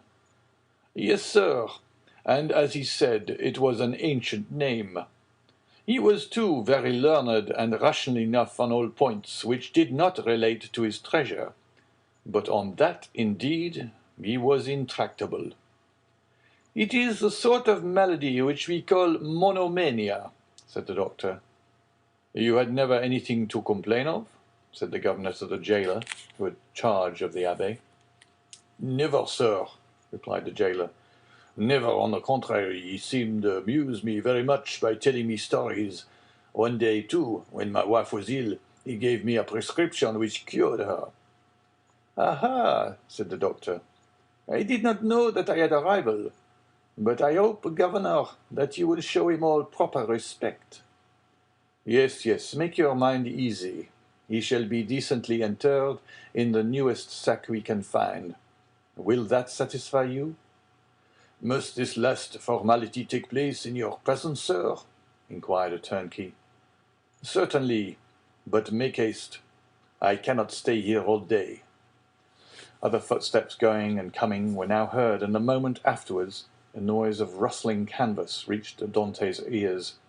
The bed creaked, and the heavy footfall of a man who lifts a weight sounded on the floor. Then the bed again creaked under the weight deposited upon it. "This evening," said the governor. "Will there be any mass?" asked one of the attendants. "That is impossible," replied the governor. "The chaplain of the Château came to me yesterday to beg for leave of absence, in order to take a trip to Hyères for a week. I told him I would attend to the prisoners in his absence. If the poor abbé had not been in such a hurry, he might have had his requiem." "Pooh, pooh!" said the doctor, with the impiety usual in persons of his profession. "He is a churchman. God will respect his profession, and not give the devil the wicked delight of sending him a priest." A shout of laughter followed this brutal jest. Meanwhile, the operation of putting the body in the sack was going on. "This evening," said the governor, when the task was ended. "At what hour?" inquired a turnkey. "Why, about 10 or 11 o'clock." "Shall we watch by the corpse?" "Of what use would it be? Shut the dungeon as if you were alive, that is all." Then the steps retreated, and the voices died away in the distance. The noise of the door with its creaking hinges and bolts ceased, and a silence more sombre than that of solitude ensued, the silence of death, which was all-pervasive, and struck its icy chill to the very soul of Dante. Then he raised the flagstone cautiously with his head, and looked carefully around the chamber. It was empty, and Dante emerged from the tunnel. Chapter 20. The Cemetery of the Château d'If. On the bed, at full length and faintly illuminated by the pale light that came from the window, lay a sack of canvas, and under its rude folds was stretched a long and stiffened form. It was Ferrier's last winding sheet. A winding sheet which, as the turnkey said, cost so little. Everything was in readiness. A barrier had been placed between Dante and his old friend. No longer could Edmond look into those wide open eyes which had seemed to be penetrating the mysteries of death. No longer could he clasp the hand which had done so much to make his existence blessed. Ferrier, the beneficent and cheerful companion with whom he was accustomed to live so intimately, no longer breathed. He seated himself on the edge of that terrible bed, and fell into melancholy and gloomy reverie. Alone, he was alone again condemned to silence, again face to face with nothingness. Alone! never again to see the face, never again to hear the voice of the only human being who united him to earth. Was not Faria's fate the better, after all, to solve the problem of life at its source, even at the risk of horrible suffering? The idea of suicide, which his friend had driven away, and kept away by his cheerful presence, now hovered like a phantom over the abbé's dead body. "If I could die," he said, "I should go where he goes, and should assuredly find him again. But how to die? It is very easy," he went on with a smile. "I will remain here, rush on the first person that opens the door, strangle him, and then they will guillotine me." But excessive grief is like a storm at sea where the frail bark is tossed from the depths to the top of the wave. Dante recoiled from the idea of so infamous a death, and passed suddenly from despair to an ardent desire for life and liberty. "Die? Oh no," he exclaimed, "not die now, after having lived and suffered so long and so much. Die? Yes, had I died years ago, but now to die would be indeed to give way to the sarcasm of destiny. No, I want to live. I shall struggle to the very last. I will yet win back the happiness of which I have been deprived. Before I die, I must not forget that I have my executioners to punish, and perhaps too, who knows, some friends to reward. Yet they will forget me here, and I shall die in my dungeon like Faria." As he said this, he became silent and gazed straight before him, like one overwhelmed with a strange and amazing thought. Suddenly he arose, lifted his hand to his brow as if his brain were giddy, paced twice or thrice round the dungeon, and then paused abruptly by the bed. "Just God," he muttered, "whence comes this thought? Is it from thee? Since none but the dead pass freely from this dungeon, let me take the place of the dead."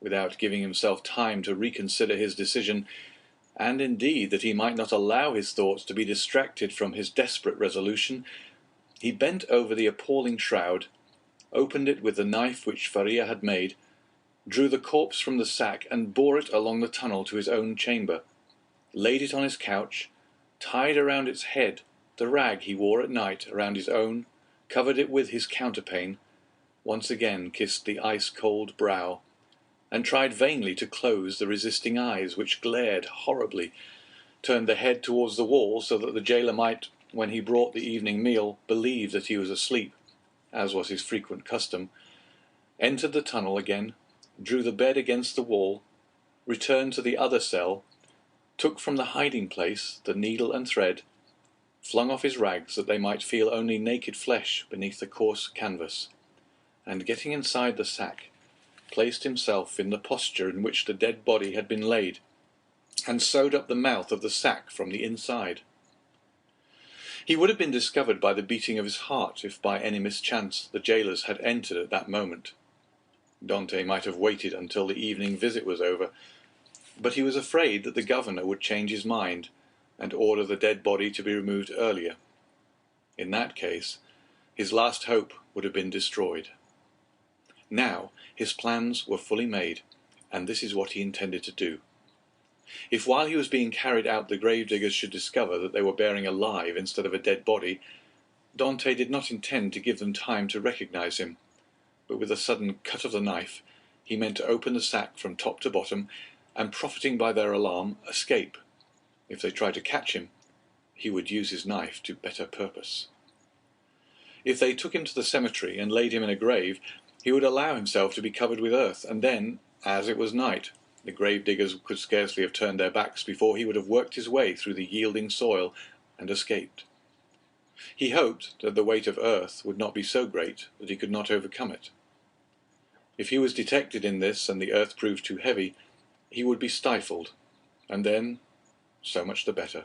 All would be over. Dante had not eaten since the preceding evening, but he had not thought of hunger, nor did he think of it now. His situation was too precarious to allow him even time to reflect on any thought but one. The first risk that Dante ran was that the jailer, when he brought him his supper at 7 o'clock, might perceive the change that had been made, fortunately 20 times at least, from misanthropy or fatigue. Dante had received his jailer in bed, and then the man placed his bread and soup on the table and went away without saying a word. This time the jailer might not be as silent as usual, but speak to Dante, and seeing that he received no reply, go to the bed, and thus discover all. When 7 o'clock came, Dante's agony really began. His hand placed upon his heart was unable to redress its throbbings, while with the other he wiped the perspiration from his temples. From time to time, chills ran through his whole body and clutched his heart in a grasp of ice. Then he thought he was going to die. Yet the hours passed on without any unusual disturbance, and Dante knew that he had escaped the first peril. It was a good augury. At length, about the hour the governor had appointed, footsteps were heard on the stairs. Edmond felt that the moment had arrived, summoned up all his courage, held his breath, and would have been happy if at the same time he could have repressed the throbbing of his veins. The footsteps, they were double, paused at the door, and Dante guessed that the two grave-diggers had come to seek him. This idea was soon converted into certainty when he heard the noise they made in putting down the hand-bier. The door opened, and a dim light reached Dante's eyes through the coarse sack that covered him. He saw two shadows approach his bed, a third remaining at the door with a torch in its hand. The two men approaching the ends of the bed took the sack by its extremities. "He's heavy enough, thou, for an old thin man," said one as he raised the head. "They say every year adds half a pound to the weight of the bones," said another, lifting the feet. "Have you tied the knot?" inquired the first speaker. "What would be the use of carrying so much more weight?" was the reply.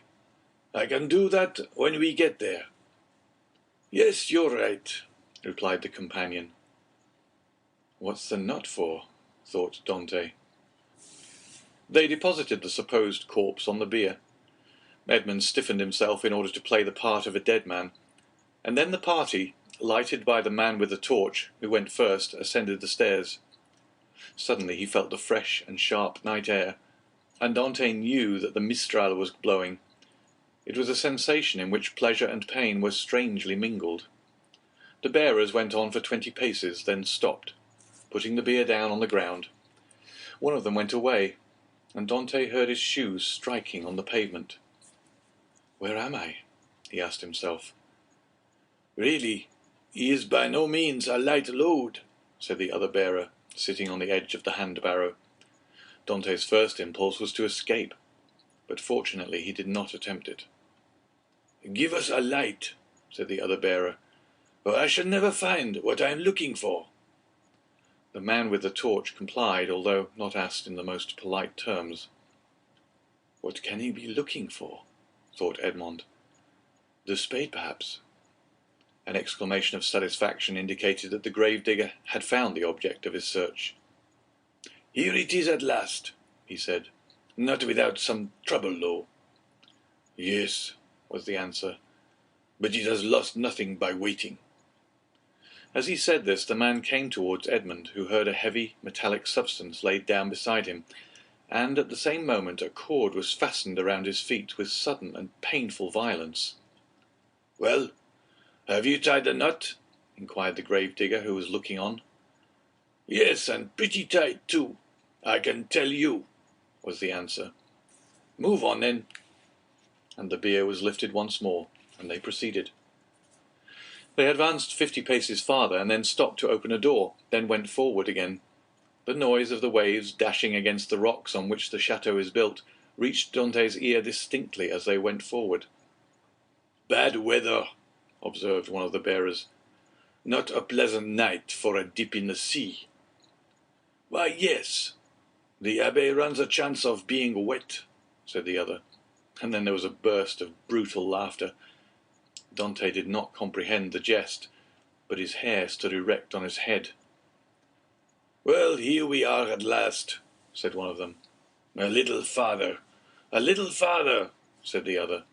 "You know very well that the last was stopped on his way, dashed on the rocks, and the governor told us next day that we were careless fellows." They ascended 5 or 6 more steps, and then Dante felt that they took him one by the head and the other by the heels and swung him to and fro. 1, said the grave diggers. 2, 3, and at the same instant Dante felt himself flung into the air like a wounded bird, falling with a rapidity that made his blood curdle. Although drawn downwards by the heavy weight which hastened his rapid descent, it seemed to him as if the fall lasted for a century. At last, with a horrible splash, he darted like an arrow into the ice-cold water, and as he did so he uttered a shrill cry, stifled in a moment by his immersion beneath the waves. Dante had been flung into the sea, and was dragged into its depths by a 36-pound shot tied to his feet. The sea is the cemetery of the Château d'If. Chapter 21. The Island of Tiburon. Dante, although stunned and almost suffocated, had sufficient presence of mind to hold his breath, and as his right hand, prepared as he was for every chance, held his knife open, he rapidly ripped up the sack, extricated his arm and then his body, but in spite of all his efforts to free himself from the shot, he felt it dragging him down still lower. He then bent his body and by a desperate effort severed the cord that bound his legs, at the moment when it seemed as if he were actually strangled. With a mighty leap, he rose to the surface of the sea, while the shot dragged down to the depths the sack that had so nearly become his shroud. Dante waited only to get breath and then dived in order to avoid being seen. When he arose a second time, he was 50 paces from where he had first sunk. He saw overhead a black and tempestuous sky, across which the wind was driving clouds that occasionally suffered a twinkling star to appear. Before him was the vast expanse of waters, sombre and terrible, whose waves foamed and roared as if before the approach of a storm. Behind him, blacker than the sea, blacker than the sky, rose phantom-like the vast stone structure whose projecting crags seemed like arms extended to seize their prey, and on the highest rock was a torch lighting 2 figures. He fancied that these 2 forms were looking at the sea. Doubtless these strange grave diggers had heard his cry. Dante dived again, and remained a long time beneath the water. This was an easy feat to him, for he usually attracted a crowd of spectators in the bay before the lighthouse at Marseilles when he swam there, and was unanimously declared to be the best swimmer in the port. When he came up again, the light had disappeared. He must now get his bearings. Ratonneau and Pomègue are the nearest islands of all those that surround Château d'If, but Ratonneau and Pomègue are inhabited, as is also the islet of Dôme.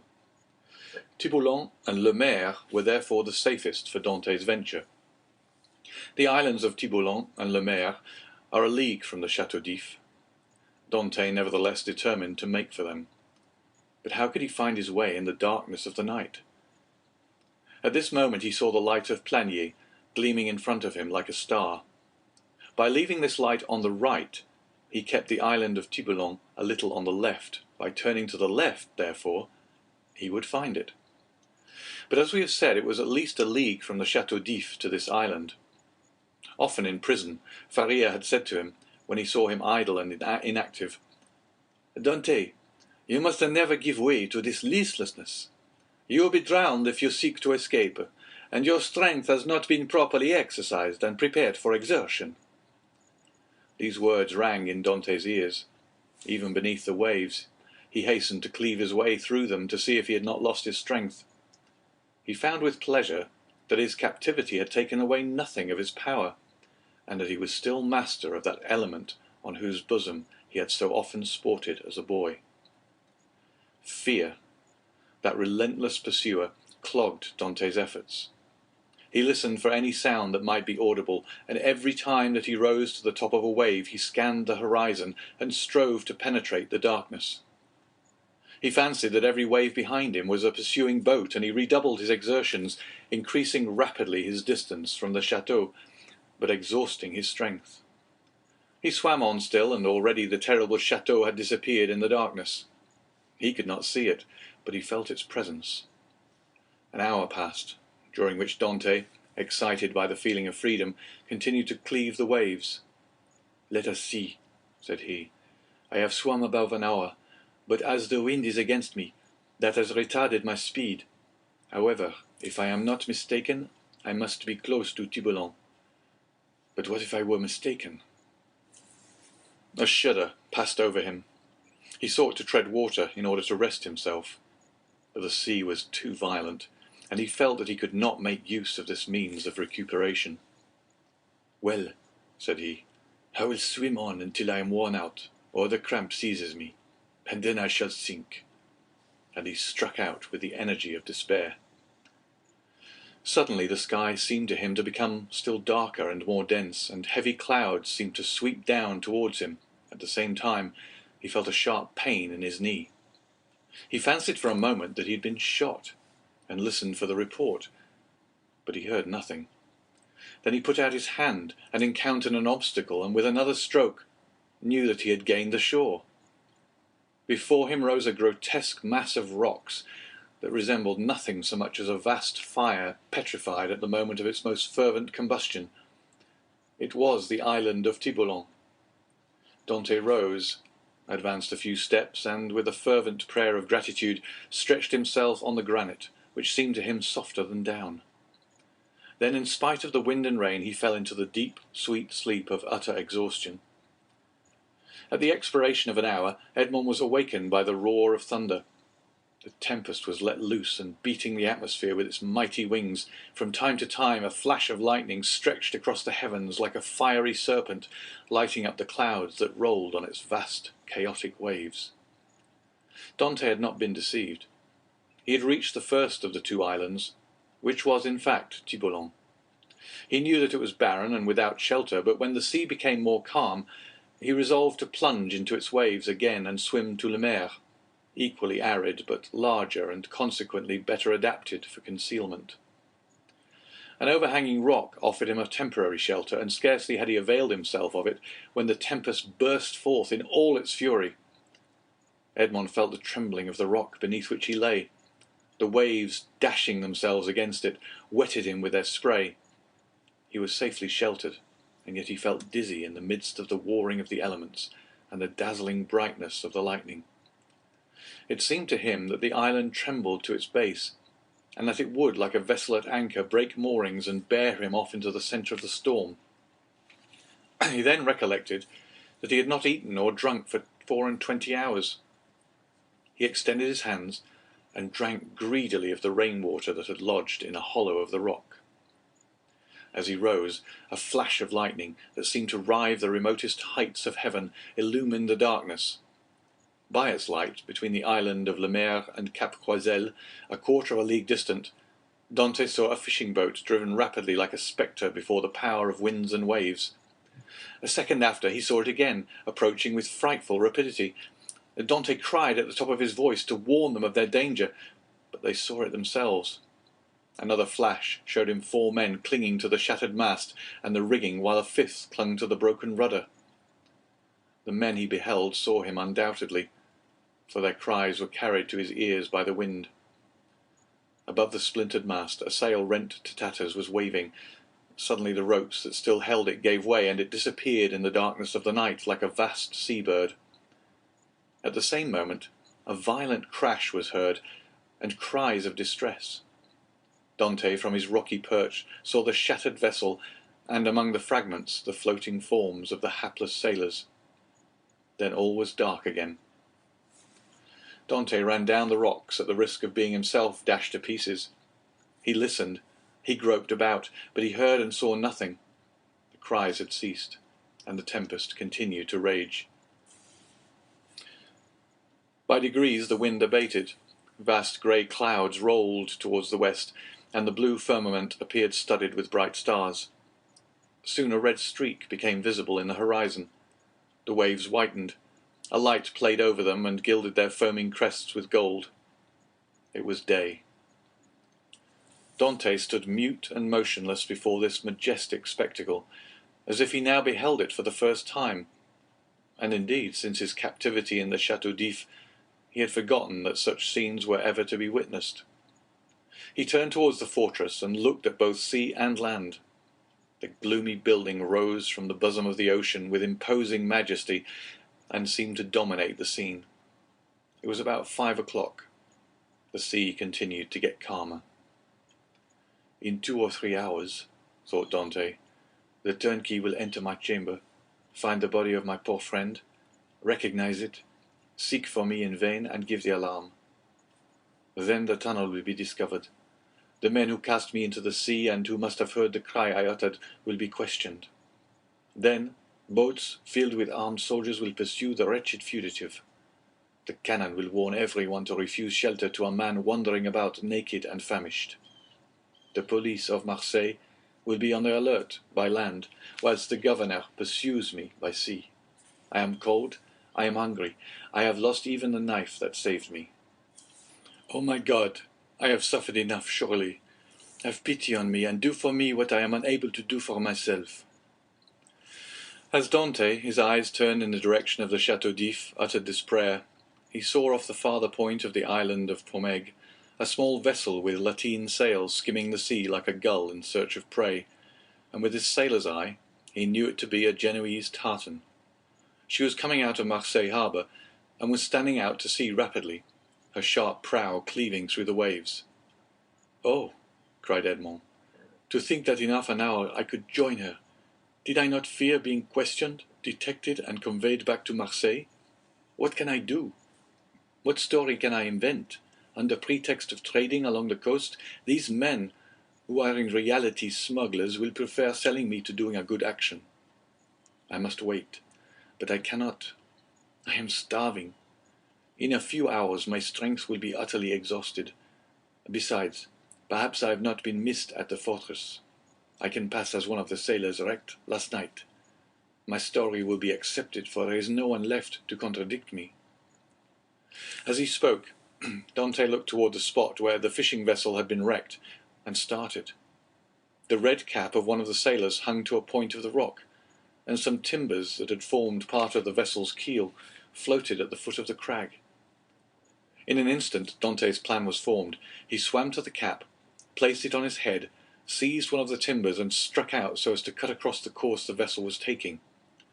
"I am saved," murmured he, and this conviction restored his strength.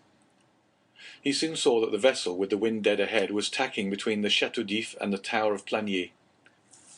For an instant he feared lest instead of keeping in shore she should stand out to sea, but he soon saw that she would pass, like most vessels bound for Italy, between the islands of Jarreau and Calasareigne. However, the vessel and the swimmer insensibly neared one another, and in one of its tacks the tartan bore down within a quarter of a mile of him. He rose on the waves, making signs of distress, but no one on board saw him, and the vessel stood on another tack. Dante would have shouted, but he knew that the wind would drown his voice. It was then he rejoiced at his precaution in taking the timber, for without it he would have been unable perhaps to reach the vessel, certainly to return to shore should he be unsuccessful in attracting attention.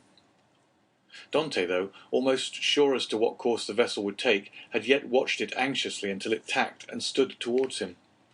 Then he advanced, but before they could meet, the vessel again changed her course.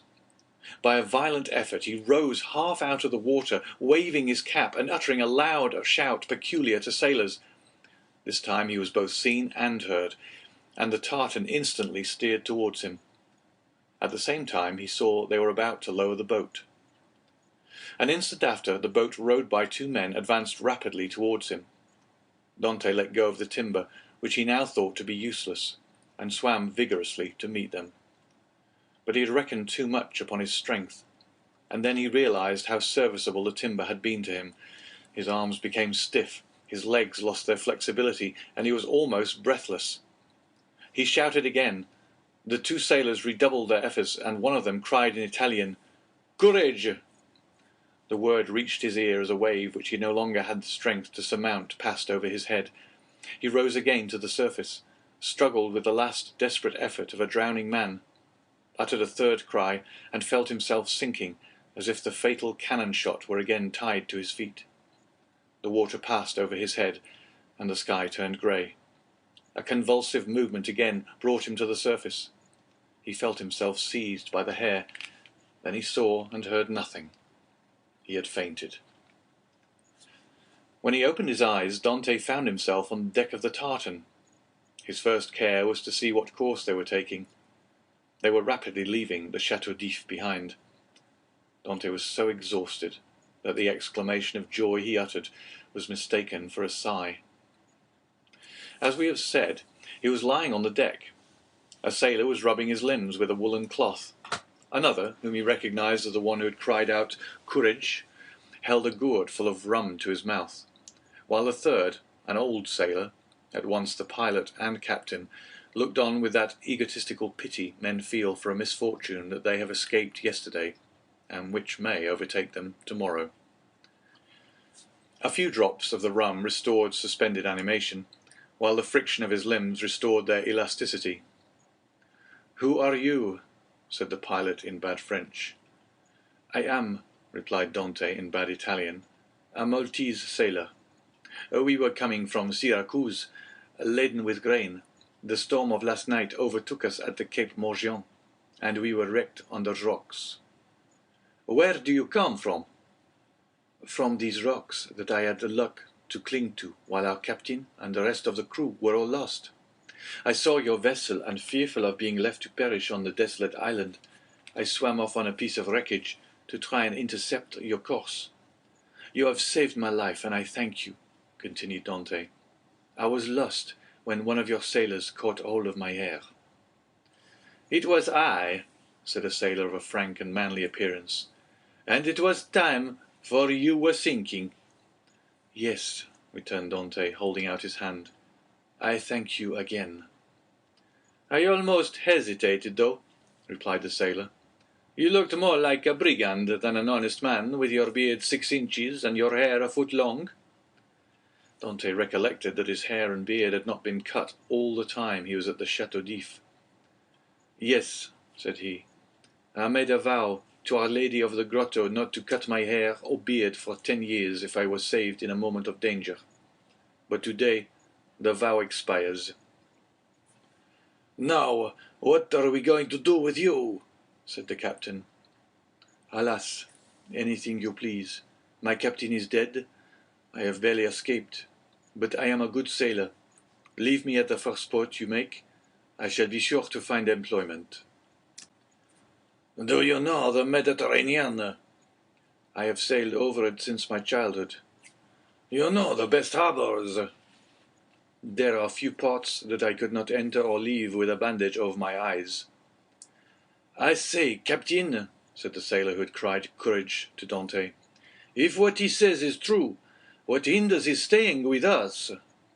"If he says true," said the captain doubtingly, "but in his present condition, he will promise anything and take his chance of keeping it afterwards." "I will do more than I promise," said Dante. "We shall see," returned the other, smiling. "Where are you going?" asked Dante. "To Leghorn." "Then why, instead of tacking so frequently, do you not sail nearer the wind?" "Because we should run straight onto the island of Rion." "You shall pass it by 20 fathoms." "Take the helm, and let us see what you know." The young man took the helm, felt to see if the vessel answered the rudder promptly, and seeing that without being a first-rate sailor she yet was tolerably obedient. "To the sheets," said he. The 4 seamen who composed the crew obeyed while the pilot looked on. "Hold taut." They obeyed. "Belay." This order was also executed, and the vessel passed, as Dante had predicted, 20 fathoms to windward. "Bravo!" said the captain. "Bravo!" repeated the sailors, and they all looked with astonishment at this man whose eye now disclosed an intelligence, and his body a vigour they had not thought him capable of showing. "You see," said Dante, quitting the helm, "I shall be of some use to you, at least during the voyage. If you do not leave me at Leghorn, you can leave me there, and I will pay you out of the first wages I get for my food and the clothes you lend me." "Ah," said the captain, "we can agree very well, if you are reasonable." "Give me what you give the others, and it will be all right," returned Dante. "That's not fair," said the seaman who had saved Dante, "for you know more than we do." "What is that to you, Jacopo?" returned the captain. Every one is free to ask what he pleases. That's true, replied Jacopo. I only make a remark. Well, you would do much better to find him a jacket and a pair of trousers if you have them. No, said Jacopo, but I have a shirt and a pair of trousers. This is all I want, interrupted Dante. Jacopo dived into the hold and soon returned with what Edmond wanted. Now then, do you wish for anything else? Said the patron. A piece of bread and another glass of the capital rum I tasted, for I have not eaten or drunk for a long time. He had not tasted food for 40 hours. A piece of bread was brought, and Jacopo offered him the gourd. Larboard your helm, cried the captain to the steersman. Dante glanced that way as he lifted the gourd to his mouth, then paused with hand in mid-air. Hullo, what's the matter at Château d'If? Said the captain. A small white cloud which had attracted Dante's attention crowned the summit of the bastion of the Château d'If. At the same moment the faint report of a gun was heard. The sailors looked at one another. What is this? Asked the captain. A prisoner has escaped from the Château d'If, and they are firing the alarm gun, replied Dante. The captain glanced at him, but he had lifted the rum to his lips and was drinking it with so much composure that suspicions, if the captain had any, died away. At any rate, murmured he, if it be so much the better, for I have made a rare acquisition. Under pretence of being fatigued, Dante asked to take the helm. The steersman, glad to be relieved, looked at the captain, and the latter by a sign indicated that he might abandon it to his new comrade. Dante could thus keep his eyes on Marseille. What is the day of the month? Asked he of Jacopo, who sat down beside him. The 28th of February. In what year? In what year? You ask me in what year? Yes, replied the young man. I ask you in what year. You have forgotten, then? I got such a fright last night, replied Dante, smiling, that I have almost lost my memory. I ask you what year is it? The year 1829, returned Jacopo. It was 14 years, day for day, since Dante's arrest. He was 19 when he entered the Château d'If. He was 33 when he escaped. A sorrowful smile passed over his face. He asked himself what had become of Mercédès, who must believe him dead. Then his eyes lighted up with hatred, as he thought of the 3 men who had caused him so long and wretched a captivity. He renewed against Danglars, Fernand, and Villefort the oath of implacable vengeance he had made in his dungeon. This oath was no longer a vain menace, for the fastest sailor in the Mediterranean would have been unable to overtake the little tartan, that with every stitch of canvas set was flying before the wind to Leghorn.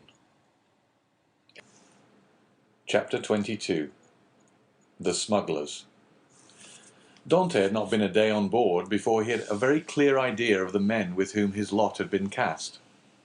Without having been in the school of the Abbé Faria, the worthy master of the young Amelia, the name of the Genoese tartan, knew a smattering of all the tongues spoken on the shores of that large lake called the Mediterranean, from the Arabic to the Provençal, and this, while it spared him interpreters, persons always troublesome and frequently indiscreet, gave him great facilities of communication, either with the vessels he met at sea, with the small boats sailing along the coast, or with the people without name, country, or occupation, who are always seen on the quays of seaports, and who live by hidden and mysterious means, which we must support to be a direct gift of Providence, as they have no visible means of support. It is fair to assume that Dante was on board a smuggler. At first the captain had received Dante on board with a certain degree of distrust. He was very well known to the customs officers of the coast, and as there was between these worthies and himself a perpetual battle of wits, he had at first thought that Dante might be an emissary of these industrious guardians of rights and duties, who perhaps employed this ingenious means of learning some of the secrets of his trade. but the skilful manner in which Dante had handled the lugger had entirely reassured him. And then, when he saw the light plume of smoke floating above the bastion of the Château d'If, and heard the distant report, he was instantly struck with the idea that he had on board his vessel one whose coming and going, like that of kings, was accompanied with salutes of artillery. This made him less uneasy, it must be owned, than if the newcomer had proved to be a customs officer. But this supposition also disappeared like the first, when he beheld the perfect tranquillity of his recruit. Edmond thus had the advantage of knowing what the owner was, without the owner knowing who he was.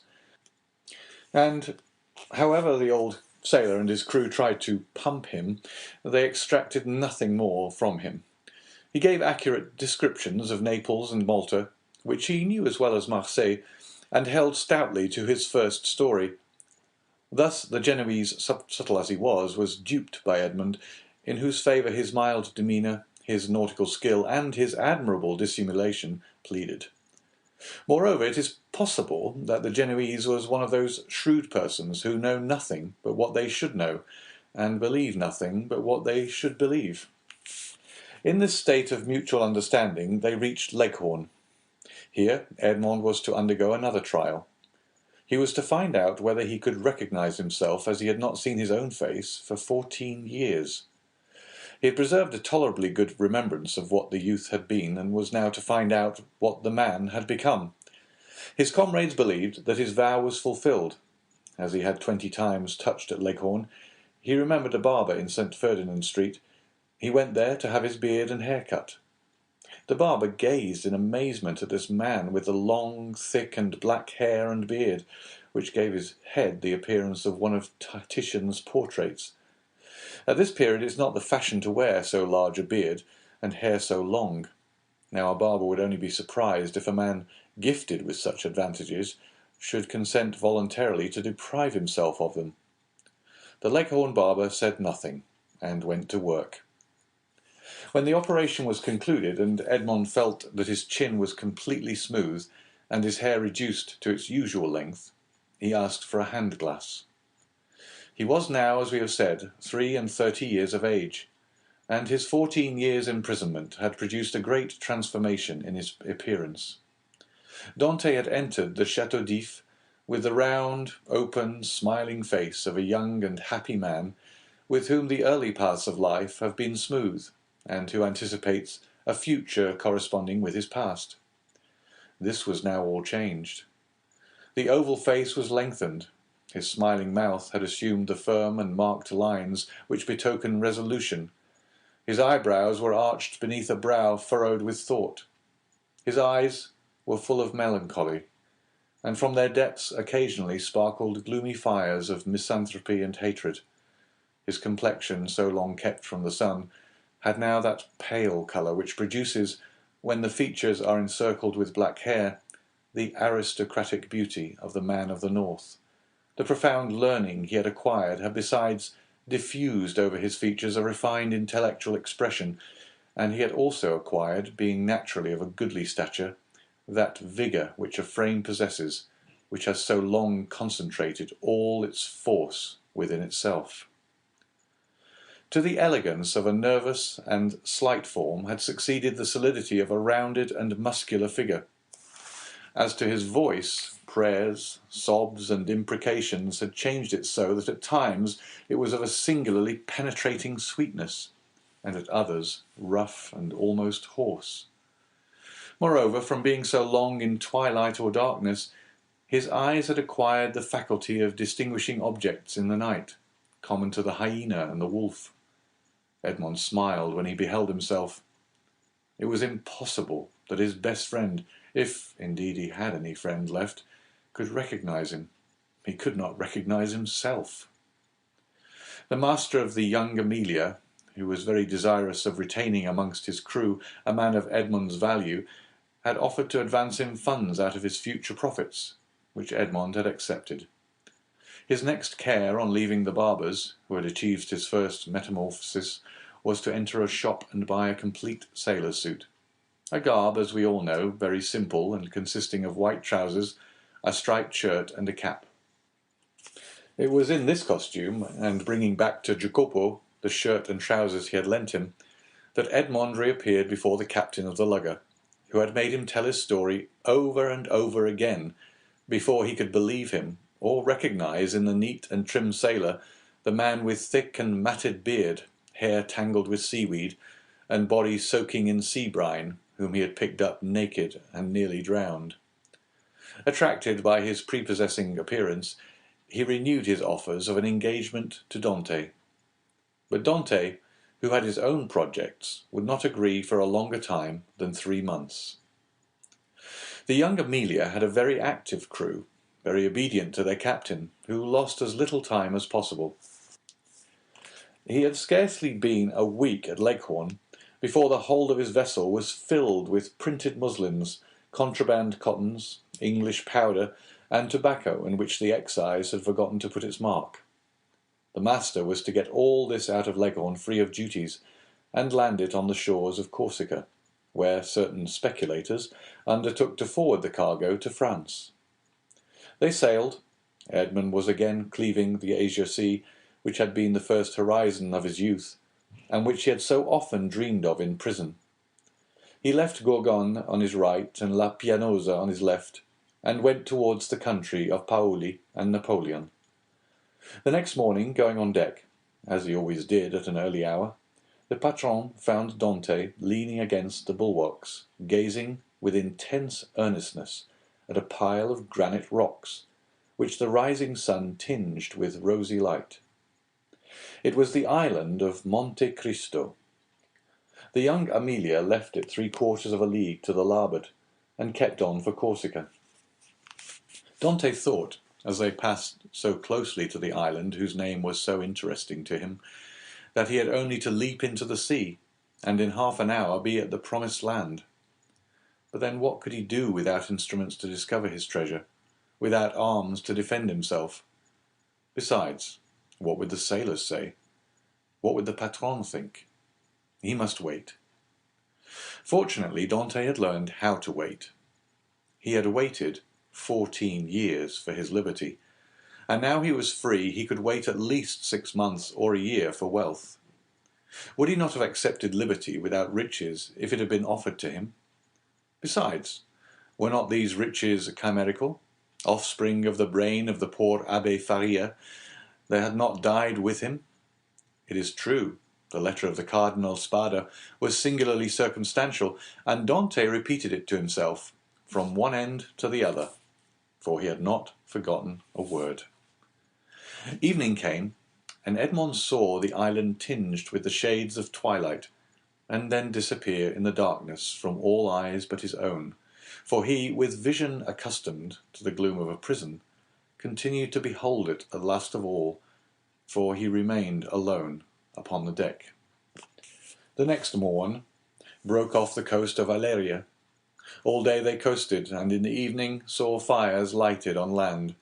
The position of these was no doubt a signal for landing, for a ship's lantern was hung up at the masthead instead of the streamer, and they came to within a gunshot of the shore. Dante noticed that the captain of the young Amelia had, as he neared the land, mounted 2 small culverins, which, without making much noise, can throw a 4-ounce ball 1,000 paces or so. But on this occasion the precaution was superfluous, and everything proceeded with the utmost smoothness and politeness. 4 shallops came off with very little noise alongside the lugger, which, no doubt in acknowledgment of the compliment, lowered her own shallop into the sea, and the 5 boats worked so well that by 2 o'clock in the morning all the cargo was out of the young Amelia and on terra firma. The same night, such a man of regularity was the patron of the young Amelia, the profits were divided, and each man had 100 Tuscan livres, or about 80 francs. But the voyage was not ended. They turned the bowsprit towards Sardinia, where they intended to take in a cargo which was to replace what had been discharged. The second operation was as successful as the first. The young Amelia was in luck. This new cargo was destined for the coast of the Duchy of Lucca, and consisted almost entirely of Havana cigars, sherry, and Malaga wines. There had been a bit of a skirmish in getting rid of the duties. The excise was, in truth, the everlasting enemy of the patron of the young Amelia. A customs officer was laid low and 2 sailors wounded. Dante was one of the latter, a ball having touched him in the left shoulder.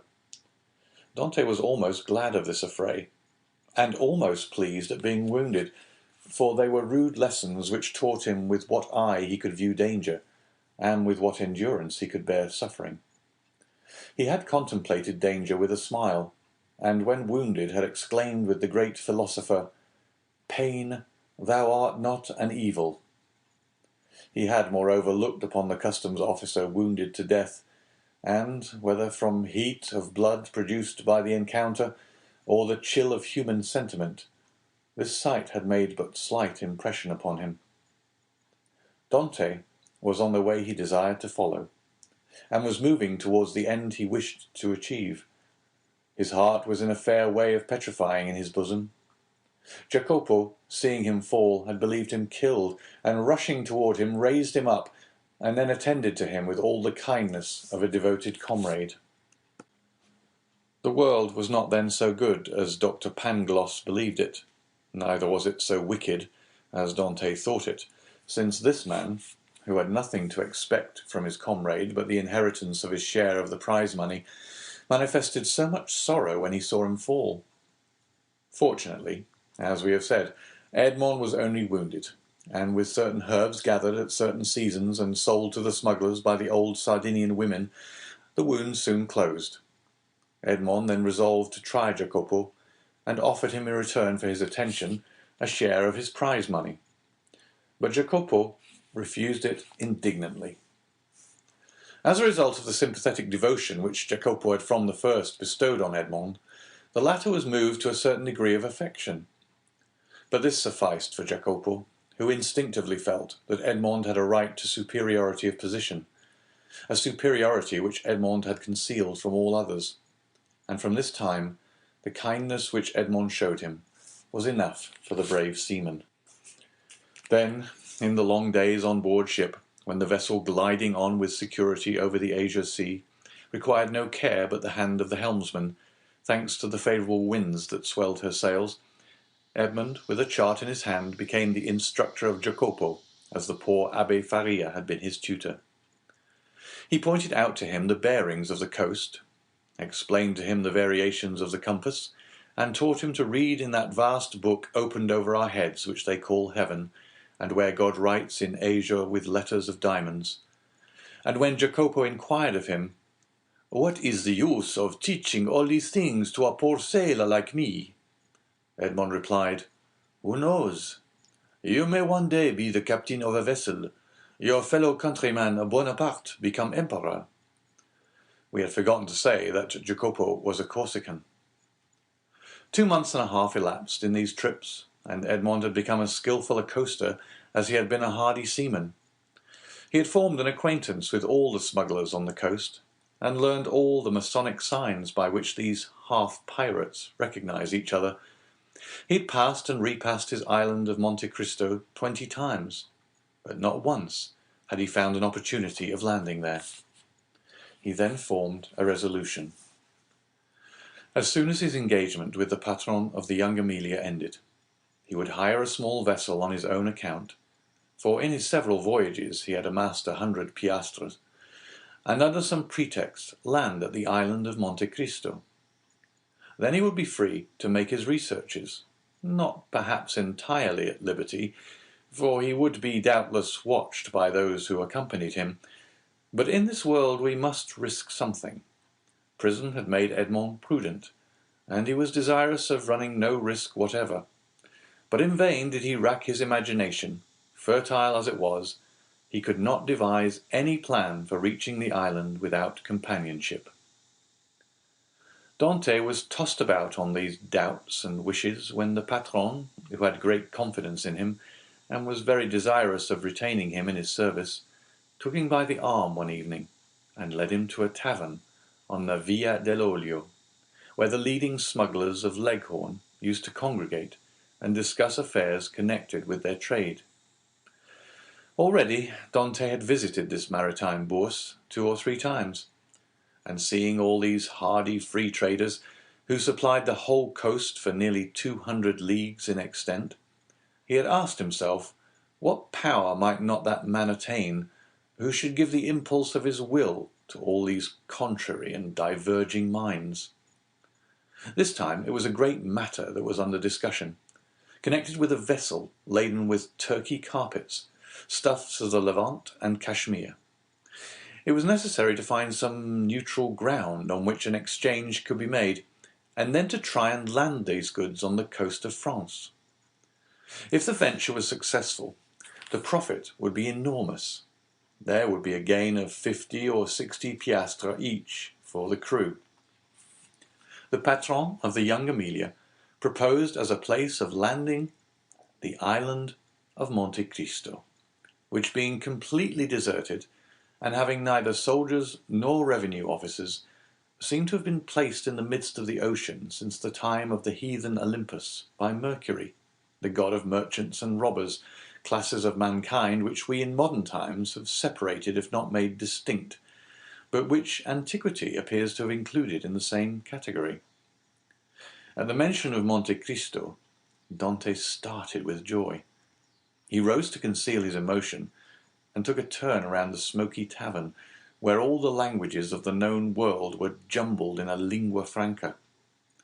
When he again joined the 2 persons who had been discussing the matter, it had been decided that they should touch at Monte Cristo, and set out on the following night. Edmond, being consulted, was of opinion that the island afforded every possible security, and that great enterprises to be well done should be done quickly. Nothing then was altered in the plan, and orders were given to get under way next night, and wind and weather permitting, to make the neutral island by the following day. Chapter 23. The Island of Monte Cristo. Thus, at length, by one of the unexpected strokes of fortune which sometimes befall those who have for a long time been the victims of an evil destiny, Dante was about to secure the opportunity he wished for, by simple and natural means, and land on the island without incurring any suspicion. One night more, and he would be on his way. The night was one of feverish distraction, and in its progress visions good and evil passed through Dante's mind. If he closed his eyes, he saw Cardinal Spada's letter written on the wall in characters of flame. If he slept for a moment, the wildest dreams haunted his brain. He ascended into grottos, paved with emeralds, with panels of rubies, and the roof glowing with diamond stalactites. Pearls fell drop by drop, as subterranean waters filter in their caves. Edmond, amazed, wonder-struck, filled his pockets with the radiant gems, and then returned to daylight, when he discovered that his prizes had all changed into common pebbles. He then endeavoured to re-enter the marvellous grottos, but they had suddenly receded, and now the path became a labyrinth, and then the entrance vanished, and in vain did he tax his memory for the magic and mysterious word which opened the splendid caverns of Ali Baba to the Arabian fisherman. All was useless. The treasure disappeared, and had again reverted to the genii from whom for a moment he had hoped to carry it off. The day came at length, and was almost as feverish as the night had been, but it brought reason to the aid of imagination, and Dante was then enabled to arrange a plan which had hitherto been vague and unsettled in his brain. Night came, and with it the preparation for departure, and these preparations served to conceal Dante's agitation. He had by degrees assumed such authority over his companions that he was almost like a commander on board, and his orders were always clear, distinct, and easy of execution. His comrades obeyed him with celerity and pleasure.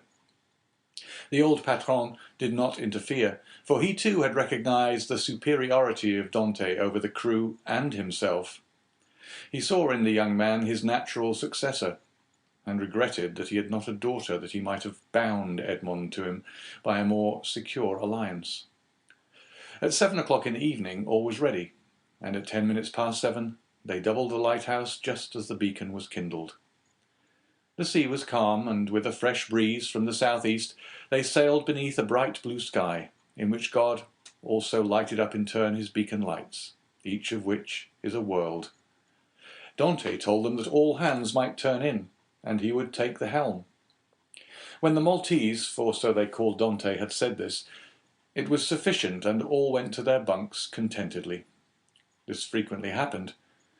Dante, cast from solitude into the world, frequently experienced an imperious desire for solitude, and what solitude is more complete or more poetical than that of a ship floating in isolation on the sea, during the obscurity of the night, in the silence of immensity, and under the eye of heaven.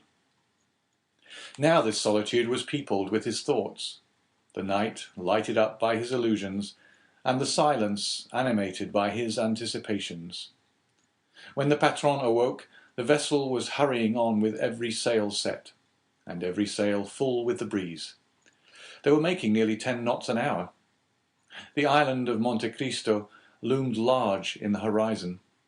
Edmond resigned the lugger to the master's care, and went and lay down in his hammock.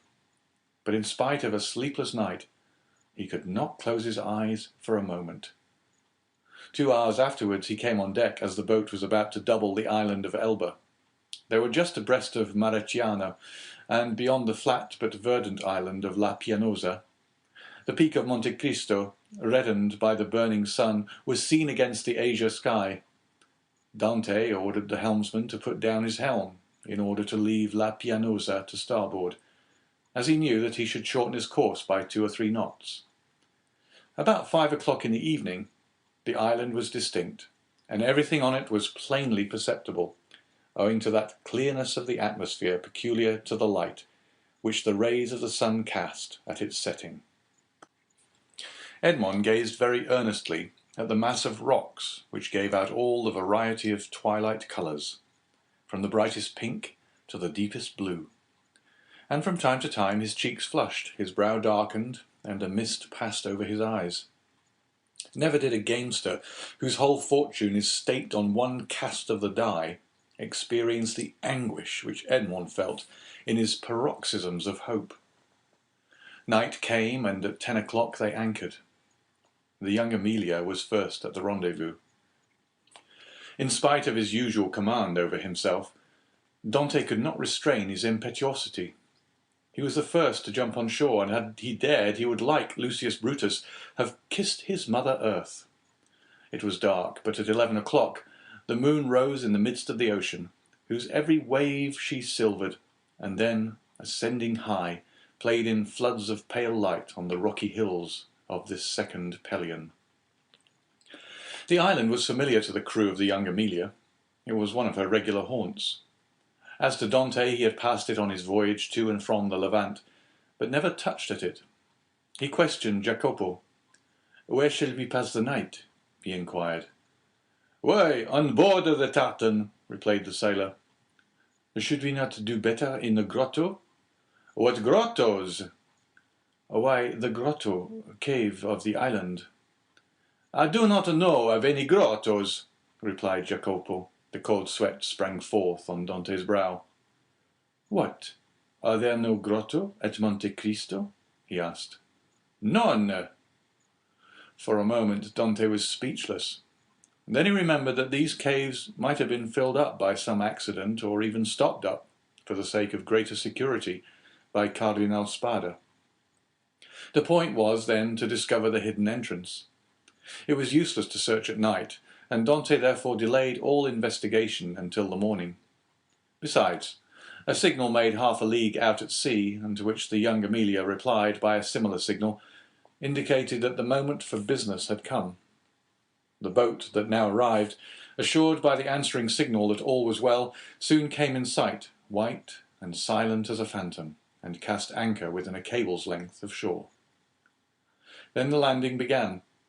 Dante reflected, as he worked, on the shout of joy which, with a single word, he could evoke from all these men, if he gave utterance to the one unchanging thought that pervaded his heart. But far from disclosing this precious secret, he almost feared that he had already said too much, and by his restlessness and continual questions His minute observations and evident preoccupation aroused suspicions. Fortunately, as regarded this circumstance at least, his painful past gave to his countenance an indelible sadness, and the glimmerings of gaiety seen beneath this cloud were indeed but transitory. No one had the slightest suspicion, and when next day, taking a fowling piece, powder and shot, Dante declared his intention to go and kill some of the wild goats that were seen springing from rock to rock, his wish was construed into a love of sport, or a desire for solitude. However, Jacopo insisted on following him, and Dante did not oppose this, fearing if he did so that he might incur distrust. Scarcely, however, had they gone a quarter of a league when, having killed a kid, he begged Jacopo to take it to his comrades and request them to cook it, and when ready to let him know by firing a gun. This and some dried fruits and a flask of Montepulciano was the bill of fare. Dante went on, looking from time to time behind and around him. Having reached the summit of a rock, he saw 1,000 feet beneath him his companions, whom Jacopo had rejoined, and who were all busy preparing the repast which Edmond's skill as a marksman had augmented with a capital dish. Edmond looked at them for a moment with the sad and gentle smile of a man superior to his fellows. "In 2 hours' time," said he, "these persons will depart richer by 50 piastres each, to go and risk their lives again, by endeavouring to gain 50 more. Then they will return with a fortune of 600 francs, and waste this treasure in some city with the pride of sultans and the insolence of nabobs. At this moment hope makes me despise their riches, which seem to me contemptible. Yet perchance tomorrow deception will so act on me that I shall on compulsion consider such a contemptible possession as the utmost happiness." "Oh no," exclaimed Edmond, "that will not be. The wise, unerring Faria could not be mistaken in this one thing. Besides, it were better to die than to continue to lead this low and wretched life." This Dante, who but 3 months before had no desire but liberty, had now not liberty enough, and panted for wealth. The cause was not in Dante, but in Providence, who, while limiting the power of man, has filled him with boundless desires. Meanwhile, by a cleft between 2 walls of rock, following a path worn by a torrent, and which, in all human probability, human foot had never before trod, Dante approached the spot where he supposed the grottos must have existed. Keeping along the shore, and examining the smallest object with serious attention, he thought he could trace on certain rocks marks made by the hand of man.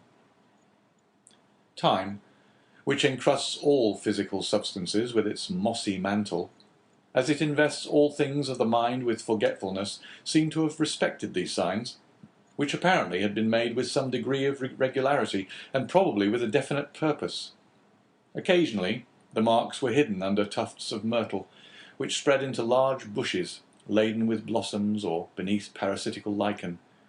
So Edmond had to separate the branches or brush away the moss to know where the guide marks were. The sight of marks renewed Edmond's fondest hopes.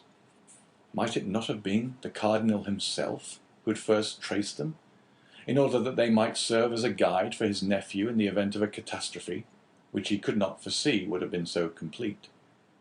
This solitary place was precisely suited to the requirements of a man desirous of burying treasure.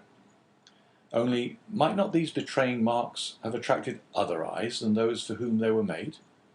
And had the dark and wondrous island indeed faithfully guarded its precious secret?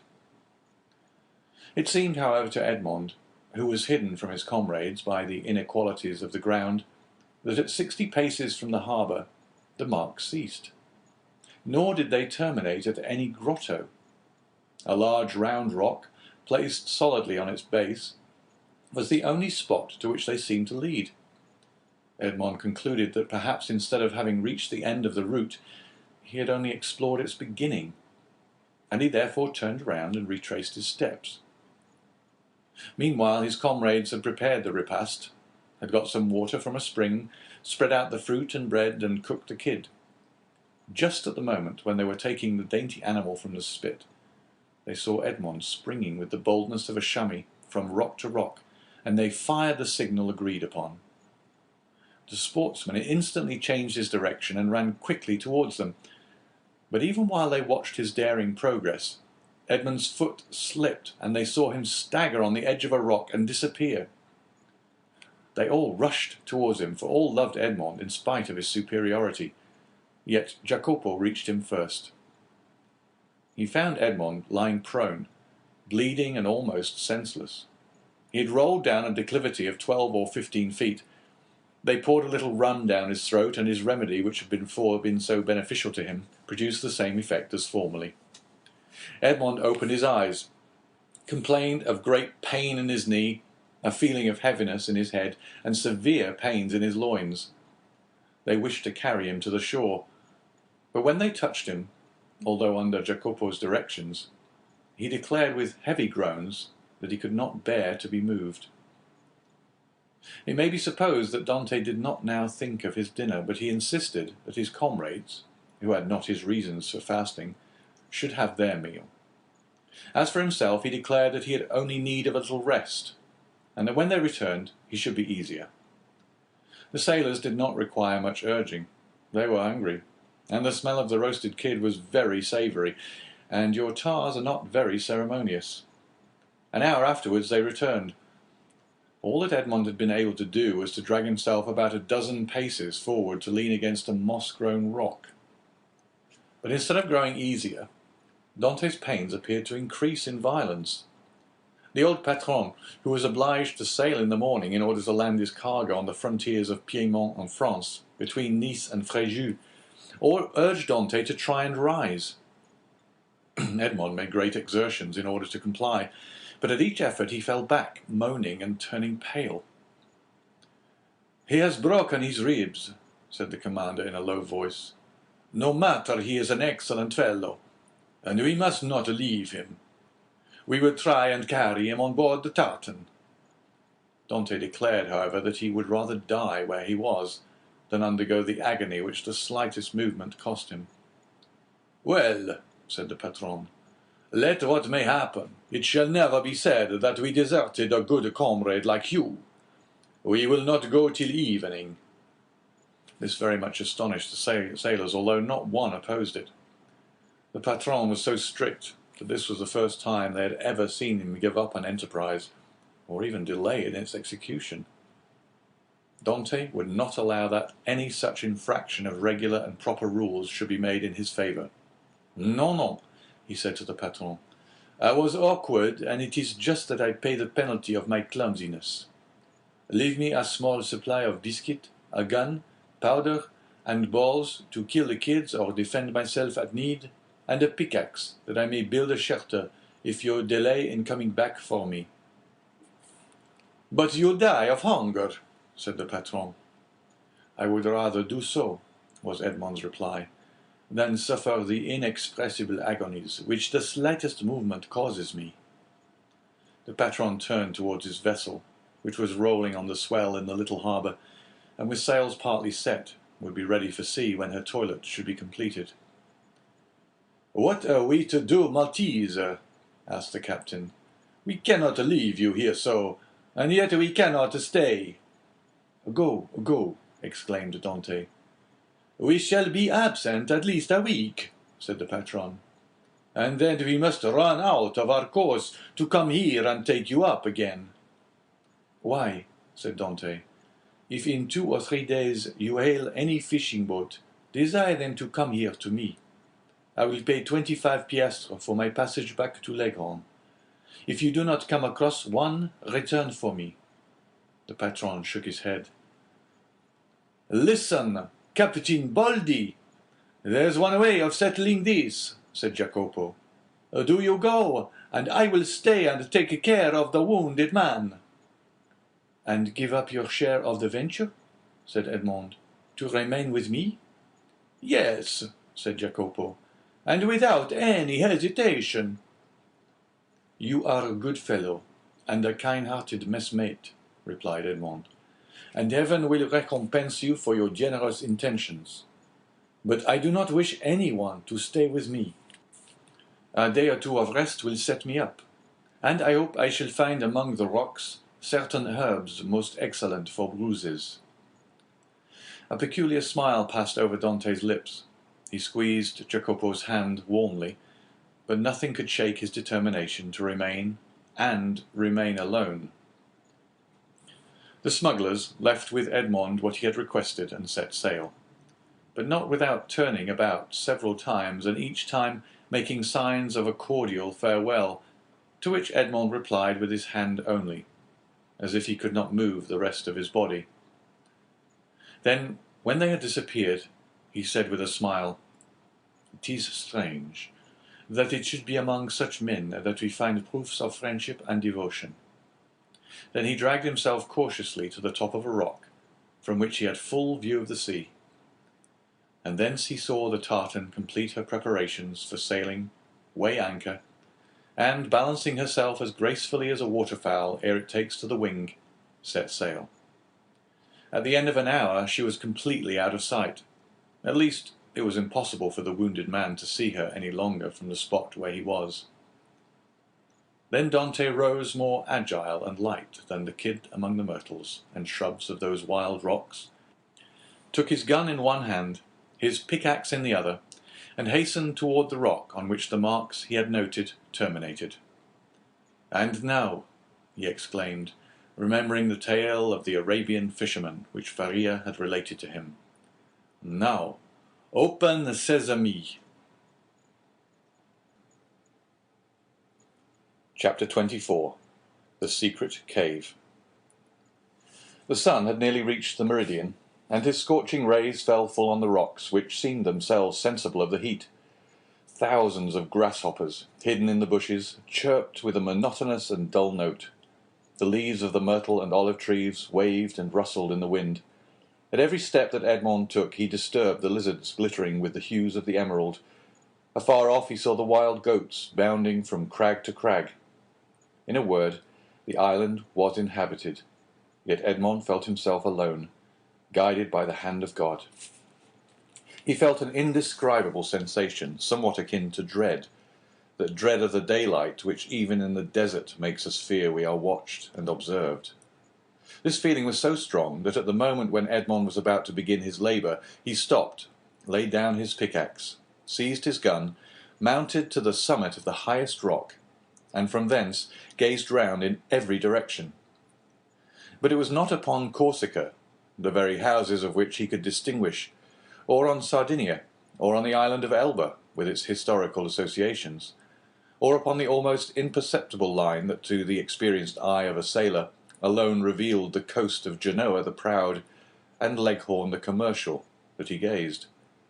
It was at the brigantine that had left in the morning, and the tartan that had just set sail, that Edmond fixed his eyes. The first was just disappearing in the straits of Bonifacio. The other, following an opposite direction, was about to round the island of Corsica. This sight reassured him.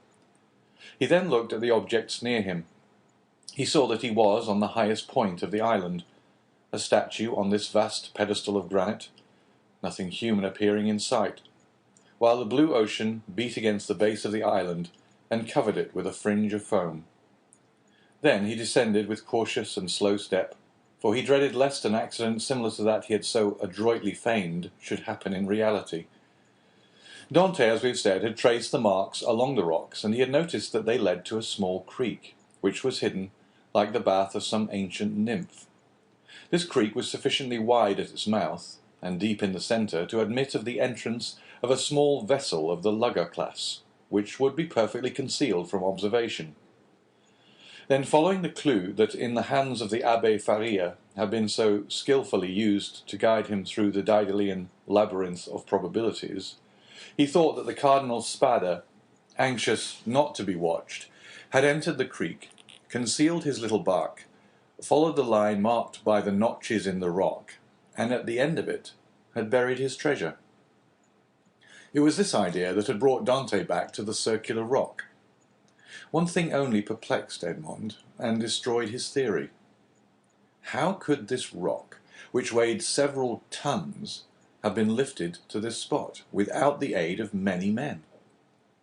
Suddenly an idea flashed across his mind. Instead of raising it, thought he, they have lowered it. And he sprang from the rock in order to inspect the base on which it had formerly stood. He soon perceived that a slope had been formed, and the rock had slid along this until it stopped at the spot it now occupied. A large stone had served as a wedge. Flints and pebbles had been inserted around it so as to conceal the orifice. This species of masonry had been covered with earth, and grass and weeds had grown there. Moss had clung to the stones, myrtle bushes had taken root, and the old rock seemed fixed to the earth. Dante dug away the earth carefully, and detected, or at least fancied he detected, the ingenious artifice. He attacked this wall, cemented by the hand of time, with his pickaxe. After 10 minutes' labour, the wall gave way, and a hole large enough to insert the arm was opened.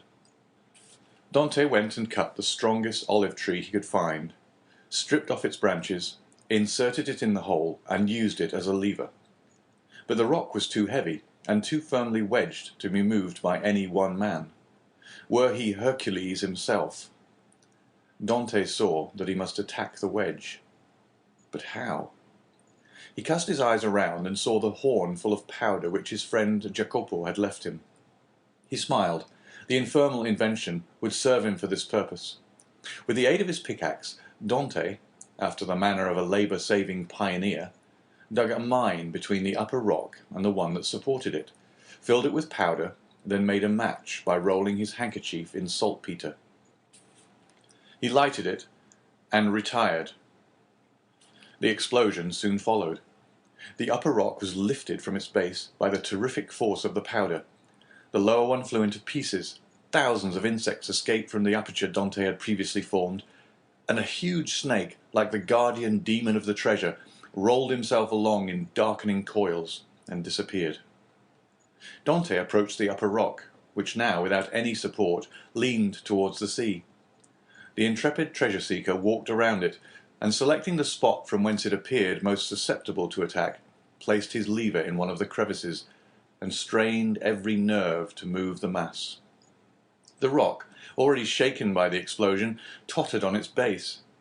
Dante redoubled his efforts. He seemed like one of the ancient Titans who uprooted the mountains to hurl against the father of the gods. The rock yielded, rolled over, bounded from point to point, and finally disappeared in the ocean. On the spot it had occupied was a circular space, exposing an iron ring let into a square flagstone. Dante uttered a cry of joy and surprise. Never had a first attempt been crowned with more perfect success. He would fain have continued, but his knees trembled, and his heart beat so violently, and his sight became so dim, that he was forced to pause. This feeling lasted but for a moment. Edmond inserted his lever in the ring, and exerted all his strength. The flagstone yielded, and disclosed steps that descended until they were lost in the obscurity of a subterraneous grotto. Anyone else would have rushed on with a cry of joy. Dante turned pale, hesitated, and reflected.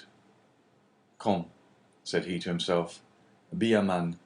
I am accustomed to adversity. I must not be cast down by the discovery that I have been deceived. What then would be the use of all I have suffered? The heart breaks when, after having been elated by flattering hopes, it sees all its illusions destroyed. Faria has dreamed this.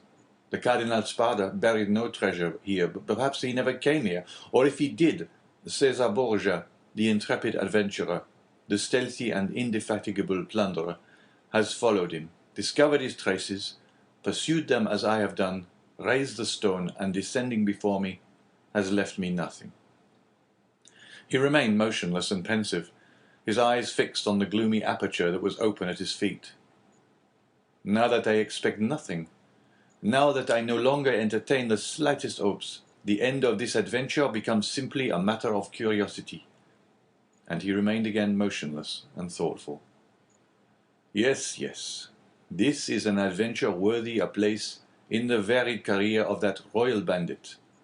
This fabulous event formed but a link in a long chain of marvels. Yes, Borgia has been here, a torch in one hand, a sword in the other.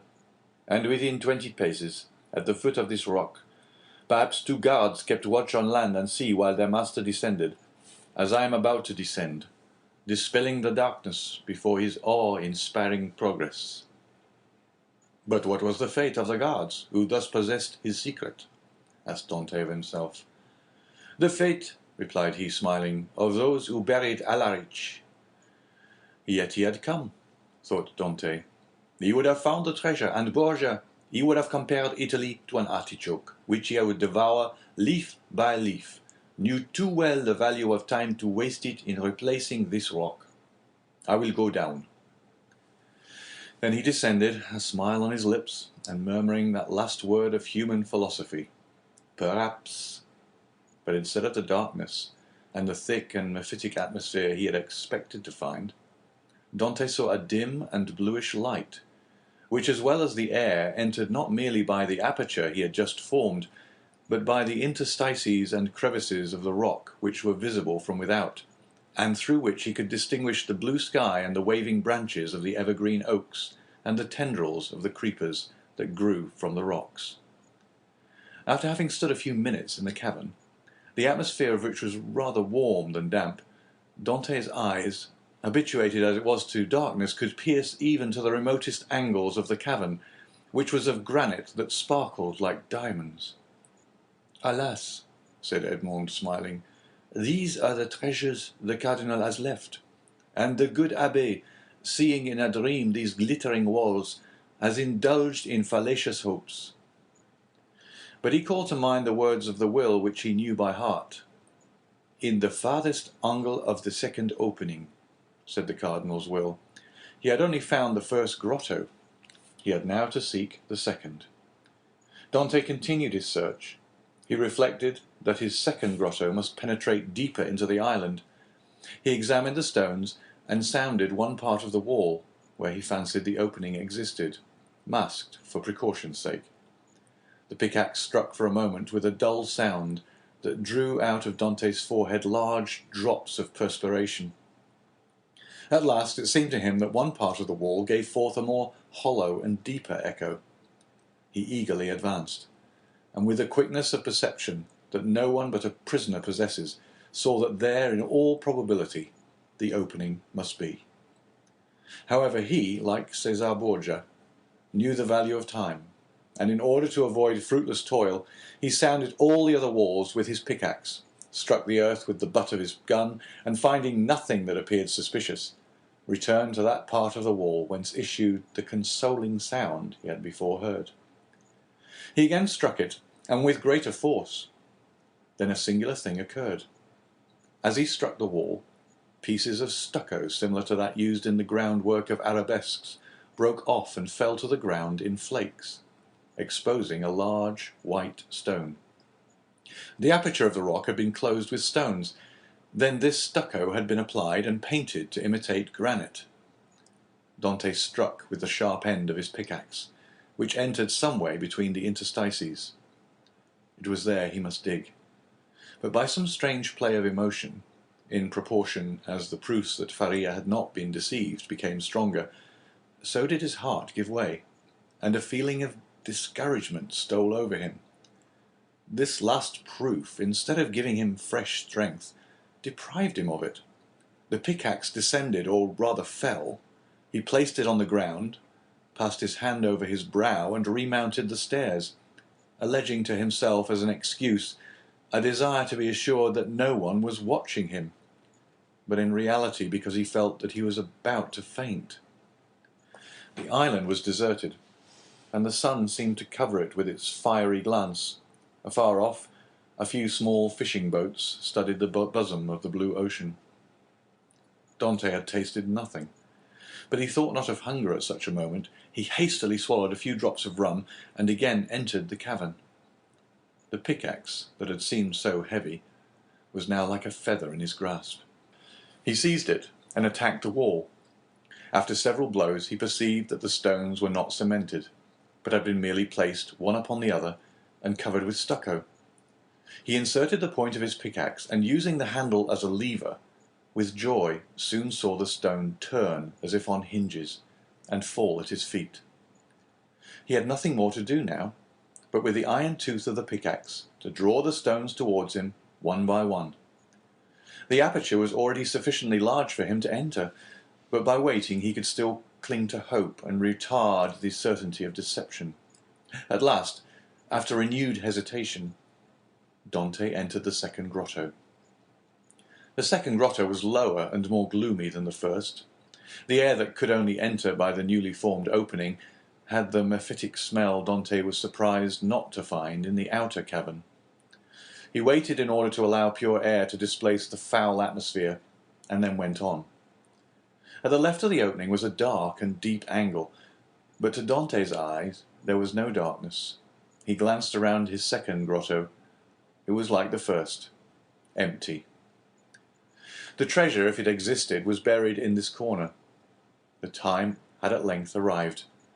2 feet of earth removed, and Dante's fate would be decided. He advanced toward the angle, and summoning all his resolution, attacked the ground with the pickaxe. At the 5th or 6th blow, the pickaxe struck against an iron substance. Never did funeral knell, never did alarm bell produce a greater effect on the hearer. Had Dante found nothing, he could not have become more ghastly pale. He again struck his pickaxe into the earth, and encountered the same resistance, but not the same sound. "It is a casket of wood, bound with iron," thought he. At this moment a shadow passed rapidly before the opening. Dante seized his gun, sprang through the opening, and mounted the stair.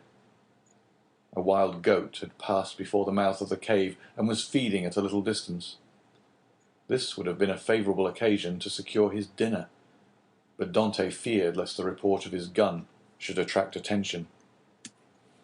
He thought a moment, cut a branch of a resinous tree, lighted it at the fire at which the smugglers had prepared their breakfast, and descended with this torch. He wished to see everything. He approached the hole he had dug, and now, with the aid of the torch, saw that his pickaxe had in reality struck against iron and wood. He planted his torch in the ground and resumed his labour. In an instant, a space 3 feet long by 2 feet broad was cleared, and Dante could see an oaken coffer, bound with cut steel. In the middle of the lid he saw engraved on a silver plate, which was still untarnished, the arms of the Spada family, viz., a sword, pale, on an oval shield like all the Italian armorial bearings, and surmounted by a cardinal's hat. Dante easily recognized them. Faria had so often drawn them for him. There was no longer any doubt. The treasure was there. No one would have been at such pains to conceal an empty casket. In an instant he had cleared every obstacle away, and he saw successively the lock, placed between 2 padlocks, and the 2 handles at each end, all carved as things were carved at that epoch, when art rendered the commonest metals precious. Dante seized the handles, and strove to lift the coffer. It was impossible. He sought to open it. Lock and padlock were fastened. These faithful guardians seemed unwilling to surrender their trust. Dante inserted the sharp end of the pickaxe between the coffer and the lid, and pressing with all his force on the handle, burst open the fastenings. The hinges yielded in their turn and fell, still holding in their grasp fragments of the wood, and the chest was open. Edmond was seized with vertigo. He cocked his gun and laid it beside him. He then closed his eyes as children do in order that they may see in the resplendent night of their own imagination more stars than are visible in the firmament. Then he reopened them and stood motionless with amazement. 3 compartments divided the coffer. In the first blazed piles of golden coin. In the second were ranged bars of unpolished gold, which possessed nothing attractive save their value.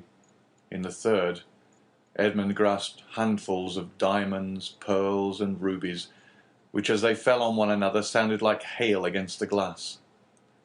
After having touched, felt, examined these treasures, Edmond rushed through the caverns like a man seized with frenzy. He leapt on a rock from whence he could behold the sea. He was alone with these countless, these unheard-of treasures. Was he awake, or was it but a dream? He would have fain have gazed upon his gold, and yet he had not strength enough. For an instant he leaned his head in his hands as if to prevent his senses from leaving him, and then rushed madly about the rocks of Monte Cristo, terrifying the wild goats and scaring the seafowls with his wild cries and gestures. Then he returned, and still unable to believe the evidence of his senses, rushed into the grotto, and found himself before this mine of gold and jewels. This time he fell on his knees, and clasping his hands convulsively, uttered a prayer intelligible to God alone. He soon became calmer and more happy, for only now did he begin to realize his felicity. He then set himself to work to count his fortune. There were 1,000 ingots of gold, each weighing from 2 to 3 pounds. Then he piled up 25,000 crowns, each worth about 80 francs of our money, and bearing the effigies of Alexander VI and his predecessors. And he saw that the complement was not half empty.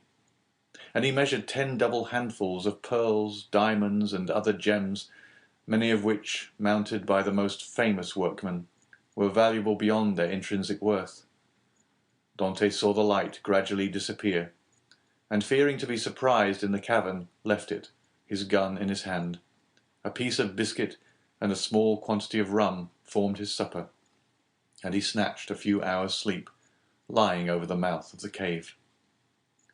It was a night of joy and terror, such as this man of stupendous emotions had already experienced, twice or thrice, in his lifetime. Chapter 25. The Unknown. Day, for which Dante had so eagerly and impatiently awaited with open eyes, again dawned. With the first light, Dante resumed his search. Again he climbed the rocky height he had ascended the previous evening, and strained his view to catch every peculiarity of the landscape. But it wore the same wild, barren aspect when seen by the rays of the morning sun, which it had done when surveyed by the fading glimmer of eve. Descending into the grotto, he lifted the stone, filled his pockets with gems, put the box together as well and securely as he could, sprinkled fresh sand over the spot from which it had been taken, and then carefully trod down the earth to give it everywhere a uniform appearance. Then, quitting the grotto, he replaced the stone, heaping on it broken masses of rocks and rough fragments of crumbling granite, filling the interstices with earth, into which he deftly inserted rapidly growing plants, such as the wild myrtle and flowering thorn. Then, carefully watering these new plantations, he scrupulously effaced every trace of footsteps, leaving the approach to the cavern as savage-looking and untrodden as he had found it. This done, he impatiently awaited the return of his companions. To wait at Monte Cristo for the purpose of watching like a dragon over the almost incalculable riches that had thus fallen into his possession satisfied not the cravings of his heart, which yearned to return to dwell among mankind, and to assume the rank, power, and influence which are always accorded to wealth, that first and greatest of all the forces within the grasp of man. On the 6th day, the smugglers returned. From a distance Dante recognized the rig and handling of the young Amelia, and dragging himself with affected difficulty towards the landing place, he met his companions, with an assurance that, although considerably better than when they quitted him, he still suffered acutely from his late accident. He then inquired how they had fared in their trip. To this question the smugglers replied that, although successful in landing their cargo in safety, they had scarcely done so when they received intelligence that a guard ship had just quitted the port of Toulon, and was crowding all sail towards them. This obliged them to make all speed they could to evade the enemy, when they could but lament the absence of Dante, whose superior skill in the management of a vessel would have availed them so materially. In fact, the pursuing vessel had almost overtaken them when fortunately night came on, and enabled them to double the Cape of Corsica, and so elude all further pursuit. Upon the whole, however, the trip had been sufficiently successful to satisfy all concerned, while the crew, and particularly Jacopo, expressed great regrets that Dante had not been an equal sharer with themselves in the profits, which amounted to no less than a sum than 50 piastre each. Edmond preserved the most admirable self-command, not suffering the faintest indication of a smile to escape him at the enumeration of all the benefits he would have reaped had he been able to quit the island. But as the young Amelia had merely come to Monte Cristo to fetch him away, he embarked that same evening and proceeded with the captain to Leghorn. Arrived at Leghorn, he repaired to the house of a Jew, a dealer in precious stones, to whom he disposed of 4 of his smallest diamonds for 5,000 francs each. Dante half feared that such valuable jewels in the hands of a poor sailor like himself might excite suspicion, but the cunning purchaser asked no troublesome questions concerning a bargain by which he gained a round profit of at least 80%. The following day, Dante presented Jacopo with an entirely new vessel, accompanying the gift by a donation of 100 piastres, that he might provide himself with a suitable crew and other requisites for his outfit, upon condition that he would go at once to Marseille for the purpose of inquiring after an old man named Louis Dante, residing in the Allée de Meillan, and also a young woman called Mercedes, an inhabitant of the Catalan village. Jacopo could scarcely believe his senses at receiving this magnificent present, which Dante hastened to account for by saying that he had merely been a sailor from whim and a desire to spite his family, who did not allow him as much money as he liked to spend, but that on his arrival at Leghorn he had come into possession of a large fortune, left him by an uncle, whose sole heir he was. The superior education of Dante gave an air of such extreme probability to this statement, that it never once occurred to Jacopo to doubt its accuracy. The term, for which Edmond had engaged to serve on board the young Amelia having expired, Dante took leave of the captain, who at first tried all his powers of persuasion to induce him to remain as one of the crew, but having been told the history of the legacy, he ceased to importune him further. The following morning Jacopo set sail for Marseille, with directions from Dante to join him at the island of Monte Cristo. Having seen Jacopo fairly out of the harbour, Dante proceeded to make his final adieu on board the young Amelia, distributing so liberal a gratuity among her crew as to secure for him the good wishes of all, and expressions of cordial interest in all that concerned him. To the captain he promised to write when he had made up his mind as to his future plans. Then Dante departed for Genoa. At the moment of his arrival a small yacht was under trial in the bay. This yacht had been built by order of an Englishman, who, having heard that the Genoese excelled all other builders along the shores of the Mediterranean in construction of fast-sailing vessels, was desirous of possessing a specimen of their skill. The price agreed upon between the Englishman and the Genoese builder was 40,000 francs. Dante, struck with the beauty and capability of the little vessel, applied to its owner to transfer it to him, offering 60,000 francs upon condition that he should be allowed to take immediate possession. The proposal was too advantageous to be refused, the more so as the person for whom the yacht was intended had gone upon a tour through Switzerland, and was not expected back in less than 3 weeks or a month, by which time the builder reckoned upon being able to complete another. A bargain was therefore struck. Dante led the owner of the yacht to the dwelling of a Jew, retired with the latter for a few minutes to a small back parlour, and upon their return the Jew counted out to the shipbuilder the sum of 60,000 francs in bright gold pieces.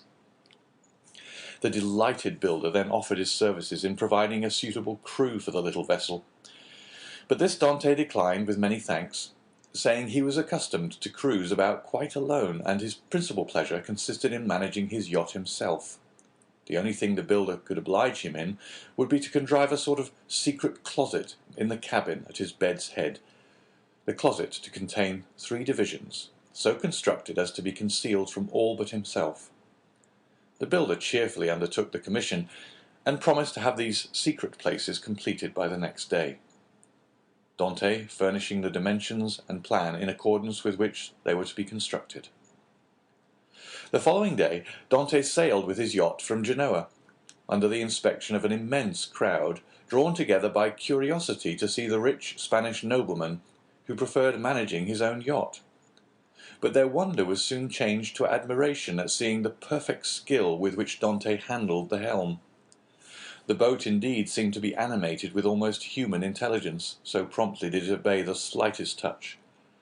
And Dante required but a short trial of his beautiful craft to acknowledge that the Genoese had not without reason attained their high reputation in the art of shipbuilding. The spectators followed the little vessel with their eyes as long as it remained visible. They then turned their conjectures upon her probable destination. Some insisted she was making for Corsica, others the island of Elba. Bets were offered to any amount that she was bound for Spain, while Africa was positively reported by many persons as her intended course. But no one thought of Monte Cristo. Yet thither it was that Dante guided his vessel, and at Monte Cristo he arrived at the close of the second day.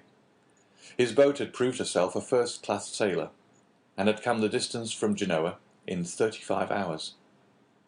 Dante had carefully noted the general appearance of the shore, and instead of landing at the usual place, he dropped anchor in the little creek. The island was utterly deserted, and bore no evidence of having been visited since he went away. His treasure was just as he had left it. Early on the following morning he commenced the removal of his riches, and ere nightfall the whole of his immense wealth was safely deposited in the compartments of the secret locker. A week passed by. Dante employed it in manoeuvring his yacht around the island, studying it as a skilful horseman would the animal he destined for some important service, till at the end of that time he was perfectly conversant with its good and bad qualities. The former Dante proposed to augment, the latter to remedy. Upon the 8th day he discerned a small vessel under full sail approaching Monte Cristo. As it drew near, he recognized it as the boat he had given to Jacopo. He immediately signalled it. His signal was returned, and in 2 hours afterwards the newcomer lay at anchor beside the yacht. A mournful answer awaited each of Edmond's eager inquiries as to the information Jacopo had obtained. Old Dante was dead, and Mercedes had disappeared. Dante listened to these melancholy tidings with outward calmness, but leaping lightly ashore, he signified his desire to be quite alone. In a couple of hours he returned. 2 of the men from Jacopo's boat came on board the yacht to assist in navigating it, and he gave orders that she should be steered direct to Marseille. For his father's death he was in some manner prepared, but he knew not how to account for the mysterious disappearance of Mercedes. Without divulging his secret, Dante could not give sufficiently clear instructions to an agent. There were, besides, other particulars he was desirous of ascertaining, and those were of a nature he alone could investigate in a manner satisfactory to himself. His looking-glass had assured him during his stay at Leghorn that he ran no risk of recognition. Moreover, he had now the means of adopting any disguise he thought proper. One fine morning, then, his yacht, followed by the little fishing boat, boldly entered the port of Marseille, and anchored exactly opposite the spot from whence, on the never-to-be-forgotten night of his departure for the Château d'If, he had been put on board the boat destined to convey him thither. Still Dante could not view without a shudder the approach of a gendarme who accompanied the officers deputed to demand his bill of health ere the yacht was permitted to hold communication with the shore. But with that perfect self-possession he had acquired during his acquaintance with Faria, Dante coolly presented an English passport he had obtained from Leghorn, and as this gave him a standing which a French passport would not have afforded, he was informed that there existed no obstacle to his immediate debarkation. The first person to attract the attention of Dante as he landed on the Canebière was one of the crew belonging to the Pharaon. Edmond welcomed the meeting with this fellow, who had been one of his own sailors, as a sure means of testing the extent of the change which time had worked in his own appearance. Going straight towards him, he propounded a variety of questions on different subjects, carefully watching the man's countenance as he did so, but not a word or look implied that he had the slightest idea of ever having seen before the person with whom he was conversing. Giving the sailor a piece of money in return for his civility, Dante proceeded onwards. But ere he had gone many steps, he heard the man loudly calling him to stop. Dante instantly turned to meet him. "I beg your pardon, sir," said the honest fellow in almost breathless haste, "but I believe you made a mistake. You intended to give me a 2-franc piece, and see, you gave me a double Napoleon." "Thank you, my good friend. I see that I have made a trifling mistake, as you say. But by way of rewarding your honesty, I give you another double Napoleon, that you may drink to my health, and be able to ask your messmates to join you."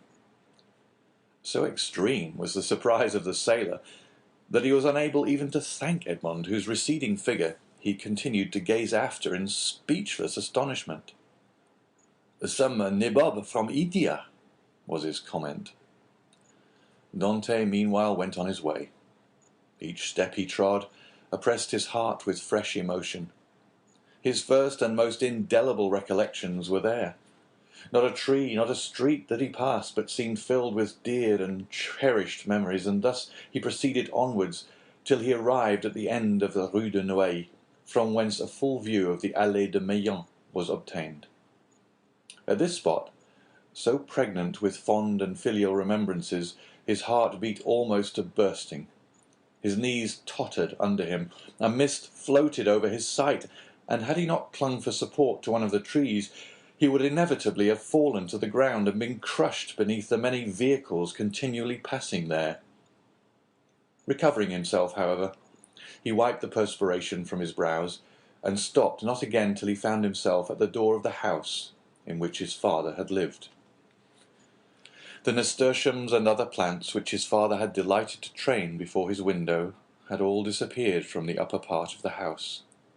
Leaning against a tree, he gazed thoughtfully for a time at the upper stories of the shabby little house. Then he advanced to the door, and asked whether there were any rooms to be let. Though answered in the negative, he begged so earnestly to be permitted to visit those on the 5th floor, that, in despite of the oft-repeated assurance of the concierge that they were occupied, Dante succeeded in inducing the man to go up to the tenants, and ask permission for a gentleman to be allowed to look at them. The tenants of the humble lodging were a young couple who had been scarcely married a week, and seeing them, Dante sighed heavily. Nothing in the 2 small chambers forming the apartments remained as it had been in the time of the elder Dante. The very paper was different, while the articles of antiquated furniture with which the rooms had been filled in Edmond's time had all disappeared. The 4 walls alone remained as he had left them. The bed belonging to the present occupants was placed as the former owner of the chamber had been accustomed to have his, and in despite of his efforts to prevent it, the eyes of Edmond were suffused in tears, as he reflected that on that spot the old man had breathed his last, vainly calling for his son. The young couple gazed with astonishment at the sight of their visitor's emotion, and wondered to see the large tears silently chasing each other down his otherwise stern and immovable features. But they felt the sacredness of his grief, and kindly refrained from questioning him as to its cause, while with instinctive delicacy they left him to indulge his sorrow alone. When he withdrew from the scene of his painful recollections, they both accompanied him downstairs, reiterating their hope that he would come again whenever he pleased, and assuring him that their poor dwelling would ever be open to him. As Edmond passed the door on the 4th floor, he paused to inquire whether Caderousse, the tailor, still dwelt there, but he received for reply that the person in question had got into difficulties, and at the present time kept a small inn on the route from Bellegarde to Beaucaire. Having obtained the address of the person to whom the house in the Allée de Meilhan belonged, Dante next proceeded thither, and under the name of the Lord Wilmore, the name and title inscribed on his passport, purchased the small dwelling for the sum of 25,000 francs, at least 10,000 more than it was worth. But had its owner asked 500,000, it would unhesitatingly have been given. The very same day the occupants of the apartments on the 5th floor of the house now became the property of Dante, were duly informed by the notary, who had arranged the necessary transfer of deeds, etc., that the new landlord gave them their choice of any of the rooms in the house, without the least augmentation of rent, upon condition of their giving instant possession of the 2 small chambers they at present inhabited. This strange event aroused great wonder and curiosity in the neighbourhood of the Allée de Meilhan, and a multitude of theories were afloat, none of which was anywhere near the truth. But what raised public astonishment to a climax, and set all conjecture at defiance, was the knowledge that the same stranger who had in the morning visited the Allée de Meilhan had been seen in the evening walking in the little village of the Catalans, and afterwards observed to enter a poor fisherman's hut, and to pass more than an hour in inquiring after persons who had either been dead or gone away for more than 15 or 16 years. But on the following day the family from whom all these particulars had been asked received a handsome present, consisting of an entirely new fishing boat, with 2 seine and a tender. The delighted recipients of these munificent gifts would gladly have poured out their thanks to their generous benefactor, but they had seen him, upon quitting the hut, merely give some orders to a sailor, and then, springing lightly on horseback, leave Marseille by the Porte d'Aix. Chapter 26. The Pont du Gard Inn.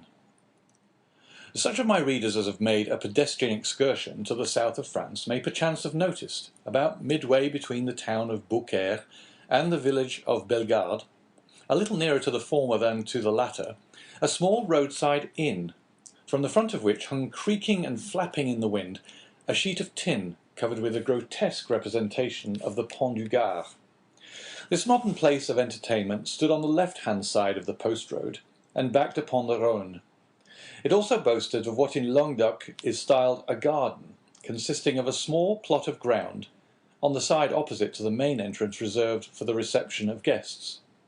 A few dingy olives and stunted fig trees struggled hard for existence, but their withered, dusty foliage abundantly proved how unequal was the conflict.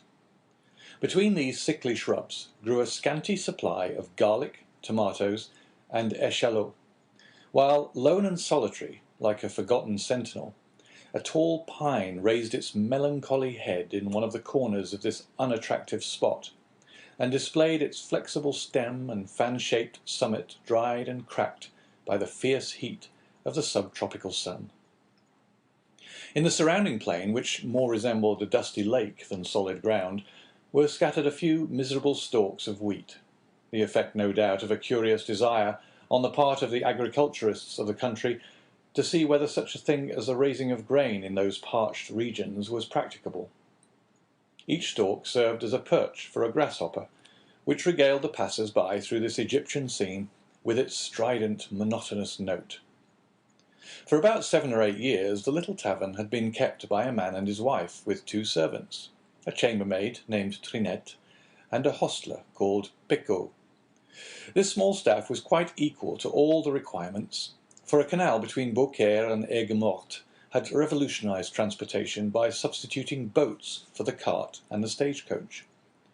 And as though to add to the daily misery which this prosperous canal inflicted on the unfortunate innkeeper, whose utter ruin it was fast accomplishing, it was situated between the Rhône, from which it had its source, and the post-road it had depleted, not 100 steps from the inn, of which we have given a brief but faithful description. The innkeeper himself was a man of from 40 to 45 years of age, tall, strong, and bony, a perfect specimen of the natives of those southern latitudes. He had dark, sparkling, and deep-set eyes, hooked nose, and teeth white as those of a carnivorous animal. His hair, like his beard, which he wore under his chin, was thick and curly, and in spite of his age, but slightly interspersed with a few silvery threads.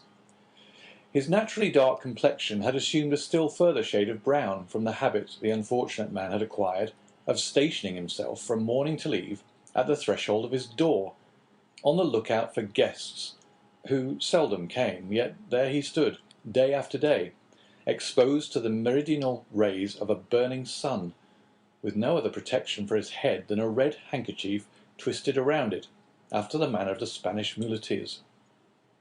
This man was our old acquaintance, Gaspard Caderousse. His wife, on the contrary, whose maiden name had been Madeleine Radelle, was pale, meagre, and sickly-looking. Born in the neighbourhood of Arles, she had shared in the beauty for which its women are proverbial, but that beauty had gradually withered beneath the devastating influence of the slow fever so prevalent among dwellers by the ponds of Aigues-Mortes and the marshes of Camargue.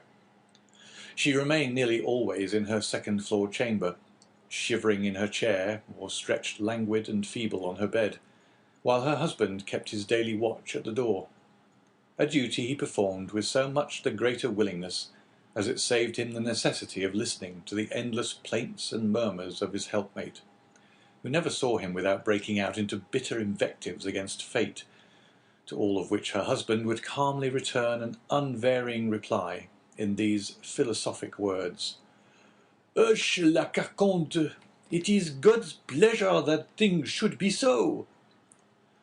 The sobriquet of La Carconte had been bestowed on Madeleine Radelle from the fact that she had been born in a village, so called, situated between Salon and Lambesc, and as a custom existed among the inhabitants of that part of France, where Caderousse lived, of styling every person by some particular and distinctive appellation, her husband had bestowed on her the name of La Carconte, in place of her sweet and euphonious name of Madeleine, which in all probability his rude guttural language would not have enabled him to pronounce. Still, let it not be supposed that amid this affected resignation to the will of Providence, the unfortunate innkeeper did not writhe under the double misery of seeing the hateful canal carry off his customers and his profits, and the daily infliction of his peevish partner's murmurs and lamentations. Like other dwellers in the south, he was a man of sober habits and moderate desires, but fond of external show, vain and addicted to display. During the days of his prosperity, not a festivity took place without himself and wife being among the spectators. He dressed in the picturesque costume worn upon grand occasions by the inhabitants of the south of France, bearing equal resemblance to the style adopted both by the Catalans and the Andalusians, while La Carconte displayed the charming fashion prevalent among the women of Arles, a mode of attire borrowed equally from Greece and Arabia. But by degrees, watch chains, necklaces, parti-coloured scarves, embroidered bodices, velvet vests, elegantly worked stockings, striped gaiters, and silver buckles for the shoes all disappeared, and Gaspard Caderousse, unable to appear abroad in his pristine splendour, had given up any further participation in the pomps and vanities, both for himself and wife, although a bitter feeling of envious discontent filled his mind as the sound of mirth and merry music from the joyous revellers reached even the miserable hostelry to which he still clung, more for the shelter than the profit it afforded. Caderousse, then, was as usual at his place of observation before the door, his eyes glancing listlessly from a piece of the closely shaven grass, on which some fowls were industriously, though fruitlessly, endeavouring to turn up some grain or insect suited to their palate, to the deserted road, which led away to the north and south, when he was aroused by the shrill voice of his wife, and grumbling to himself as he went, he mounted to her chamber, first taking care, however, to set the entrance door wide open as an invitation to any chance traveller who might be passing. At the moment Caderousse quitted his sentry-like watch before the door, the road on which he so eagerly strained his sight was void and lonely as a desert at midday. There it lay, stretching out into one interminable line of dust and sand, with its sides bordered by tall, meagre trees, altogether presenting so uninviting an appearance that no one in his senses could have imagined that any traveller, at liberty to regulate his hours for journeying, would choose to expose himself in such a formidable Sahara. Nevertheless, had Caderousse but retained his post a few minutes longer, he might have caught a dim outline of something approaching from the direction of Bellegarde. As the moving object drew nearer, he would easily have perceived that it consisted of a man and horse, between whom the kindest and most amiable understanding appeared to exist. The horse was of Hungarian breed and ambled along at an easy pace. His rider was a priest, dressed in black, and wearing a three-cornered hat, and in spite of the ardent rays of a noonday sun, the pair came on with a fair degree of rapidity. Having arrived before the Pont du Gard, the horse stopped, but whether for his own pleasure or that of his rider would have been difficult to say. However, that might have been, the priest, dismounting, led his steed by the bridle in search of some place to which he could secure him. Availing himself of a handle that projected from a half-fallen door, he tied the animal safely, and having drawn a red cotton handkerchief from his pocket, wiped away the perspiration that streamed from his brow. Then, advancing to the door, struck thrice with the end of his iron-shod stick. At this unusual sound, a huge black dog came rushing to meet the daring assailant of his ordinarily tranquil abode, snarling and displaying his sharp white teeth with a determined hostility that abundantly proved how little he was accustomed to society. At that moment a heavy footstep was heard descending the wooden staircase that led from the upper floor, and with many bows and courteous smiles, mine host of the Pont du Gard besought his guest to enter. "You are welcome, sir, most welcome," repeated the astonished Caderousse. "Now then, Margotin," cried he, speaking to the dog, "will you be quiet? Pray don't heed him, sir. He only barks, he never bites. I make no doubt a glass of good wine would be acceptable this dreadfully hot day." Then, perceiving for the first time the garb of the traveller he had to entertain, Caderousse hastily exclaimed, "A thousand pardons. I really did not observe whom I had the honour to receive under my poor roof. What would the abbé please to have? What refreshment can I offer? All I have is at his service." The priest gazed on the person addressing him with a long and searching gaze. There even seemed a disposition on his part to court a similar scrutiny on the part of the innkeeper. Then, observing in the countenance of the latter no other expression than extreme surprise at his own want of attention to an inquiry so courteously worded, he deemed it as well to terminate this dumb show, and therefore said, speaking with a strong Italian accent, "You are, I presume, Monsieur Caderousse?" "Yes, sir," answered the host, even more surprised at the question than he had been by the silence which had preceded it. "I am Gaspard Caderousse, at your service." "Gaspard Caderousse," rejoined the priest. "Yes, Christian and surname are the same. You formerly lived, I believe, in the Allée d'Omeillon, on the 4th floor." "I did." "And you followed the business of a tailor." "True, I was a tailor, till the trade fell off. It is so hot at Marseille that I really believe that the respectable inhabitants will in time go without any clothing whatever. But talking of heat, is there nothing I can offer you by way of refreshment?" "Yes, sir. Let me have a bottle of your best wine, and then, with your permission, we will resume our conversation from where we left off."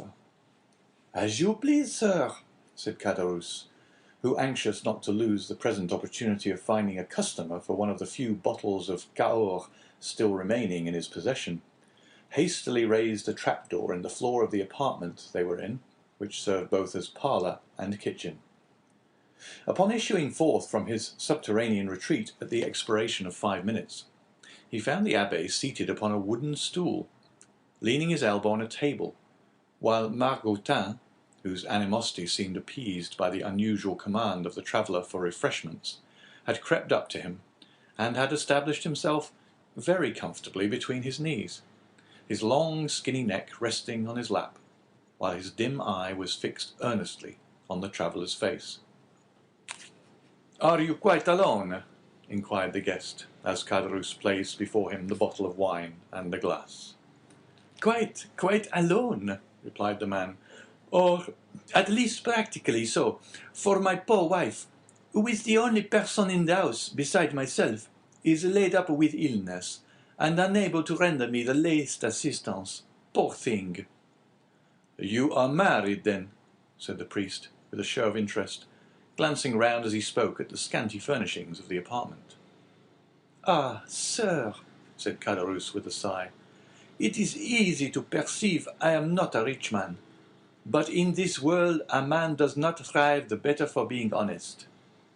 The abbé fixed on him a searching, penetrating glance. "Yes, honest. I can certainly say that much for myself," continued the innkeeper, fairly sustaining the scrutiny of the abbé's gaze.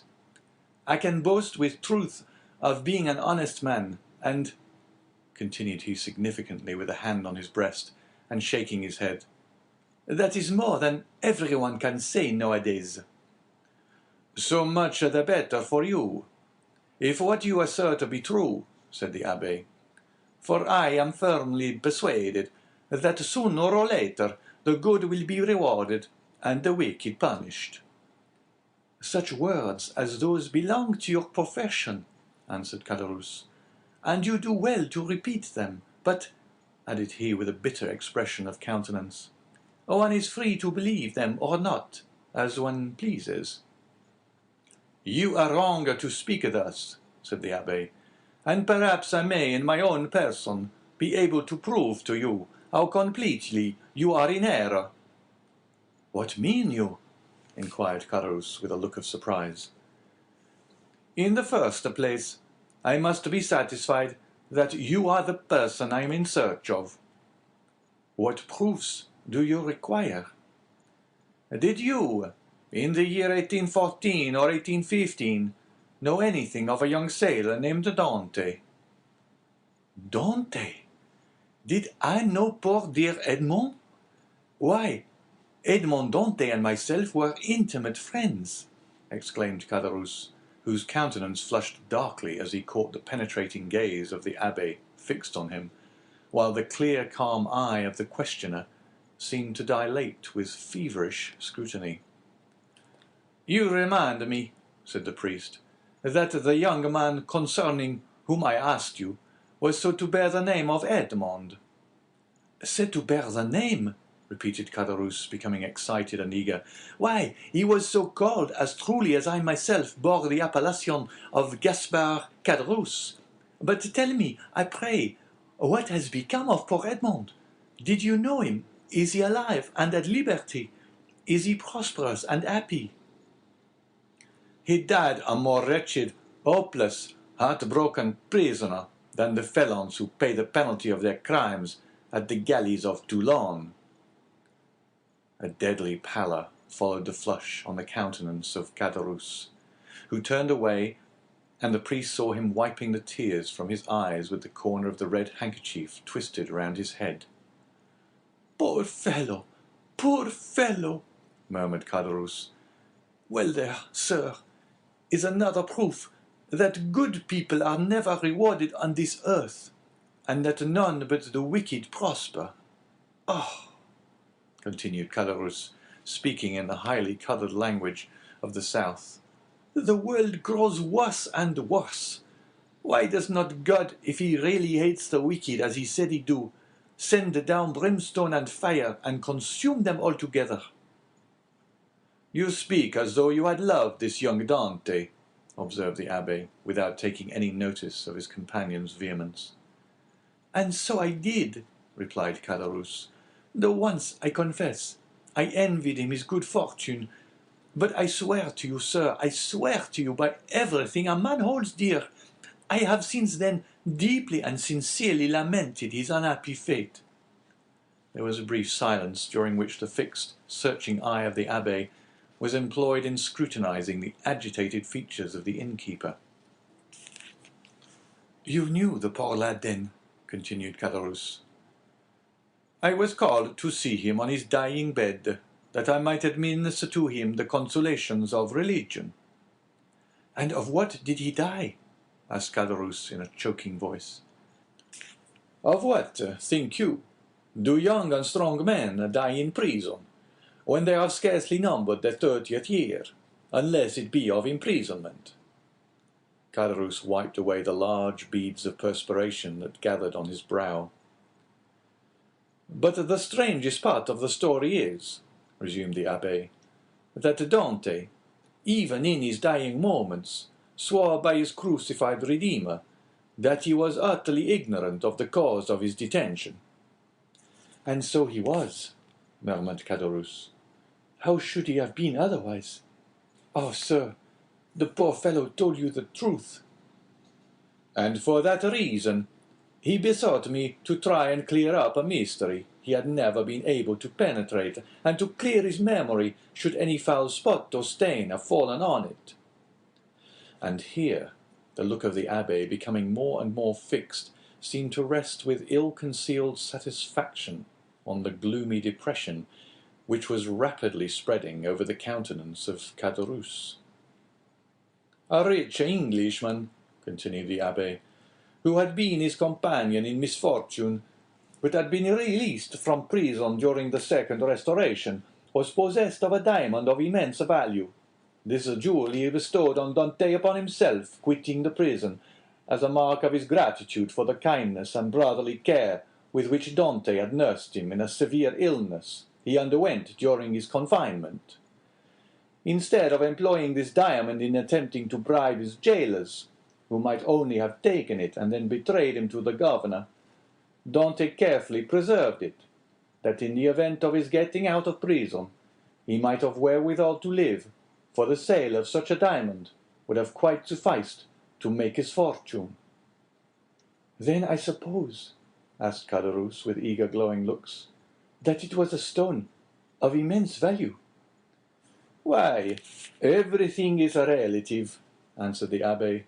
"To one in Edmond's position, the diamond certainly was of great value.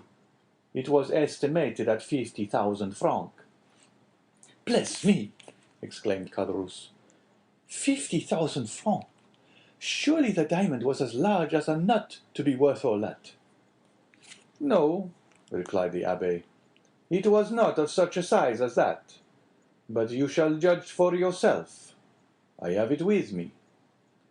The sharp gaze of Caderousse was instantly directed towards the priest's garments, as though hoping to discover the location of the treasure. Calmly drawing forth from his pocket a small box covered with black shagreen, the abbé opened it and displayed to the dazzled eyes of Caderousse the sparkling jewel it contained, set in a ring of admirable workmanship. "And that diamond," cried Caderousse, almost breathless with eager admiration, "you say is worth 50,000 francs?" "It is without the setting, which is also valuable," replied the abbé, as he closed the box, and returned it to his pocket, while its brilliant hues seemed still to dance before the eyes of the fascinated innkeeper. "But how comes the diamond in your possession, sir? Did Edmond make you his heir?" "No, merely his testamentary executor.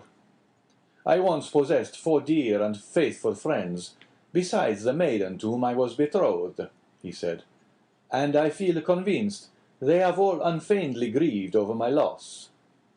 The name of one of the 4 friends is Caderousse." The innkeeper shivered. "Another of the number," continued the abbé without seeming to notice the emotion of Caderousse, "is called Danglars, and the third, in spite of being my rival, entertained a very sincere affection for me."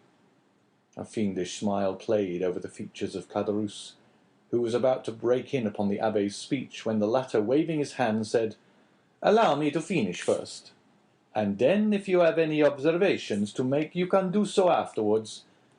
The third of my friends, although my rival, was much attached to me. His name was Fernand. That of the betrothed was— Stay, continued the abbé. I have forgotten what he called her." "Mercédès," said Caderousse eagerly. "True," said the abbé with a stifled sigh. "Mercédès it was." "Go on," urged Caderousse. "Bring me a carafe of water," said the abbé.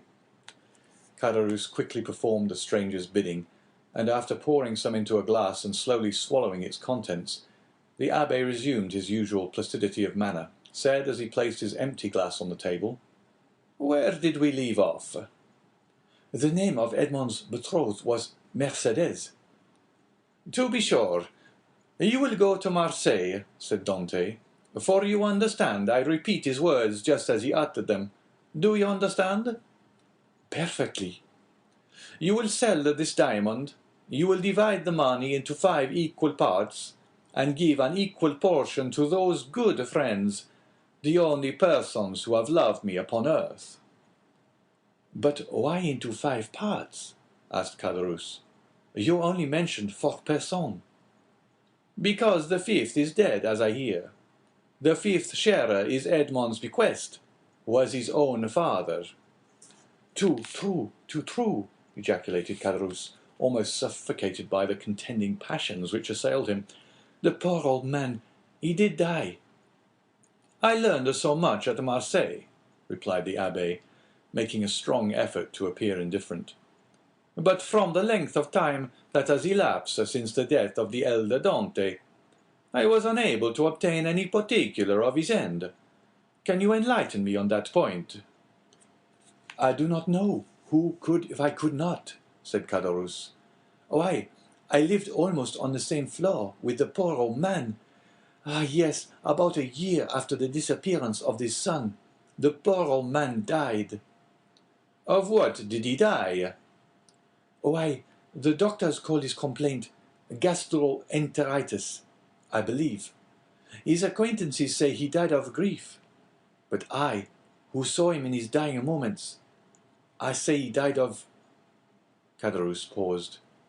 "Of what?" asked the priest anxiously and eagerly. "Why, of downright starvation." "Starvation?" exclaimed the abbé, springing from his seat. "Why, the vilest animals are not suffered to die by such a death as that. The very dogs that wander houseless and homeless in the streets find some pitying hand to cast them a mouthful of bread. And that a man, a Christian, should be allowed to perish of hunger in the midst of other men who call themselves Christians, is too horrible for belief. Oh, it is impossible, utterly impossible." "What I have said, answered Caderousse. "And you are a fool for having said anything about it," said a voice from the top of the stairs. "Why should you meddle with what does not concern you?" The 2 men turned quickly and saw the sickly countenance of La Carconte peering between the baluster rails. Attracted by the sound of voices, she had feebly dragged herself down the stairs, and seated on the lower step, head on knees, she had listened to the foregoing conversation. "Mind your own business, wife," replied Caderousse sharply. "This gentleman asked me for information, which common politeness will not permit me to refuse." "Politeness, you simpleton!" retorted La Carconte. "What have you to do with politeness? I should like to know. Better study a little common prudence. How do you know the motives that person may have for trying to extract all he can from you?" "I pledge you my word, madame," said the abbé, "that my intentions are good, and that your husband can incur no risk, providing he answers me candidly." "Ah, that's all very fine," retorted the woman. "Nothing is easier than to begin with fair promises, and assurances of nothing to fear.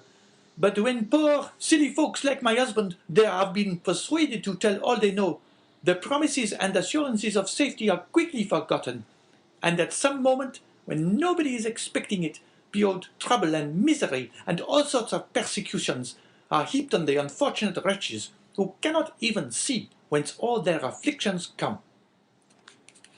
"Nay, nay, my good woman, make yourself perfectly easy, I beg of you.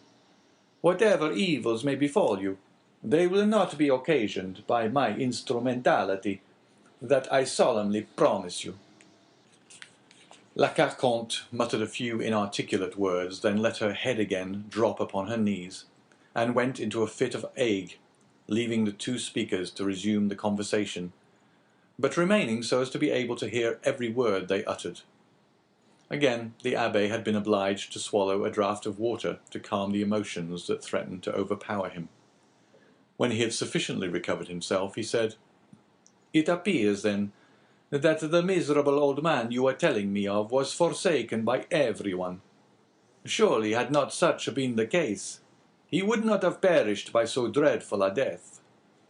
Why, he was not altogether forsaken, continued Caderousse, for Mercédès the Catalan and Monsieur Morel were very kind to him, but somehow the poor old man had contracted a profound hatred for Fernand, the very person, added Caderousse with a bitter smile, that you named just now as being one of Dante's faithful and attached friends. And was he not so? Asked the abbé. Gaspard! Gaspard! murmured the woman from her seat on the stairs. Mind what you are saying!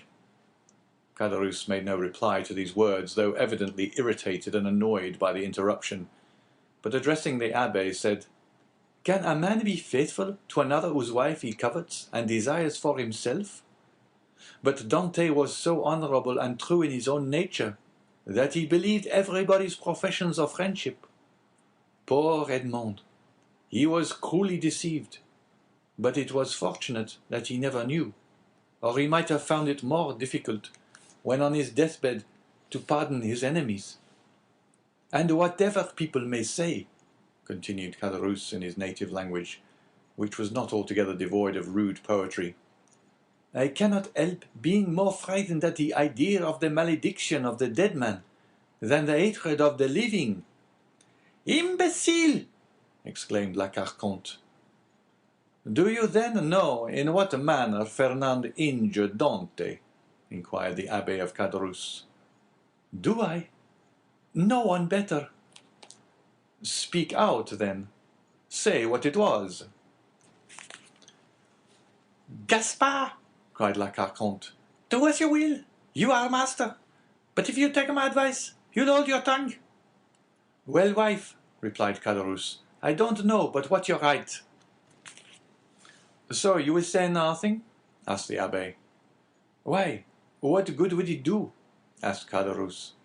If the poor lad were leaving and came to me and begged that I would candidly tell which way is true and which is false friends, why, perhaps I should not hesitate, but you tell me he is no more, and therefore can have nothing to do with hatred or revenge, so let all such feeling be buried with him. You prefer, then, said the abbé, that I should bestow on men you say are false and traitorous the reward intended for faithful friendship. That is true enough, returned Caderousse. You say truly, the gift of poor Edmond was not meant for such traitors as Fernand and Danglars. Besides, what would it be to them? No more than a drop of water in the ocean. Remember, chimed in la Carconte, those two could crush you at a single blow. How so? inquired the abbé. Are these persons then so rich and powerful? Do you not know their history? I do not. Pray relate it to me. Caderousse seemed to reflect for a few moments, then said, No, truly it would take up too much time. Well, my good friend, returned the abbé in a tone that indicated utter indifference on his part, you are at liberty either to speak or be silent, just as you please. For my own part, I respect your scruples and admire your sentiments, so let the matter end. I shall do my duty as conscientiously as I can, and fulfill my promise to the dying man. My first business will be to dispose of this diamond. So saying, the abbé again drew the small box from his pocket, opened it, and contrived to hold it in such a light that a bright flash of brilliant hues passed before the dazzled gaze of Caderousse. Wife! Wife! cried he in a hoarse voice. Come here! Diamond! exclaimed la Carconte, rising and descending to the chamber with a tolerably firm step. What diamond are you talking about? Why, did you not hear all we said? inquired Caderousse. It is a beautiful diamond, left by poor Edmond Dantès to be sold, and the money divided between his father, Mercédès, his betrothed bride, Fernand, Danglars, and myself. The jewel is worth at least 50,000 francs. Oh, what a magnificent jewel! cried the astonished woman. The fifth part of the profits from this stone belong to us, then, does it not? asked Caderousse. It does, replied the abbé, with the addition of an equal division of that part intended for the elder Dante. which I believe myself at liberty to divide equally with the 4 survivors." "And why among us 4?" inquired Caderousse. "As being the friends Edmond esteemed most faithful and devoted to him." "I don't call those friends who betray and ruin you," murmured the wife in her turn in a low, muttering voice. "Of course not," rejoined Caderousse quickly. "No more do I, and that was what I was observing to this gentleman just now. I said I looked upon it as a sacrilegious profanation to reward treachery, perhaps crime." "Remember," answered the abbé calmly, as he replaced the jewel and its case in the pocket of his cassock, "it is your fault, not mine, that I do so. You will have the goodness to furnish me with the address of both Fernand and Danglars, in order that I may execute Edmond's last wishes." The agitation of Caderousse became extreme, and large drops of perspiration rolled from his heated brow. As he saw the abbé rise from his seat and go towards the door as though to ascertain if his horse were sufficiently refreshed to continue his journey, Caderousse and his wife exchanged looks of deep meaning. "There, you see, wife," said the former, "this splendid diamond might all be ours, if we choose." "Do you believe it?" "Why, surely a man of his holy profession would not deceive us." "Well," replied La Carconte, "do as you like. For my part, I wash my hands of the affair." So saying, she once more climbed the staircase leading to her chamber, her body convulsed with chills, and her teeth rattling in her head, in spite of the intense heat of the weather. Arrived at the top stair, she turned around and called out in a warning tone to her husband, "Gaspard, consider well what you are about to do." "I have both reflected and decided," answered he.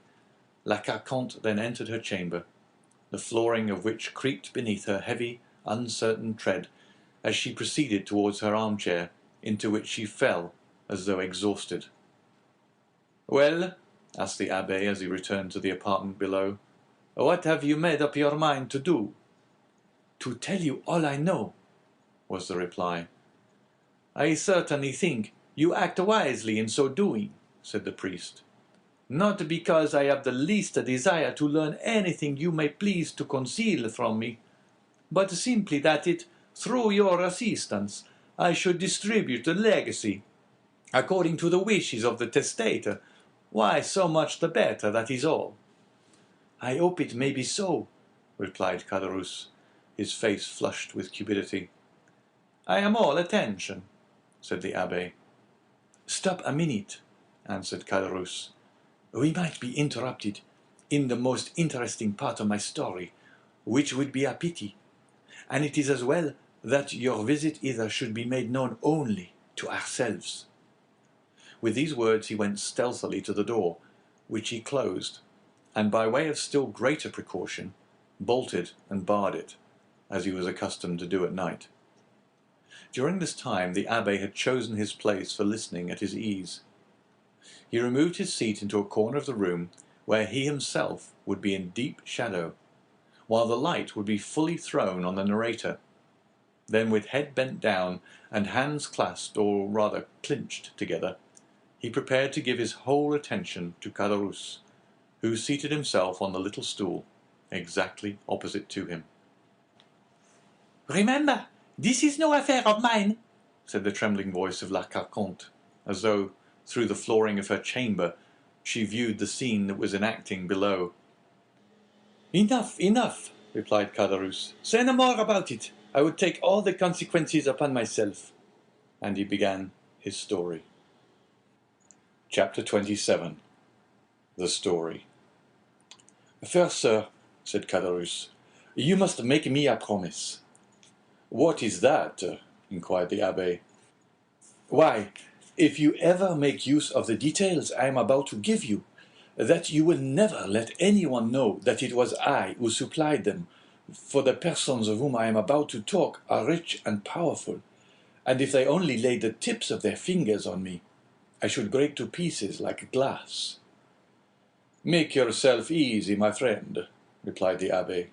"I am a priest, and confessions die in my breast.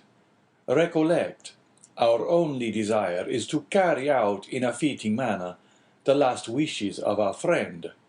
Speak then, without reserve, as without hatred. Tell the truth, the whole truth. I do not know, never may know, the persons of whom you are about to speak. Besides, I am an Italian, and not a Frenchman, and belong to God and not to man, and I shall shortly retire to my convent, which I have only quitted to fulfil the last wishes of a dying man." This positive assurance seemed to give Caderousse a little courage. "Well, then, under these circumstances," said Caderousse, I even believe I ought to undeceive you as to the friendship which poor Edmond thought so sincere and unquestionable." "Begin with this, father, if you please," said the abbé. "Edmond talked to me a great deal about the old man, for whom he had the deepest love." "The history is a sad one, sir," said Caderousse, shaking his head. "Perhaps you know all the earlier part of it."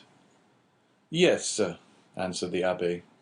"Edmond related to me everything until the moment when he was arrested in a small cabaret close to Marseilles." "At La Réserve? Oh, yes, I can see it all before me this moment." "Was it not his betrothal feast?" "It was, and the feast that began so gaily had a very sorrowful ending.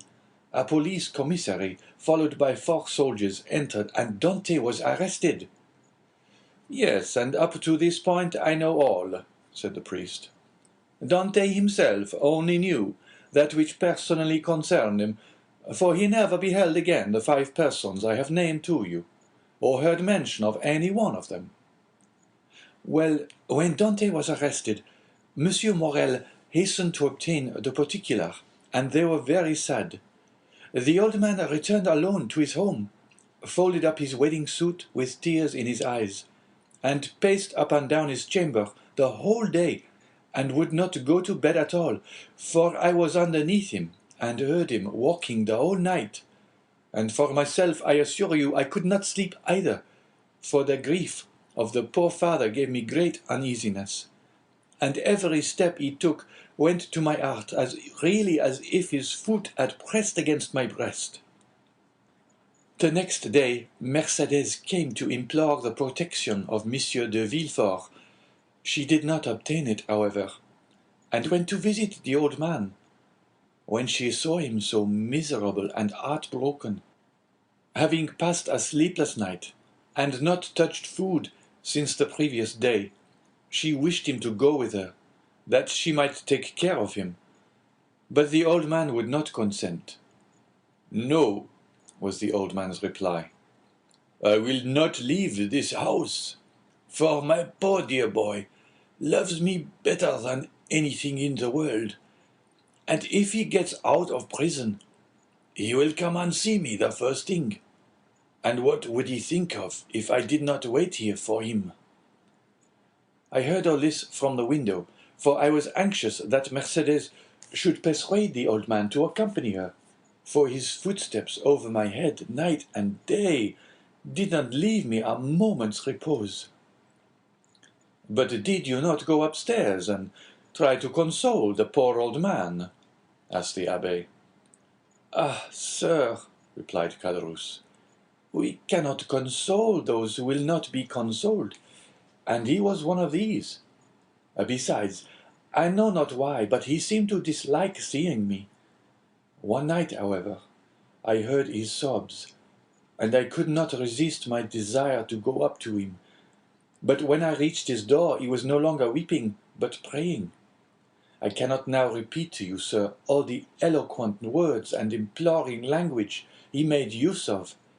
It was more than piety, it was more than grief, and I, who am no cantor and hate the Jesuits, said then to myself, 'It is really well, and I am very glad that I have not any children, for if I were a father and felt such excessive grief as the old man does, and did not find in my memory or heart all he is now saying, I should throw myself into the sea at once. for I could not bear it." "Poor father," murmured the priest. "From day to day he lived on alone, and more solitary. Monsieur Morel and Mercedes came to see him, but his door was closed, and although I was certain he was at home, he would not make any answer. One day, when, contrary to his custom, he had admitted Mercedes, and the poor girl, in spite of her own grief and despair, endeavored to console him, he said to her, 'Be assured, my dear daughter, he is dead, and instead of expecting him, it is he who is awaiting us. I am quite happy, for I am the oldest, and of course shall see him first.' However well disposed a person may be, why, you see, we leave off after a time seeing persons who are in sorrow. They make one melancholy, and so at last old Dante was left all to himself, and I only saw from time to time strangers go up to him and come down again with some bundle they tried to hide. But I guessed what these bundles were, and what he sold by degrees, what he had to pay for his subsistence. At length the poor old fellow reached the end of all he had. He owed 3/4 rent, and they threatened to turn him out. He begged for another week, which was granted to him.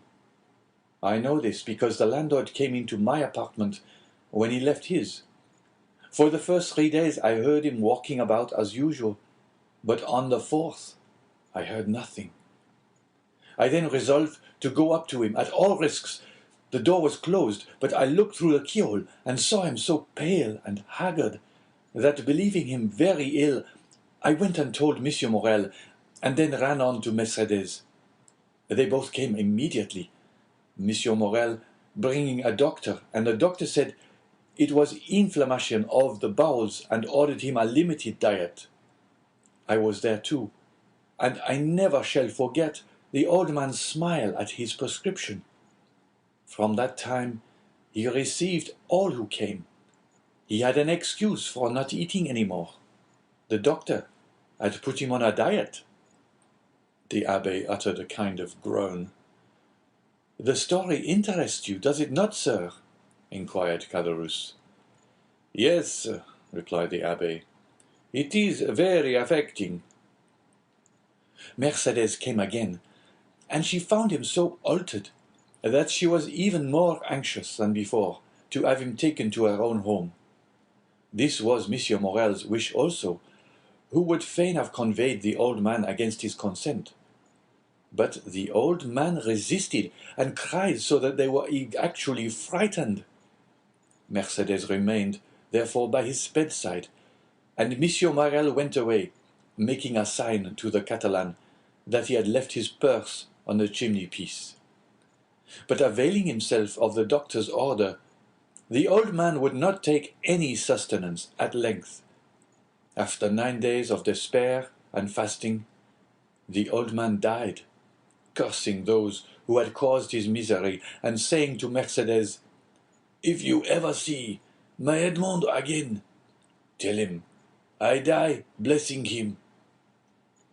The abbé rose from his chair and made 2 turns round the chamber, and pressed his trembling hand against his parched throat. "And you believe he died?" "Of hunger, sir, of hunger," said Caderousse. "I am as certain of it as that we two are Christians." The abbé, with a shaking hand, seized a glass of water that was standing by him, half full, swallowed it at one gulp, and then resumed his seat, with red eyes and pale cheeks. "This was indeed a horrid event," he said, in a hoarse voice. "The more so, sir, as it was men's, and not God's doing." "Tell me of these men," said the abbé. "And remember, too," he added in an almost menacing tone, "you have promised to tell me everything. Tell me, therefore, who are these men who killed the son with despair, and the father with famine?" 2 men, jealous of him, sir, one from love and the other from ambition, Fernand and Danglars. How was this jealousy manifested? Speak on. They denounced Edmond as a Bonapartist agent. Which of the two denounced him? Which was the real delinquent? Both, sir. One with a letter, and the other put it in the post. And where was this letter written? At La Réserve, the day before the betrothal feast. "'Twas so then, 'twas so then," murmured the abbe. Oh, Faria, Faria, how well did you judge men and things! What did you please to say, sir? Asked Caderousse. Nothing, nothing, replied the priest. Go on. It was Danglars who wrote the denunciation with his left hand, that his writing might not be recognized, and Fernand who put it in the post. But, exclaimed the abbe suddenly, you were there yourself. I, said Caderousse, astonished. Who told you I was there? The abbe saw he had overshot the mark, and he added quickly, No one, but in order to have known everything so well, you must have been an eyewitness. True, true, said Caderousse in a choking voice. I was there. And did you not remonstrate against such infamy? Asked the abbe. If not, you were an accomplice. Sir, replied Caderousse, they had made me drink to such an excess that I nearly lost all perception. I had only an indistinct understanding of what was passing around me. I said all that a man in such a state could say, but they both assured me that it was a jest they were carrying on, and perfectly harmless. Next day, sir, you must have seen plain enough what they had been doing, yet you said nothing, though you were present when Dante was arrested. Yes, sir, I was there, and very anxious to speak, but Danglars restrained me. If he should be really guilty, said he, and did really put it in the island of Elba, if he is really charged with a letter for the Bonapartist committee at Paris, and if they find this letter upon him, those who have supported him will pass for his accomplice. I confess I had my fears in the state in which politics then were, and I held my tongue. It was cowardly, I confess, but it was not criminal. I understand you allowed matters to take their course. That was all. Yes, sir, answered Caderousse, and remorse preys on me night and day. I often ask pardon of God, I swear to you, because this action, the only one with which I have seriously to reproach myself in all my life, is no doubt the cause of my abject condition. I am expiating a moment of selfishness, and so I always say to La Carconte, when she complains, "Hold your tongue, woman, it is the will of God." And Caderousse bowed his head with every sign of real repentance. "Well, sir," said the abbe, "you have spoken unreservedly, and thus to accuse yourself is to deserve a pardon." Unfortunately, Edmond is dead, and has not pardoned me. "He did not know," said the abbe. "But he knows it all now," interrupted Caderousse. "They say the dead know everything." There was a brief silence. The abbe rose and paced up and down pensively, and then resumed his seat. "You have 2 or 3 times mentioned a Monsieur Morel," he said. "Who was he?" "The owner of the Pharaon and patron of Dante." "And what part did he play in this sad drama?" inquired the abbe. "The part of an honest man, full of courage and real regard. 20 times he interceded for Edmond. When the emperor returned, he wrote, implored, threatened, and so energetically that on the second restoration he was persecuted as a Bonapartist. 10 times, As I told you, he came to see Dante's father, and offered to receive him in his own house. And the night or two before his death, as I have already said, he left his purse on the mantelpiece with which they paid the old man's debts, and buried him decently. And so Edmond's father died, as he had lived, without doing harm to anyone.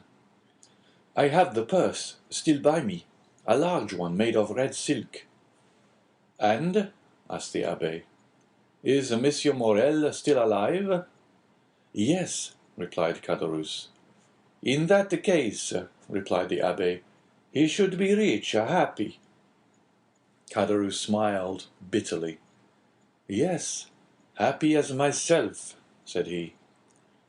What, Monsieur Morel unhappy? Exclaimed the abbé. He is reduced almost to the last extremity. Nay, he is almost at the point of dishonor. How? Yes, continued Caderousse. So it is after 25 years of labor, after having acquired a most honorable name in the trade of Marseille. Monsieur Morel is utterly ruined. He has lost 5 ships in 2 years, has suffered by the bankruptcy of 3 large houses, and his only hope now is in that very Pharaon which poor Dante commanded, and which is expected from the Indies with a cargo of cochineal and indigo. If this ship founders like the others, he is a ruined man. And has the unfortunate man wife or children? Inquired the abbé.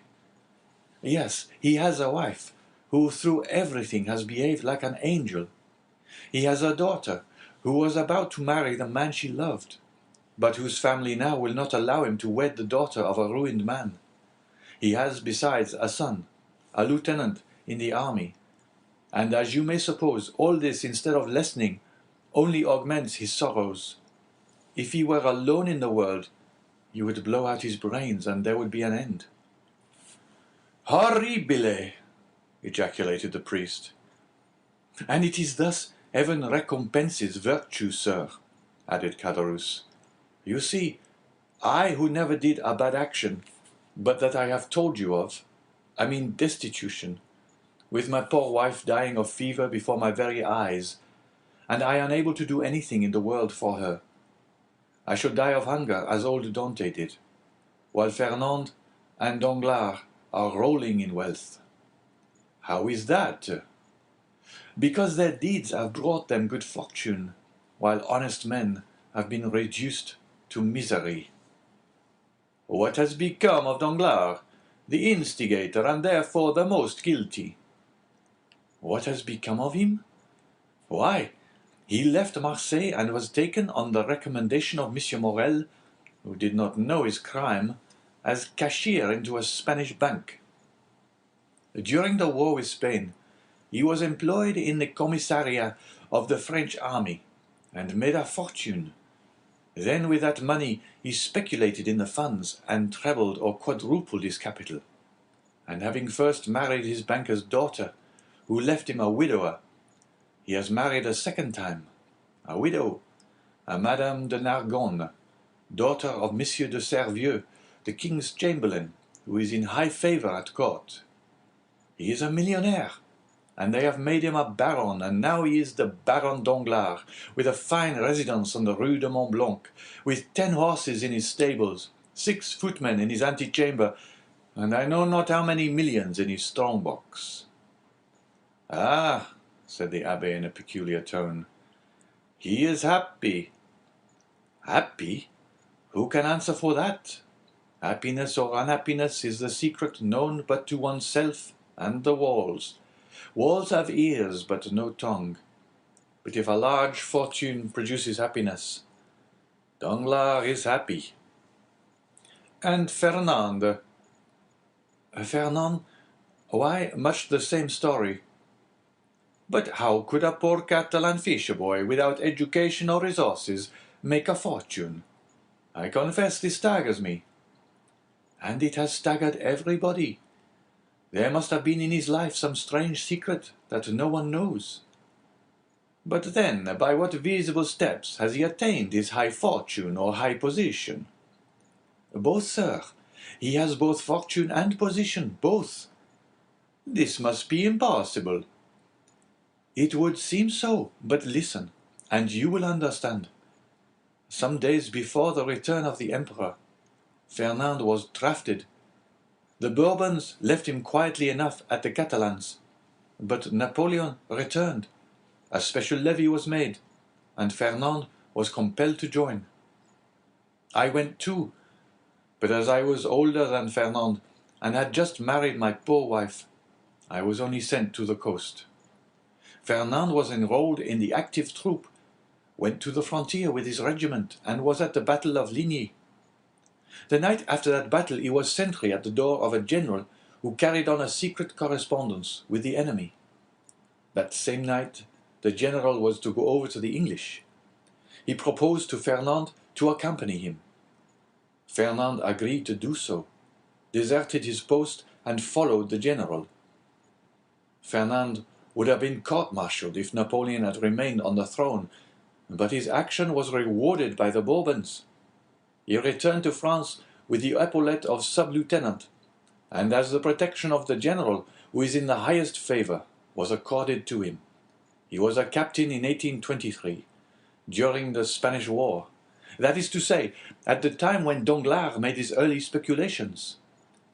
Fernand was a Spaniard, and being sent to Spain to ascertain the feeling of his fellow countrymen, found Danglars there, got on very intimate terms with him, won over the support of the royalists at the capital, and in the provinces received promises and made pledges on his own part, guided his regiment by paths known to himself alone, through the mountain gorges, which were held by the royalists, and in fact rendered such service in this brief campaign that after taking of Trocadero he was made colonel, and received the title of Count and the cross of an officer of the Legion of Honor.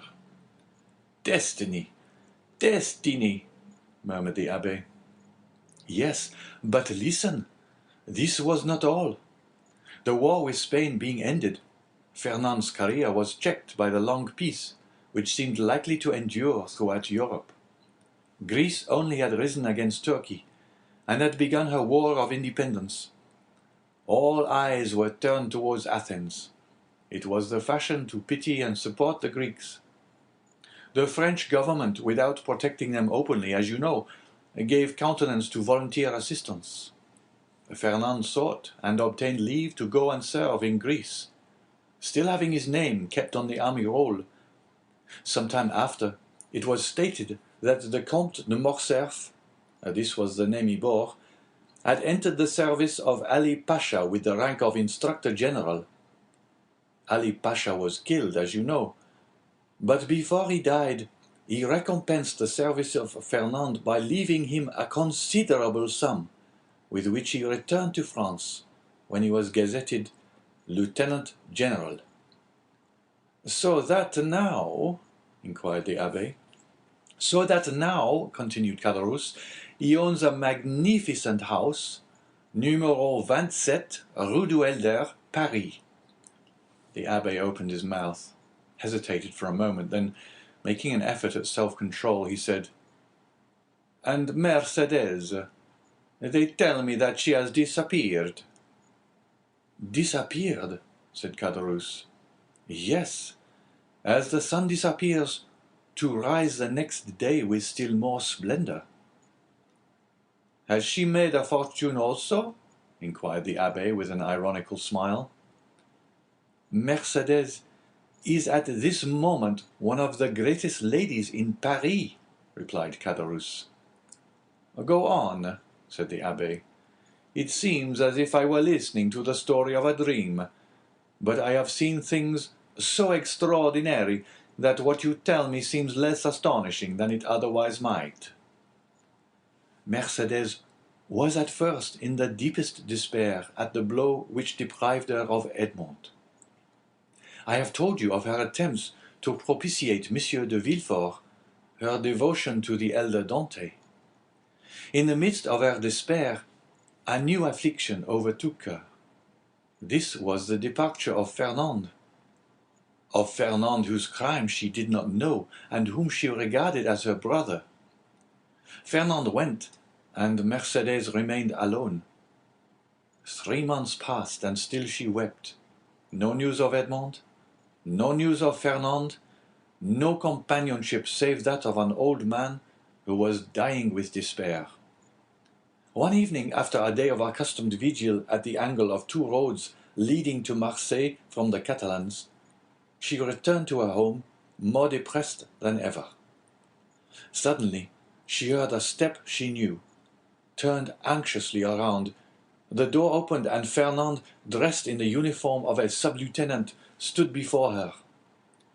It was not the one she wished for most, but it seemed as if a part of her past had returned to her.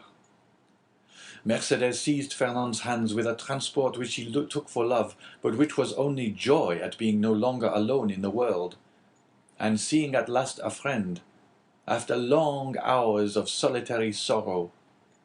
And then, it must be confessed, Fernand had never been hated.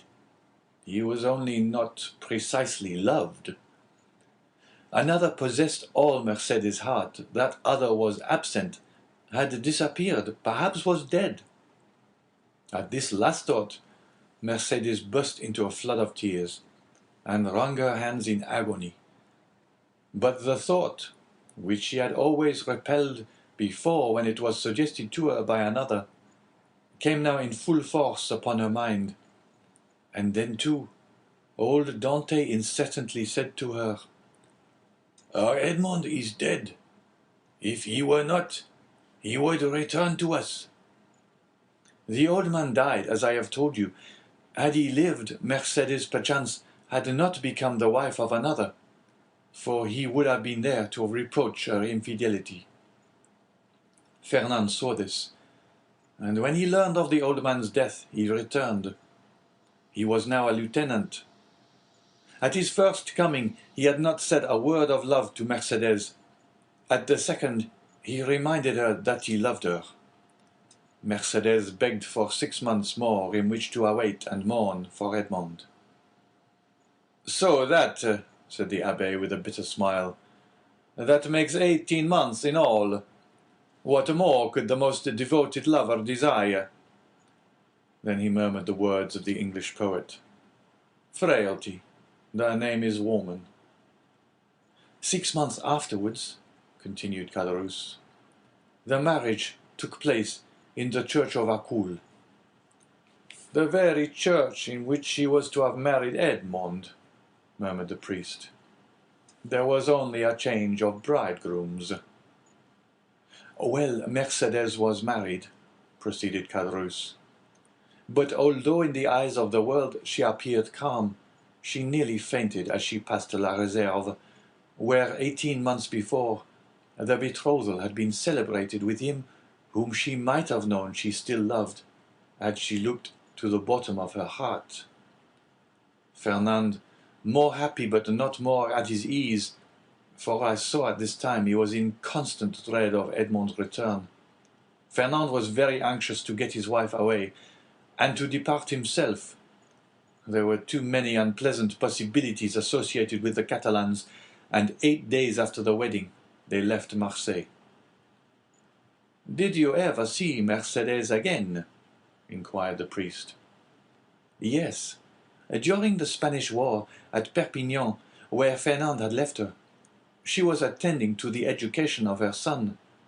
The abbé started. "Her son?" said he. "Yes," replied Caderousse, "little Albert." "But then, to be able to instruct her child," continued the abbé, "she must have received an education herself. I understood from Edmond that she was the daughter of a simple fisherman, beautiful but uneducated." "Oh," replied Caderousse, "did he know so little of this lovely betrothed? Mercedes might have been a queen, sir, if the crown were to be placed on the heads of the loveliest and most intelligent. Fernand's fortune was already waxing great, and she developed with his growing fortune. She learned drawing, music, everything. Besides, I believe, between ourselves, she did this in order to distract her mind, that she might forget, and she only filled her head in order to alleviate the weight on her heart. But now her position in life is assured, continued Caderousse. No doubt fortune and honours have comforted her. She is rich, a countess, and yet—" Caderousse paused. "And yet what?" asked the abbé. "Yet I am sure she is not happy," said Caderousse. "What makes you believe this?" "Why, when I found myself utterly destitute, I thought my old friends would perhaps assist me. So I went to Danglars, who would not even receive me. I called on Fernand, who sent me 100 francs by his valet de chambre." "Then you did not see either of them?" "No, but Madame de Morcerf saw me." "How was that?" "As I went away, a purse fell at my feet. It contained 25 louis. I raised my head quickly and saw Mercédès, who at once shut the blind." "And Monsieur de Villefort?" asked the abbé. "Oh, he never was a friend of mine. I did not know him, and I had nothing to ask of him." "Do you not know what became of him, and the share he had in Edmond's misfortunes?" "No, I only know that some time after Edmond's arrest, he married Mademoiselle de Saint-Méran, and soon after left Marseille. No doubt he has been as lucky as the rest. No doubt he is as rich as Danglars, as high in station as Fernand. I only, as you see, have remained poor, wretched, and forgotten." "You are mistaken, my friend," replied the abbé. "God may seem sometimes to forget for a time, while his justice reposes. But there always comes a moment when he remembers, and behold, a proof." As he spoke, the abbé took the diamond from his pocket, and giving it to Caderousse, said, "Here, my friend, take this diamond. It is yours." "What? For me only?" cried Caderousse. "Sir, do not jest with me." "This diamond was to have been shared among his friends. Edmond had one friend only, and thus it cannot be divided. Take the diamond, then, and sell it. It is worth 50,000 francs, and I repeat my wish that this sum may suffice to release you from your wretchedness." "Oh, sir," said Caderousse, putting out one hand timidly, and with the other wiping away the perspiration which bedewed his brow. "Oh, sir, do not make a jest of the happiness or despair of a man." "I know what happiness and what despair are, and I never make a jest of such feelings. Take it, then. But in exchange—" Caderousse, who touched the diamond, withdrew his hand. The abbé smiled. "In exchange," he continued, "give me the red silk purse that Monsieur Morel left on old Dantès' chimney-piece, and which you tell me is still in your hands." Caderousse, more and more astonished, went toward a large oaken cupboard, opened it, and gave the abbé a long purse of faded red silk, round which were 2 copper runners that had once been gilt. The abbé took it, and in return gave Caderousse the diamond. "Oh, you are a man of God, sir," cried Caderousse, "for no one knew that Edmond had given you his diamond, and you might have kept it." "Which," said the abbé to himself, "you would have done." The abbé rose, took his hat and gloves. "Well," he said, "all you have told me is perfectly true, then, and I may believe it in every particular." "See, sir," replied Caderousse, "in this corner is a crucifix in holy wood. Here on this shelf is my wife's testament. Open this book, and I will swear upon it with my hand on the crucifix. I will swear to you by my soul's salvation, my faith as a Christian. I have told everything to you as it occurred, and as the recording angel will tell it to the ear of God at the day of the last judgment." "'Tis well," said the abbé, convinced by his manner and tone that Caderousse spoke the truth.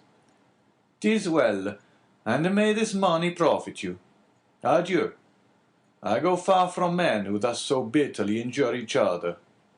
The abbé with difficulty got away from the enthusiastic thanks of Caderousse, opened the door himself, got out, and mounted his horse, once more saluted the innkeeper, who kept uttering his loud farewells, and then returned by the road he had travelled in coming. When Caderousse turned around, he saw behind him La Carconte, paler and trembling more than ever. "Is then all that I have heard really true?" she inquired. "What? That he has given the diamond to us only?" inquired Caderousse, half bewildered with joy. "Yes, nothing more true. See, here it is." The woman gazed at it a moment and then said in a gloomy voice, "Suppose it's false?" Caderousse started and turned pale. "False?" he muttered. "False? Why should that man give me a false diamond?" "To get your secret without paying for it, you blockhead!" Caderousse remained for a moment aghast under the weight of such an idea. "Oh," he said, taking up his hat, which he placed on the red handkerchief tied around his head, "we will soon find out." "In what way?" "Why, the fair is on at Beaucaire. There are always jewelers from Paris there, and I will show it to them. Look after the house, wife, and I shall be back in 2 hours." And Caderousse left the house in haste, and ran rapidly in the direction opposite to that which the priest had taken. 50,000 francs, muttered La Carconte, when left alone. "It is a large sum of money, but it is not a fortune." End of chapter 27.